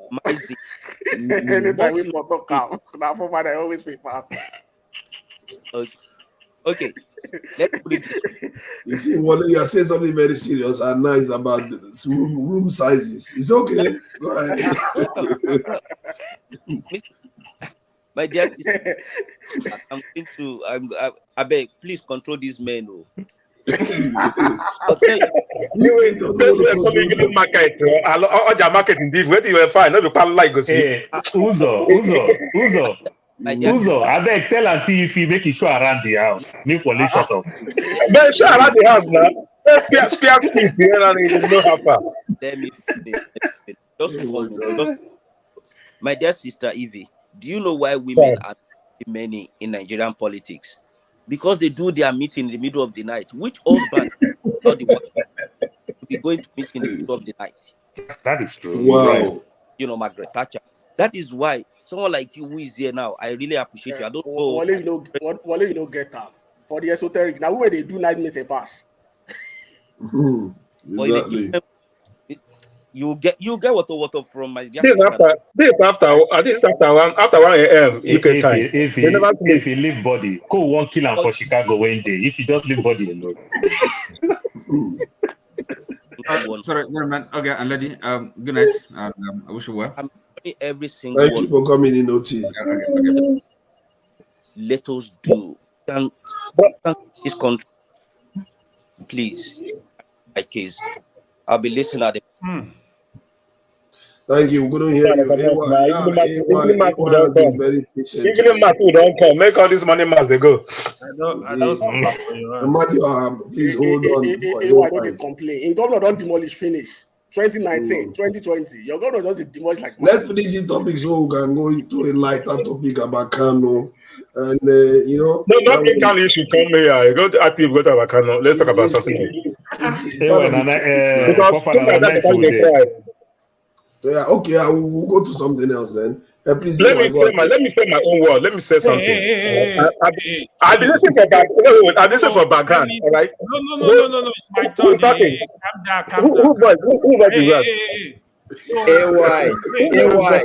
calm down now. If my guy now, Ayo, if my guy now, don't worry. I'll send it on. Don't worry. Leave Ayo alone. No, leave AY alone. Leave him alone. The old is still me. Since they find the old, still never see him. When I'm talking, you need to mute everybody. I don't want anybody. Thank you. Okay, thank you. I'm Madioha. AY, when you go put that O for your name, it's still the missile. I be UK people borrow from your hand. I tell you or something. Now, Paul, again one night when only me, AY, forefather, they just the finish US people. You are sick. They finish me that day. No, it's not finished. I don't want that. Oh my God, calm down. If he sure you don't want to come and save me today from these people, I don't even have a voice. If you do want to speak first, you know me. Are you going to help me out today? These people, they're going to be harassing each other all day. If you ever go ahead, if you like the American waiting for your if he does come, I never talk anything. If he's the only lady here, you need to let if he talk. If you want to speak, yes, I'll consume my time to you. Otherwise, I should go ahead. Okay. If you ask if that question 10 times, if he go say no. If you ask if that question 10 times, she'll tell you no. Don't answer that question. No. If he's a gentlewoman, she say no, make her continue. That's good. The issue. Hi, everybody. Hi. Good evening. Good evening. Father. Yes. I came with my fight. Unfortunately, the person I came to fight with is not here, so let me leave. That is all I have. Was it KJ? The fight from that was the fight from Nigeria. Yeah. Okay. Unfortunately, the person that I came to fight. Olumide is not here today. Olumide the chemist. You don't commit, Olumide travel gone, we go buy some fancy and paracetamol. Olumide don't Olumide was very welcome. You came in at the wrong time. So Olumide night shift. He will come back.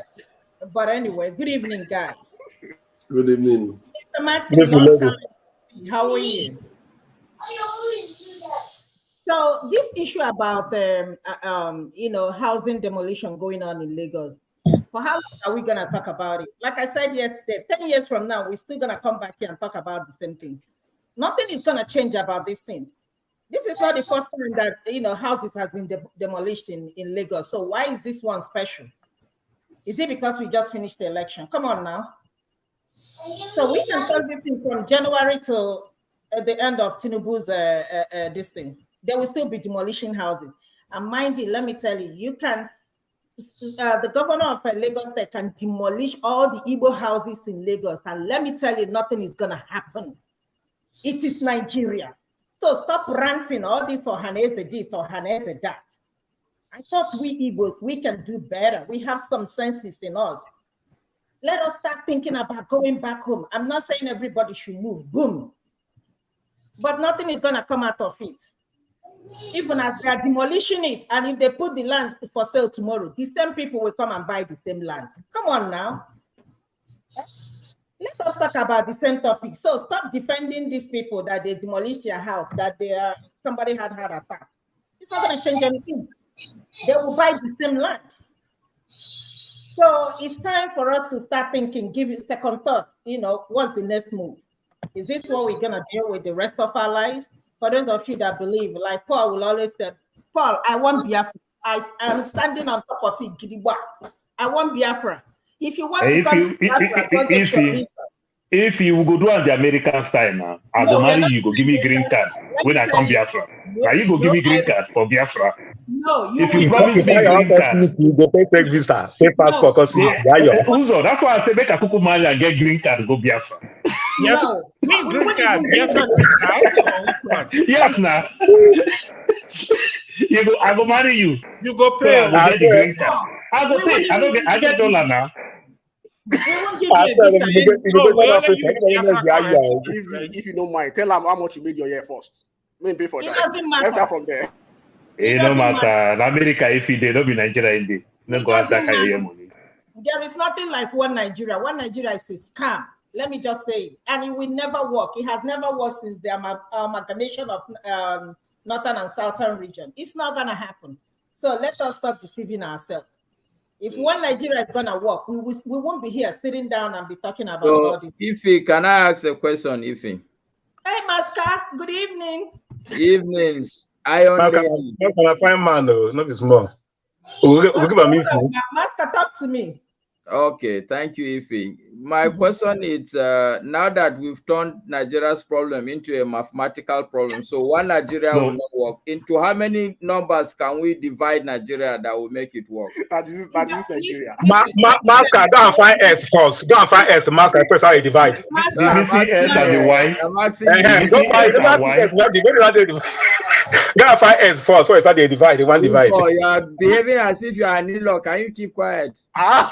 Master, there are some countries that have like 10 million people, 50 million people, 30 million people. But if you're telling me that we are all here, but we don't agree, how is that going to help our country? We can even divide it by household. But if no country agree, let's tell ourselves the truth. No, but not to this extent. Okay. I agree. I agree. Not to this extent. I mean, I agree. Even though I said it in the morning, I am not entitled to my own natural benefit from Delta State because I was born and raised in Lagos. I listened to you very, very well. Stateless, unfortunately. No, Paul, I listened to you very, very well when you spoke. I listened to everything you said.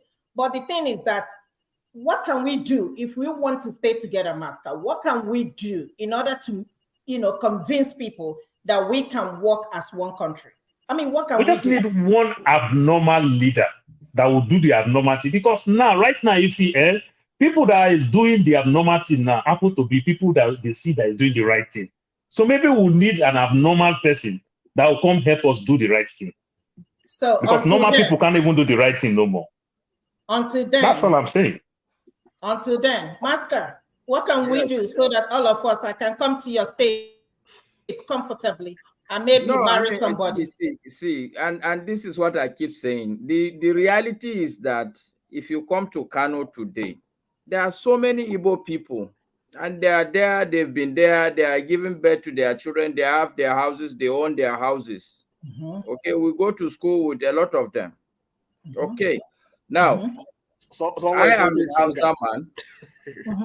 I gave birth to 2 or 3 of my children in Lagos. Okay. I bought a house in Lagos without thinking, okay, yes, when I wanted to buy the house, I had to think, okay, is this where I want to spend all my life? But when my landlord kept disturbing me, I had no choice than to put money together, buy a house. When I left Lagos, I sold the house. But the point I'm making is that demolished? No, it was even it's not demolished anyway. No, so but the point I'm making, the problem about Nigeria and this tribalism is not at the lower level. If you have said it before on this platform, if you go to Sabongeri market, it's Igbo people. Hausa people will not say we are not going to come to this market because it's Igbo people that are in that market. If you go to Master, can I interrupt? Okay, go ahead.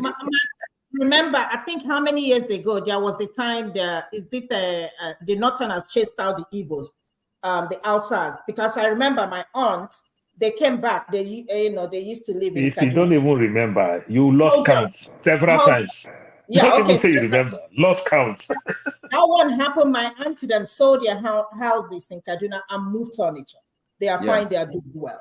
That is what I keep saying. For how long? Let me tell you something. Tomorrow, we don't know what is going to happen tomorrow. Tomorrow, they will do. Okay. So I would respond to. Let me tell you the answer to that, Ife. I can tell you the answer to that problem. Okay. The problem is simple and logical. Okay. We need to educate all our people. The more you educate, because as long as people are enlightened, and I can tell you what happens normally during this crisis, there are so many kids that have not gone to school, the so-called Almajiri. They don't know their left from their right. They say Reinhard Bonke is coming to Kano. He's coming to convert everybody to Christianity, and therefore you people should fight him. And people come out on the street. Okay, but if anybody who is educated to at least even a secondary school level through that educational process, you acquire the ability to do critical thinking, even if at a minimal level. Is this thing logical? Is this thing people are saying correct? Okay, and then on top of it, you lay off poverty. Any country you put all this ignorance and poverty, it's not about the number of tribes. Even if they are the same tribe, you will find a lot of violence. We may not agree, but I mean, look, I know that for sure, for certain, in Lagos, there are a lot of people who have killed Hausa people, but that does not mean that all Yoruba people are against Hausa people. Even in this during stay that I did in Lagos that I was telling you, there are times when Yoruba people will come and have issues with Hausa people, and it escalates everywhere. You see Hausa man, you kill him. But I know it's the ignorant people that are doing that. Anyway, it's okay. Yeah, there was a question I asked yesterday that I thought maybe I should ask today again, since we are going to be moving on from this topic. The question was, why is it that other countries that have similar problems that we do, like tribalism, corruption, and even if some of them manifested in different ways, they all have the same features. Why is it that they are still able to function? Like they are constitutions, some of them, the constitution is not even written, but yet they are able to function as a nation, but we are still struggling with a nation of 200 million people surviving on $27 billion as national budget. When the UK national healthcare budget is £400 billion, that comes down to around $600 billion for healthcare alone. Why is it that all these nations, they have tribalism? There's tribalism. Well, which country? Give us the example of the country so that we can. Okay, an example. The UK has tribalism, and they have Scottish forefather with 365 tribes. Do they have? We have about almost 340 ethnic groups. Yeah. If you want to go there, if you want to use that, Bangladesh has even more. If I'm not mistaken, they are even more. If you not just even that, we are talking about good percentage of our country people don't even have basic language that we all speak together. Many people in the rural area don't know how to speak broken. I'm not talking English now. You understand? Language brings us together. Don't even know how to speak broken. Talk less of English. So you think it's the language? That's the reason why we are behind. It contributes a lot. So if you talk about the UK now, they have their different things, but they have common things that bring them together. They still have to access healthcare. They still have to access certain things. Forefather, when we travel in different countries, maybe when we're traveling, we are going home or certain things, we pass through some countries. We see them, they treat us bad. Have you seen any country that treats you bad to the extent of say bribe me? Nigeria, that's where you see you will bribe, you will do this, you will do that. I use my American passport to go to Nigeria. Immigration is telling me, nah, you get Nigerian passport. Or guys, you get Nigerian passport. Why not use them? It's telling me to bribe him, make him stamp me as a foreigner. Mr. Paul, go ahead, my brother. We have educated illiterate. That is what I call forefather initially. Educated in some matters. That is what I call forefather initially. That shows that Boko Haram is right, because that's what they preach against. Because being educators have never been a value to their society. Is what we have. You're right. That's what they push against. That would do something that even Agbero in garage that has never been to school, a professor of university would do, and you'll be like, wait a minute. We shouldn't even find such a person in this kind of a mess in the first place. So when people say they are educated, then you start questioning that, are you really educated? But they are educated illiterate. If my grandma that didn't go to school at all will use her common sense to put things together and do it properly because they have values and they have integrity. But all these so-called educated, they are our... Wale, please hold on. So I wanted to share something. These are some... I beg, it's not the Google to say for us, I beg. That's why they know. I beg, look at this thing. My village only get about 3 languages. Hold on now. This is Maria. Hold on. There is Nigeria. No, sometimes just be waiting for rights. You want to be the do you want to find out the truth or not? Or what truth? You want to check now. I asked a straight question, and you want to find out, because if you are guessing the wrong answer, maybe you want to actually get to the right one. So this is Forefather, you use Google. So forefather, if I Google you on Google now, what will Google tell me about your ethnic group? We say your ethnic group is Nigeria. And there's no ethnic group in Nigeria that is near Nigeria. you see how it is? Actually, Nigeria is an ethnic group. Technically, your tribe, sorry to say, if I Google you now, Google will tell me that your tribe is Nigeria. There's no tribe that is Nigeria. Yes, but tribe is a form of ethnic group too. But that is besides the point. Okay. You say you got the breakup. No, I want to get to the point, but there are people. If you don't want to learn it, that's fine. I can take it away. It's up to you. You want to carry on as you are, that's fine. If it's going to help you sleep at night, that's fine. Father, what's your theory? My theory is that the language is not the reason, because you have to do it. Because looking at this thing, I totally agree with you. We're not saying that's why I'm dismissing that one. It's one of the whole. It's one of the whole, not just. Forefather, what make a people? Wait, forefather, let me ask you something. I know what make a people? If language is not what make a people? No, it's not about people. It's about why they are progressing. Why we are not. What make a people? What make a people? What make people to say these people? What make them that people they are? It could be generally common history. Because if you use language, culture, language, their culture, their food, their language, their culture, their clothes, their people. If you use language, technically will be English then. You English language? No.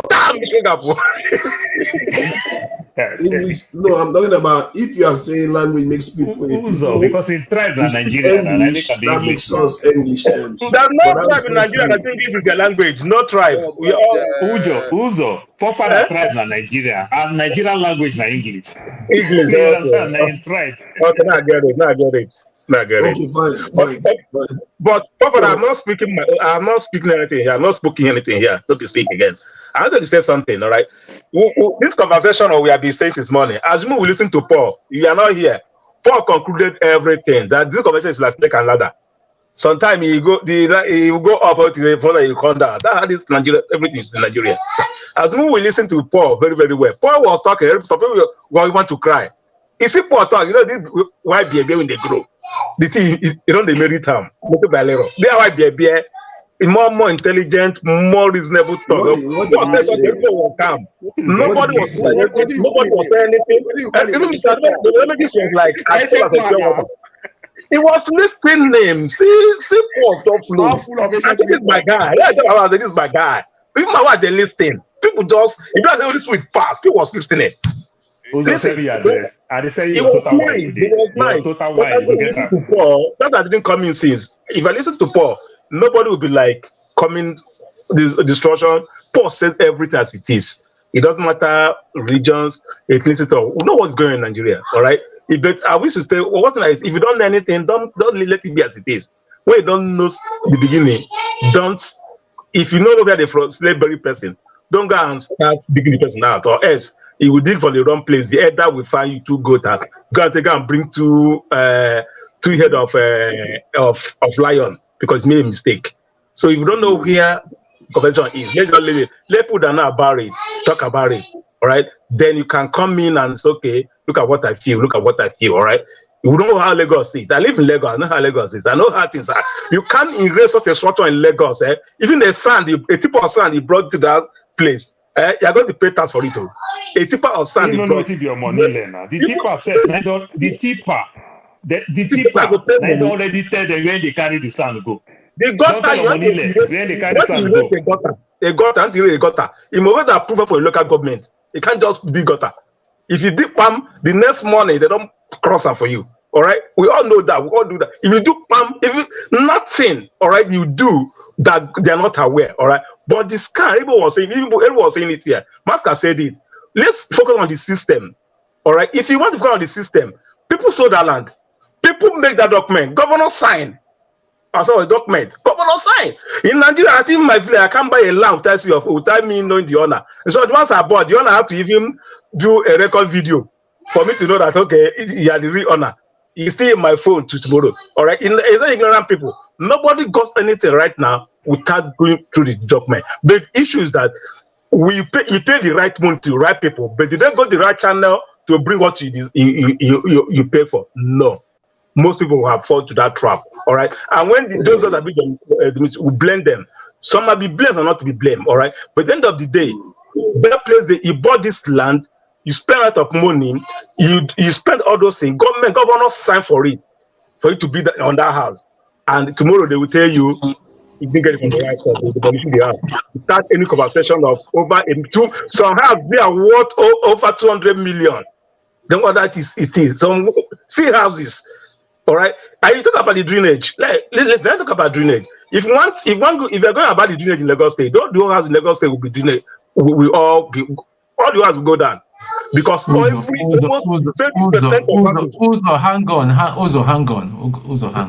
What are we talking about here? Please, I'm not. What are we? Excuse me. Defending criminal behavior. That's the whole thing.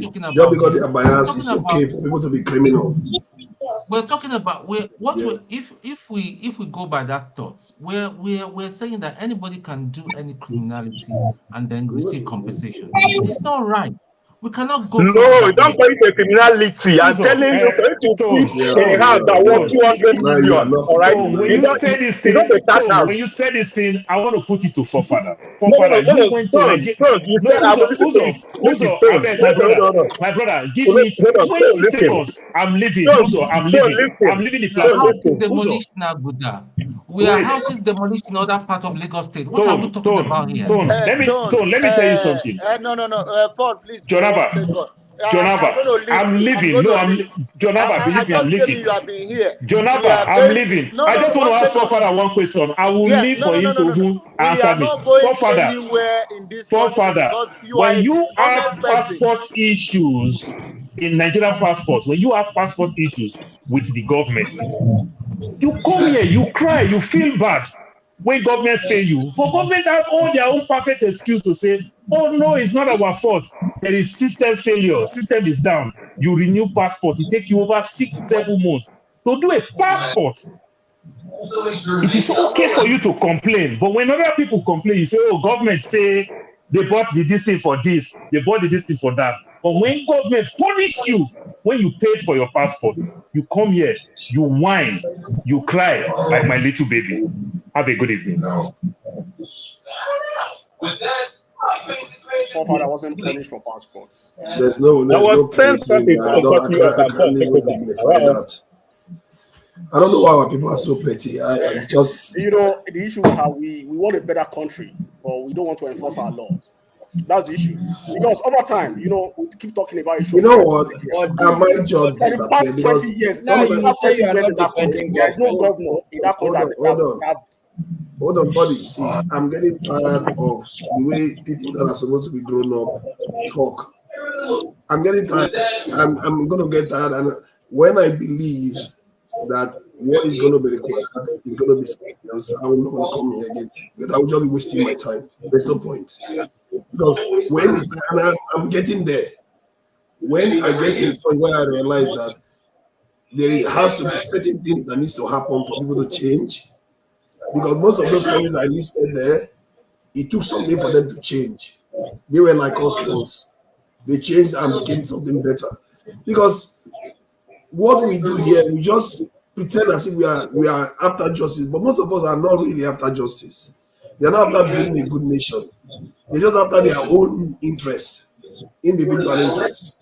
And narrow one too, because when you build a nation, in reality, it's also in your interest, but it's a narrow interest. But that said, that's just my own rant on that. And let me allow I think Maxi hasn't said anything. I'm not using what I'm saying. Don't cut me off. You take over from me. I'm here for like 2 hours. Oh my but Maxi hasn't said anything. Amadio, you've already said your piece now.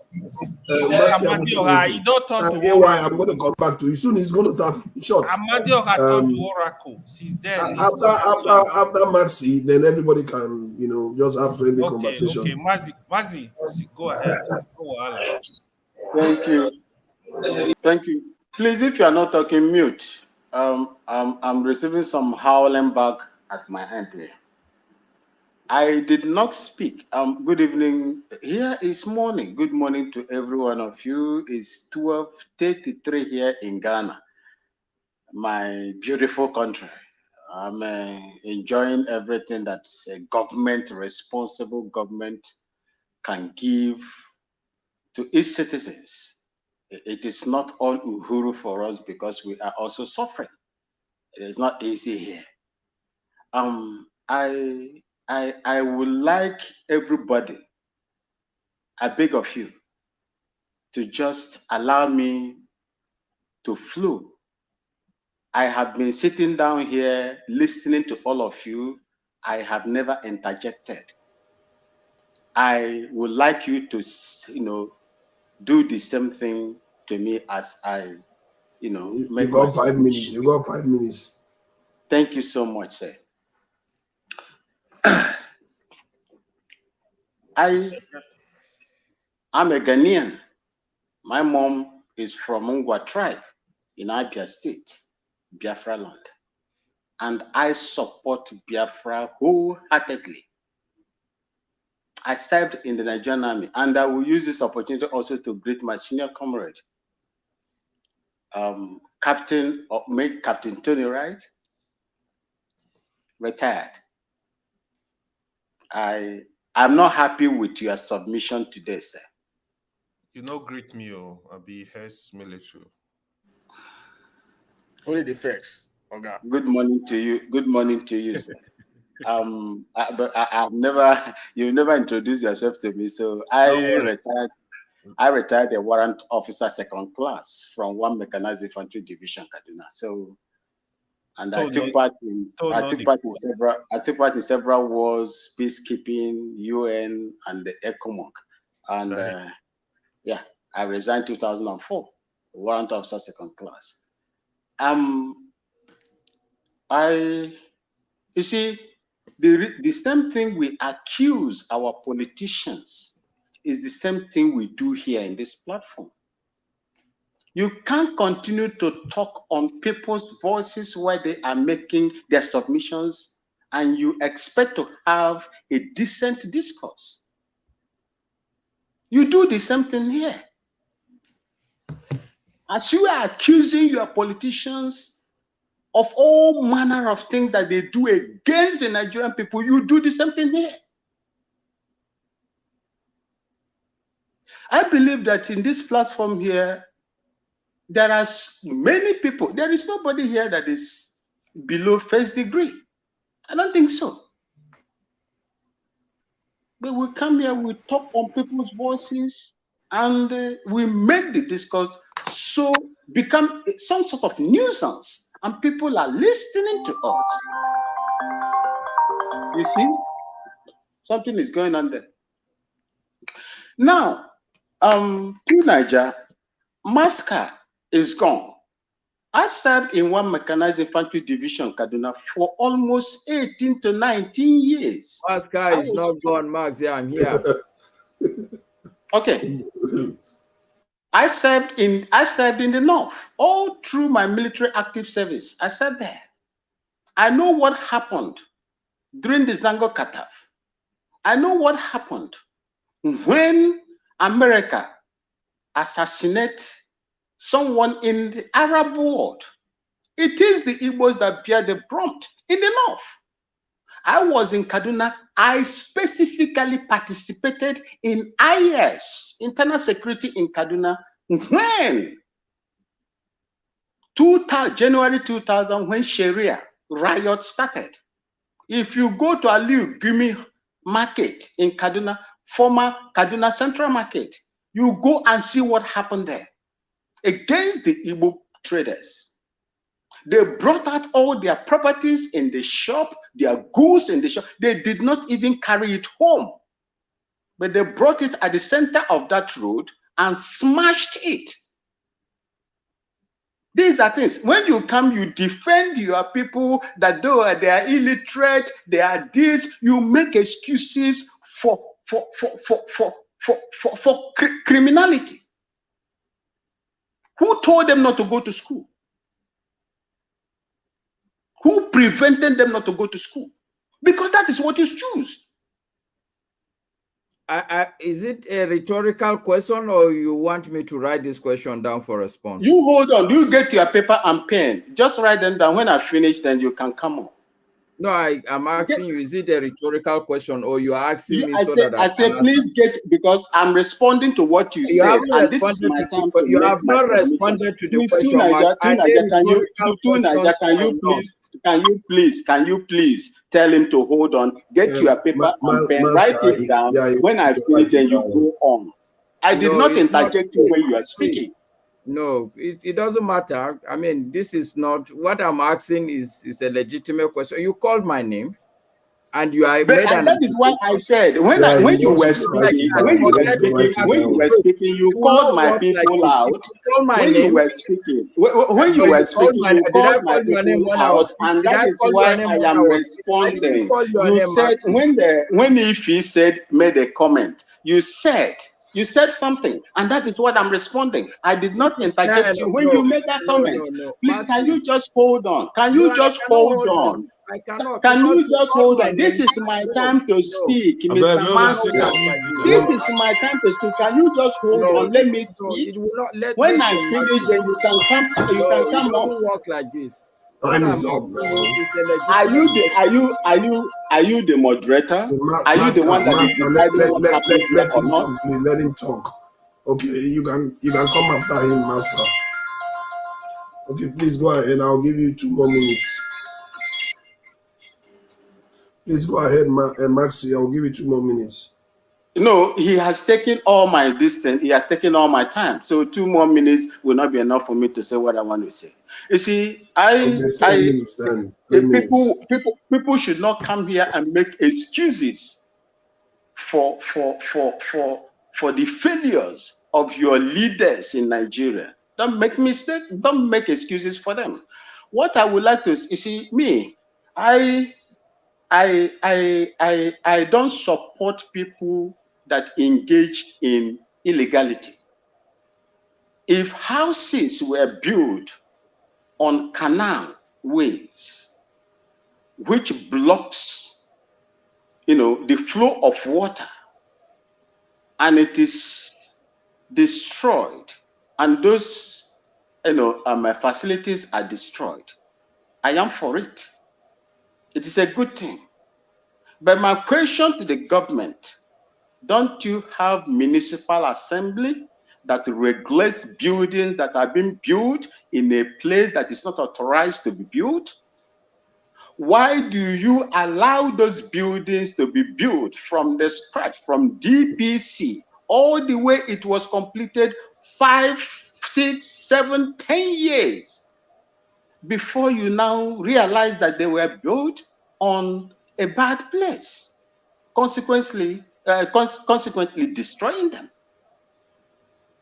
Look, ndị Igbo, lekwa n'anya m. Look at my eye, lekwa n'anya m rachia, ndị Igbo. The weeping, the cry of Ojukwu when he visited Trade Fair, Lagos, is what is happening to you people right now. I would love to see all over Nigeria where you build. If you go to Aba, where my mother comes from, Aba, there is a place they call Amausa in Jubilee Road and Hospital Road. They sell suya their kebab. Go there and see. They came with their mats. They sleep on their mat. They make the money in Aba and they take their money back to the north.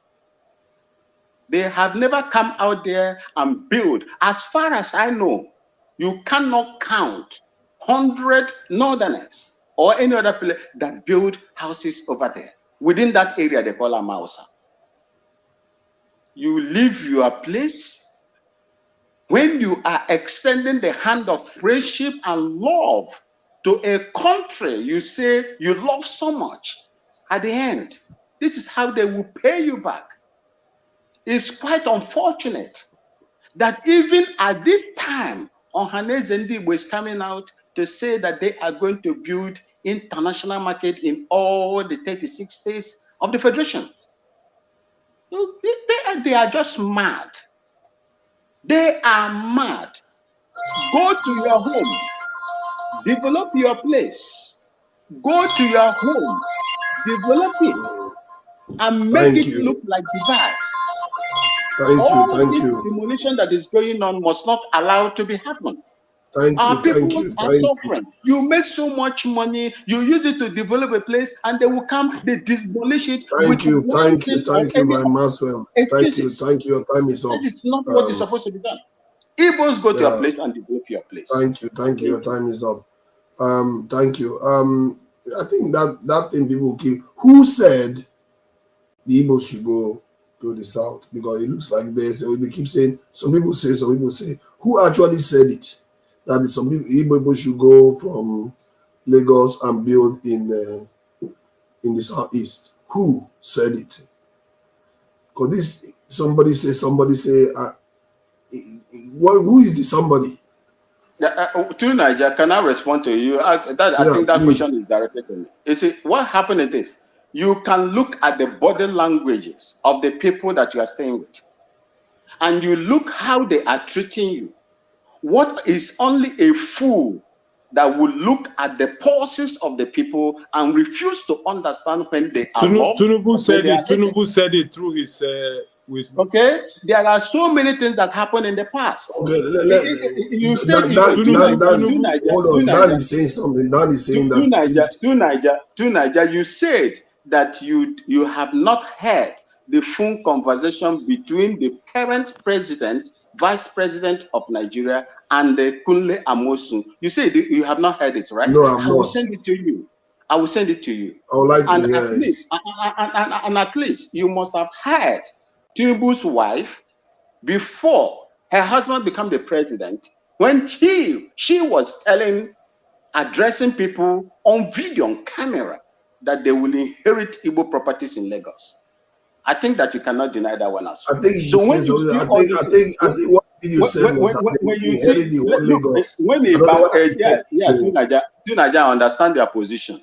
When it barks like a dog and it walks like a dog, then it has to be a dog. Hold on. Maybe they are Yoruba supremacists and they said that they want to take over the whole Lagos. Delta people are losing out. Edo people are losing out. BBO people will lose out. All those people will lose out. And this thing that we not good. It is not good anyway. Look. What I'm saying is, sorry, I don't have the voice. I can't shout. I understand because I've been at the background even when Dr. Damages, when Dr. Rudolph was talking now before you just jump in. The point I'm making is that you can't just this thing. Why do people not let somebody talk? I keep losing my chain of thought now because of this. You know, I'm sure there's no point really. Let me just go to the next person. Dan, you were saying that that tape, is it online? If it's online, I would like to hear it where people are saying that they are going to take the land from Igbo people. If Tinubu was talking about that, then now it's very, very damning. But I've not seen such a video before. I've not heard about it before, so it sounds a bit strange. Please, Dan, go ahead.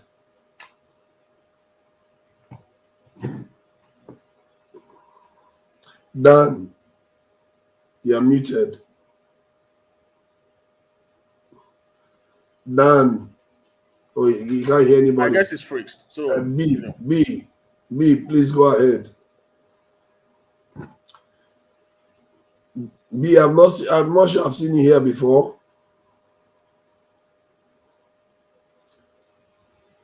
Good evening, gentlemen. Yeah, this is my first time here. Yeah. Good evening.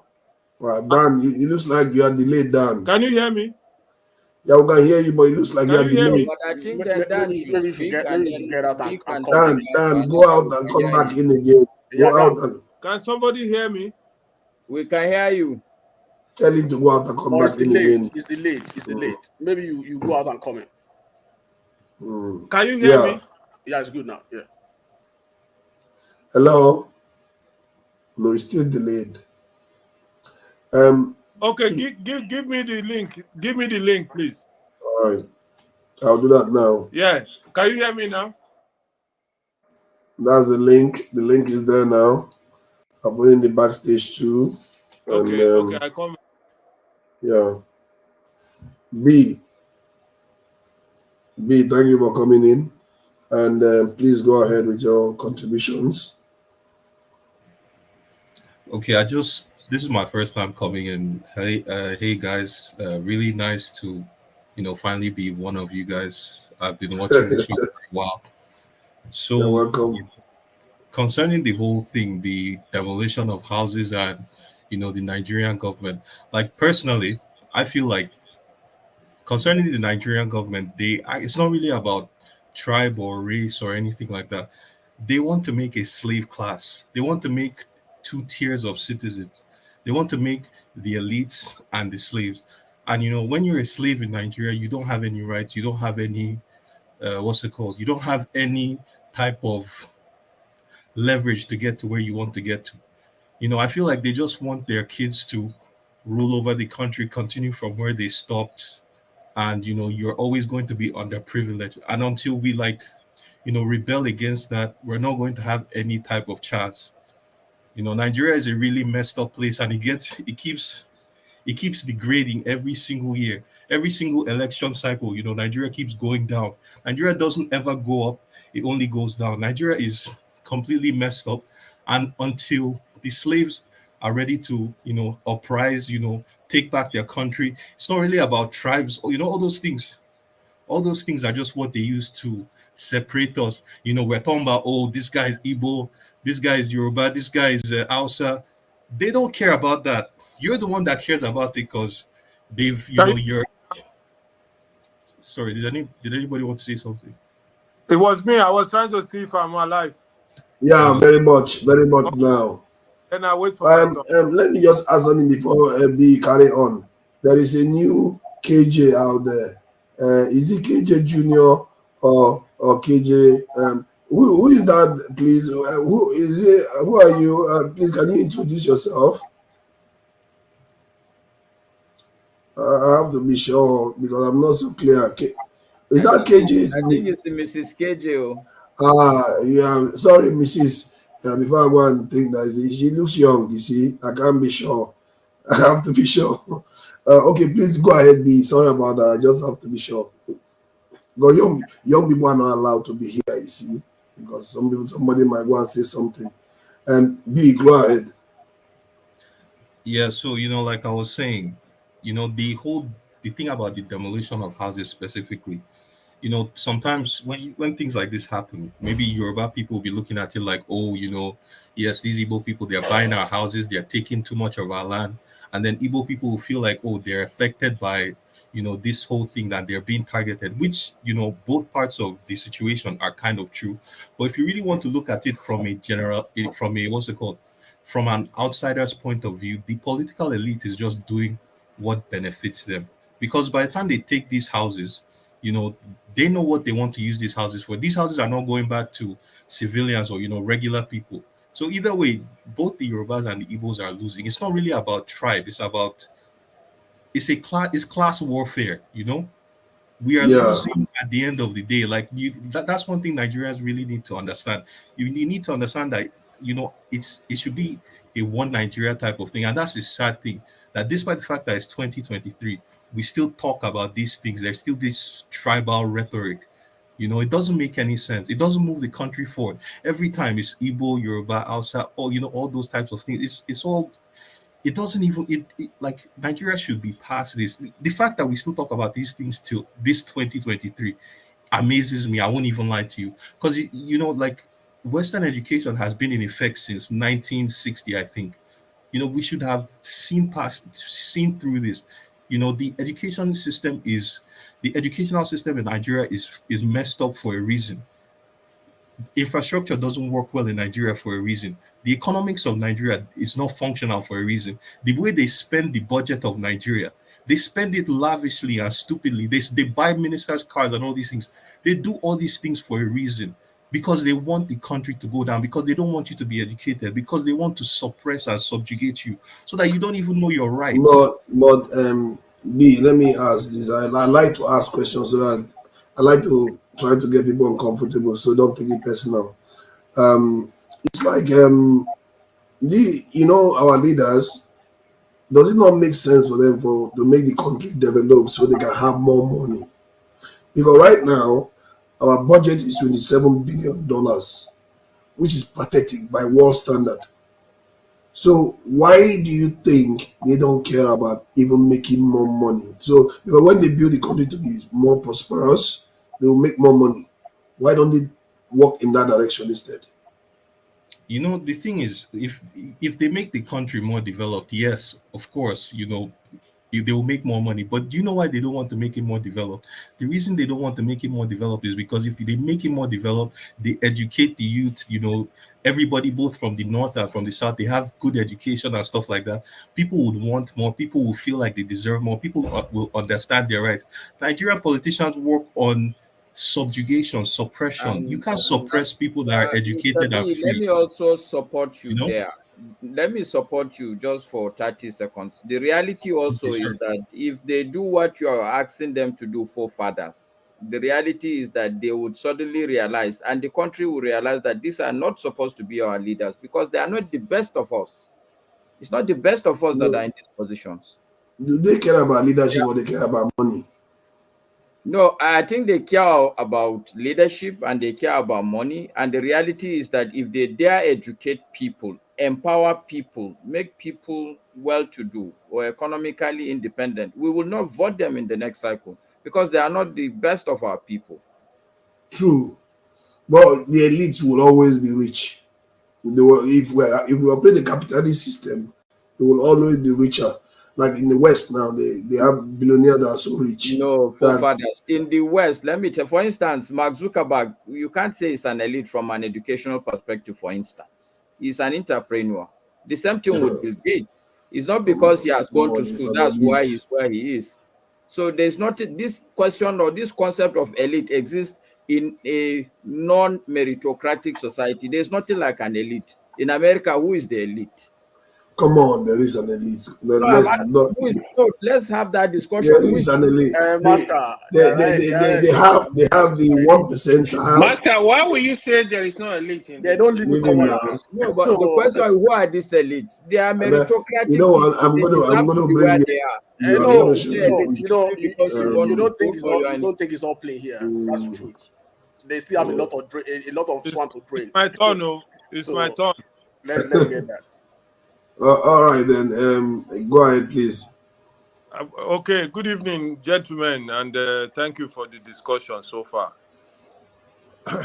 Earlier, I tuned in and made a little comment, and I couldn't withstand the pressure of the attacks going on at that time.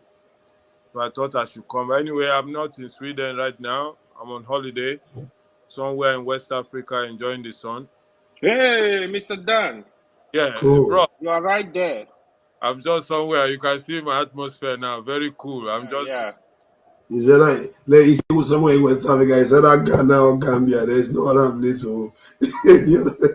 We know the code. Mama, that's why they like you. You know, say no be Nigeria. I know. Dan, I've been there. I think it looks like Gambia to me. We know the code. No worry. Don't worry. We know the code. You cannot get the code except I tell you guys, you know. But anyway, I know, man. I just want to have no one share the enjoyment to be honest. Anyway, I said make I just chip in, you know, because all the while I've been listening. I cannot tell you how long I've been listening. I didn't want to interfere. I saw the blows and the shouting, and even further that you lost your voice. Not today, now for the last show we wanna do. I saw that fight before you left and called the show to come and rescue you. But anyway, what I'm saying is the Nigerian situation, we are talking about Nigeria, innit? How are we going to survive? Some people will tell you that Nigerian problem, the Igbos, and this and that. I'm an Igbo myself, but I'm a Lagosian, and I've been all my life mingling with Nigerians, not Igbos alone. We don't have that belief that Nigeria should be divided. But at this moment, to be honest with you guys, the only solution for the Igbos and the Edos, because it's not only the Igbos, the Benis join all of them. They pack all of us one side. Let us go back to our home and develop our home. Because when they start demolition, people go just say Igbo. Not only Igbo has a demolition. As far as they demolish so many people, innocentes, we no even. And the people who sell the land, we chop our money. They never catch one person. No. That is Tinubu in people. Oh. They never talk, say, okay, now this person sell land where they're not supposed to sell. Now person has they demolish. So these are the things, forefather, I want you to bring out. Or you have to tell these people who are demolishing, they know that what they gave you is wrong. And I'm a Lagosian, I know how this works. Lagos life is very wicked. They will sell you something and they call you Mugu. You cheat somebody, finish, begin call the person Mugu. And then we are asking for freedom in Nigeria. We are asking of peace. Peter Tosh said, I don't want no peace. I want equal rights. So these are the things that make Nigeria ungovernable. This one way Tinubu they do it, they are just wasting their time. You understand? I've always stood up for revolution, but people tell us, say it's not possible. So what I'm telling the Igbos, and that is my main reason of coming back to this program, is for the Igbos, it's time for us to go home. All those money we are spending, we can turn our place to paradise too. If it comes to that, all our money we are spending in Lagos, at the end of the day, the demolition house, let's go back home and tell all those wicked witches and wizards there to leave the young people to grow. Because that is the main reason why many young people don't go to the Igbo land. I know some friends who went to Igbo land, they died there. They couldn't come back, they went to enjoy. So the Igbos, when we are crying of ourselves, we have to know our problem. We should tell all those witches and wizards in that Igbo land to leave the young people alone so that we can come back and develop our place. Because that's the problem why the Igbos are running away. So witches and wizards, we have ended up with witches and wizards driving Igbo. No, Father, I have to speak the truth. That is why many Igbo people don't want to live in Igbo land. It's true now. Ask the Igbo people who are on your program. They will tell you. Insecurity has nothing to do with it.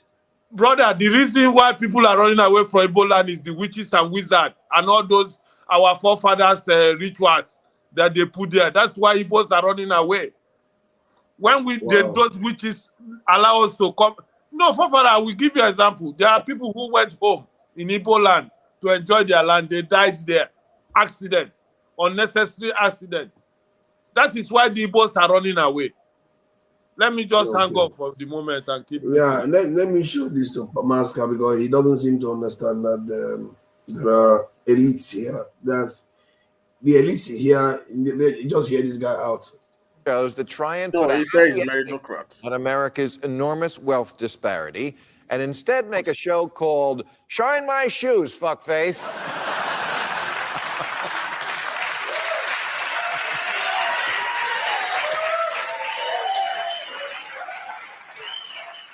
Come on.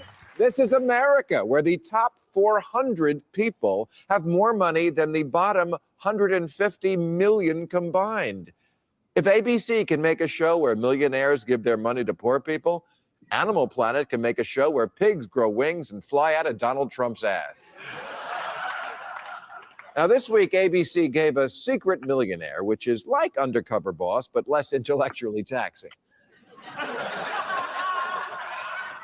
In each episode, one of our richest 1% drops in on the wage slaves for a week and finds out that living on $185 a week in America really blows. So then they anecdotally solve the wealth gap problem by showering everyone with cash. It's like Pretty Woman if you were the whore.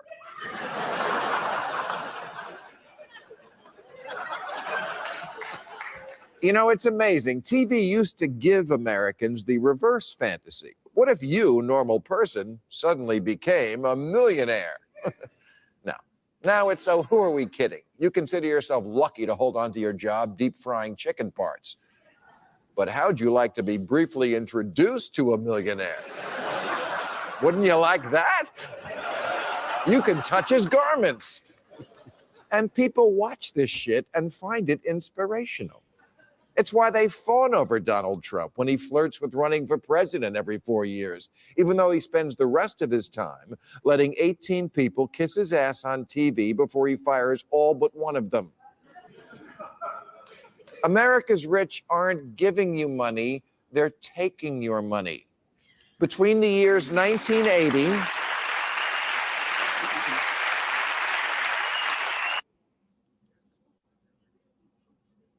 going to leave it there. I think the point has been made. That no, see, forefathers, I think I want us to understand one thing very clear.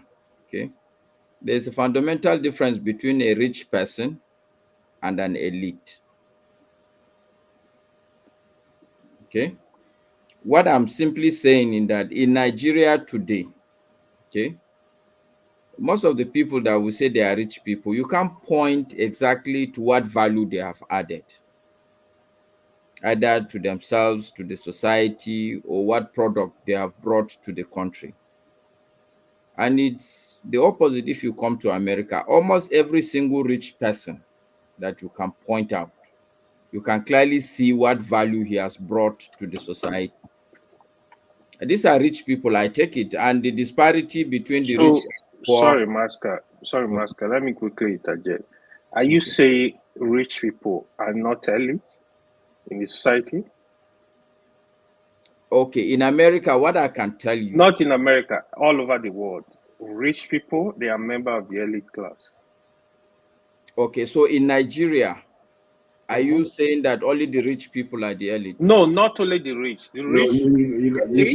It's not only rich that can be the elite. It will involve the rich, even the top educated, the people, the successful people in industry, in the military, like the generals. You can come there elite. So elite cut across board. Okay, I agree with you, and I think I must eat a humble pie and say maybe I've gone too far to say that they don't exist in America, because the reality is that they do exist. But I think the point I simply want to make is that in America is different. If you see that this is a military general, certainly a general, in my opinion, in any society should be an elite, because he must have gone through a lot for him to be there. Yeah. If you say this is a rich man, in my mind, I would expect that he should have brought some product to. If he invented motor vehicle, for God's sake, why can't he be a rich man? And why can't he be there with the elites? What I'm simply saying in Nigeria is the opposite. That the people we call elite, you can't point to what value they have added to the society. They are all criminals. Exactly. Yeah, true. So, You see, all elites are a form of criminals too. I think this is why I asked that question before. Go ahead, please. So the point I'm making is that I won't call the people in America elites. If you call the people in America elites, you can't call our people elites, our own people elites. You have to find a different name. That's all I'm making, because in America, mostly it is I think they are not that different. They are not that different. And having a list today is a factor of human society. No, but let me tell you the difference. No, let me tell you the difference, forefathers. Okay. My perspective, and this is just a personal opinion, it's not scientific, it's not that it's somewhere written or it's cast in stone. My understanding, my perspective is very simple. Okay. If you take America, for example, okay, because it's a society based on meritocracy, you will not remain an elite for long if you are not going to be adding value to the society. So the society will continue to grow. Yes, they have elites, but the elites must also add value to the society, or they will lose their elitism. Not necessarily. Very necessary. I know what I can give you another example. Believe me, okay, I've studied these people. If I give you another example of this company that claim to be offering value, all they do is just go to company, advise them to fire people, and then they encourage the company to pay the CEOs more money, and then they sell the company off and they move on to the next company. Hedge funds are not there. Donald Trump is number one. Out there. They make billions upon billions. Donald Trump is number one. What I say is that, like, despite all that, they still bring a value. They sell an idea. So the point I'm also making, hedge fund is not an idea. Hedge fund bets for your company to fail, and they rig it and they win. They make money from your company to fail. Yeah, that's companies. That's a system that thrives in capitalism. In capitalism, the day you like discover that, for instance, a good example is Enron.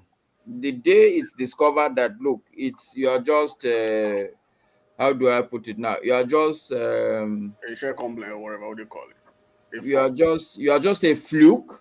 The society generally will discard you. You will lose your leadership, and you will go to see Maddox. There's this guy that went to prison now because he was doing what do they call this? This scheme that you crypto. The guy that was doing crypto. No. Maddox. This guy that was.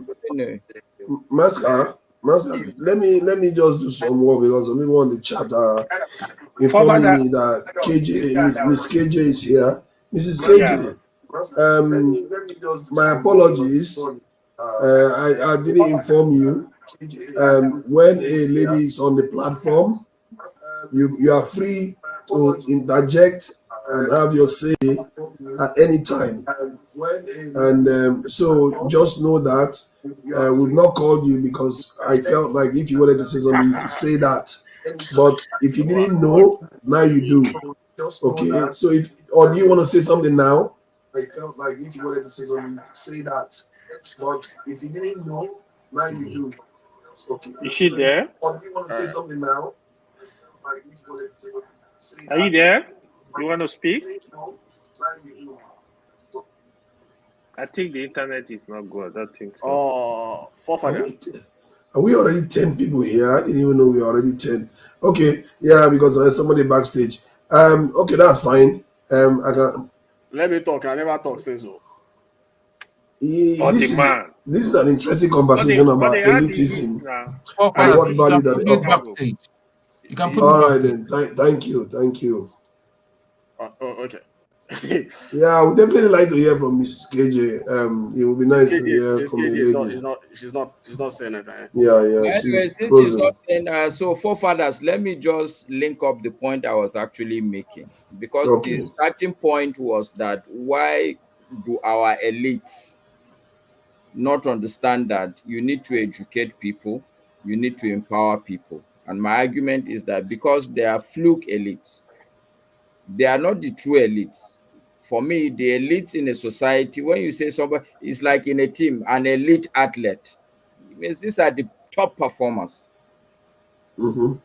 Okay? These are in our society, the people we call elite, they are not the top performers. Somebody told you there that they are the ruling class. They are not elites. Thank you. So I said it earlier, they're the ruling class. Forget. Okay, so that's what I'm saying. For me, okay, if are on their ruling class, okay, would you tell me in America that there's ruling class? I know. Exactly. But you cannot compare America. Actually, there is a ruling class. There's a ruling class in America too. I don't know why we do this thing. So there's a ruling class in America too. My point is that our ruling class are not the best of us. No. If they educate us and they empower us, we will quickly understand that it's like you are in a bus and the worst driver, the person who doesn't know how to drive, is the one driving you. Does it make sense for him to drop you people in a driving school? Once you learn how to drive, you know that. But Masker, is it on the person that is less capable to give way for the elite, or the elite to take it? That's the whole point of being elite. You are the one that's supposed to be in charge. If you are not in charge, you failed. You are not an elite. That person that you claim to be better than may actually be better than you. Naturally. So my answer to you is very simple. Okay. And this is what I've always canvassed on this platform. Okay. The reality is that all of us, I can boast. Okay. I'm better than most of the people that lead us. Okay. But because there are differences among us, for instance, Mazi will think that I'm on this platform because I'm representing Hausa people. Better than those elites because you are poor. You don't have money. The elites in Nigeria, they have money. They steal to be at an elite. So you cannot compare yourself to them. When we are talking about reality, that people who know their job, then it's a different issue. Because this is. You know how much money I have? Brother, you are not part of these stealers. Are you one of those? No, so that I will agree. Let's leave money aside. I can put it to you that some people have money. If you have money and integrity, this is the point I make. If you have money, they are stealing, because without the money, without those money, they are nobody. So they have to steal and destroy Nigeria. for them to be one of those ruling class. No, that has been established. Forefathers asked a question. Now it's almost like the egg or the chicken, which comes first. He is asking, is it that the quack elite, is he the one to give way because he's a quack elite, or the proper elite, are they the ones to take the position forcefully? That's the question you're asking forefathers. Yeah, but what I'm telling you from what you are explaining to us, and you are talking about Nigerian system, because you know Nigerian system, you cannot compare with any other country in this world. Nigerian system is unique. You have to be a thief, you have to be a criminal, you have to be anything to be in that ruling elite. So if you are making this explanation you are giving, sometimes it's hard for me to comprehend with you or follow up with you because our system is different. Okay, you can answer the question. I don't want to have the copyright to being right. You can, if I'm wrong, you can answer the question. I think the is beginning. I think we are actually heading towards, in my eyes anyway, in the direction of where the solution lies.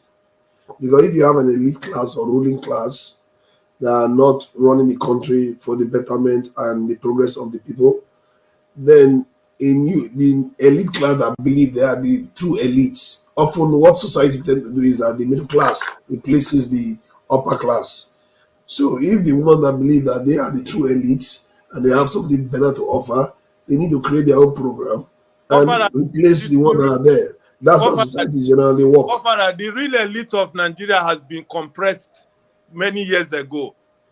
Those people who are the real Nigerians, who me, myself, we call it, they have been compressed many, many years ago in Nigeria. And the guys on top now have already stolen Nigeria. They control Nigeria, the Tinubus, the Jagabans. So in other words, they are the true elites. They are not the true elites. Nigeria don't have any true elites anymore. We have been captured. Nigeria is a state captured. See, the purpose of an elite is to be the best. But not in Nigeria. If you cannot defeat the criminals, they better you for one reason or the other. Forefathers, you see, your question has raised a very valid point now, and I think we all should pay attention to it. Because as you are talking, what had just hit me, the elites of the country, the best of the best in the country, the best of us, what do they do? Can somebody answer? A good Nigerian, what does he normally do? If you're good in your profession, what do you do? But that's what do we do? Dan, answer the question. What do you do? A good person who is qualified will do a good job.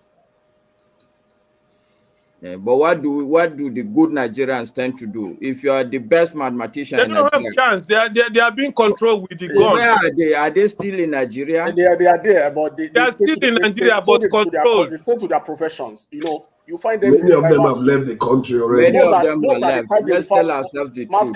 Those are the type they call technocrats in Nigeria. You know, those are the type they don't want. Many of them in the UK alone, 141,000 came into the UK just last year to this year. No. But what this brother is trying to tell you, there are still elites in Nigeria. There are elites in Nigeria. No, what I'm saying is this. Maska asked a question, and I'm trying to answer that question in a way that, like, the right people that you are looking at, that, like, oh, they are not people that are supposed to be in the elite group that are doing the right thing. They are in their profession, they are in their fields, doing their business. Those are the ones we refer to as technocrats. And they don't give them chance too. They don't give them a chance. Whenever they come into politics, we describe them that, oh, they don't know anything. These are technocrats. You know, that's the way we rubbish them. And we see a good number of them living the shore of the country. So we still have them around, but they in the business. Okay, so let me ask a refinement question. So where is the majority of them? In Nigeria. Majority of them are still back home. If you go check 5-6. The percentage of Nigerians that have immigrated, they are only 2% of the population. That's a lot. Don't forget, there are still good Nigerians in Nigeria. You know, because the way the system is structured. Like, if they are the best, that's a lot to lose. The UK is what I was talking about. If you go to public sector, they recruit their best. Forefathers, I want ask to us questions today. We are our first class. Who is that? We are our second class. Graduate. Nigeria. Concerns. I've not said anything. No. So And those are the B, issues that we are facing. Everybody has been interjecting. My brother, So since if you look at I the want to legal leave you profession guys. today, I if will you be look at on the the legal background. profession in Nigeria today, Okay, if you look all at right, the legal profession, Dan, thank you for coming in. Yeah, please, AY, please replace my voice. My voice, I can't speak. Man, this thing is really bad. forefather, I Yeah, was yeah. told, It's cold that got me. Owachuku Are said you it's sure? the gods that Yeah, I took think away it's your a voice. cold. It's not because I was shouting. It's cold. I will be shutting people down. Don't worry, man. They say it's the God that took away your voice. What's Owachuku wrong with says you? How can you be using that language No, on us that you shut us down? I've been telling me. Owachuku You is are not, telling me. look, it's not the normal Nigerians like the leader Forefather will is- just quietly shut down. We can add our Forefather voice has given together me and the shut power, you man. down. Forefather has given me the power. Maxi wants to say something. Oh, Yes, Max I is a guy that like he comes around and exalts Ghana. Ghana has been bankrupt since September 2023. No, Because they failed to fulfill their obligation to their you started a fight with and him then now you for come no here and then you exalt Ghana like. Body, can you allow the man talk? Jesus, he started a fight already. You Please see, go ahead. when you talk about when you come here, you blame your leaders. You do the same thing here. You have been exposed as well. You see, I've not said anything. No. I didn't tell you that Ghana we are better off. I give you how it is as well. Now you tell me I come to attack you people. Me? I'm I don't not saying attack you're anybody. attacking us. I said the Ghana that you exalt. The first thing you said when you came in that you are in Ghana, enjoy all you have. Yes, now, and after that, I will still tell you that we are also suffering. We are crying at the same time. Yeah, With but all the things. yeah, I'm only You see, validating your point. what I want to say is this. You have the elite. You have the elite. The elites are there in Nigeria. Mahmoud, the INEC chair, is he not an elite? Is he not from the elitist group? But that's what makes him sorry, the Maxi, professors that are made the returning officers, are they not the elite? Most of the elitist group are in the academia in Nigeria. That is where they are. That is where they are. But when they brought them out to come and perform, they are also controlled by the criminal system. They are controlled by the criminal system, unlike other sane societies. That is what my brother Dan was talking about. Thank you. Okay. I think there is a feedback. I think it's concerns. Go ahead, please. Who's next? Can I quickly say something? That B, where's the camera? Where's the camera? Please go ahead. Everyone. Okay. Yeah. I guess I'll be after. Good evening, everyone. Concerns. Please hold on. Sorry. Let B just say something, please. You wanted to say something for a while. I came here to talk to. I came here because of Dan. No problem. Concern. Just give B 1 to 2 minutes, then you can go, please. Go ahead, B. You're muted, B. Okay. Yeah, I said I was going to be leaving soon, so I'll just make this final point. I think that the elite is based on the people at the top, the highest echelons of, whatever field or, society in Nigeria, like in medicine, academia, all those types of things, also based on business and how much money they have. So, people like Tinubu, the political elite, the ones in, professors in university, stuff like that, the highest paid medical doctors, those are the elite. So when you talk about these people, I feel like they are really messing up because of the fact that Nigeria has Nigeria has a certain attitude, and that attitude has affected the whole country. It's infiltrated everyone, both from the elite class to the middle class to even the lower class. That's why you see when somebody goes from the lower class to the middle class to, becoming a political, he gets put into a political position, he does the same thing as everybody else. Nigeria has a real problem with its behavior. Everybody is kind of corrupt. I know that's one thing that we really need to figure out. The reason why the elite is not doing its job is because of that attitude. I don't even know I don't know whether to call it federal character, or I really don't know what to call it. But Nigeria has a big underlying issue that it needs to fix. The elite in Nigeria don't really do anything to enable the people because they want to subjugate the people. And this is something I've been thinking about for like a really long time now. I'm not that old, but I've been thinking about the problem of Nigeria. The problem of Nigeria stems from all those things about, when you become a big man, you want people to kneel down for you. You want people to bow down to you. You want to show that, oh yes, I'm the biggest man. You don't want anybody to rise higher than your position. Those are the real problems of Nigeria. And because of those things, we try to squash any competition. We see upcoming people as competition in Nigeria. When somebody gets big, they don't want anybody to rival them. Those are the real issues of Nigeria, because when somebody gets to a political position, if he sees that, oh, somebody, like maybe Paystack, they just made an app that, this guy is making billions. They want to do their best to get stuff from it. Everything is about, oh, give me, I need to get something from you. And that's one of the major things that drives us back. I personally, the times I go to Nigeria, I've met so many people in the field of IT, really talented guys. And you talk to them like, bro, let's try and do this thing. Let's try and, make something work out. Let's try and be rich. They don't even, they're really, these are really intelligent people, but they don't even have the will or motivation to try anything because they just feel like Nigeria is going to mess them up somehow, some way. Nigeria really, it kills dreams. Nigeria is a dream killer. It's not even like Nigeria doesn't have talented youth still in the country. Half of the talented ones in Nigeria haven't left the country. But the reason why things are not developing in Nigeria is because by the time you want to do anything in Nigeria, they'll ask you this fee that doesn't even make any sense.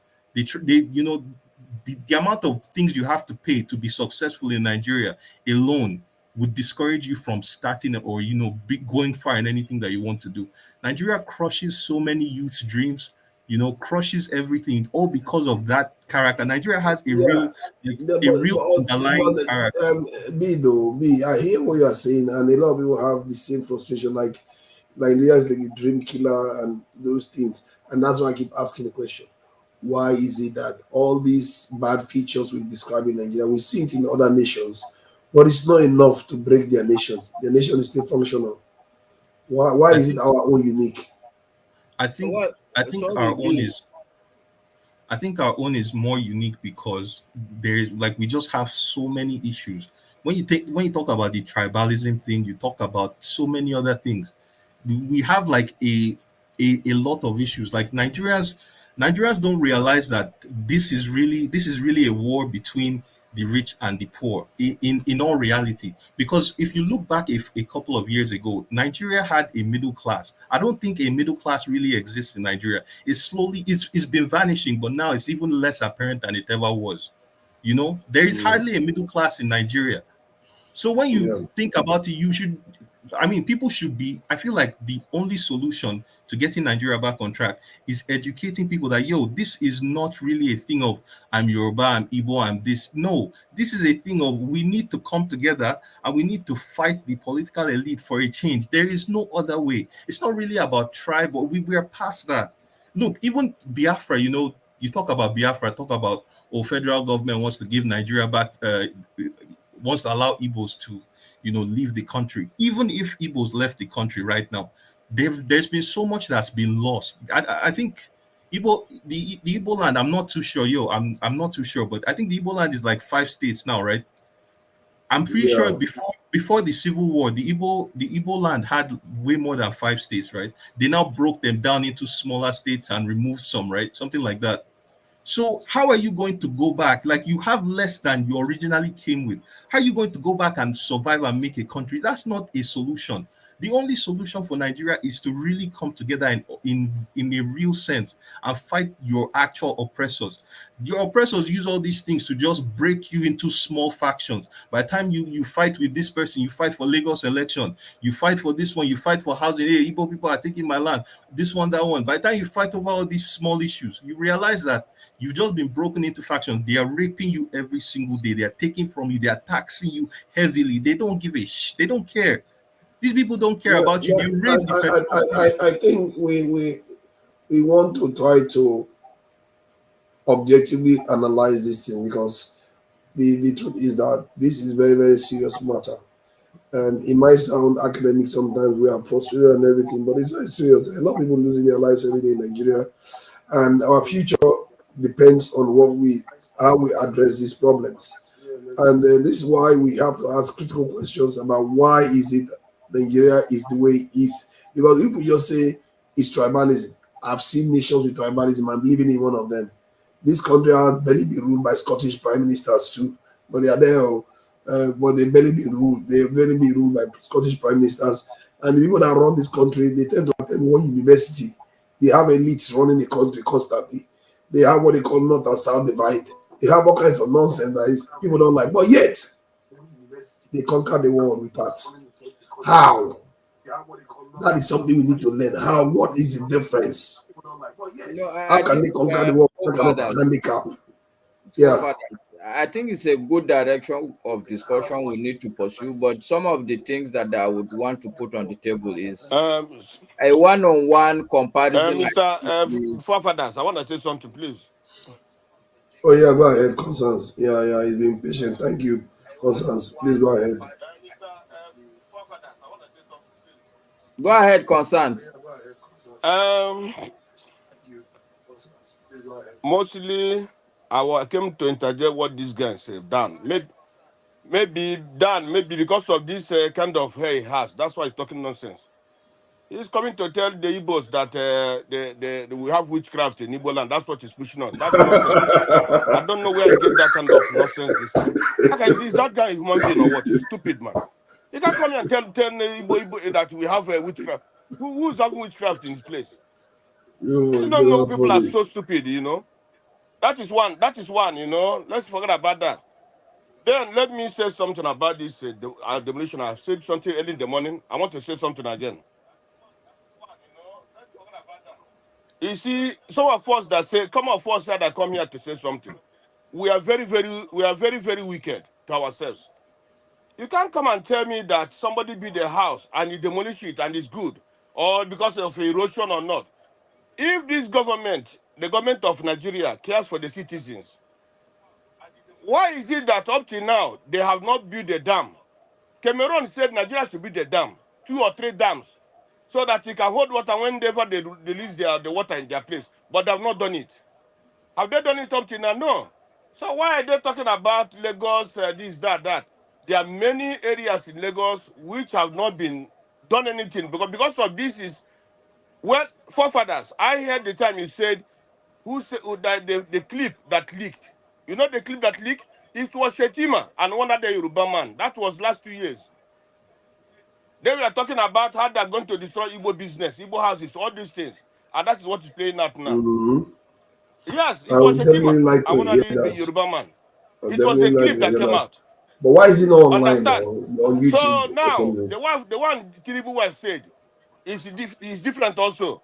So let me tell you, people should not, excuse my brother, the problem is this. I don't know why people sleep and wake up. People sleep and wake up and they're happy. They don't know who gives them that life. It's God that gave them that life. You wake up every day, your only problem is how Igbos will die. How we destroy Igbo business, how we destroy. Now I know why. That is why. You see, Yorubas don't build houses outside Yoruba land. Hausas don't build house more than outside Hausa land. Now Igbos are the ones that are stupid. Igbos are trying to help to develop the country, but now they become stupid. Which Yoruba man builds house in outside Yoruba land? Which Hausa man builds house outside Hausa land? It's only Igbos. Now, the people that are trying to do this, to bring everybody together, are the people that is the tribe that he hated. But I wanted to ask this question. That's the Let little me that ask you. everybody's against. Let That's me the ask little you that this everybody want to question. kill. That's the Concerns, little I that, but know. let me tell you. Concerns, I know you are the lead, Jealousness. but let me ask When you you are these jealous against questions. somebody, Let me ask you this question because I think it's no, quite don't ask me. interesting. Forefather, don't ask me anything. Let me finish what I'm saying. Don't ask me anything. It's okay. No, don't Okay, ask go me. I don't ahead. want to answer anything. Don't ask me anything. Forefathers, I don't know. Forefathers, wait. I don't know whether you are born in Nigeria. Because you don't behave like somebody who was born. I was born in Nigeria. I grew up in I was Nigeria. born I in know what is happening Nigeria. in Nigeria for a long time. What is happening in Nigeria for a long time is this hatred starting from the Fulanis. And now this Yoruba group, the Yoruba group of Tinubu, they have also followed this hatred. And it will not take them anywhere. These Igbos that build these houses suffered and get the money to build these houses. But these people that are destroying these houses never suffered one day to build a house of their own. Only the money of Nigeria that's stealing and the eating. So that's the difference. As long as you are doing that, you will getting punishment. If you don't get from your children. God never sleep. God never sleep. Today, nobody talks about Tinubu. Tinubu now went to Dubai. You know how many people went to Dubai with? Almost 1,000 people Tinubu went to Dubai with. Do you know that? Tinubu went to Dubai with almost 1,000 people. And nobody's talking about that. And that is the resources of me and you. Only to talk about climate change. That's what that useless cocaine man went to this more than almost 1,000 people. What is he going there to do? They're just spending the money for nothing. Igbos in the east, nothing is being done for the Easterners. But when you struggle and get something, they want to destroy it. When you struggle and get something, they want to destroy it. When you struggle, and every day somebody is talking about one Nigeria. Are we even human beings? Are we even okay? Talking about one Nigeria, one Nigeria. What is one Nigeria? What is one Nigeria? All these posts that is shared now, tell me one single post that Igbo man have there. No, tell me one single post that Igbo man have there. Okay, so concerns. Are you now suggesting that? No, hold on. Are you now suggesting that if they give... My brother, let me tell you that there is my brother.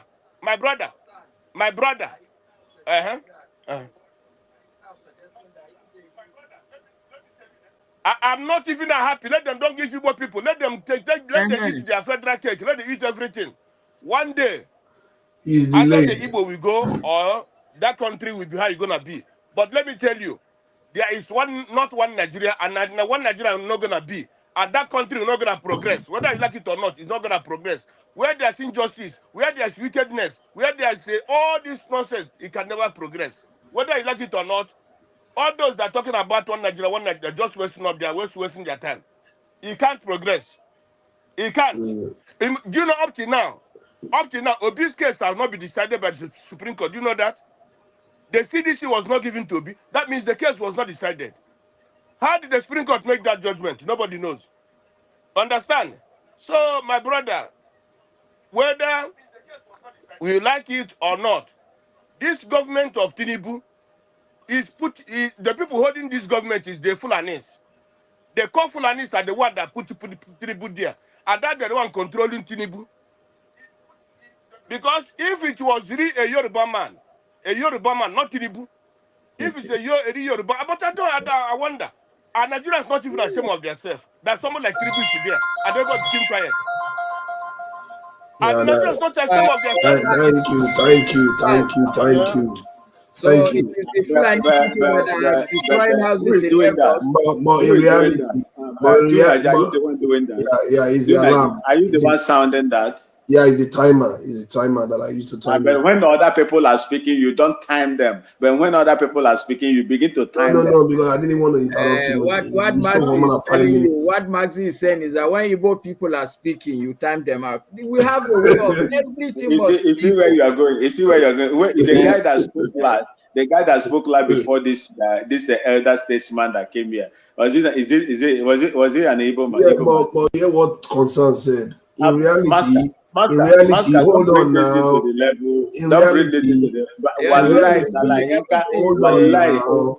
In reality, it was It's Southwestern. Two Niger. Let Hold me on tell now, myself let me say something. Let me just say man, my let own me piece tell. first. I beg you. No, It two Niger. was Don't mute me. Southwestern. Let me say You don't something like to to myself. follow order. It's not a bad thing. It's Hold not a bad on. thing. I want to speak our No, you normal can't. language You can't. because they We're call not me gonna, Alakali. What? we're not going to let you. You will not let me to speak. Eh? Okay, go ahead. No, not now. Because there's still Steph there and NBC that I need to allow talk to. The issue of this. See, now you made me lock my chain of thought. It's all good. It's all good. Steph, please go ahead. You'll be listening to the conversation, and please go ahead and let us know what you think.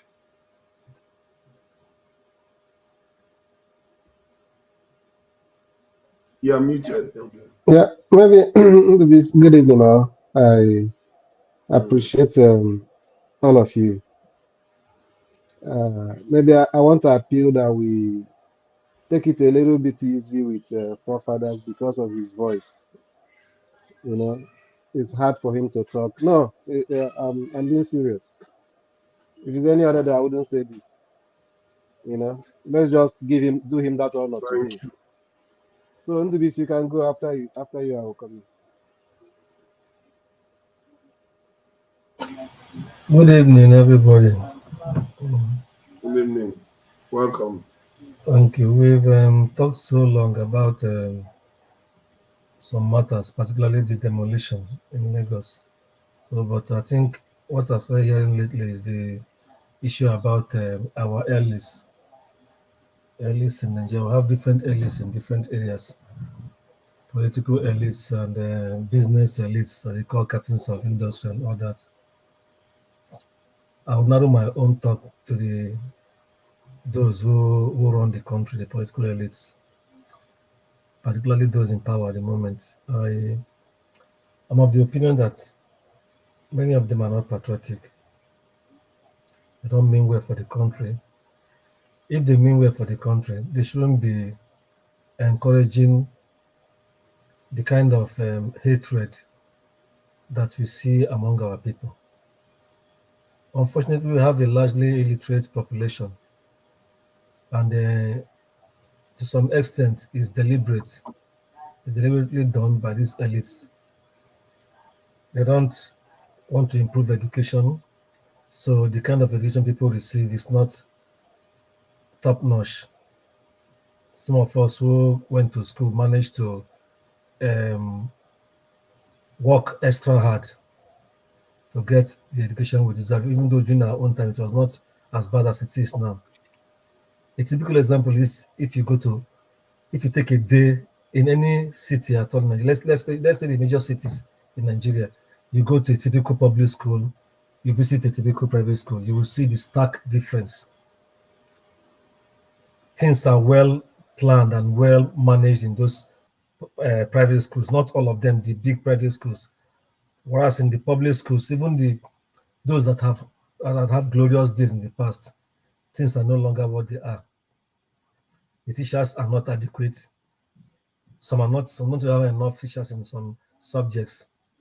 And this is deliberate. And I think they must have complained, principals may have complained and all that, but nothing will be done. And at the end of the day, you shun out students from primary, secondary school who can't write simple English, who can't even see if you give them an essay to write. I remember those days in school, when we were even in this early secondary school. A child can just come into the class and say, write an essay on this. People will do their best. Many people will write something reasonable. But I don't think that is even the case now. So these elites have not done anything well for us. They hear of people, they pass through the roads, they see that simple things like pipe-borne waters are not available in many cities, even the so-called big cities. You only see them if you come to a place like Abuja now or Lagos, you see it in some areas, but other areas you won't see those things. People now rely on digging boreholes or buying from vendors. So simple things they're supposed to put in place, they don't want to put them in place. And they are busy using the media to promote what they are doing. They are doing this, they are doing this, they are not doing anything. NBC, I asked this question before. Why does our elite not want to make Nigeria better so that they can make more money? Like Maxi that was here, he has a farm. If he wants to fatten his cows so he can make more money. That's how it works. That's how elites are supposed to behave. But why is our own not looking to expand? Why are they not aspirational? Yeah, part of the problem is they don't feel concerned. Once because they have come into that office or position, everything is available for them and their cronies. They don't bother to know how the ordinary man is trying to survive. Even the ordinary man who has a big farm, who just needs a little nudge from government in terms of little support, maybe support with plants, not necessarily, I mean, tools, work tools to expand his business and to expand his farmland and produce more. The man will go apply. Even when government says they have this farm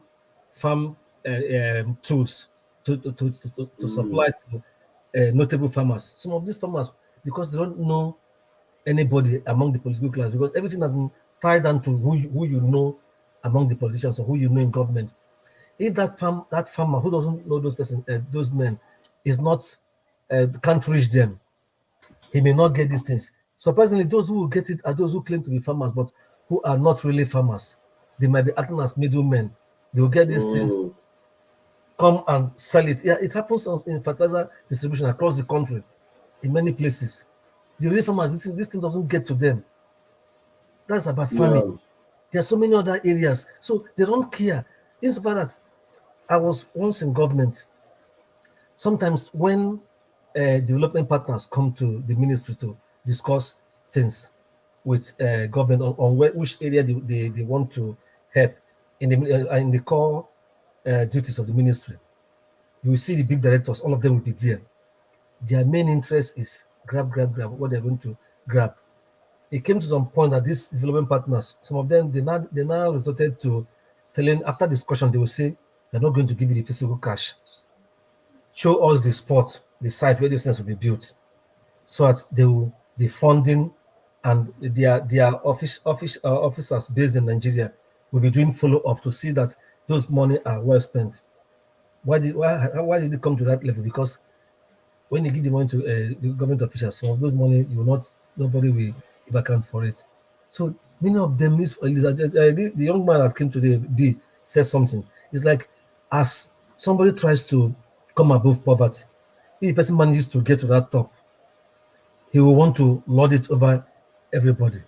Some want to have, they don't want others to get to that level. They want to be the overall boss. People should be afraid of them and people worshiping them. Isn't that the problem? That seems to be the ideology that they have now. There's another ideology that's showing up again, this godfatherism ideology. That's the problem. Because look at how they sang a song for the man in power at National Assembly, a hallowed chamber that's supposed to be as if they themselves. It doesn't mean that those lawmakers, they have lost the sense of what they are there to do. If somebody's in power, everybody will worship that person. Yeah, I've never seen the House of Assembly challenge government on anything since that they're observing Nigeria. That's another problem, because many of them owe their, like those in the ruling party now, some of them owe their emergence as their party candidate to these people in governance. So they don't want to rock the boat. So how are they going to fight for the people? So and some of them, they know what their people are facing. They travel over the weekend. Some of them who travel regularly, who have regular meeting with their constituency, they will go telling them that government will bring this soon, government will do this soon. But that is where it ends. So until the people, it is us the people that needs to say this is enough. Because if you continue this way, how are the future generations going to survive?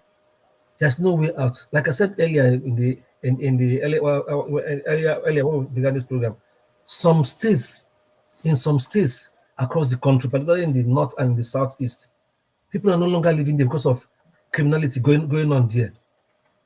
Those bad guys, they've taken over those areas, and yet we have the government and they pretend that they are controlling the entire parts of Nigeria. And this is not like you used to say about defense. This is not a big deal. These are ragtag criminals. with few arms and ammunitions. But the people who are interested to fight them, are they themselves, maybe they are compromised in one way in all these things. So it's like it's because the people are not making demands, maybe like protesting regularly, because the way we see our Nigerian government is, if there's so much pressure on that, is only when they act. But when everybody goes about their business, my only two way, I go to my work or to my shop, I come back, I'm able to feed my family, my kids go to school, even if it's public school and all that, I'll feel like everything is fine. But that is not the way to go. We are living as if we're not living. Why? Hey God, and this is the problem, because I was trying to be a little bit optimistic just now, but I pulled myself back because I was thinking, if Dangote refinery, or Dangote refinery comes online, that could represent a turning point for any nation that their leadership is moderately, just moderately. They don't have to be very good, moderately accountable. But my fear now is that when I hear Tinubu is taking almost 1,000 people to COPT, this conference, it's like no matter how much money you get, they're going to find enough people to steal them. And that's my concern now. That because is it. Nigeria has a chance. If Dangote refinery comes online, and Dangote refinery comes online, things could start turning around for Nigeria. Yes, it is this same sense of entitlement by this same ruling class or politicians. There's so much sense of entitlement. That's the problem they have. They are so used to wastage over time that even in the dire situation the country finds itself, they are still taking this large entourage to oversee trips. Like I said, I worked in government before. If you know how they prepare this money, they call that one extra code for foreign travel. Mas can have an idea of what I'm saying. It is. I've not worked with government before in my life. Okay. I've worked in government before, but this is a long list, a draw. So this 1,000 people, you can imagine in the current high rate of dollar to the naira, and I can imagine how much they are going to take from the same government coffers. So because they don't care, and the country can, and many areas in many other sectors are begging for attention. So many areas are begging for attention. They are still discussing with us over their payment for decades now. Yeah. Our power supply. If any government that comes into power takes serious one area, like at least power supply, if we begin to have steady power supply, it will generate a lot of economic activities that will keep many people very busy. That is one area they can do alongside, of course, defense and security, which is number one as well. But they don't care about, and they know these things. They have experts who can help them to draw up this plan on how to do this thing. But everybody's looking for how they will shortchange the people from one way or the other. Sorry, let me end with this. This former minister of aviation, Hadi Sirika, we saw what he did floating Nigerian air. That one has gone down the drain. And Keyamo came out the other day and was saying that he has submitted this report to the man in power, that he doesn't want to preempt him and all that. But that is a very scandalous thing to do. And he's there. The one that was former Attorney General, Accountant General, has done his own, and so many others. Both in the so they have officially shut down the idea of Nigerian air. Well, I don't know, but the position is that they say they are probing what the other man did and all that. But that is just one out of so many others. Not just this government, but other governments in the past. So many things are just going wrong. That the system, like I said before, the system is not working. No accountability. Somebody comes, does what it's as if you give somebody a position, the person will say, "Oh boy, it's your turn to eat, to do whatever you want to do, and make your own money and go." That is just what we see in the country now. And we can't continue this way. No, we definitely can't. This is for the sake of Nigerians and the sake of other African countries that rely on our leadership to an extent. We can't continue this way. It's just horrible. I don't know, man. This government, they are just miraculous people.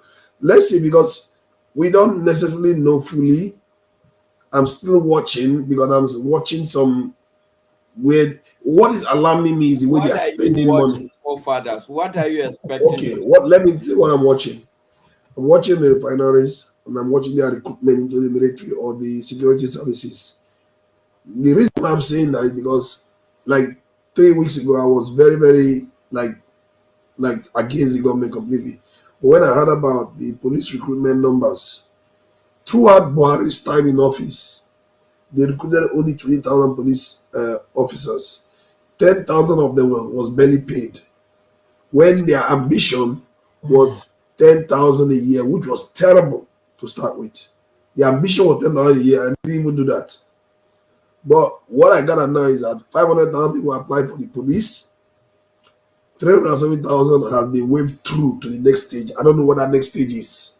I wish somebody that knows about police recruitment can come and explain that to us. 307,000 has waved to the next stage. Is it that they're going to employ them, or they're going to whittle them down to 1,000, or they're going to take? I don't know. Do you know that? You know about it? I know a little bit of police recruitment. Okay. But my take is at 2 levels. Okay. Yes. What I can safely say, my opinion, is that I felt the Buhari regime lost any sense of direction. Okay.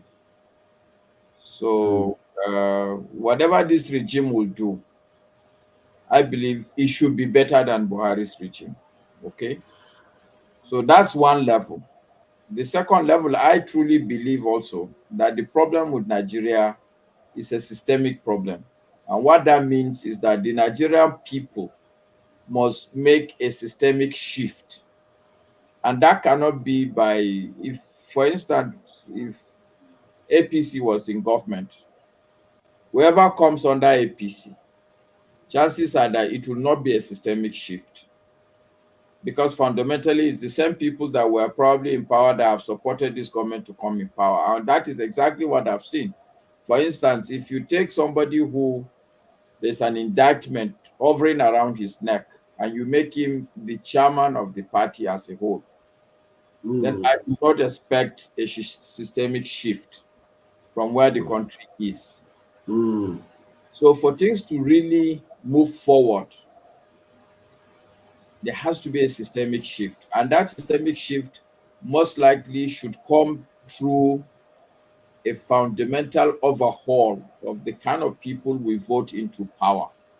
And that's why, for me, the discussion about elite, no elite, we can have that discussion, but the real discussion is it has to continue to be about election day.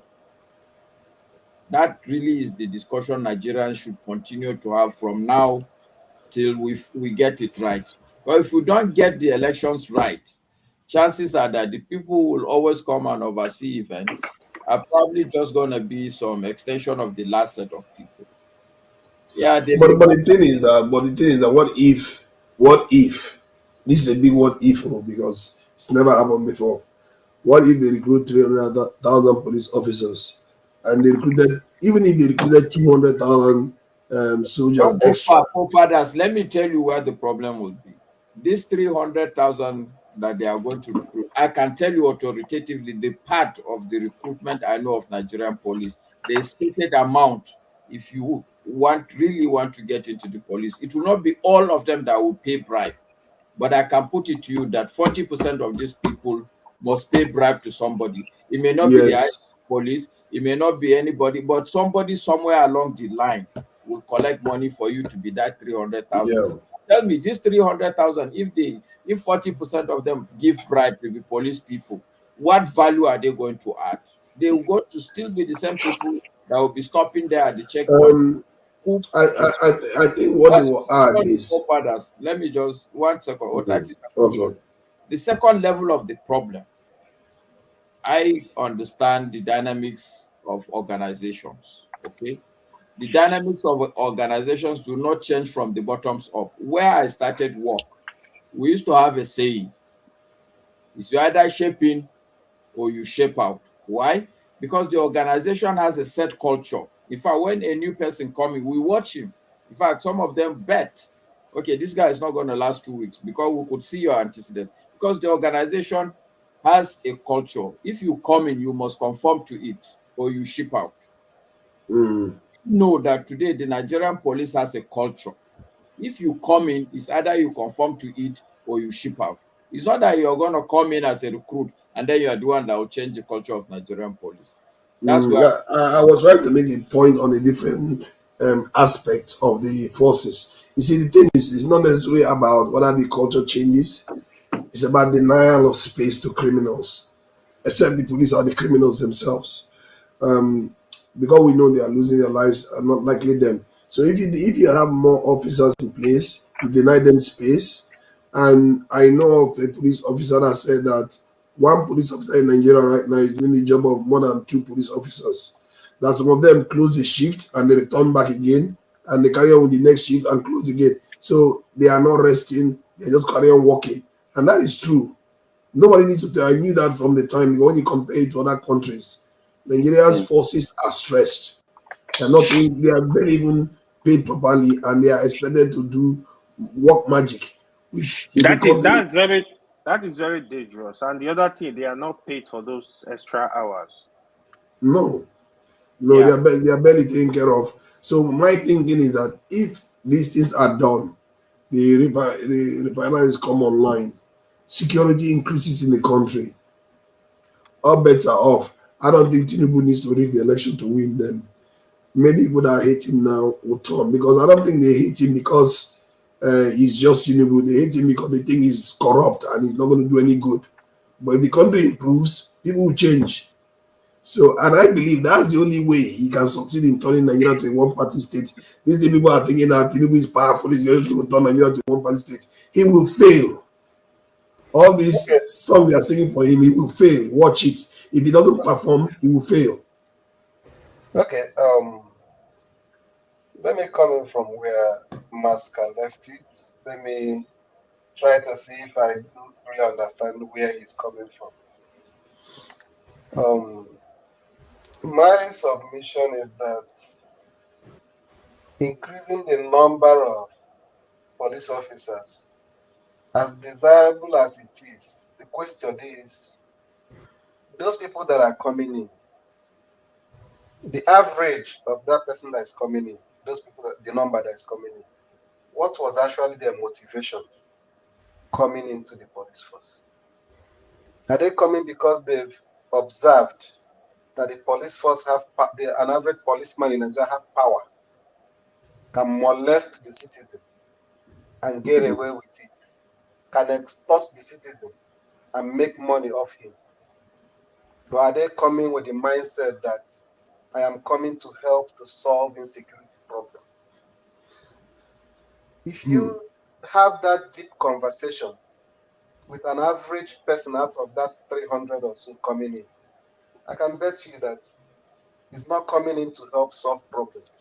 It's coming in to come and exploit the already bad situation, because they believe that this thing gives you power, this thing gives you leverage over an average Nigerian. You can extort him. They've seen how powerful the Nigerian. That's why I do sympathize for Nigerian police in terms of their welfare, but at the same time, they are the enemy of the people, unfortunately. And that is too bad.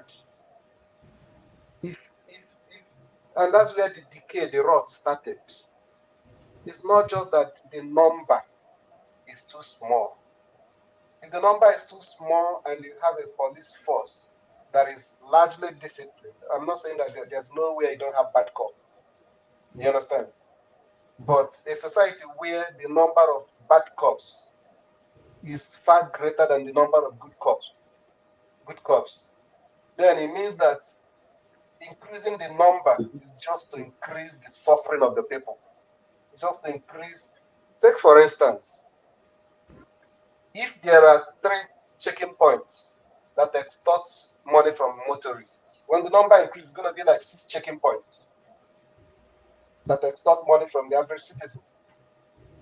You understand? It's something that people live with every day in Nigeria. There are some, we don't have adequate number of police, but there are some villages you go to Nigeria today and ask them, do people want more police in your area? They may tell you, no, we don't want. You understand? You then ask yourself, Why don't they want? Because of the bad experiences they're having with Yes, police on a daily basis. it's true. You know? So I think that if it is difficult to instill discipline into the police force when the number is few, how much more when the number is really much? You know, our problem and the solution to it is somehow linked. You know, but I think the reason why the citizens have not really taken up their position to influence what happens in their country is because they themselves are dealing with multi-dimensional problems. You know, it's easy for people to tell you how this thing cannot happen in America, cannot happen in Germany, cannot happen in the other places. It's because an average citizen there, you know, have a sense of human being, feels that comfort that I'm a human being. You understand? But in some of these countries that we are talking about, what we're talking about, including Nigeria, an average citizen feels sorry for being a human being. He feels that the worst thing that have happened to him is for being a citizen of that country.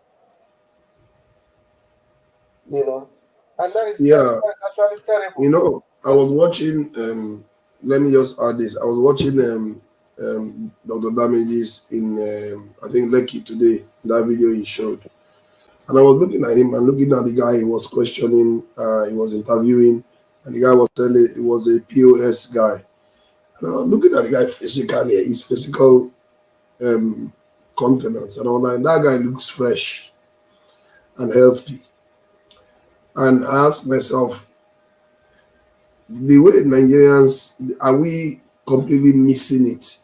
That we don't necessarily are we're not connecting to what is going on the ground in Nigeria. Because the protest that some people expect to happen is not happening. The uprising you expect to happen is not happening. And my concern is that because there might be a disconnect, because some of the things I'm observed, especially with China, as an example, is that when nations are improving, that there's an improvement going on in the nation, people don't protest. No matter what you do, they will not. The reason why, I think it's even subliminal, it's not even conscious. They may hate the government, but they will not protest. China, you hardly see protests, not because they cannot protest, so they can protest, but because the country has been improving for such a long time, they don't care as long as the government is running. And I feel like Nigeria, there has been incremental progress that we overseas have not picked up on. No, the country That's has my created forefathers. The country did not. There is no incremental progress. Okay, like an example, like people working online. Yeah. No, I mean online work for the thing is that the young people that will go on the street, those young men. But the number of people forefather that have left the country now, they're everything. Yes, that too. Every indices is bad. So they are not going to be on the street if they are leaving the country. That's the thing. They are not there. Most times we point about people doing online work.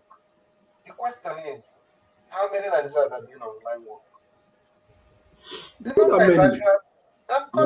I don't think, Steph, I don't think we should even forfeit. I don't think we should waste time in terms of the indices of the country. This country, I'm almost 50 years old now. This country has never been as bad as now. Let's talk about inflation. Okay, the inflation rate is crazy.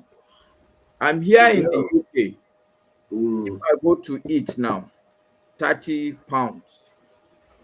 The challenge I have is that that's almost 45,000 naira. Okay. What do you mean you eat 30 pounds in the UK? What kind of restaurant are you going to eat in the UK for 30 pounds? I'm here with my wife. I mean, logically, a good meal will be. I guess if you go out to eat, yes, that will be that amount. That's high by UK standard, I have to say. Yeah, but no, sincerely speaking, forefathers, okay, so let's say it's even very high. So let's say it's 20 pounds, me and my wife. that still is 30,000 naira. That's the minimum wage. In 1 meal, I eat minimum wage. Yeah. So I'm just saying that all the indices, exchange rate, people will tell you don't use exchange rate as an indices of how well the economy is doing. But go and check the standard of living of people. The sheer number of people that text you in the morning, their account number, without even greeting you.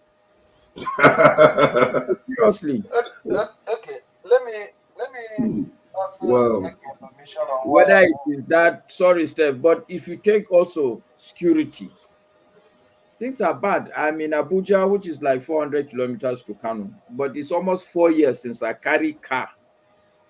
I say I want to drive that. That's interesting.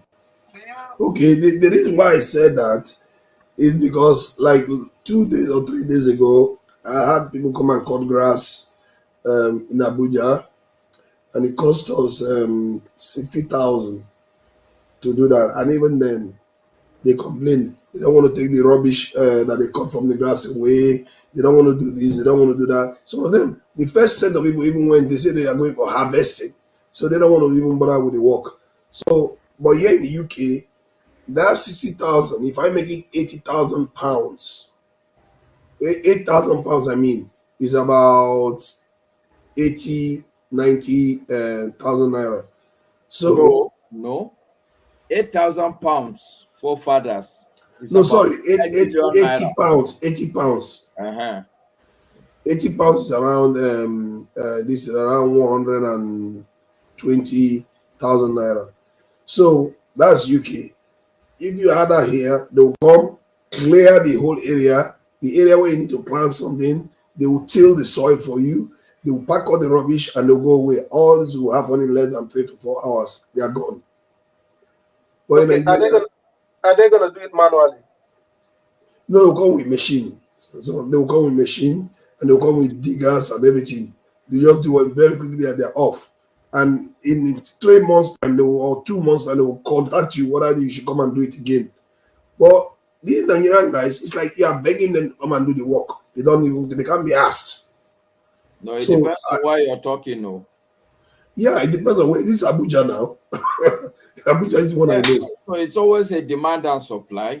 I mean, but even in Abuja, I can tell you forefathers, you see. And of course, sometimes I give you guys some slack, okay? But even in Abuja, forefather, there are designated places where if you go and just park your car, about 50 people will rush and molest your car, because these are people that they are laborers. They sit down from morning till evening hoping that somebody will come and park them for manual work. Okay, there are places like that. So of course, if you don't know, you don't know. Exactly. The people I work with, you tell them, they're like, oh, we are trying this, we are trying that. Nobody can be asked. Of course, if you gather some of these people that are calling themselves graduate, no graduate will want to go. The problem also with the educational system is that we deceive ourselves, which is why I was arguing about this elite concept, because everybody that went to university think is now elite. Yeah, that's not true. No, and that's not true. Okay, coming to the elite conversation, somebody asked the question of who is actually the elite. You know, sometimes it can be a little bit subjective on the category of people to include. Even though we know the people that cannot make the list. But when you talk about elite in a developed country or even in a developing country, you cannot rule out that the academia, you understand, make a reasonable number of those elites in any country. Because those are the people who are supposed to, drive the national agenda when it comes to development. They are the people who are supposed to mold the opinion of where, different shapes of policies, depending on the school of thought, because they usually don't have a common ground. You understand?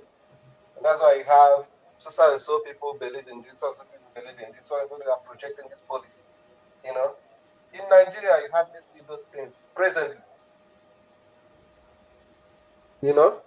You don't come to university where you really have established research desks of, okay, these people, these are the mentor, the mentorship program. You're supposed to have in a university where you have a professor in economics, there are the people that is grooming, that believes he has a clear-cut idea of how to solve a particular economic problem. Talking of economics, for instance. You understand? In the political science, you see professors that have an idea of, okay, this is how to solve our political problem. You have so many other doctorate degree holders that are. You know why I'm smiling? I'm coming. When I finish, you know that me and you are on the same point. You understand? You see, those professors that believe this is the way to go when it comes to political policies, political theories that will solve the Nigerian problem or stuff like that. But then you discover that over the years, that those things have widowed out.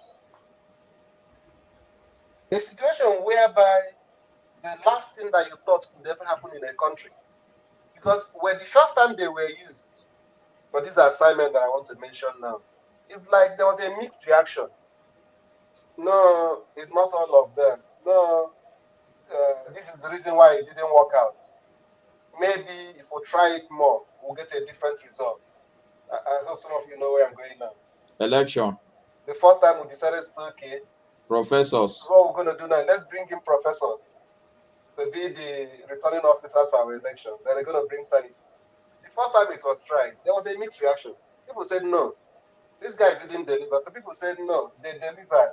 It was because of so and so thing. It was because of the other one that happened the other place. You know? And over time, we begin to see that there is a pattern. And that pattern is that these guys doesn't really give a damn. That is all about the stomach. Yeah, let me check something. I think do you see this quote here? Sans Nam. I like this name. I am always tempted to call it Samson, but Sans Nam. You see, people don't know that the Chinese people do protest. They can protest if they want to, but they choose not to protest. They actually can protest. These are Chinese protests that I have images. They don't show you in Western media. This is Bloomberg, one of the major newspapers of the West, but they would not necessarily cover Chinese protests as people think. People forget that in Hong Kong is part of China. There was a 6 months protest, at least 6 months or more, that went on in Hong Kong. It shut the city down for 6 months. And many of the protesters ended up getting elected into office. Many of the protesters from protests got elected into office. They became part of the government themselves, and they ended up out of the street. So what are the point I'm making is that the idea that he is saying that the Chinese don't protest, they can protest, but they don't protest because they see improvement. They don't see any reason to go after their leadership. And that's how it is. Okay, on the issue of the professors doing election work that I'm talking of, a country where those class of people were entrusted with such responsibility, and let's say it's not all of them, 90% of them failed the test, choose money over the people. That's part of elite. Do you still think that they are relevant for the cause we're discussing? They are not. Sorry, ask the question again, please. I missed that one. No, I think they are relevant. My belief is that the way the Nigerian system is now, even if it's American professors you bring, 50% of them will metamorphose into Nigerian professors overnight. It's a systemic issue. And the point for me is half of the people that are today in politics ordinarily should be good people. But if you put people, which goes back to the analogy I gave in terms of organizational culture, okay, it has to be a systemic shift. Because if you carry people from small amount of people and put into an existing system, chances are that they will come out in the light of the existing system. Nigeria, today, for instance, let me give you a small example. Okay, Professor Jega that was there, people know that this guy is a no-nonsense person. But unfortunately, the way Nigerian system is, if you put in the amount of money that is at disposal to a few, if you put in the deep-rooted religious issues, if you throw in the tribalism, okay, and on top of it, you put in, for me, a major issue which I call the lack of identity, okay? A normal African, a normal Nigerian is confused. Yes, that's true. Am I a Muslim? Even me, I can give you a personal example with myself. Please do. 3 names. Okay. Mm. Sometimes I give this one. Sometimes I give this one. If I'm trapped on my passport, I try to remove one because I think, okay, it will create some certain sort of problem. Sometimes, I mean, I want to put this name because I think it's more of an African name. And it's not something just to me. It's almost all of us. When you talk with somebody, if you go into religion, the man carry Christianity on top of his head. But the truth is that he's not fundamentally a Christian first. He's a black man. Culture and everything. And if you manage to wriggle around the religion, he will tell you he's an Igbo man. Okay? But if you look at the Yeah. Your audio is gone. The audio is gone. Mascot, I feel offended that you are using Igbos and Christians to give your analogy. Why can't you use your tribe and your religion to give the same analogy? Can you ask the question, the original question again? An offense. No, the area I was just trying to build up a kind of hypothesis, if you may call it that. Okay. Where I was going is that that's why I told Maska that if he's patient, that maybe that me and him are coming from the same side. What I'm saying is that there is this silence of the middle class, or the so-called elite that are not part of the system, and that some people believe that the problem that we have is the citizenship, the citizens, and some other believe that it is a leadership, and some people have always argued that the people deserve the kind of leader that they have. You understand? But it's true. In my own thinking, yeah, that's true. In my own thinking, when things have degenerated to the level where it is now, it may be impossible for this thing we call self-correct. You understand?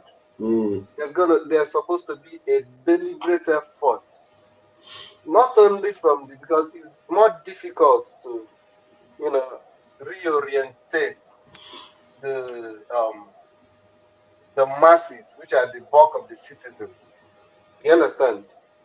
Than when you have a committed leader. Do you understand? If there is a committed, I'm thinking of how Nigeria could get it right, is that there's going to be a committed leader who is going to be strong-willed. You understand? And be able to assemble like minds. Because a typical Nigerian leader, the people around him is going to tell you, it's a reflection of who he is. You understand? Yeah. To a reasonable extent. It's either who you are already, or who you are that is visible, or who you intend to be, but maybe opportunity have not thrown itself for us to see you in that light. You understand? Because some people may think that they are good, but just because that opportunity for them to show their color have not really come. So that's why I strongly. I've asked this question before. That is it our elite's fault?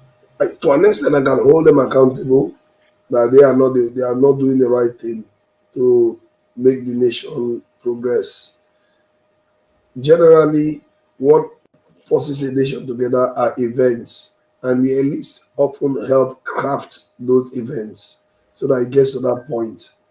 But the problem with our elites is that they believe, many of them were around when we were colonies, and many of our people talk like they are still colonies. Actually, they still call Europeans colonial masters.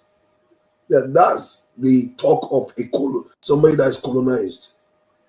So I'm coming because I'm So about how to can answer the question. how can the leaders be better than that state? Sorry, the question. Okay, go ahead. Finish your point. In my own thinking, because what you asked now is similar to where I want to land, whether the elite is complicit or whatever. And I talked about the silent mass of there are a reasonable mass of the elite that are not part of the system, that are just silent.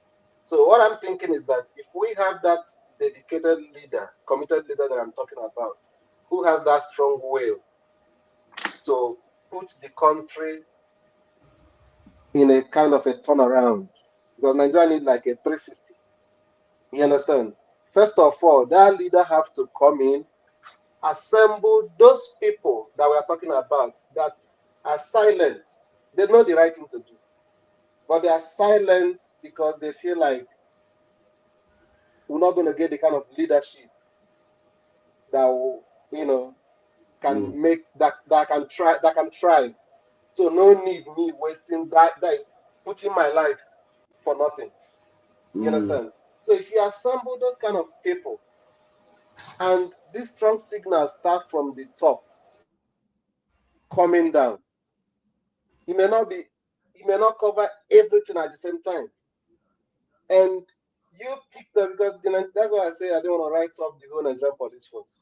As corrupt, as bad as our Nigerian police force is, when you come to that top, you can still see one or two, no matter the tribe they come from, who still feel like, okay, if I have a boss at the top, that's why I said that among other things that I never gave Buhari a chance when it came to economy, when he was running for president. I had that argument with lots of people. I didn't give him a chance at all. And the reason was that I told them that this man had been disconnected from the system for a very long time. That I don't expect anything from him that side. But where he became a very big disappointment is that I was thinking that when he came in, that he's going to focus on one area, which is going to be, even if I did not achieve every other thing, but I'm going to make sure that under my watch, people will know that I may not get everybody into that net. But people will know that you cannot do A, Y, Z and get away with it. Do you understand what I'm trying to say? And that was the reason why when he came in, he started hearing Mr. President's body language. But before he appointed the ministers, but when he started the appointments, like I said, the people around you tells a little bit more about the kind of things people expect. Similar to what Maska said when a leader comes into an organization. So you begin to see the kind of people that he's assembling as the team. The issue of Mr. President's body language begins to disappear in the mind of people. Does that make sense? Mm-hmm. So that's a very big factor. So if you get a leader who can be able to be above board and assemble that kind of leadership team around him that is also incorruptible. I know there are people like that in this country. I can beat my chest that there are. But they are too far in between. They are not together, and they are too far in between. They've not come together to form. Exactly. So if you gather those people, even in the police force as corrupt as it is, among the top echelon, you can still get few that knowing that the Oga at the top, this is the true agenda he wants to pursue. And from day one, you begin to see the signs. Those people will begin to maybe appoint, like out of 36 states, you can get like 15 states commissioners of police they're going to appoint that are going to lead by example in those states. It may not be all the states at the same time. You understand? Before you know it, you're going to get like maybe 5 or 6 DPOs in a particular state that are committed to that same thing. You know, Mm. when there is that chain flowing down, it's going to be easier for things to begin to take shape. Well, Like I said, the area that mm, I'm usually concerned in governance is not just Nigerian. It's not just about the revenue side.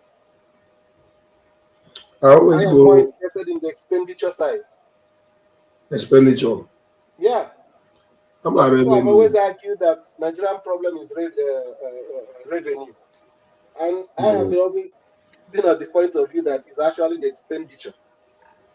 You understand? Because I usually used to use personalize it a kind of. Anytime I find myself in a situation whereby I have little control over my, or I have a lower control over my income, I always know that I have more control over the expenditure side. Yeah. Do you understand? Mm. And if a government come in and from the expenditure profile, what they are prioritizing, it tells you much about that government. And that is why I do not share your optimism, forefathers, concerning this government. I'm not blaming you. I don't blame you. No, I'm coming. If assuming that the poverty alleviation or whatever they say they want to do with 550 million US, is it billion? The House of Rep and the Senate, instead of scrutinizing the expenditure items of this budget, where they're going to do the last fight is on that 550 billion. Who's going to be in charge?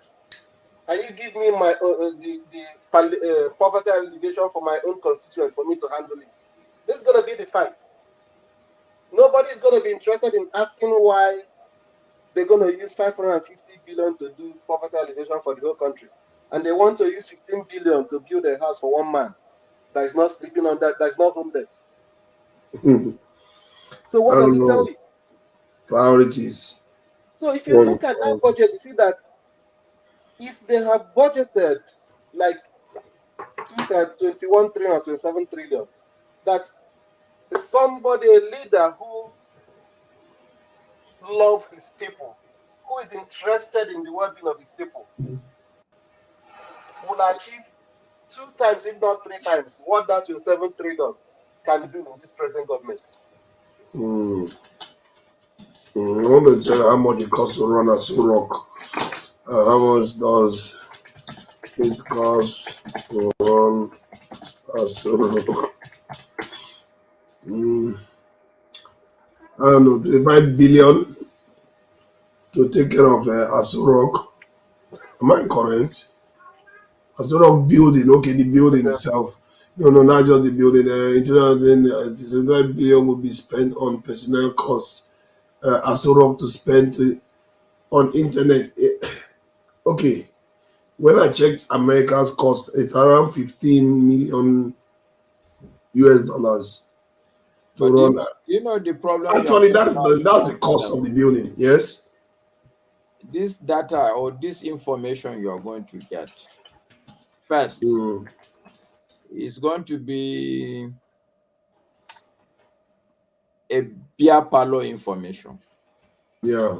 It's not going to be from any serious-minded institution that this is what they do day in, day out, and they take their time, they investigate, they verify, they cross-check. It's somebody who will just say somewhere that this is what is the cost. I can bet you that nobody in Nigeria can actually tell you that total that you're looking for, even the president himself. Yeah, I think they can like narrow it down to personnel and a few other things. From what I can see here, they're talking about. Let me see if I can put it up so you guys can see this too. So they're talking about you got Asorok spends 16 billion naira on internet, but that's not it. Well, open this link now. Open it. Let's read it, and you'll see what I'm saying. Okay. Okay, so it's 14 billion on internet. Go back and check it. You see, it's on internet. Go to the topic. On internet. This is Nigeria for you. In the budget, 600 were budgeted for internet access to the villa, while stationery and computer costs. Why are they spending all this money on this internet? The billion one that's about $6 million US dollars. That's a lot of money. Go to the source of this. Go back. Who wrote this article? Himself. Go back to the person. Agole. If you check this person with no disrespect to people, you find out that the amount of work that is required to put out this kind of information is not done. Yeah. No, but most times this kind of information they get it from the budget breakdown. They just read budget the other day. After some days, the Minister of Finance will give the breakdown. So this is precisely my point. That we budgeted this amount does not mean that this is the cost to run a place. Yeah, I did check the 41, but if it goes into the billions, that's millions and US dollars, which you should expect for the size of Nigeria. But I'm still surprised given the size of our budget, which is relatively very small. See the point that I'm making, Steph, for a serious country, if you say the cost to run Aso Rock, it's just not going to be internet, isn't it? You should have personnel cost, internet cost, this cost, that cost. I'm saying that even as a country, just to tell you how systemically porous we are. This thing is just sensational. The guy saw it and felt it would be a good heading. They spent. Yeah, no. It's interesting when you say check the name. Some people just put information out there that is not necessarily substantiated. But I won't be surprised it costs billions though, because the way Nigerian politicians spend money. Well, what you do for father, how much does it cost? How much is the total cost for internet Aso Rock in 2020? Yeah, of course you're going to get that video, that script. You're not going to be. Why would they put the cost on internet anyway? I don't know why anybody would share that information. You just headline information as tech or something. Anyway, but why would it share much? The forefathers, for me, the silver lining in our cloud is for us that there's constantly going to be election. Okay, as long as Nigeria is constantly going to run election, that is a big opportunity for us to be able to take back the country. It's very rare a nation that is where we are, which there are not that many that have been where we are, how low we've been, to emerge from there based on an election. And if it happened, even like in the case of South Korea, the guy quickly became a dictator. And I think he was taken over by a military guy, then the military guy converted to civilian and ruled the country as a dictator. So I think we really need to check and find the way we are going to navigate this thing. Because I think when we say election is going to change it, to change the paradigm in the nation is a big move. Okay, so let me expatiate further on my position. My position is that Nigerians, the poor, the elite, and the ruling class, these are the three classes we talk about, right? Yeah. All of these classes, they know that things are not well with the country. The poor people, they know that this is not how we should live. They may not go into a fanciful idea of rule of law, development, accountability, but they know that, look, this is not it. Every poor person in Nigeria understands that. You understand that very well. It is not okay that people will kidnap me. Okay? It's not okay that if I go to the market today and I go tomorrow, the price of rice will increase or double. Okay? Yeah. It's not okay that when I send my kid to school, the school is not well funded. Okay? It is not okay that people who we know yesterday have no job. Today, they are running in convoy of 20, what do they call it, SUVs.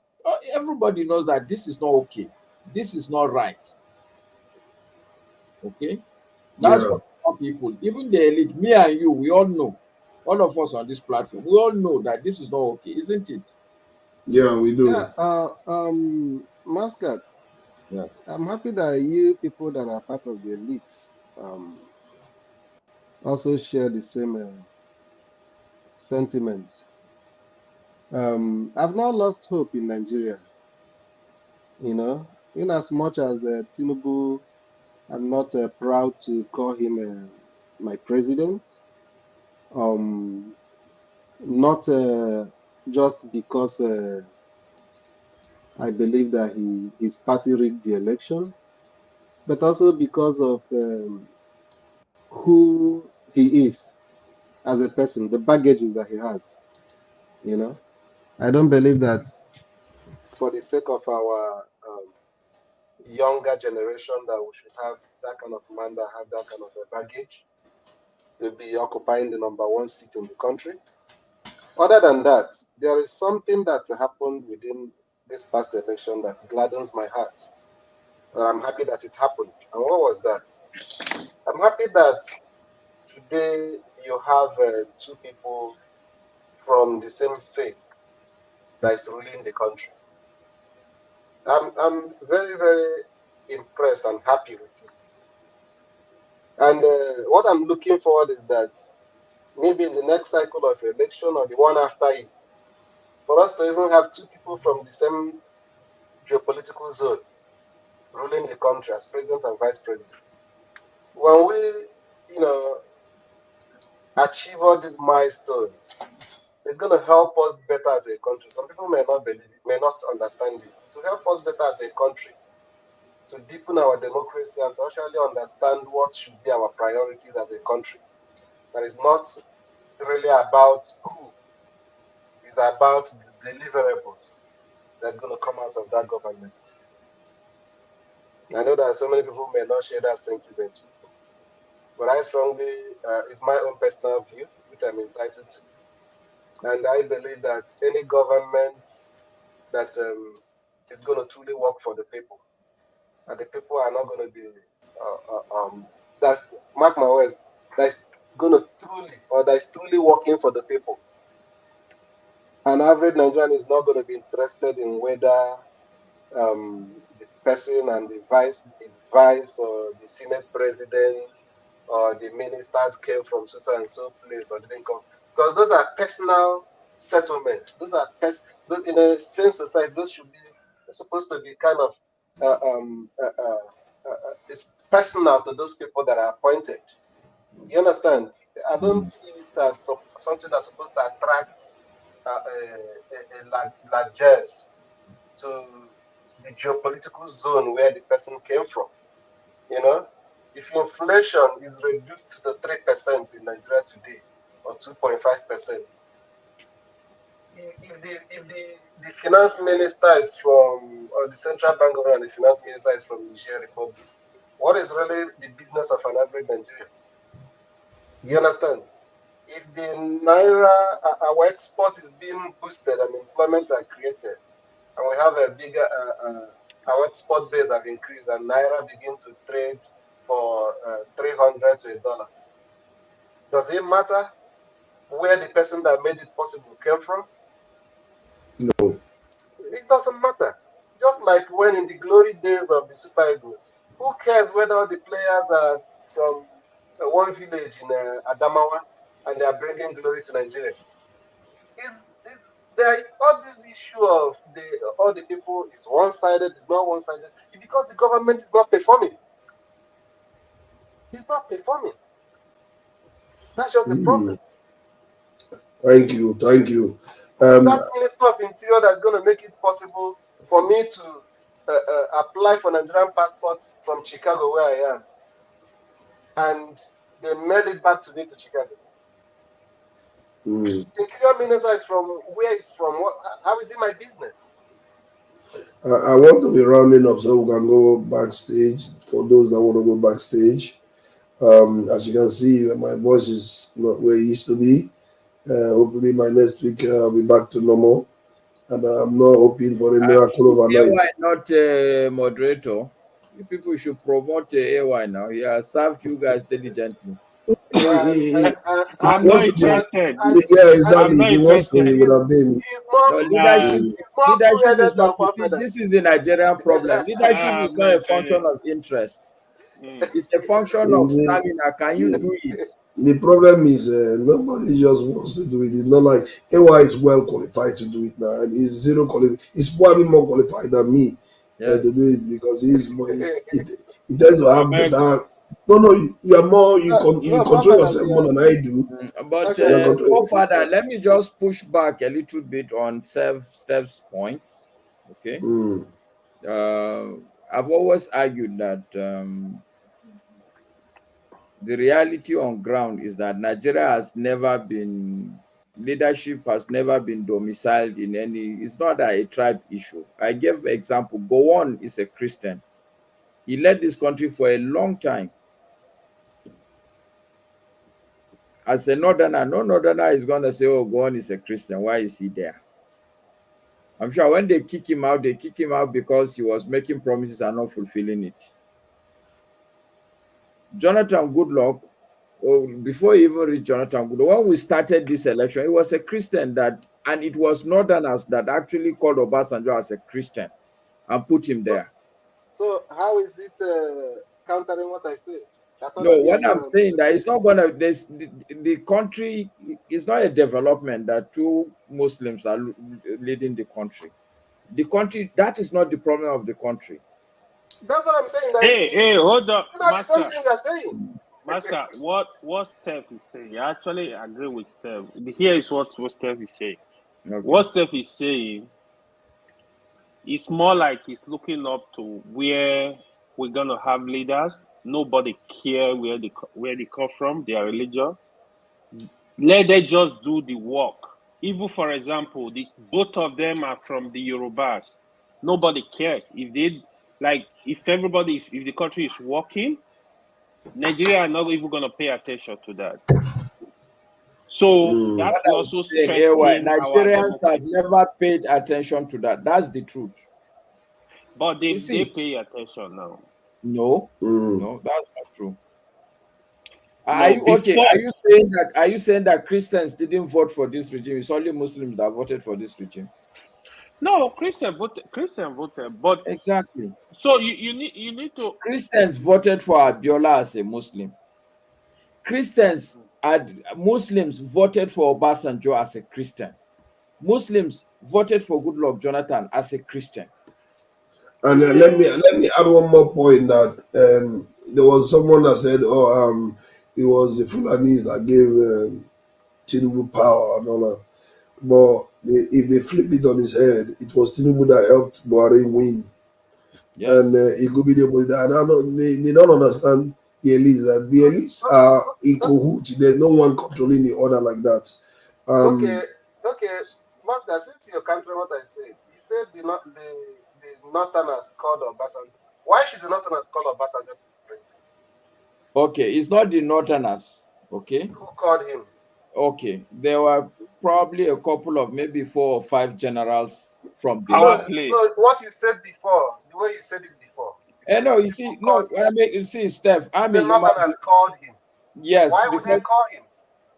Okay, they called him. Let me explain this thing very clearly to you. And it is not even 4 people. I may extend it to, it's one person that called him. It's Babangida. That's the problem. That's a part of the problem we have. No, of course, we have a lot of problems. This is my theory that the Nigerian problem is complex because it's not one single problem. There are many problems that, like a broom of problems. That's the thing with Nigeria. It has a broom of problems that are tightly tied together. If you look at APC, it's a broom that is their logo. So, but the point I'm making, Babangida was interested in becoming a civilian president. He was the one that annulled June 12th. He thought he was smart enough to know that the Yoruba people are angry. Okay? He has assumed that people in the north obviously will vote for him. His challenge is the people from the southwest. He needed to appease them. In his mindset, if he makes Obasanjo president for 4 years, by that he would have appeased the people in the southwest. And if he comes out to be voted, people in the southwest will vote for him. Yeah, we shock him. People shock up Babangida. He will never forget.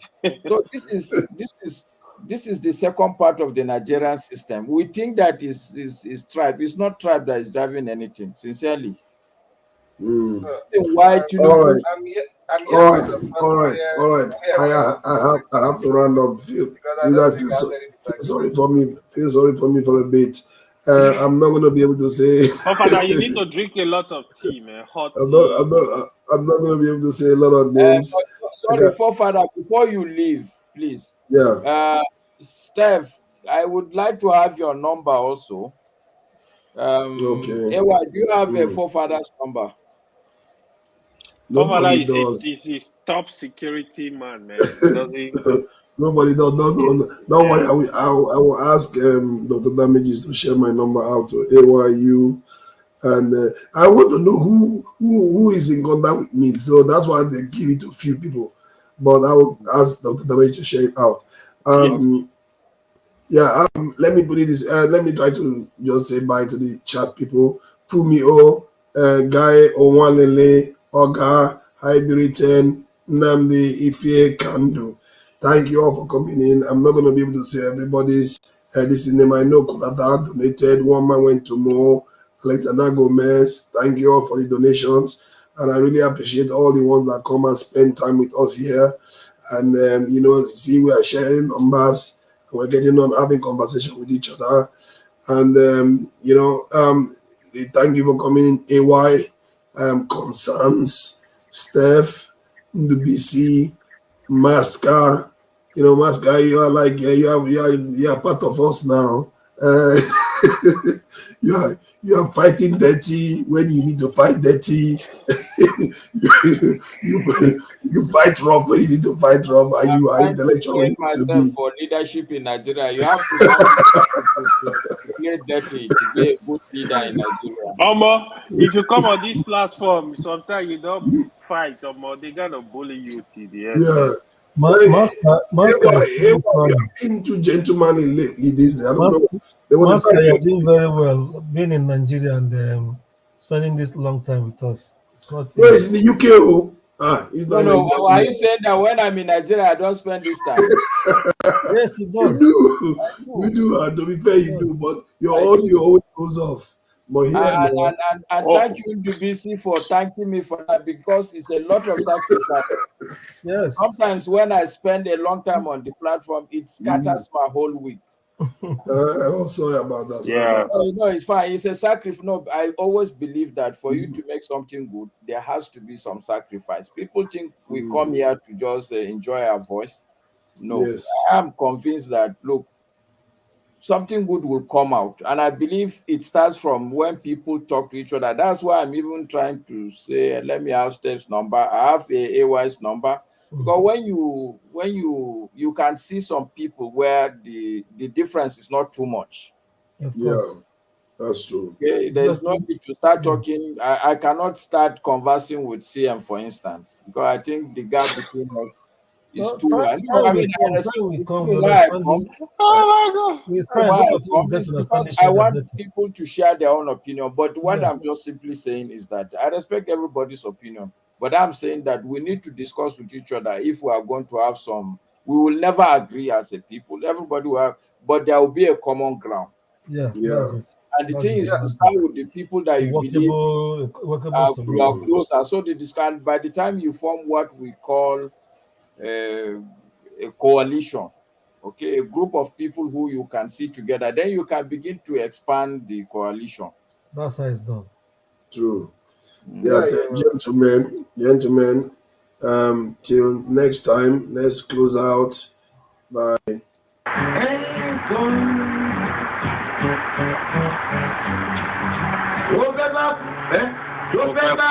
tó fẹ́ kú torí ẹ̀ o.